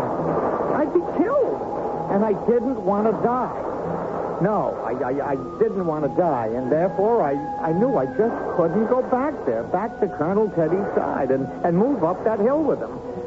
But he had given me an order. I had to obey. What was I going to do? If I charged up the hill, I'd be killed. If I didn't, I could be shot for disobeying. And one way or another, I was sure to be dead. And so I stood rooted to the spot. And then he'd come running by me, and I was safe. Hold there! Billy Olmsted! Why, Bobby, Halstead, what are you doing there? Oh, I got the regiment flag, and I'm returning to duty. We're taking San Juan Hill today, and I'm to be the flag bearer. You? Who said you was to be the flag bearer? Oh, I'm the one who got the flag, ain't I? Who told you to get the flag? Colonel Teddy. Colonel Teddy told you to get the flag? Well, never mind. Well, never mind what? Well, the truth is, No, it ain't important. But what ain't important? What counts is I got the flag, and I'm the flag bearer. Well, I don't know. There's something fishy here, Bobby. Ron, I'm doing this for your own good, Billy. What good? Oh, it's a dangerous job. A man's sure to get killed. Now, what are you keeping from me?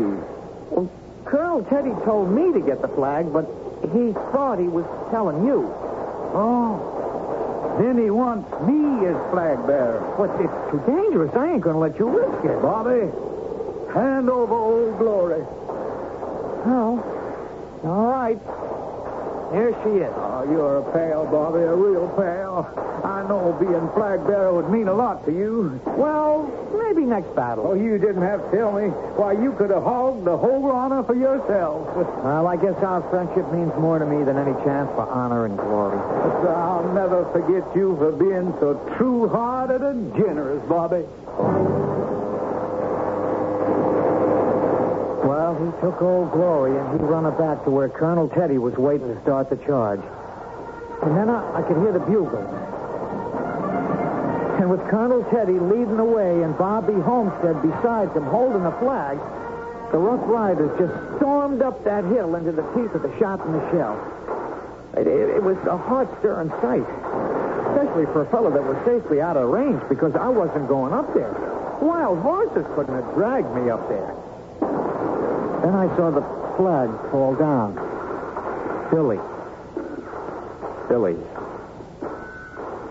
And I felt a dull, heavy blow against the back of my head, and for a long time it seemed like I didn't know nothing at all. And then I opened my eyes, and I was lying on a bed in a little room. Tío Salacaín, nos deja de dormir. Eso. What happened to me? Oh, es americano. Where am I? You are in my house, senor. Who are you? A friend. Call me Tio Salacain, Uncle Salacain. And this is my niece, Anita. My head. Oh, you should not try to talk. Senor, we found you on the battlefield. Near the battlefield. A stray shell fired from one of the American ships in the harbor. I don't remember. You should rest. The harbor? What harbor? What battlefield? Where am I? In Santiago de Cuba, senor. Cuba? Wait, there a war with Cuba? No, with Spain. That's it. I must be an American soldier. Why don't I remember? You are becoming excited. I know. Look in my pocket. Your pocket? In my pocket, I got my pay book, my soldier's pay book, in my shirt pocket. Your shirt? My clothes.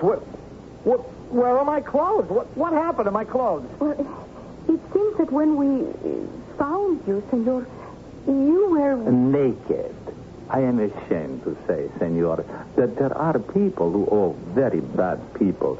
They prowl the battlefields and they rob the dead and the wounded. Oh, yes. Well, call the United States Army. Bring me to the man. That might not be good for you, senor.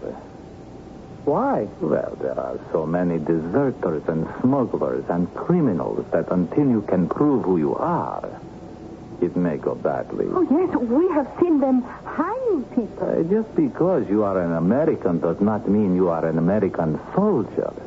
Think. Can you recall anything about yourself? At all? I can't remember anything. I don't know who I am. What's going to become of me?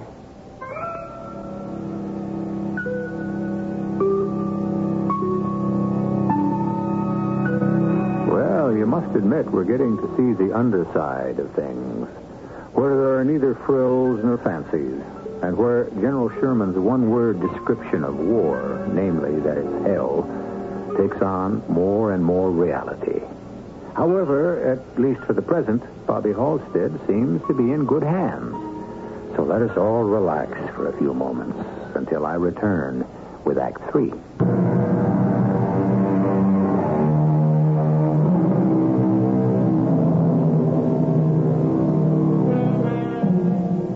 War will throw everyone and everything into a state of disorder and confusion. And if you're dealing with folks who are confused to begin with, well, the Spanish-American War was only a little war, as wars go. But it has already disrupted the affairs of all the characters in our story. To continue the confusion... What's to become of me? Well, senor, in time you may recover your memory. Time? How much time? A few days, several weeks, if not 4 or 5 months, perhaps. A year or two, if not more. And meanwhile, I'll probably be listed as a deserter. That is possible. Unfortunate, but possible.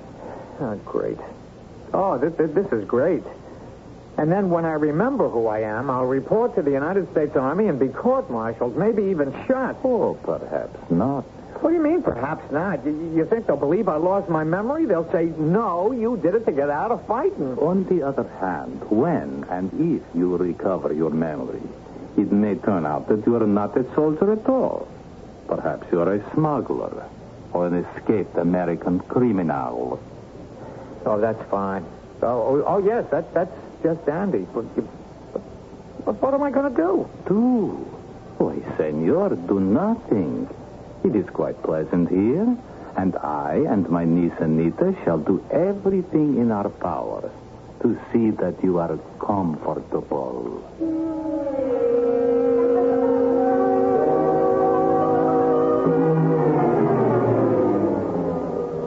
And that's what you did, Bobby? You stayed in the house with that girl? Well, what else was I to do? But you were a married man. Her uncle was there. He was a chaperone. No, I suppose she was beautiful. Oh, yes, she was. She truly was. And what happened was she fell in love with me. Bobby Halstead. Yeah, I'm trying to tell you the truth. I was forced to stay there. I had to be in hiding till I could find out who I was. And so, well... Well, what? One thing led to another. Is that so? Cuba is a very romantic country. I mean, 3 years had gone by. 3 years? I was sick a long time. I mean, I'd been hit in the head, you see. Well, one night, Tio Zalakin says to me, Yankee, they called me Yankee. Yankee, we must give a thought to your future. Well, that's what I've been doing all this time, Tio Zalakin, just sitting and sweating about it. Well, suppose you never find out who you are. I've got to, Tio. And yet so much time has passed. Who can guarantee the future? Oh, nobody, I guess. Ah, but you are wrong. I can. Huh? You see, when I saw you lying there on the field of battle, I said to myself, there is a fine young fellow. Did I not say that, Anita? Oh, yes, Tio. You did say that. And I further said, if this one lives, he will make a good husband for my niece Anita. You remember, Anita, I said that. Yeah, but I don't know if I... If you love Anita, who says you have to love her? Could you find anyone prettier than Anita? But it's of no use. When Anita wants something. I appreciate her affection and all. When Anita saw you lying on the battlefield, she said to me, Tio, I want that one. You know, Senor Tio, something bothers me. You told me that after a battle, all kinds of thieves rush onto the field to strip the bodies. I believe I said that, yes. What were you doing on that battlefield? I was stripping the bodies. You were? Of course. And Anita was helping me. Then you took my clothes and my equipment and sold them? Of course. How can you just stand there and say, of course? One must make a living. We are thieves. Our forefathers before us were thieves. It is the only trade we know. My pay book. You saw my pay book. Oh, yes. Couldn't you have saved it for me? Oh, but Yankee, a USA pay book is worth a fortune. Well, couldn't you have at least read my name so I know who I am? I am so sorry. I do not even read Spanish. How can I be expected to read English? Is that not a fact, Anita? Yes, it is so. Shrapnel. Why was I so sure I was hit by shrapnel? Now, for all I know, I could have just been standing there and you came sneaking up behind me with a club. Oh, Yankee, you trust nobody. But marriage will make a new man of you. Besides, you have no choice. How will I make a living? How will I support my wife? Enough of these excuses. You will never remember who you are in reality. And who you are right now pleases Anita. So, you and I will enjoy ourselves here at the old homestead while Anita steals something for our supper. Wait. What is it? That word. What word did you just say? Supper? No. Steal? No. We'll enjoy ourselves at the old homestead. Yes, I said that. Homestead, that's my name. Huh? Your name is Homestead? No, my name is Halstead, Bobby Halstead. Colonel Teddy called me Homestead, and he called Homestead Halstead. And that's who I am, a rough rider, and I'm married to Mariah, and I'm going home. And here I am. Now, you know what happened. Teddy must have seen poor Billy Homestead get killed, and he thought it was me. And you are the hero after all. It was Billy Homestead. It was all a mistake. Now, just a moment, Mariah, my dear. We must never make hasty judgments. Bobby, what are your plans? Well, my plans are to come back to my wife and my life here. That may be somewhat awkward. You see, Mariah and I have made other plans. I appreciate we may all have some problems, but I ain't dead. But you are dead, Bobby. You're a dead hero. What happens if it develops that you were a live coward? I'm not sure I care about that, Woody. What's going to happen to that statue of you holding the flag, the one in front of the town hall? And what about that new auditorium? Robert Halstead Hall. And the baseball team. You simply can't let everyone down. But I can't help it if I'm alive, and I didn't ask folks to make a hero out of me. But they went ahead and did, Bobby. You are a hero. And a hero has responsibilities. What responsibilities do I have? Well, right now, your only responsibility is to be dead. Oh, you should see that statue, Bobby. It's enough to make a tear come out of your eye. You look so noble. You're such an inspiration, especially to the kids. Think of the kids. Your problem is you're too self-centered, Bobby. And the baseball team, Bobby. I mean, they were never worth shocked. But since they started wearing your name lettered across their chest... Well, it's like that heroism has just been rubbed off. They're champs, Bobby. League champs. Well, yeah, but what do you want I should do? You'll just have to stay dead. So you and Mariah could get married? Oh, Bobby, darling. Are we asking this for ourselves? It's for you. For your name, for your reputation. Yes, this thing is bigger than all of us. That's why you'll have to stay dead. I ain't doing nothing of the kind.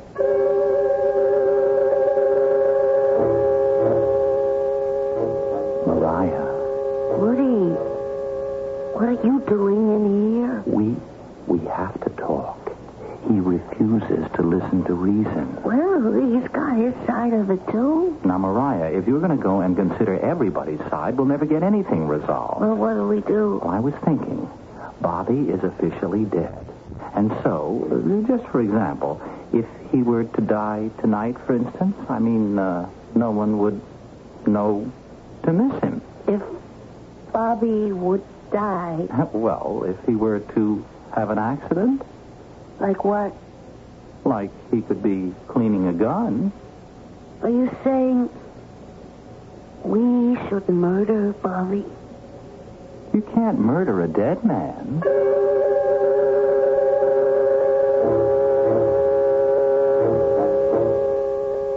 Bobby.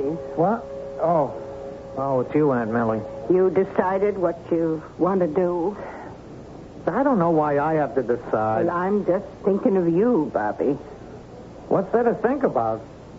Bobby, you realize what life in this town is going to be like. Well, like it always was. Oh, no. You're being worshipped now, Bobby. So that's great. Yes, but you must understand, the higher folks raise you up. The lower they cast you down. And when they discover you ain't a hero after all, that you didn't die carrying the flag up San Juan Hill, well, they're going to feel they've been had. But I wasn't the one who... Oh, sure not. They done it to themselves, which means they'll be madder than ever. How mad? Very mad. Lynching mad? Well, it might stop just short of that.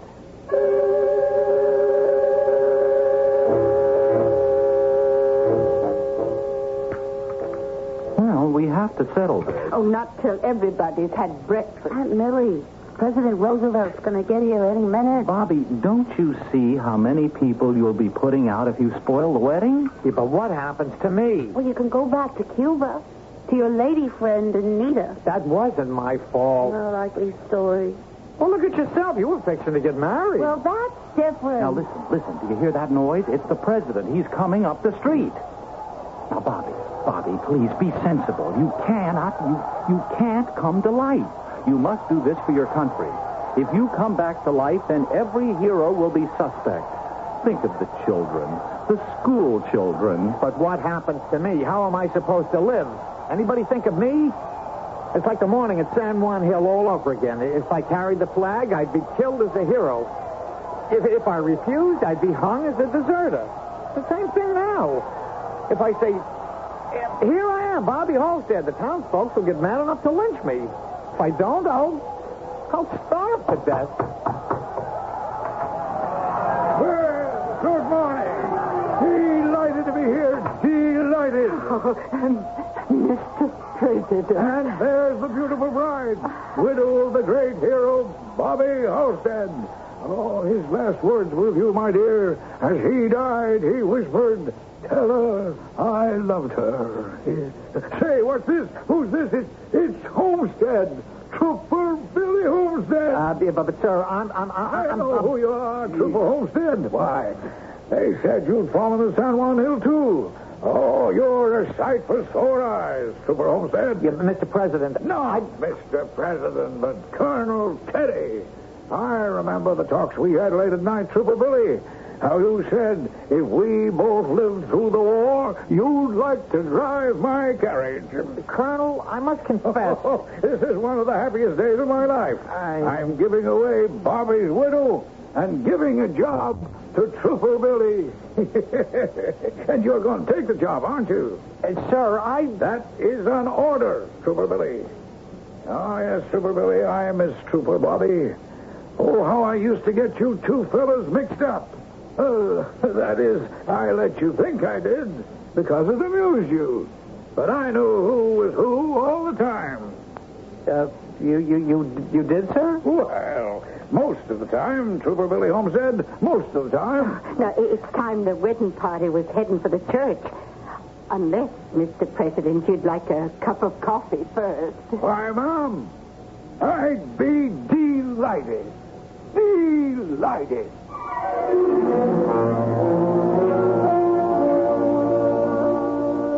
And so they were married.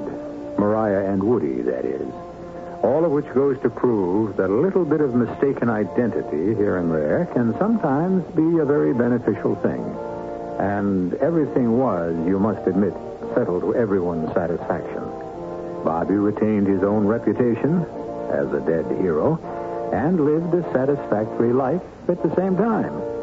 I shall have some more satisfactions for you in just a few moments.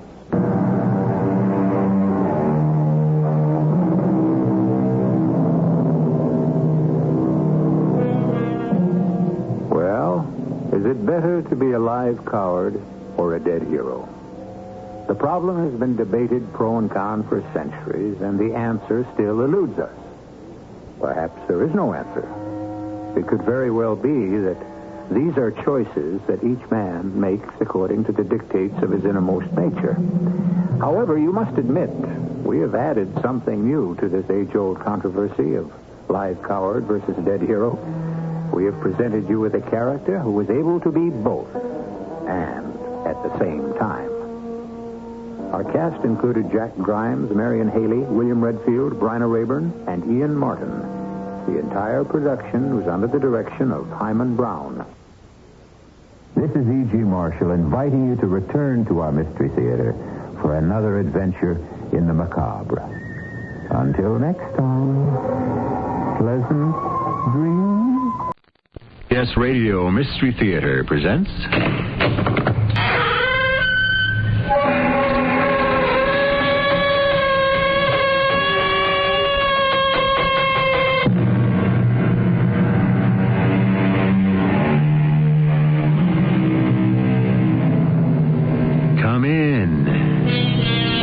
Welcome. I'm E.G. Marshall. And now all the witches, those most noble ladies, for all their broomsticks and their tears, their angry tears, are gone. So laments Mr. Yates. But are the witches really gone? Just because we no longer see the broomsticks and the tall pointed hats, have they truly and for all times disappeared? Or is it merely a matter of perception? I want to thank you. For what? For saving my life. Oh, I'm sure I don't remember doing anything like that. It was late yesterday afternoon on Joe Sheba's property. You let me out of a trap. Yeah? Did I? You let an otter out of the trap, didn't you? Yeah. But how would you know? I was the otter.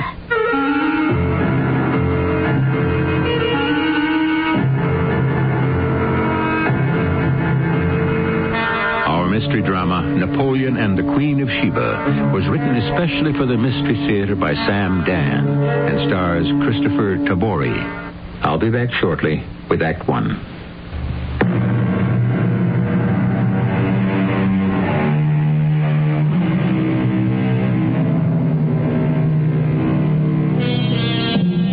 Of the city are dark and deserted. An icy stillness hangs in the air. Winter, like an invading army, has driven the people indoors to escape the biting winds, which are cold enough to crack the very pavement. Here and there may be heard hurried fugitive footsteps. There is darkness and silence. But suddenly, one is aware of a square of light on the snowy sidewalk. It comes from a store window.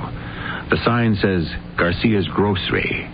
Why is it open at this hour of the night? That's what Tom Garcia himself would like to know. Hey, Inez, can we close up? Oh, don't close up yet, Tom. What do you mean, don't close up yet? What do you want me to stay open for, huh? Well, somebody might need milk for a baby. They can wait for the morning. Oh, just a little while longer? Oh, sure. So some punk can come in here and try to pull a stick up? Tom, I'll go inside and make you something nice to eat. Now, don't try to get around me, Inez. And when it's ready, I'll call you, and then you can close up, all right? But look, there ain't a living soul out on the street. Oh, it won't take me more than 10 or 15 minutes. Okay, Tom? Well, what are you going to make? It'll be a surprise. Okay, but 15 minutes is my limit.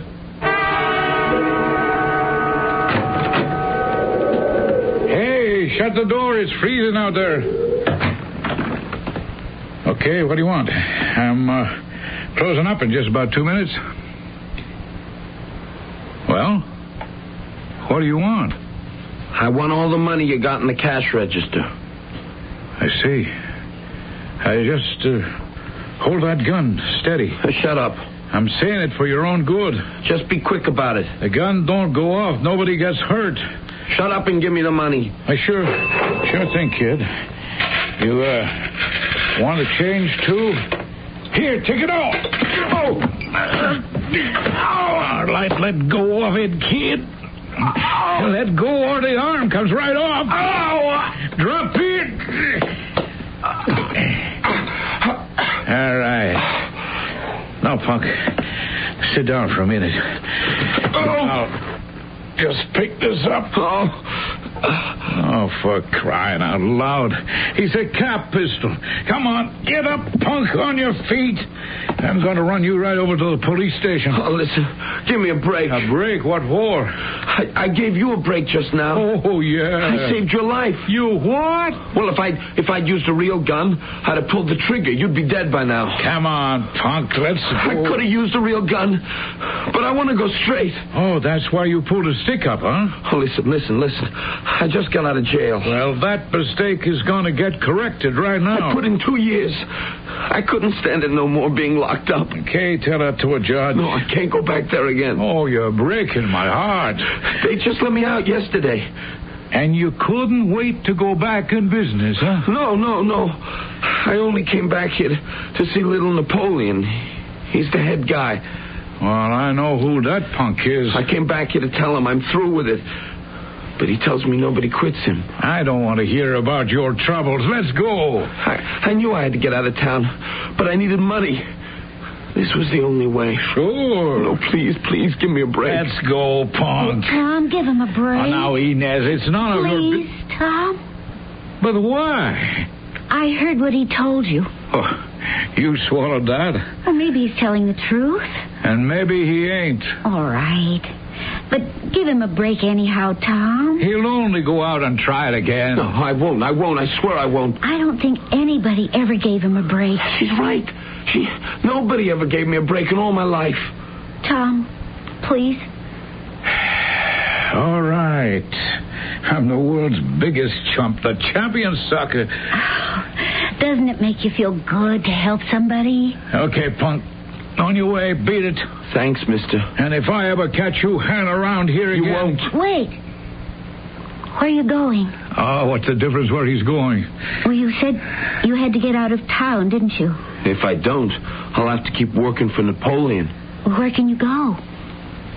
Back where I came from. And where's that? Farm, upstate. My old man is still alive. How are you going to get there? Well, I guess I'll just maybe have to hitch a ride somehow. Tom, give him some money. What? Well, so he can take a bus. Oh, listen, Inez. He can freeze to death on the road. All right. Might as well go all the way. Here. Oh, give him some more, Tom. Well, that'll cover his bus fare. Let him get some new clothes. He's going to see his father. What do I care if he's going to see his... Yeah, okay. Here, take this. But I'm telling you, there's not a nickel more. Now, take off, punk. Don't call him a punk. I'll never forget you. Sure you will, as soon as you walk out the door. What's your name? Eddie. Goodbye, Eddie. Goodbye.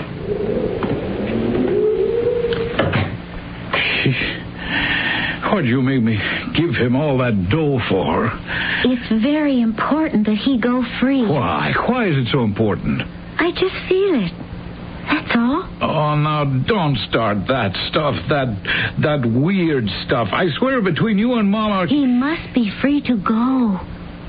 To go far from here. Inez, he's not going no place. Don't say that, Tom. He's going to get just about as far as Billy's saloon up the street. No. He's going far away. He must, Tom. He must. Leaving for Northland, Kramer's Corner, Bakerstown, and Crayville.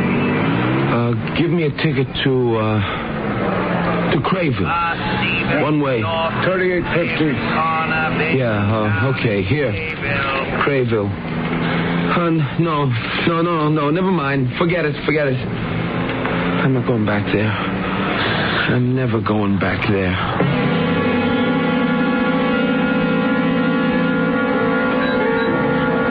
Good evening, Eddie.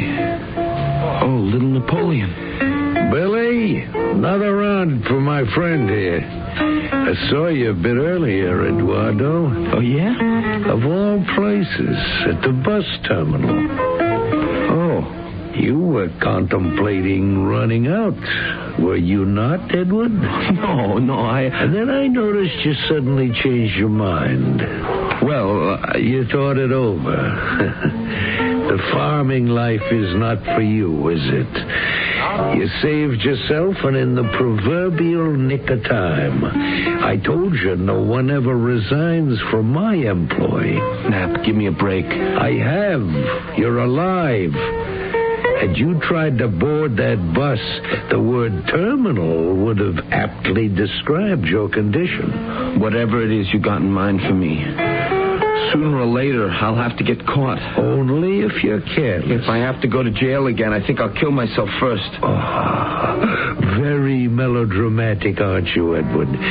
Report to my office in the morning. I'm sure you're eager to get back to work.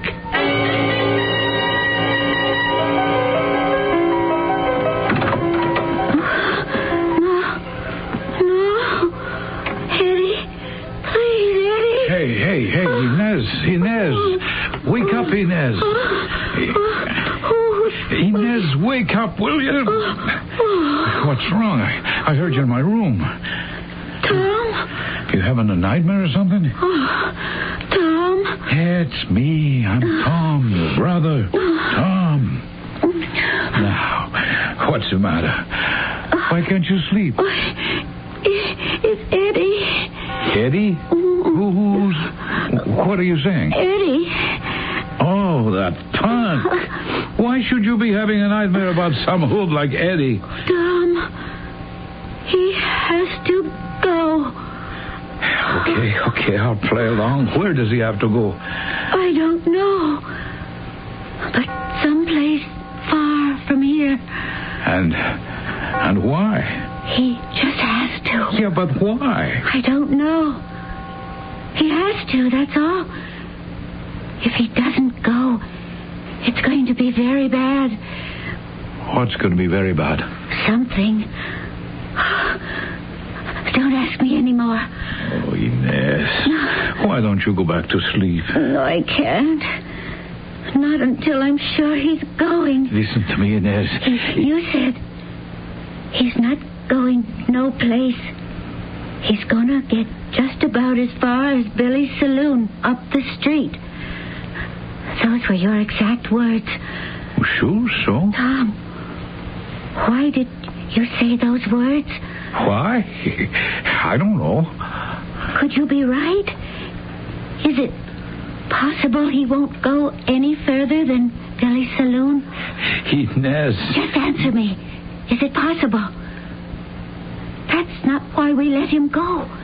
That's not why we gave him the money.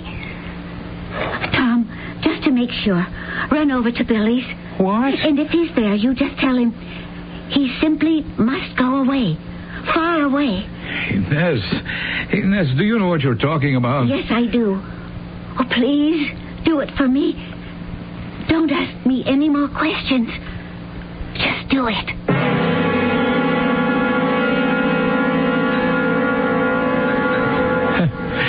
It's a shame I didn't bet on it. I would have won. Huh? Oh. Give me a break. Give me a chance to change my evil ways. Let me get out of town and start all over again. Something to that effect, wasn't it, punk? Well, now listen. I already listened. What more can you tell me? You don't know what it's like up there on the farm. Oh, I bet it's like being in jail, huh? You're surrounded by all that empty space. Nowhere to go. Nothing to do. The whole world is against you, huh? Oh, please, I'm scared.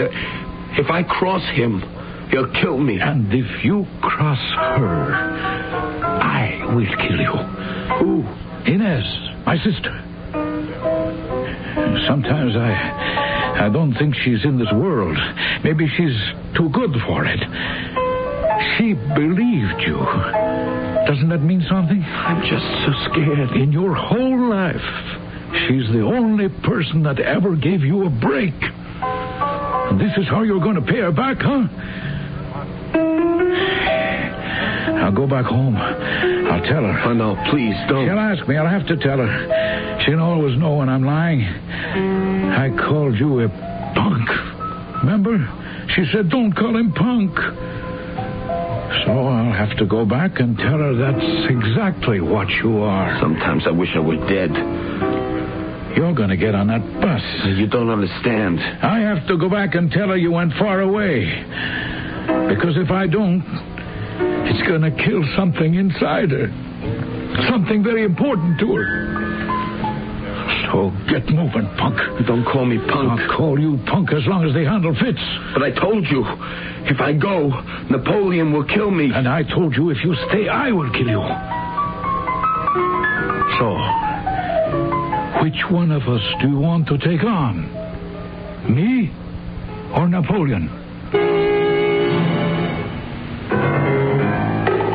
Not very much of a choice, is it? Evidently, there is a struggle of some sort going here for the soul of this young man. But why is it so important that he go far away? The answer will be revealed shortly in Act 2.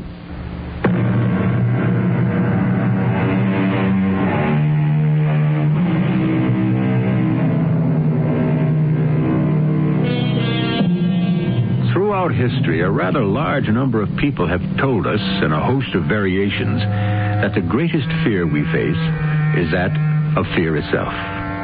It should come as no surprise. Fear is a disease most infectious, and it feeds on its own fat. How does one learn to cope? In a variety of ways, one of which we are about to explore. Stephen Van Northland, Kramer's Corner, Bakerstown, and Crayville. Get on. Oh, all right. What? Nobody followed us.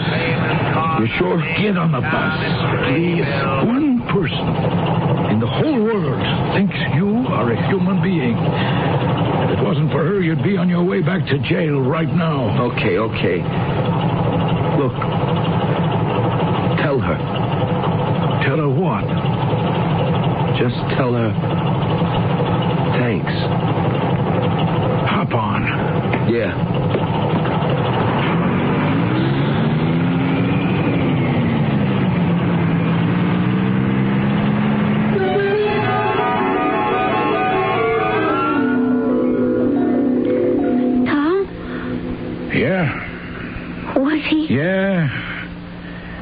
Yeah, he was in Billy's. Oh. I convinced him he'd be better on the road. And? He's gone. The punk. No. There's some good in him. He did go. Only because I told him I'd kill him. Oh, poor Eddie. Afraid to stay and afraid to go. Yeah, let's forget the whole stupid business. Get some sleep. Thanks, Tom. Inez, why is it so important for this punk to go somewhere? I don't know. But soon, very soon, I may know the answer.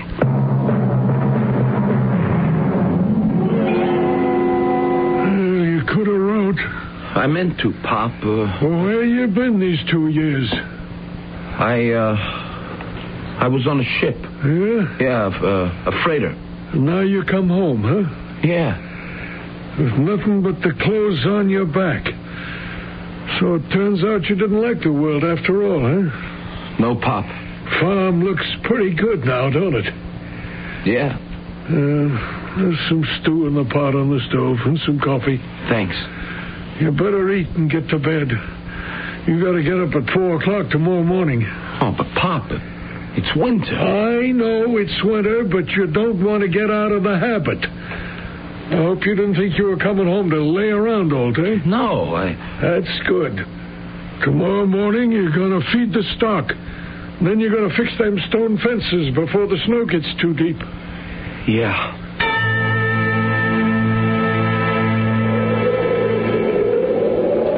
Bring me some flat rocks from that pile. Oh, it's cold, Pop. This is nothing. Wait till it Hey, what's that? What's what? Look, it's coming from over there. Yeah? Sounds like an animal. Sounds like it's hurt. It must be caught in a trap. Hey, where are you going? I want to see. Just a second. That's Joe Sheba's land. Yeah, I know. You come back here. You should know. We don't go on Sheba property, and he don't go on ours. Hey, Pop, look. I'm telling you. Joe just as soon as take a shot at you. I know I'd shoot him if I caught him on... Hey, Pop. What is it? Look. All right. I'm coming. For crying out loud, it's an otter. You never seen an otter before? They come up from the river. Oh, his leg's caught in the trap. Oh, look, he's so scared. He can hardly make a sound. All right, let's get out of here. Can't we free him? You crazy? Trespassing on another man's property? Interfering with his traps? What kind of a son did I raise? Oh, but the thing's scared stiff. Joe will be along and kill it soon enough. Pop, you don't know what it's like to be trapped. Well, why should I? I'm not an animal. Human beings can be trapped, too. I know. Let's get out of here. You mind your own business, huh?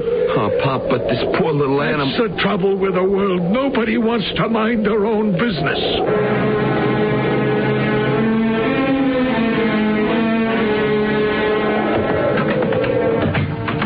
Oh, where have you been?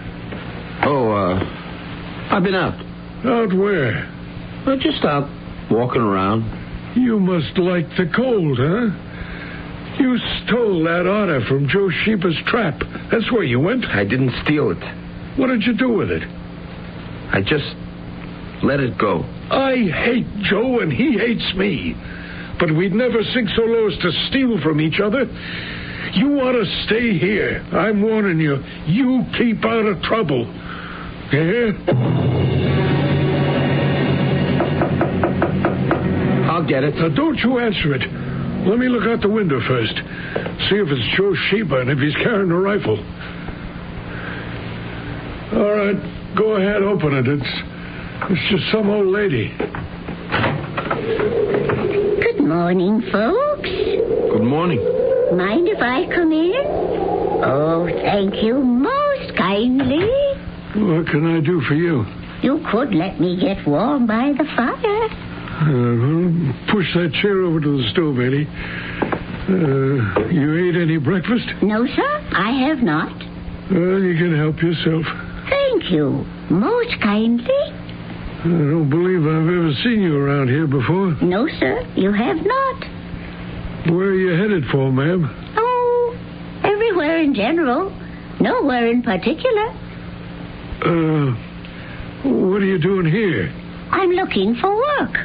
Work? I look about this place, and oh, my. It sure needs plenty of work. It could use a thorough-going cleaning. There's not a single curtain on any window, and I'll bet there's plenty of clothes that need mending, socks that need darning. Well, that's settled. What's settled? I'm to stay here for a spell and take care of all those things. Just a second. In return for my room and board. Now, where are you going to find a better bargain? I believe I'll try one of those sausages. I would think, sir, you'd be mighty fed up with your own cooking by this time. Well? My name is Alavia. Alavia what? Oh, just plain old Alavia. Why don't you gentlemen go out and do chores, and I can get right to work? I don't know. Well, I could use a woman's help around here for a bit. There, you see? What did I tell you? Eddie, I'm going to drive into town. I'll be back in a couple of hours. Make sure you get started now. Oh, he will. Well, I'll see you later. You'll see me, too. Yeah, you too. I never thought he'd do it. Do what? Let you stay. Why not? I guess he just don't like having people around here. Ever since Mom died, he's been very hard to live with. I want to thank you. Thank me? For what? For saving my life. Saving your life? Oh, yes. I don't remember doing anything like that. How could you forget? I can't even imagine how. It was late yesterday afternoon. Oh, you're making a mistake. Oh, no, I never make mistakes. Wait, that isn't true. I did make a mistake. I let myself get caught in that trap. What trap? The trap on Joe Sheba's property. How would you know about the trap? Only Pop and I were there. And me. I was in the trap. No, an otter was in the trap. I was the otter. What did you say? You heard what I said. I was the otter. Well, but how could you be the otter? I had changed myself into an otter. You changed yourself into an otter? How else was I going to get across the river? The ice is still too thin to walk on. Oh, I could have become a fish. Oh, but they never have any fun. Did you ever see a fish that looked happy? I don't understand. Down south once, I changed myself into an alligator. Oh, I didn't like that at all. I suppose it clashes with my disposition. You get a very good feeling, as a rule, when you're an otter. And they're cute, aren't they? Oh, I can't believe this. Do you know why? Because you're fighting it. Just accept it. How can I accept it? It's impossible. Nothing is impossible today. How can you do it? I'm a witch. A witch? I had nothing to say about it. That's the way I was born. And you can change your shape? That's right. Then when you were in the trap, how does it happen you didn't change yourself back? Well, I couldn't. I wasn't free. And you came along, and you saved my life. Now, what can I do for you? For me? Oh, I don't know if there's anything anybody can do for me. A witch isn't just anybody. How about this witch stuff? I wouldn't say too much about it when Pop is around. I mean, he gets bothered very easy. Oh, don't worry. This is our secret, yours and mine. And besides, I happen to have plans for you.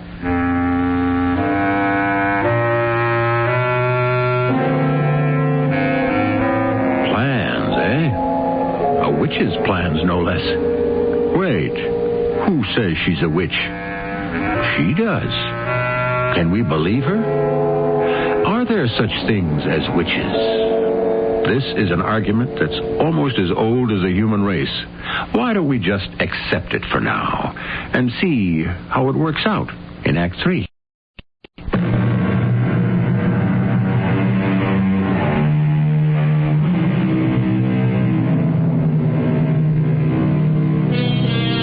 Sane and sensible people insist that there's no such thing as witchcraft. That's during broad daylight, in the midst of a crowd. Sane and sensible people, however, may have another view of the world when they're all alone in the darkness. Then, of course, there's the matter of confrontation. The fact is, we really don't know, do we? You're a witch, huh? Guilty as charged. Although I should say innocent as charged. There's no disgrace in being a witch. Like everything else, it depends on what you do with it. But I still don't get it. You say you changed yourself into an otter. I told you to cross the river. So when you got caught in the trap? Couldn't you change yourself back? I told you I wasn't free.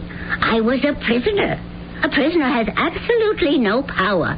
Well, you should know how cold and dead a prisoner can feel. Uh-oh. Do you know who that is? Mr. Joe Sheba. What does he want? You know what he wants? Hide yourself. What? Into the other room, quickly. Oh, hurry. Do as I tell you.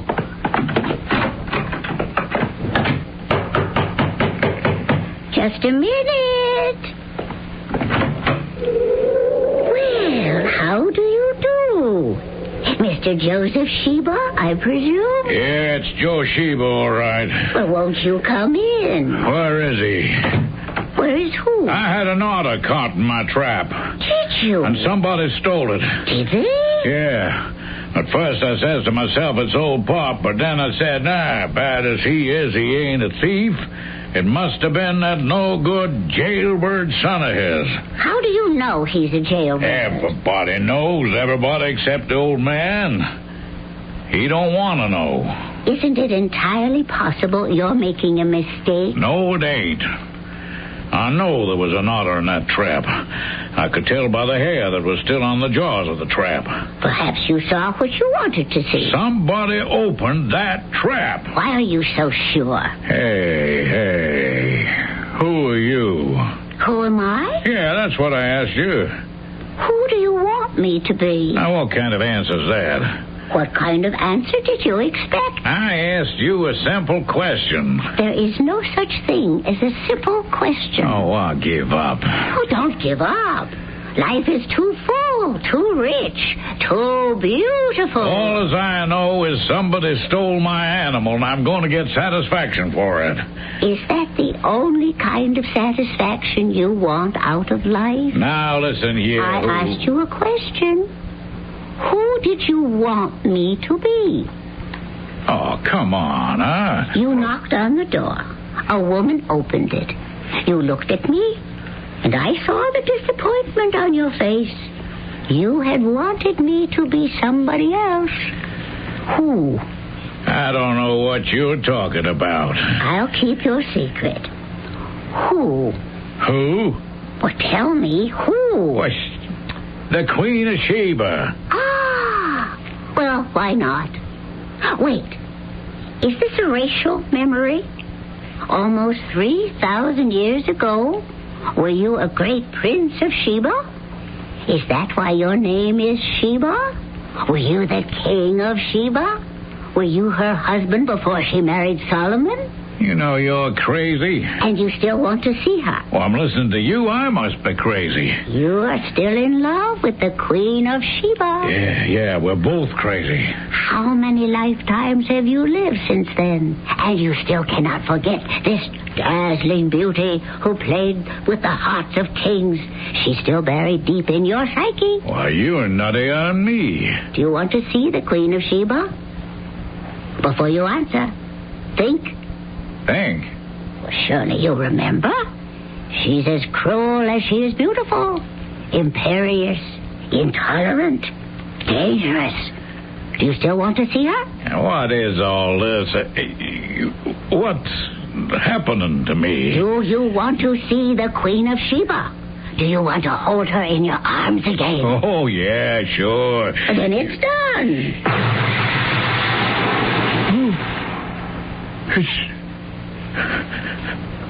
Who is she?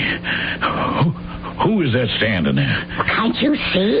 It's the Queen of Sheba. Is she as beautiful as you remember? Well, she's looking at me, smiling at me. Yeah.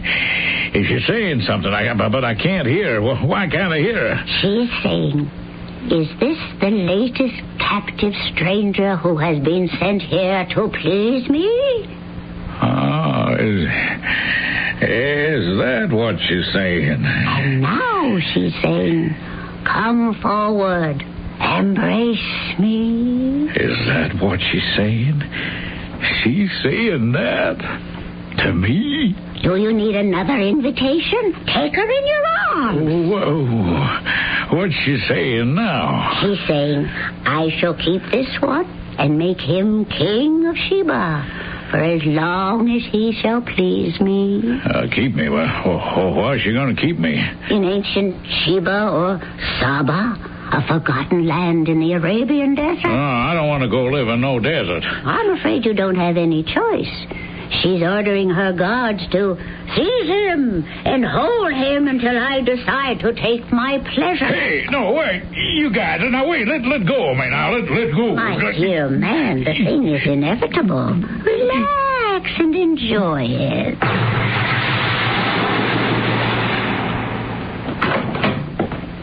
What was that noise? What happened? Where's Joe Sheba? He went home. Oh, but that don't solve anything. It solves everything. How? He'll be back. I don't think so. You did something to him? Who, me? Well, what happened to him? I told you. He went home. Oh, what about the trap and the otter? I don't think she's worried about that anymore. Who are you? How many times must I tell you? A witch. Oh, no, but there's no such thing as... There isn't. Ask Joe Sheba, if you can find him. But what do you want from me? I want to thank you. Well, what for? Oh, okay. I know what for. For the trap. Well, all right. You fixed it with Joe Sheba, didn't you? I should think so. Well, then we're square. No, I must do more. More? You're not really a bad boy, Eddie.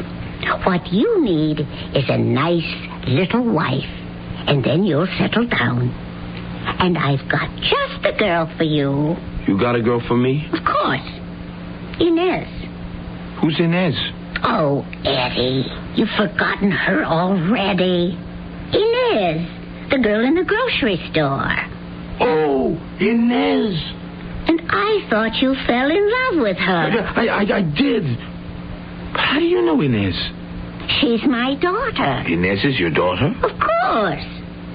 Why do you think she wouldn't let her brother take you to the police station? I don't know. Oh, Eddie, you still haven't figured it out. Inez knew I'd be caught in a trap, and she knew somebody would have to come up here to set me free. Are you telling me the truth? Oh, no, it's impossible. It doesn't matter. You don't have to be smart, Eddie. You have a clever wife. Wait, but how did she know I'd let you out of the trap? Because she could see that you really have a good heart. And that's all that really matters. I can't afford to get married. Well, Tom will give you a job in the grocery store. You mean I'm going to have to work in a grocery store? It's honest work, isn't it? I guess so. Would you rather work here, on a farm? No. And after a while, Eddie, with Inez's help, you'll open up another store, and another. Soon you'll become a great tycoon. Not because you're smart, but because you have a big heart. That will be the name of the company, the Big Hearted Store. That sounds great.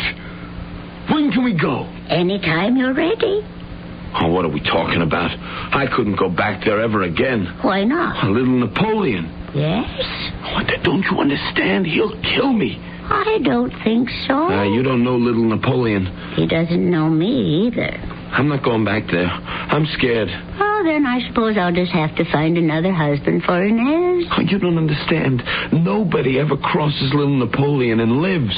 And you'll stay here getting up at 4 a.m. to feed the animals and do all the plowing, the milking. Oh, please. Oh, let me take you away from all this, Eddie. But little Napoleon. Let me worry about little Napoleon.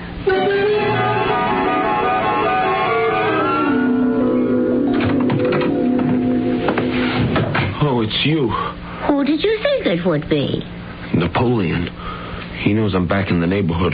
He'll figure I went back to my old room. I better get out of this while I still have a chance.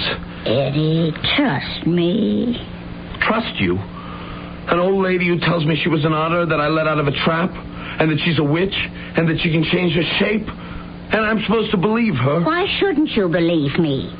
You're not only asking me to believe you, but to bet my life on you. Well, doesn't it make you feel marvelous? Marvelous? To have something to believe in? Something wild, mysterious, exciting. That a person can change shape? Of course, why not? People change all the time. They change personalities constantly. And if you can change what's inside, why is it so strange to believe that you can change what's outside? Oh, boy. A person grows up. And by the time he's a man, he's become a weasel or a lion or a snake. He's got everything but the shape. In time, people will learn how to do that, too. Oh. I know you're in there, Eddie. It's little Napoleon. What am I going to do now? Step into the closet. But that's the first place he'll look. Eddie. Oh, why'd I listen to you? Step inside, Eddie. Do as I tell you. Now, don't make a sound. Just a minute. Yes? Who are you? Who am I? Who are you looking for? I apologize, madam. I believe I've got the wrong apartment. May I ask who it is that you're seeking? A young gentleman who obviously isn't here. The young gentleman is the object of a temporary objective. Who is it that you seek constantly? I beg your pardon? Won't you come in? Perhaps I can help you. Help me do what? Who is it that little Napoleon was always looking for? Oh, you know who I am, eh? I know who you would like to be. You would give anything, everything in the world to be Napoleon. In fact, in truth, in reality. What are you suggesting? Napoleon? Well, it's just a joke. Is it really? You mean you don't see yourself as Napoleon? One day, when you'll be more than just the head of a gang of neighborhood thugs, one day you will be known and feared as he was. Well, did I touch a nerve? Why settle for the pale imitation when you can be the authentic, the original? Be Napoleon. Be the young artillery lieutenant who captures the throne of France. Be the Napoleon who conquers Europe. And look, here, your beautiful bride, Josephine. Oh, It's Josephine. See? She has her arms extended. Go to her. Go. What are you waiting for? Josephine.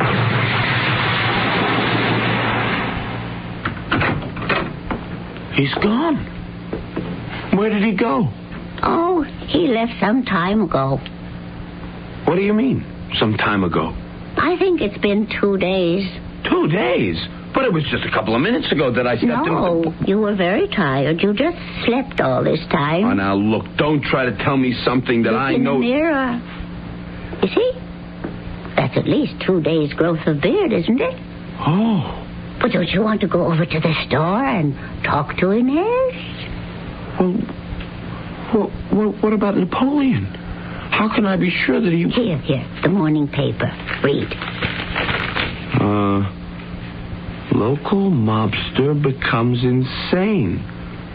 Robert Fruber, who called himself Little Napoleon, was found running about the street dressed as Napoleon. What's this? Read on. Intimates claim he kept the Napoleon costume hidden in his room, but this is the first time he ever wore it in public. Psychiatrists who examined him say that he will probably spend the rest of his life in an institution. Do you believe me now? Oh, yes, but... Now, you shall go to the store and propose marriage to Inez. Marriage? I thought you would like that. Of course, if you don't want to marry Inez, I can think of something else for you to do. No, please. Inez, absolutely. I love her. I'm crazy about her. Don't be hasty. There's nothing in this world I'd rather do than marry Inez. Good.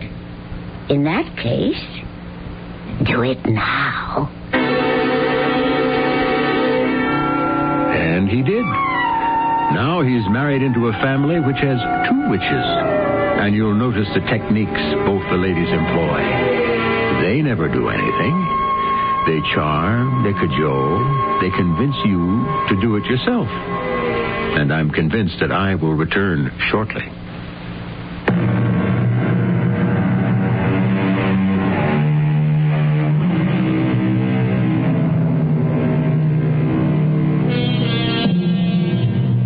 In wrestling, in judo, karate, indeed, in all the martial arts, the technique is to use your opponent's strength to turn the force he exerts against himself. And so it is in the mental arts, especially when we come to consider the supernatural.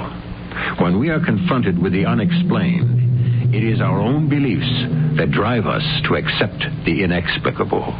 After all, it's impossible for anyone to believe in ghosts who doesn't have an imagination. Our cast included Christopher Tabori, Evie Juster, Ian Martin, and Court Benson.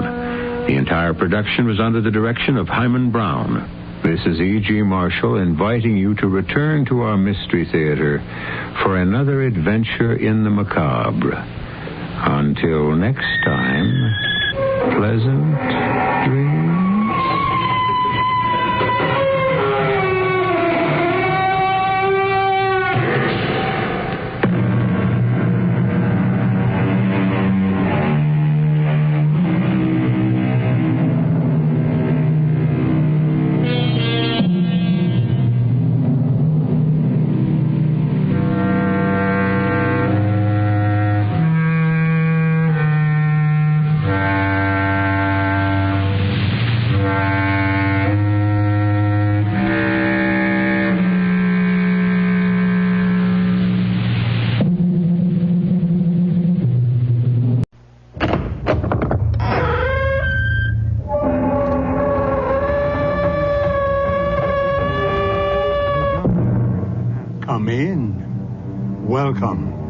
Welcome to Mystery Theater.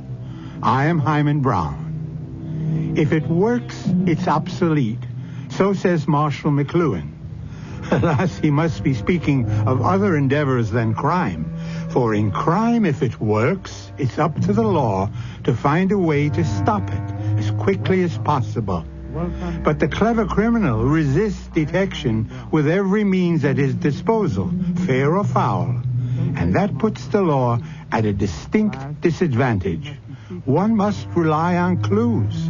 But what if the criminal has invented a new method of crime? One in which what is obsolete is the evidence. Sheriff, what brings you out here again?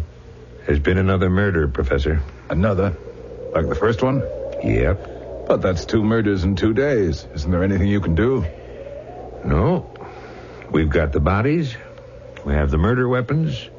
We can even construct a reasonable theory why the murders were committed. But the thing is, I got a feeling none of this is going to lead us to the murderer.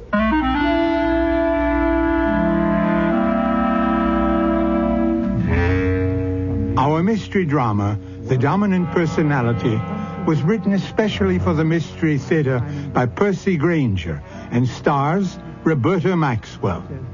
I'll be back shortly with Act 1.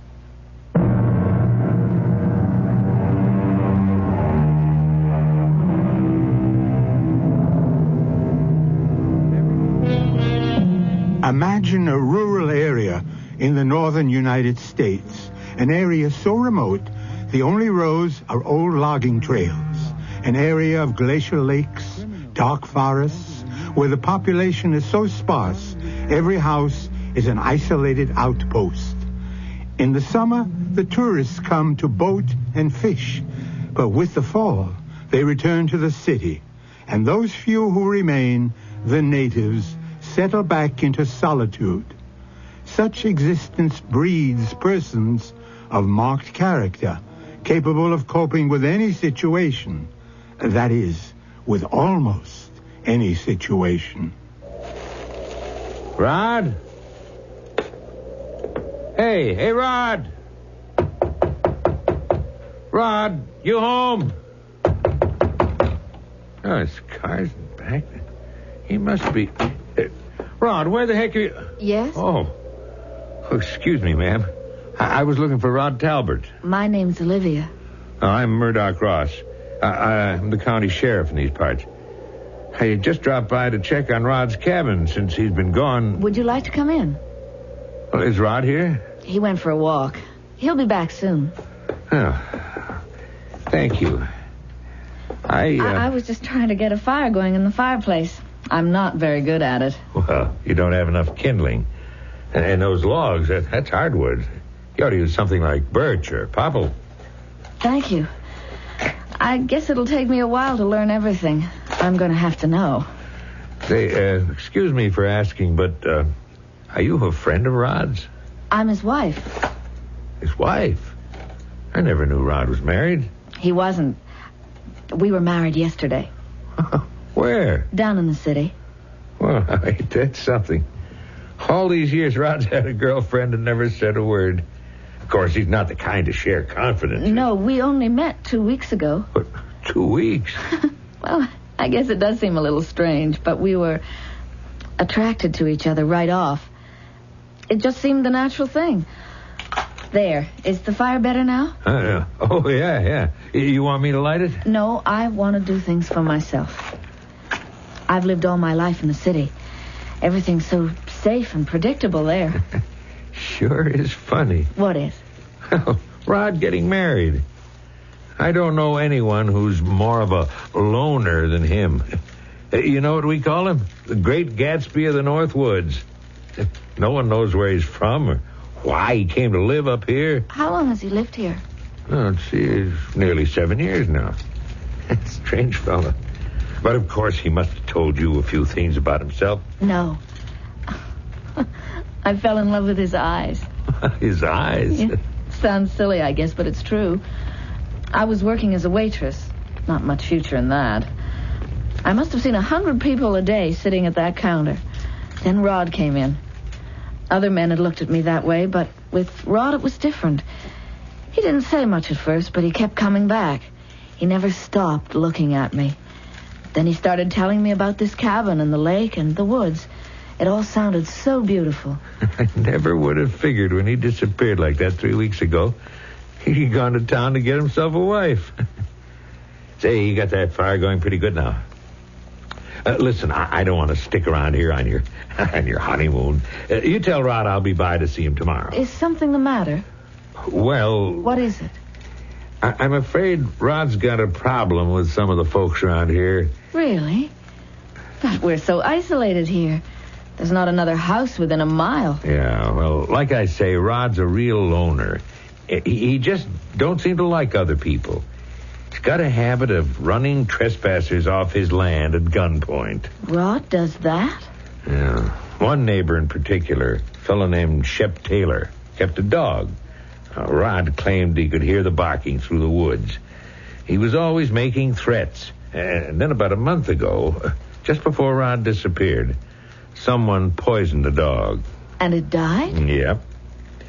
Anyhow, now Taylor's gone out and bought himself a new dog, and, well, I don't want any more trouble. Maybe now that we're married, all that will change. Yeah, maybe. Let me pay visits to the neighbors. When there's so few people around, it's silly not to get along. Well, there's Shep Taylor and a widow named Mrs. Booker. She's kind of a hermit herself. And then down the road in the other direction is Leo Hertel. He's from the city, too. He was a professor of psychology at the university until he decided to drop out of society and come up here. He sounds interesting. Yeah, he's got a whole cabin full of books. Well, it's going to be a cool evening. You ought to sleep good up here. I'll walk you to your car. It's nearly dark. I wonder where Rod is. Well, he didn't say where he was going? He said he needed to go into the woods for a while. Hey, you're not afraid of being left alone, are you? Oh, no. This is an adventure. Oh! What's that? Oh, that's a loon. You'll hear them a lot up here. What a lonely sound. Good night, Mrs. Talbot. Good night, Sheriff.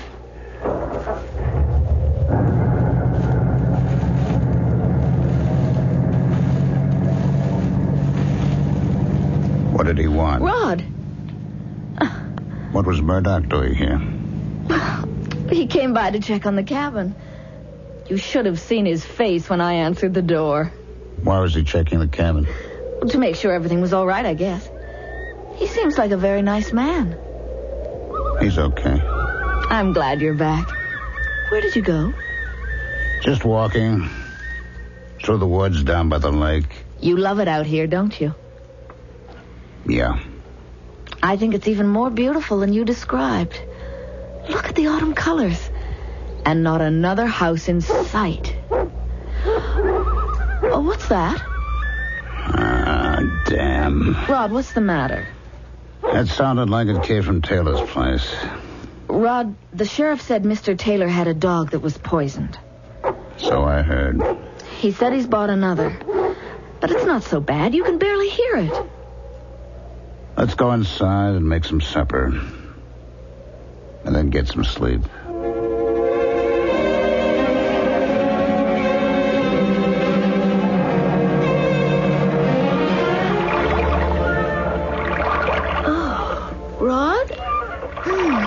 Good morning. Good morning.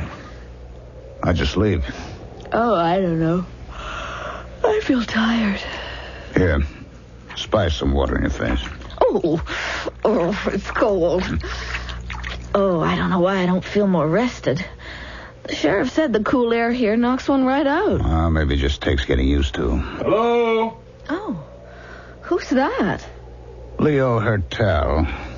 He's an old professor who moved up here a few months ago. Oh, yes, the sheriff told me about him. Morning, Rod.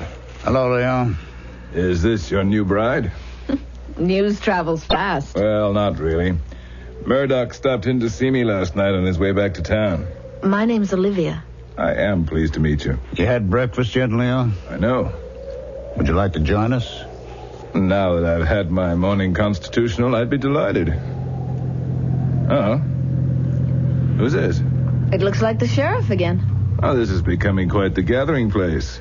Getting married certainly brings changes, huh, Rod? What could the sheriff be doing out here at this hour? He said he wanted to speak to you about Mr. Taylor and his dog. Morning, everyone. Rod, Mrs. Talbot. Professor? Morning, Murdoch. Out a bit on the early side, eh? Shep Taylor's been murdered. What? Oh, no. What happened? He was found in his bed, bludgeoned to death. Otis Thompson came up from the lumberyard to make a delivery about 7 this morning. He knocked, and when there was no answer, he went on in. Oh, that's terrible. I thought he'd got himself a new watchdog. Yeah. Wasn't any good, huh? The dog is dead, too. Labrador Retriever. Fully grown. Strangled. Wow. So who did it? Yeah, I don't know yet. No idea. Thought since your property lies next to his, you might have heard or seen something last night.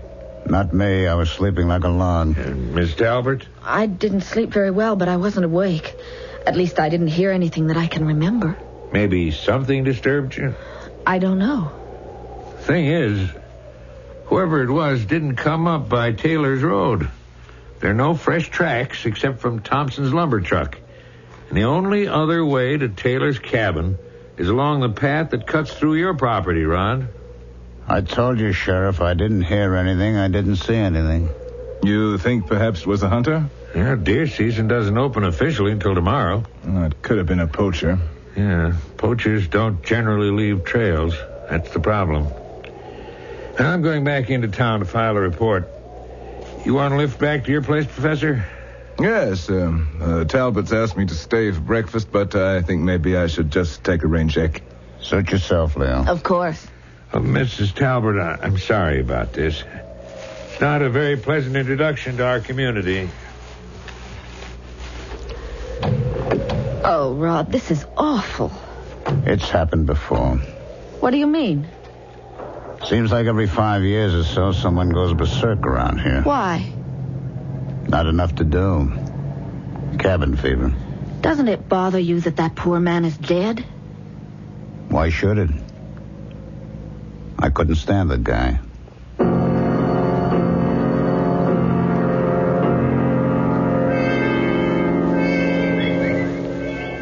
Professor Hertel?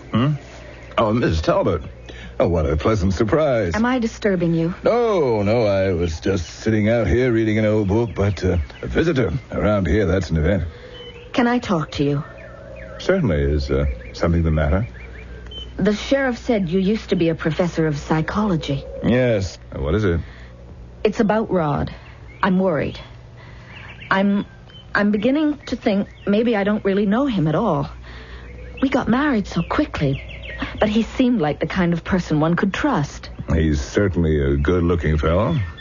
But I think I've made a mistake, Professor.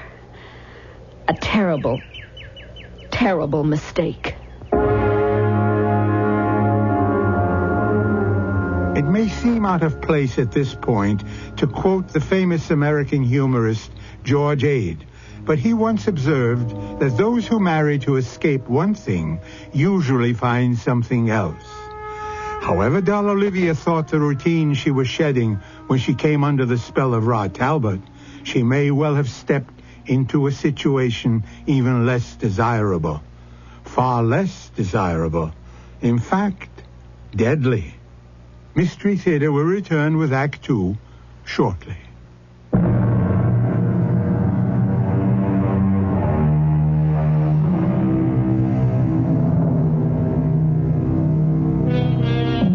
If you were ever arrested, to whom would you make your one phone call? If you were in trouble, to whom would you turn for help? What if you were far away from friends and family, far away from anyone you knew and could trust? What if, for example, you were in a lonely rural community where everyone was a stranger to you, and the most strange of all was the person who had brought you there, the person you had married? You think you've made a mistake, Mrs. Talbot? What kind of mistake? I don't think I should have come up here. I don't think I should have married Rod. I don't know what got into me. Got into you? The very first time I saw him staring at me, his gaze locked into me, I felt like I had no willpower of my own. I couldn't think clearly. It was as if I was under his control. Well, I can understand that. He's a very good-looking man. I often wondered why he never got married before now. No, it's more than just his looks. He has some kind of power. No, it sounds to me like you're talking about love. No. And if you are, I'm afraid you're talking to the wrong person. I've never been married. I was so obsessed with my experiments and researches into the mind, I realized I was working myself into an early grave. That's why you moved here? Yes, this forest primeval, as Longfellow would call it, is the furthest extreme imaginable from the bustle of university life. And now, at last, I'm free. But the murder of Mr. Taylor... I know. Shocking. Tragic.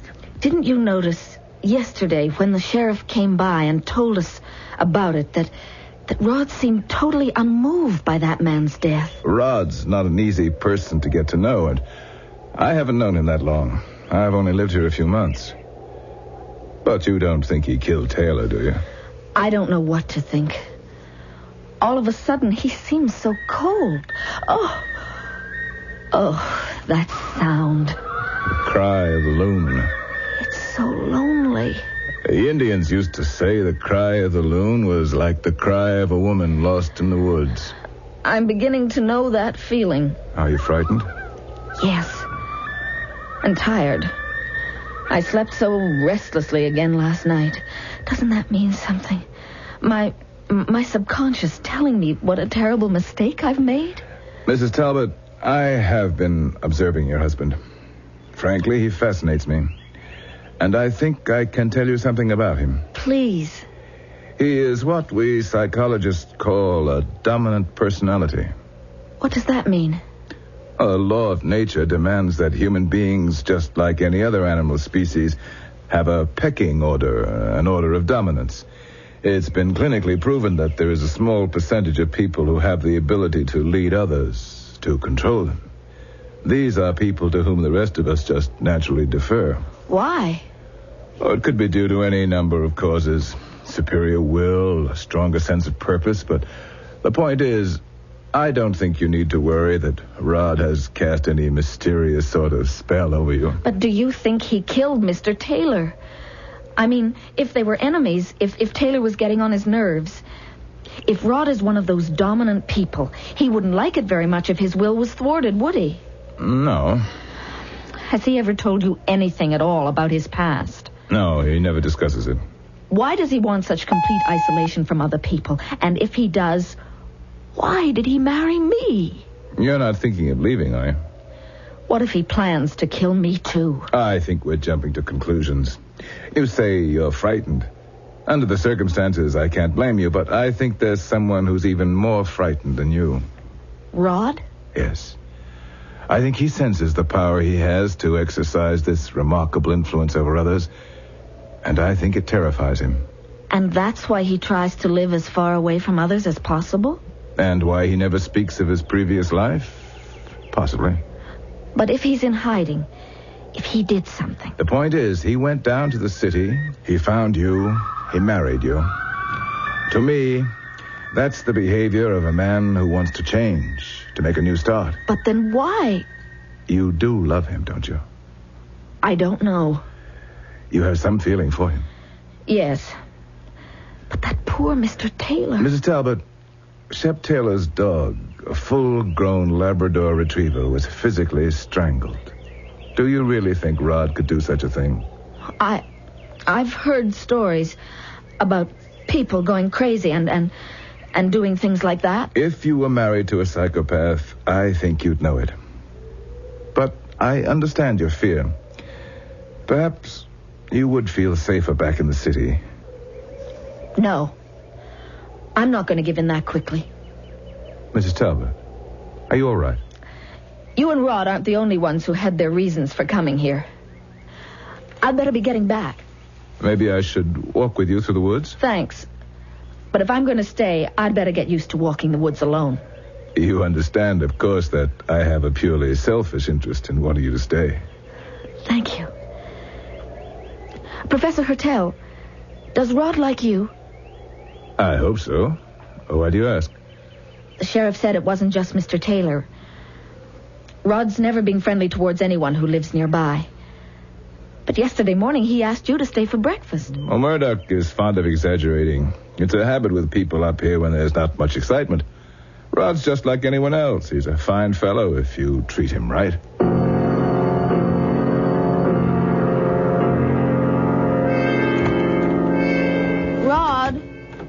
Rod, I'm back. Are you here? Morning, Mrs. Talbot. Sheriff. Pardon my coming on in. It's getting a bit chilly this time of year to wait around outside. I didn't expect you. I didn't see your car. Oh, it's parked down by the main road. I came up through the woods. Is Rod here? No. I was just waiting for him myself. Certainly doesn't like spending much time indoors, does he? No. You got any idea where he might be? When I awakened this morning, he was already up and gone. Maybe he went hunting. Hunting? Now, the deer season opened today. Rod's real fond of stalking game. He didn't say anything to me about it last night. He just up and disappeared, huh? I guess he's still used to living alone. Yeah, I guess so. Why are you here? Because, Mrs. Talbot, there's been another murder. What? Yeah, found the body this morning. Was it someone who lived nearby? No, this one was a hunter from the city. Oh. Made camp down by the river on the other side of the road. Oh, but that land, that's the land that Rod owns. Yep. Was this man shot? No, he died the same way Taylor did. Bludgeoned. Obviously by a person of great strength. Now, some other hunters going upriver by boat spotted him at dawn this morning. I'm sorry. Well, I'm a mite more than that. Where is Rod, Mrs. Talbot? I don't know. I told you he wasn't here when I woke up. Where were you just now? I I went to see Professor Hertel. Oh, social call? He's a very nice man. Is there anything you care to tell me, Mrs. Talbot? About what? 2 murders in 2 nights. Don't have to tell you how it looks, do I? No. No. Now, I know Rod doesn't like trespassers, Mrs. Talbot. Well, neither do I. But the penalty for trespassing is ordinarily not death. Do you have proof that Rod did it? No, nothing concrete. There's no smoking gun, as we say. That's why I'm here. Are you a heavy sleeper? I don't know. Why? Yesterday morning you complained you had a bad night. Yes. And how about last night? Why? I just thought you might have been kept awake by Rod's comings and goings. That's not fair. You have no proof against him. Why are you defending him, Mrs. Talbot? Why? That's what you're doing, you know. And it's real odd, because if your husband is guilty, the one person who ought to have the most to fear is you.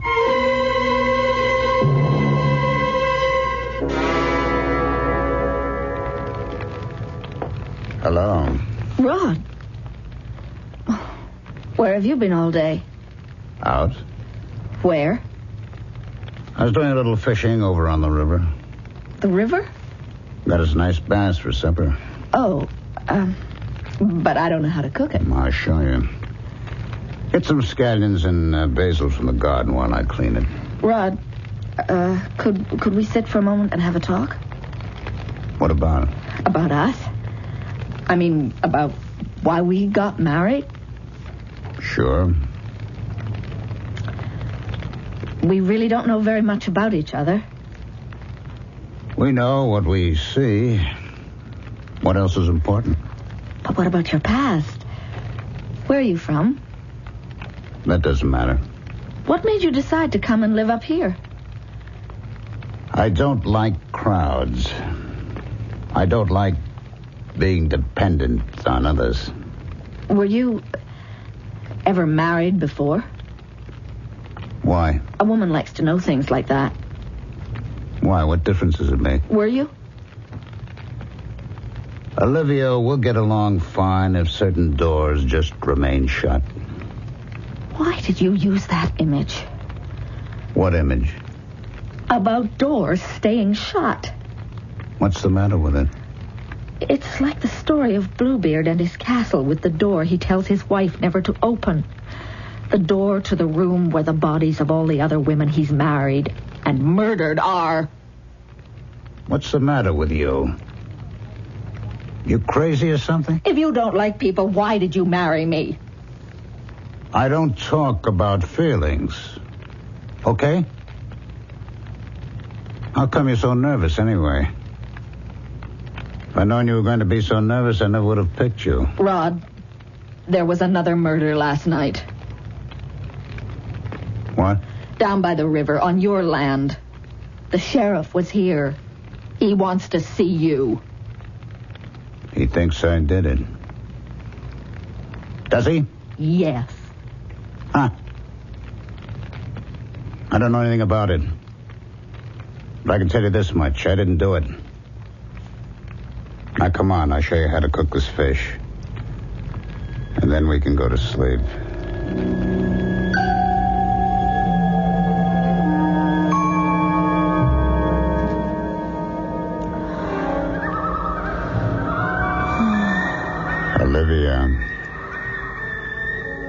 Olivia, are you asleep?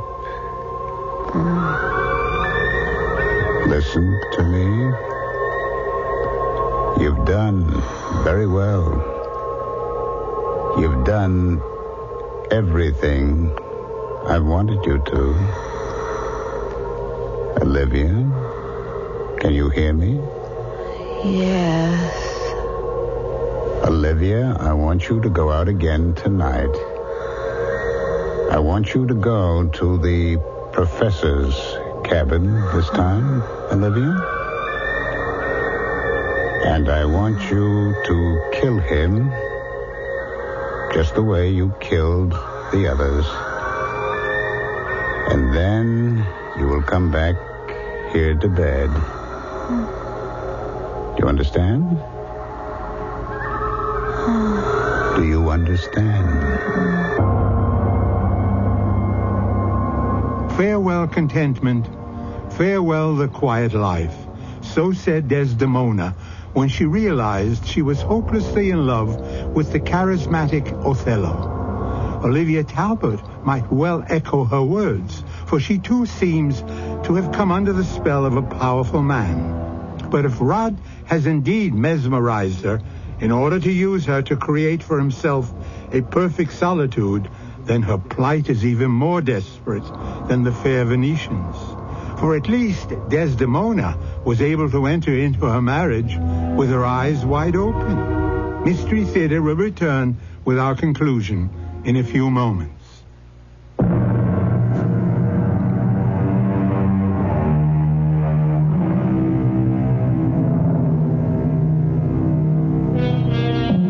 It is said that there is nothing new under the sun, but under the moon, that's a different matter.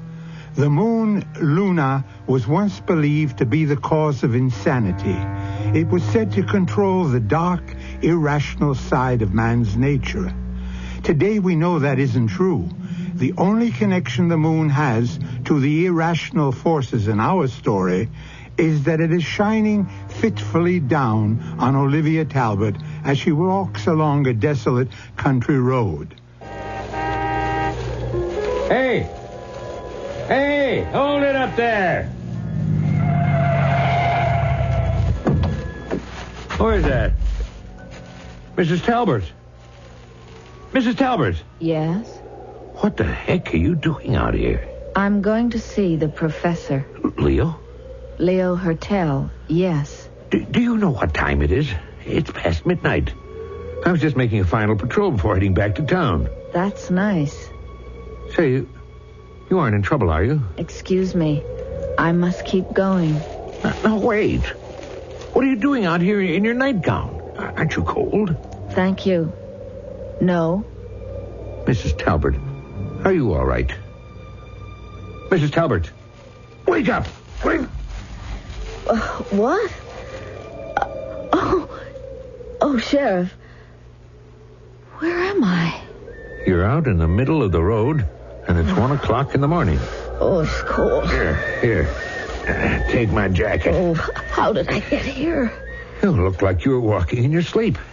Here, get into the car. No, I don't think I should. Why not? I shouldn't. Come on. It'll warm you up. Slide on over. That's it. Feel better? I feel nervous. Tell me, has this ever happened to you before?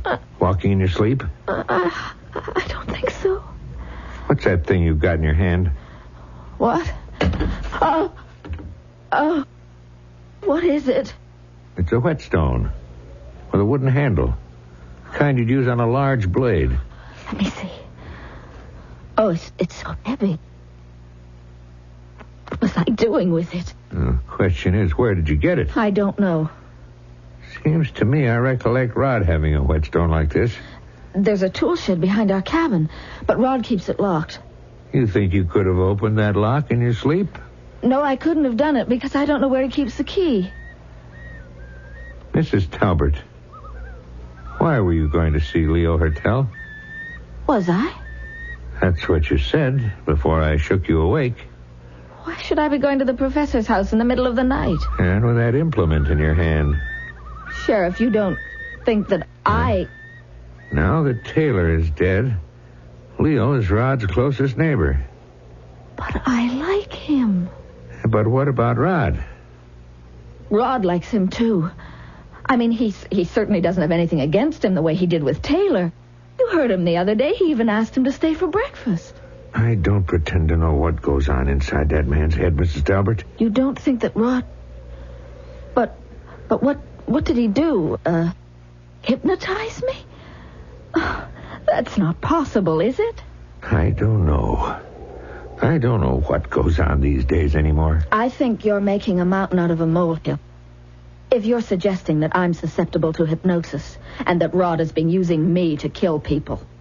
Would you like me to take you into town? Now? What for?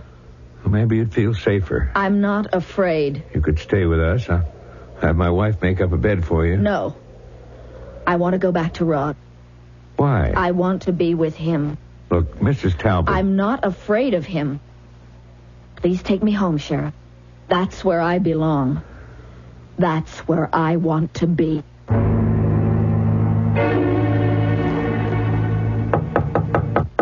Come in. Professor? Murdoch. Is that you? Yeah. Oh, just a second. I'll turn on the light. Sorry to wake you up at this hour. I think there may be a new development on the murders. Oh, no. Has someone else been killed? No. But if I'm right, there almost was. Who? You. Me? I found Olivia Talbot walking along the road just now. She said she was headed here. Mrs. Talbot? Look, I need your help, Leo. If I'm the next victim, you've got it, but Mrs. Talbot? She seemed to be in some kind of a trance. And when I snapped her out of it, she acted confused. At first, I thought she might have been sleepwalking. But then I noticed she was carrying a heavy whetstone. You mean something that could have been used as a weapon? Yes. Oh, dear. This is most distressing. I never would have believed. You think she was just pretending to be sleepwalking then? No. No, I think she was in a trance, all right. She wasn't properly dressed against the cold, but didn't bother her until I woke her up. Now, what I think is Rod has been hypnotizing her. Well, that's a pretty fantastic proposition, Murdoch. Well, that's what I want to know. You're a professor of psychology. I was. Is that kind of thing possible? Yes, theoretically, I suppose. It would depend on the powers of the dominant person and the suggestibility of the subject. But whoever's killing these people would have to be strong as an ox. Taylor's dog was strangled. Subjects often exhibit supernormal strength while under hypnosis. If that's what Rod's been doing, it's an impressive achievement. That's a purely clinical appreciation, of course. Where's Mrs. Talbot now? She insisted I take her back to Rod's cabin. Really? Even though she realized what's happening? Yeah. I'm worried about her. On the other hand, if I'd taken her into town with me like I wanted to, I'd probably never be able to build an airtight case against Rod. How are you going to do that? Well, if you'll help me. Of course. I'm very fond of Mrs. Talbot. I don't want anything to happen that would hurt her. I'm going to go by there first thing in the morning. Now, I want you to appear while I'm there. If Rod thinks you're dead and then sees you, will you do that? What time? I'll get there at 10 of 8. You come by at 8 o'clock sharp.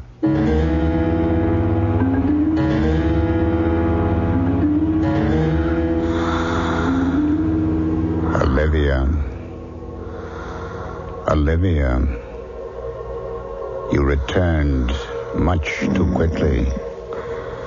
I know. Did you do what I asked you to? I tried. Is the professor dead? No. Why not? I didn't go all the way to his cabin. You didn't listen to me. I don't want people around me. I want to be rid of all of them. Do you hear me? Yes. I want you to go out again, Olivia. Now. And this time, I don't want you to fail.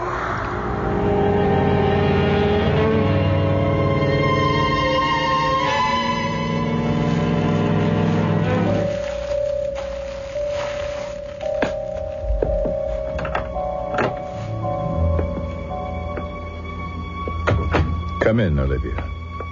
I've been expecting you. I'm here. I'm glad. I had no way of knowing how many nights it would be before Rod would send you to me. Do you know why you're here? To kill you. Very good. I can't tell you how excited I am. This is my ultimate triumph. For years, I have studied and experimented for this moment. And now, at last, it has come. Do you want me to kill you now? Oh, no, you're not going to kill me, Olivia. And do you know why? Because I am the one who really controls you. Rod is only a middleman. Do you understand? Do you realize what I have achieved? What? A month ago, I brought Rod under my power and ordered him to find someone like you. I have accomplished the ultimate feat of mind control, the absolute mastery of another human being. That makes me very happy. Anybody can hypnotize a suggestible person face to face, but to be able to invest that person with hypnotic powers of his own, to order him to find his own subject and order that subject to commit murder, I have achieved something that anyone in my profession will tell you is impossible. But I have done it. I'm the dominant personality behind all this. Do you want me to kill you? Of course not. How obedient you are. What do you want me to do? It is time to bring my experiment to a safe conclusion. I am going to give you a gun. Yes. What do you want me to do with it? You and Rod are murderers, Olivia. You are evil people. Do you understand me? I want you to return to Rod's cabin. I want you to shoot Rod and then yourself. Once this is done, you will be forgiven. Thank you. I understand. I know you do. And now, Olivia, goodbye. You may go now. Hold it, Leo. What? Don't move, either of you. Murdoch. I had second thoughts about leaving Mrs. Talbot alone with Rod. So I went back, just in time to see her leaving the cabin again. And you followed her? That's right, Leo. And I heard it all. Mrs. Talbot, you can put that gun on the table now. Mrs. Talbot? Leo, tell her to put that gun down before she hurts herself. Olivia, point your gun at the sheriff. Leo. Do as I say. Yes? Leo, tell her to lower that gun. Squeeze the trigger, Olivia. Squeeze it. Yes. No. At him, not... That nice man. Mrs. Talbot, will you give me that gun now? Are you all right? Oh, what have I done? He's dead. Do you know what happened? Yes. He told me I had to earn my forgiveness. Do you remember killing the others now? Yes. Oh, Sheriff, it's all so frightening. It's over now. It's all over. Oh, but the frightening thing isn't. The frightening thing will never be over. What's that? That I have such strength inside me. That I have such strength.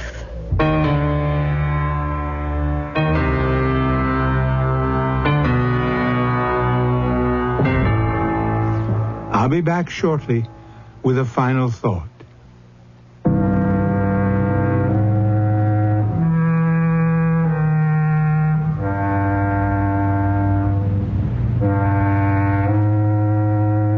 At the final moment, Olivia Talbot turned her gun on the very man who seemed to have her under his total control. For there was one fact of human nature that Leo Hertel forgot. One fact that all his work discipline and evil power could not change. No person can will another to act indefinitely in contradiction to his nature. Our cast included Roberta Maxwell, Ralph Bell, Gordon Heath, and Charles Irving. Associate Director, Marlon Swing.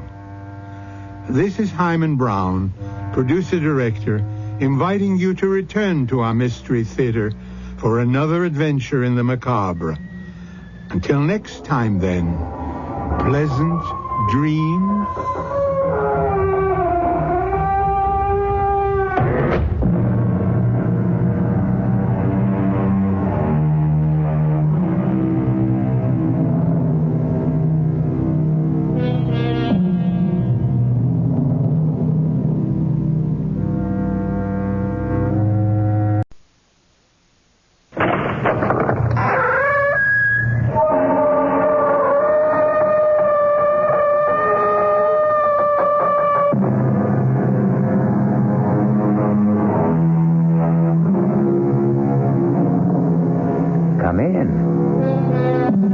Welcome. I'm E.G. Marshall.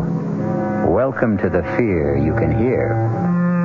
Welcome to the sounds of suspense, to the terrifying world of your own imagination. And I hope you won't hold it against us if we scare you a little with a tale that really could happen, I suppose. But when you hear the outcome, you'll hope it never does. Consider the case of Paula Richards, age 24, who put her future in the hands of an old fortune teller and dealer in the macabre. But one thing I must add about our arrangement. Yes? On the birth of the child, I will demand one favor. You must promise to grant it. A favor? What? I shall ask it when the child is born. But I can't promise that when I don't know what it is. It's a very small favor, but it is part of the bargain. And believe me, Mrs. Richards, if you do decide to bargain with me, I warn you to be ready to keep your part of it.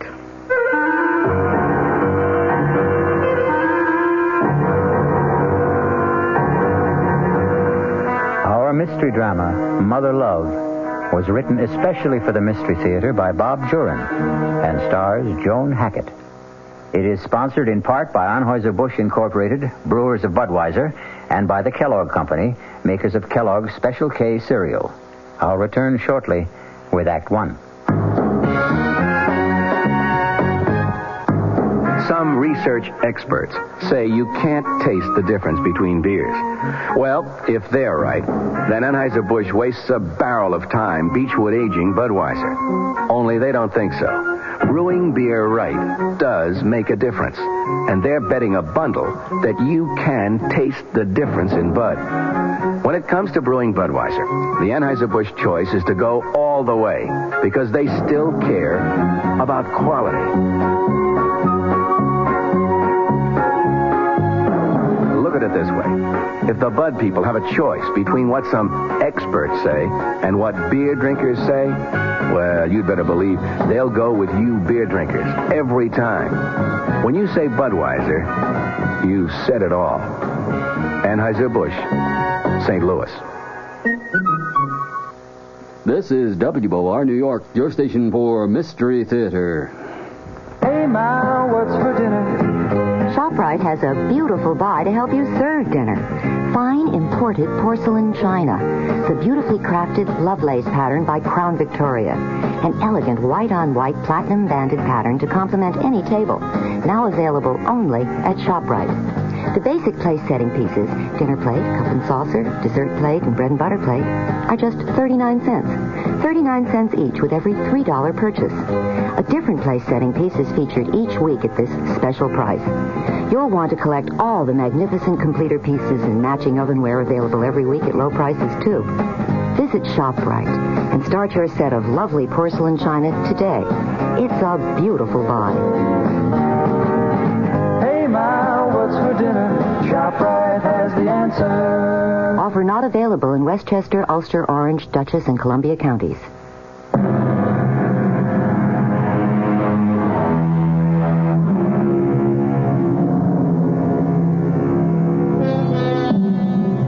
A doctor's waiting room is not the most pleasant place to spend a winter morning. And for Paula and George Richards, this morning is a very fateful one. What's taking him so long? Easy, honey. Dr. Morton has other patients, sick patients. Why can't Dr. Morton say yes or no? Why does he have to keep us waiting? He wanted to see us together, in person. I understand how he feels. Sometimes a doctor's word can make or wreck a life. This waiting is making a wreck out of me. I'm going to call Mr. Jordan. I'll tell him I won't be in today. I told him I'd be late, but I'm just no good for work today. I'm sure the doctor won't mind my using his phone. Jordan Electric. Oh, Mr. Jordan, I didn't expect you to answer. Oh, Millie's out sick. What's the verdict, Paula? I don't know yet. That's why I'm calling. I'm too upset to come in today. Is it all right? Sure, I understand. The books can wait another day. No audit till the end of the quarter anyway. Thank you. What's the holdup? The doctor's busy. We're next. Courage up, Paula. I've got my fingers crossed for you. Thanks, Mr. Jordan. Goodbye. Bye, Paula. He didn't mind, did he? No, he didn't. He said if I wanted... Mrs. Richards, Mr. Richards. Hello, Doc. Oh, thank heavens. Will you step inside, please? Come right in. Take those chairs by the desk. Thank you. I'm sorry you had to wait. Doctor, I'd like... I know, Miss Richards, you're anxious about the tests. Oh, you have no idea. Easy, honey. I'll come right to the point. I think that's what you want. Yes. Please, Doctor. All right. I can't sweet-talk my way through to make it easier for you. The results are negative. I'm sorry, Mrs. Richards, but from my examination, Dr. Field's examination, and the lab tests, you simply cannot ever hope to bear a child. Oh, George. It's certain, then? Absolutely certain? Yes, it is. Would artificial... No. The trouble lies with Mrs. Richards. She's physically incapable of conceiving or bearing a child. I was trying to prepare for this, but it sort of hits you right between the eyes. Take me home, George, please.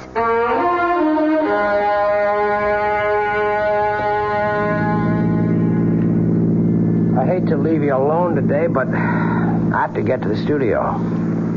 It's all right, George. You know that I'm not going to love you any the less, Paula.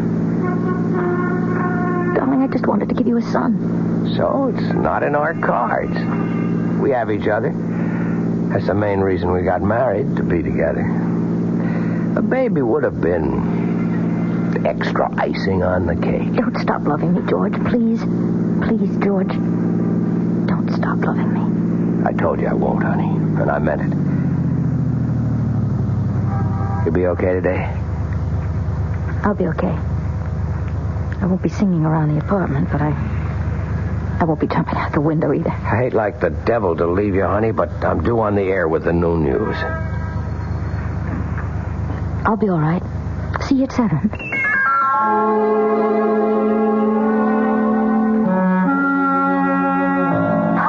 Paula, what's the news? I've been dying for your call all morning.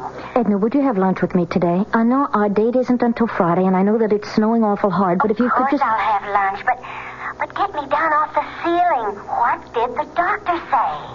I'll meet you at the towers, 1 o'clock? Of course. Paula, what happened? Bad news? Yes, bad news.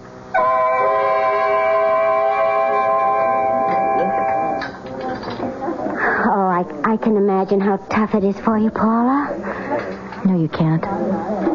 I'm going to lose George. Did he say that? No, just the opposite, but... Oh, Edna, I know. I have a feeling. Oh, now, Paula, honey, don't start planning your own downfall. I'm afraid it's all planned. It's all in the cards. In the cards? Yes, you know, it's just an expression. Well, honey, I don't know whether I should suggest this. What? Well, you're just mentioning cards. It seems sort of frivolous at a time like this, but... Well, there's a woman down in the East Village. She tells fortunes, you know, with cards and tea leaves. And what could you do for me? Tell me what I already know. Well, this woman specializes in herbs. She calls herself Mother Love. Mother Love? Well, now, mind you, I'm just suggesting, but maybe, just maybe, this woman could help you. How? sometimes these old crones can read things in the future. Maybe a baby is in the cards for you. After the doctor said that there wasn't... It's just an idea. Well, how do you know this mother love? Oh, quite by accident. About 6 months ago. Henry and, well, maybe it was Ed. Anyway, it was the current one at the time. We were bar hopping in the village when we came on this fantastic storefront. The window was painted green and purple with red curtains, and it said, Mother Love, in orange letters. Fortunes told, secret herb remedies. Seemed like a lark, so we went in. And all I remember from then on was mumbling and incense. And being told, 1, I'd never marry. 2, that I was too fickle and flighty. And 3, that my mother had a wart on her right side. Darned if the old crone wasn't right about that, too. Edna, the idea that a fortune teller spell can help me have a baby is just nonsense. Well, looking at it in the cold light of day, you're right. It's just a thought. Oh, something to say, I guess. Oh, honestly, Paul, I feel so uncomfortable. I mean, what do you say to someone in your predicament?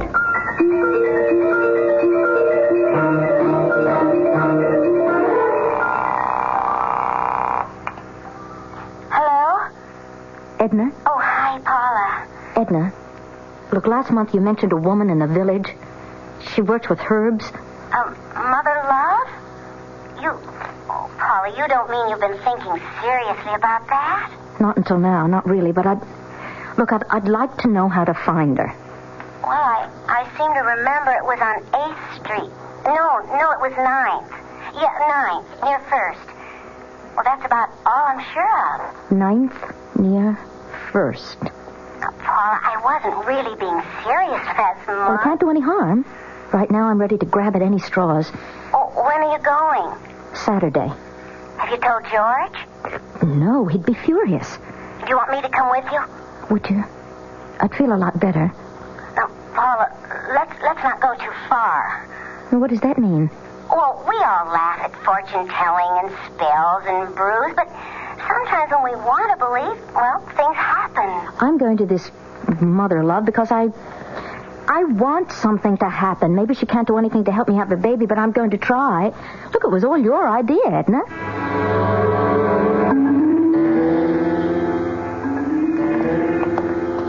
I think it's at the end of this block. What a neighborhood. Makes my skin crawl. That's it. I see what you mean about those red curtains and orange letters. Looks like a Coney Island transplant that failed. Mother Love, fortunes told, secret herb remedies. Well, Mother Love, here I come.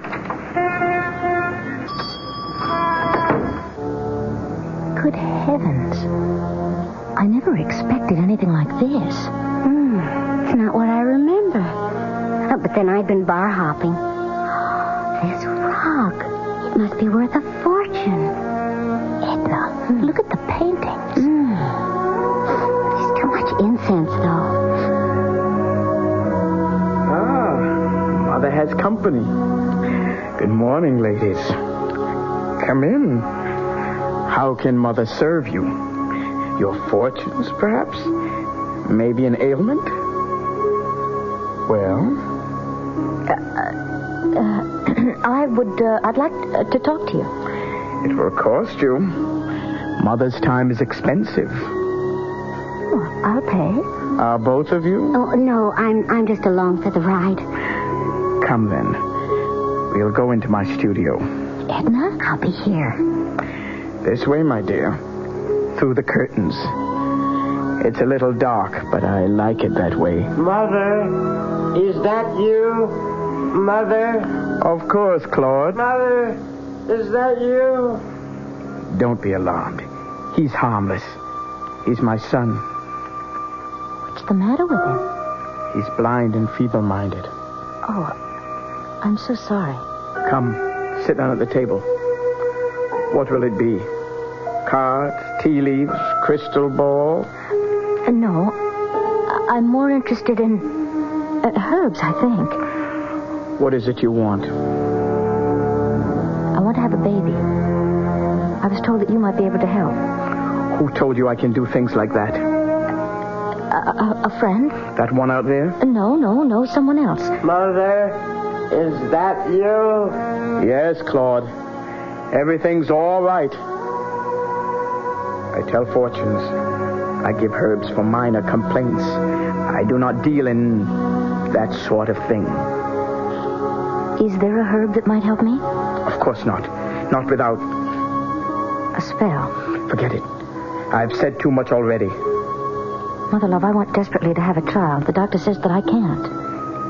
The problem is my fault. I'll try anything. Even if a spell is necessary.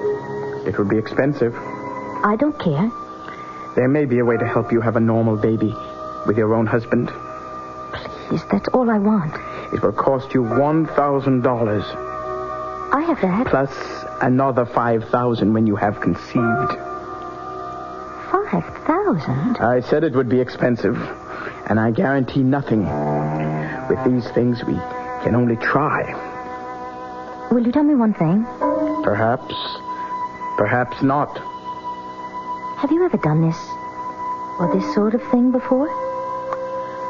I cannot answer that. Quite a gamble for Paula. $6,000 and no guarantee. A long shot if there ever was one. Will she take the gamble? Is she desperate enough? We'll soon see. I'll be back shortly with Act 2. And now another tale of the ball and chain. At Kellogg's Special K presents Overweight on an overnight train. Is the seat taken? Please, sit down. You have exceptional legs. But why is one of them attached to a ball and chain? This ball and chain? It's a symbol. Funny, I would have sworn it was a ball and chain. I mean symbolic. Because carrying around a few extra pounds can be just like lugging around this ball and chain. I see. May I suggest something? Try a bowl of Special K skim milk, orange juice, and coffee. It's the Special K breakfast. Will it make me lose weight? No. You must also exercise and eat smart at every meal. I see. Do you know the Special K breakfast is less than 240 calories, 99% fat-free, and delicious? No, but if you hum a few bars... And that's another tale of the ball and chain. Your happy ending could begin with the Kellogg's Special K breakfast. That's Kellogg's Special K. Good night. This is WOR New York, your Mystery Theater station.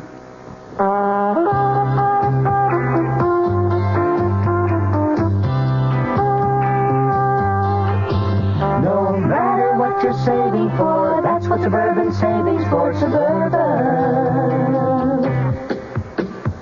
Suburban Savings offers you a regular savings account with flexibility. You can add any amount to your account whenever you wish. Withdraw whenever you want.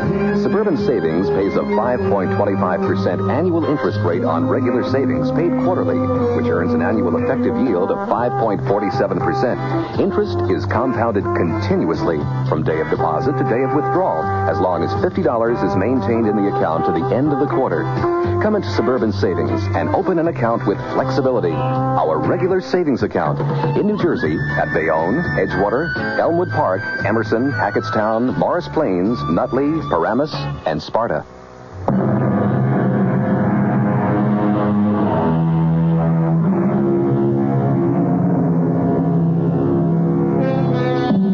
Welcome again to the studio of Mother Love in a dingy part of New York City. A strange and eerie place where strange things are said to happen. Let's see if they do, as Paula Richards considers a bargain for a baby. I'll have to think this over. I admit that I am desperate, but I'll just have to think about it. It's for you to decide, of course. Mother, who's there? Who is that? Hush, Claude. I'll be with you in a moment. I'm sorry, he's very ill. Thank you. Anyway, I'll be in touch with you if I decide that... You'll be in touch.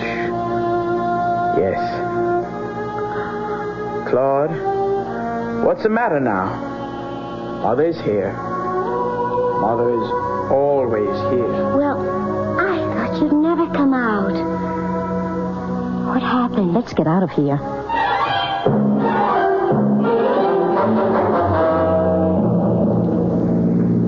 She really said that? Well, she said she doesn't guarantee anything. Paula, now listen to me. Forget it. She's a fraud and you know it. Well, you can't throw away $6,000 on a phony fortune teller. But if she could possibly... Oh, what? You'll have to tell George about this. Heavens, no. He'd think I was completely crazy. You know, I'm sorry I ever brought this up. Don't be, Edna. Look, I won't lose my head.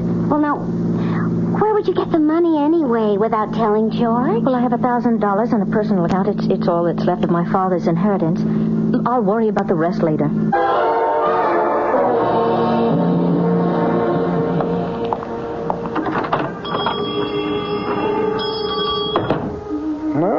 Mother has company. It's you. I have the 1,000. I want to try. Come in. This way. I thought you'd be back. Mother love knows. Mother, is that you? You have the money. Here, in cash. Good. I need it. For Claude. He needs medicine so badly. Poor Claude cost me so much. Are you sure you want a child? I want a baby. Get on with whatever you have to do. Yes, of course. Excuse me. I have to get some things. I had them already. I knew you'd be back. Now, first of all, this talisman. You must wear it around your waist. This package contains herbs. A special combination to relax you. That's the secret. To relax. Half a teaspoon in a cup of boiling water once a day. In the morning is best. That's all? For now. But one thing I must add about our arrangement. Yes? On the birth of the child, I will ask you one favor. You must promise to grant it. A favor? But what? I shall ask it when the child is born. But I can't promise that when I don't know what it is. It's a very small favor. Don't worry. But it's part of the bargain. Very well, it's a long way off. Yes, it is. Take the talisman and the herbs. And don't be alarmed if certain unusual things happen in the next few weeks. Unusual things? What kind of things? You'll understand. You'll recognize them. They will mean things are working. Have you told your husband about this? No. Good. Tell no one. No one. Now, the last thing I must have is your name. Paula Richards. Your husband? George Richards. Go now. And beware. I'll be in touch with you. Yes. 5,000. Remember when you conceive. Mother! Who's there? Who's Lord, Mother's here now. Only Mother.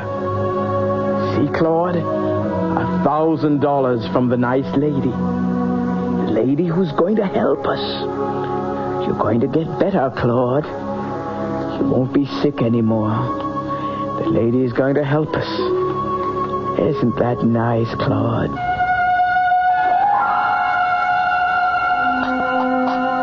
Paula? Penny for your thoughts. Oh, I wasn't thinking of anything, really. You've been like that a lot lately. Distant. I'm surprised you noticed. Look, honey, I know I haven't been a lily to live with either. I mean, we've let our problem be too important. We're both disappointed, but we can't change the situation. I mean, we have to adjust to it. Sorry if I've been a pill, if I've done anything to make you so... edgy. That's your word. Is that how you feel? I guess. George, let's go to the show tonight. We haven't been out in weeks. I'd like that, Paula. I'd really like that. I've had a lot on my mind, and you're right. I've been thinking about myself too much. I'll see what I can get tickets for. Look at the time. I've got to shower and run. Hey, will you look at that? What is it? It's a bird. At the window. I think it's a crow.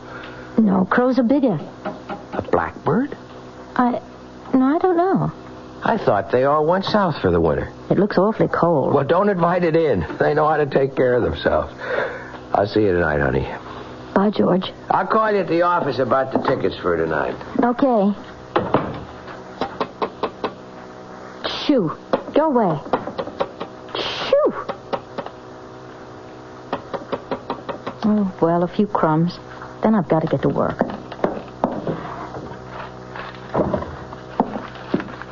You look so cold. Now here's some bread. Get out of here! Get out! What am I going to do? Oh, get off the floor, lad! Get out! Get out, oh, Lord! What am I going to do? Get out! Shoot! Go away! Hello? Mrs. Jensen? Is Mr. Jensen there? This is Mrs. Richards in 3A. No, it's not about the heat. It's about a bird in my apartment. I can't get it out. Well, I thought that Mr. Jensen might... no, I've got to get to work. All right, I'll leave... he can get in with the pass key. Maybe the bird will just fly out, and I'll leave the window open a little. Yes, all right, thank you. Bye. Stop following me. Get out! What am I going to do to get rid of you?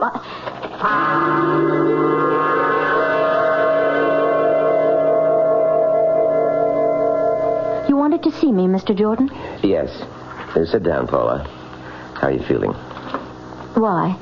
Well, I know you've had a personal disappointment. You've been under a strain. You don't have to say it, Mr. Jordan. I know that my work has just been rotten lately, and I'm just all on edge. And today there is a bird in my apartment. A bird? Tapped on the window this morning, and stupid me opened the window and gave it some crumbs. What kind of bird? I don't know. It's black and shiny. Not too big. I asked the superintendent to get it out. It's so unnerving. Well, I can imagine. I'm sorry about the work, Mr. Jordan. I know I've been letting you down. No, well, I'm sure it's just a passing thing. Your work has always been tops, Paula. But the books are important. And with the auditors coming in next month, well, everything just has to be in order. I know, Mr. Jordan, and I promise I'll straighten up. Yes? Yes, she's here. It's a call for you. Oh, it must be George about tonight. Hello? Mrs. Richards? You know who this is? Yes, I know. Tell me, Mrs. Richards, has the visitor arrived yet? The visitor? You'll know. You'll know when the visitor arrives. You don't mean the bird. Good. He has arrived. It's working. Yes, it's working, Mrs. Richards. Oh. Don't neglect the tea now, whatever you do. And take care of the visitor. It is most important. I'll be in touch with you again very soon. Oh, Paula, is it trouble? You're white as a ghost. No trouble at all. That is, I don't know. Well, you mentioned the bird. Is that it? Yes. The superintendent got it out. Oh, good. Then there's nothing to worry about.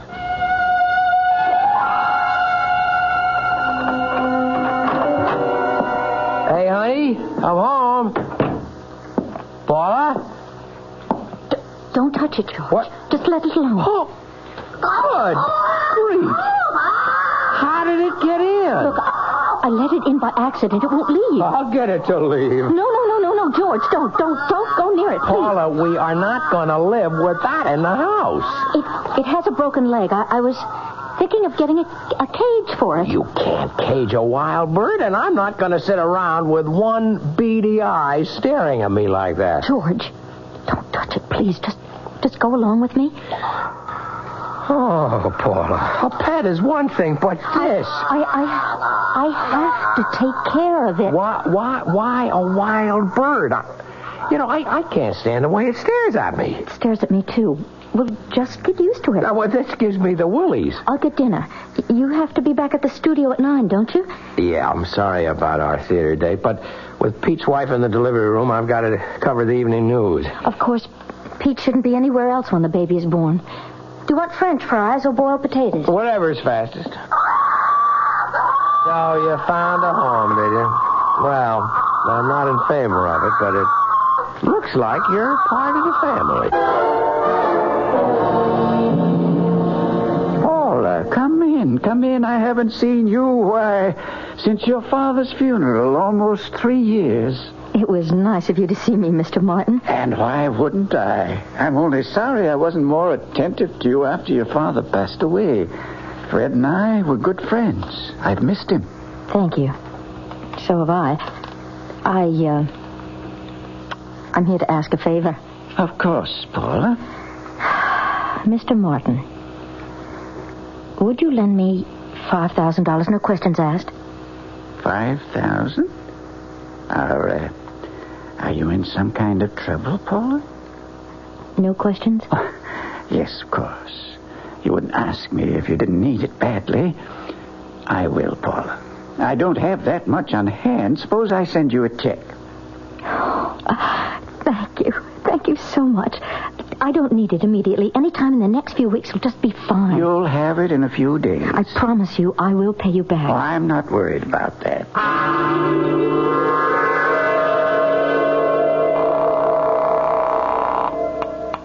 Hello? Mrs. Richards? Oh, yes, it's you. Things are ready.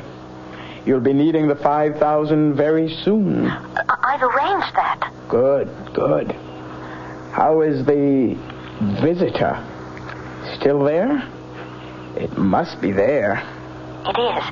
Good, good. $5,000, Claude. What? The lady will give us $5,000. Mother? You'll be going to get better, Claude. You'll be able to see again. Your legs won't hurt. Mother? Mother has to leave you for a while. But don't worry, Claude. We'll be together soon with $5,000. Everything will be all right. I promise you.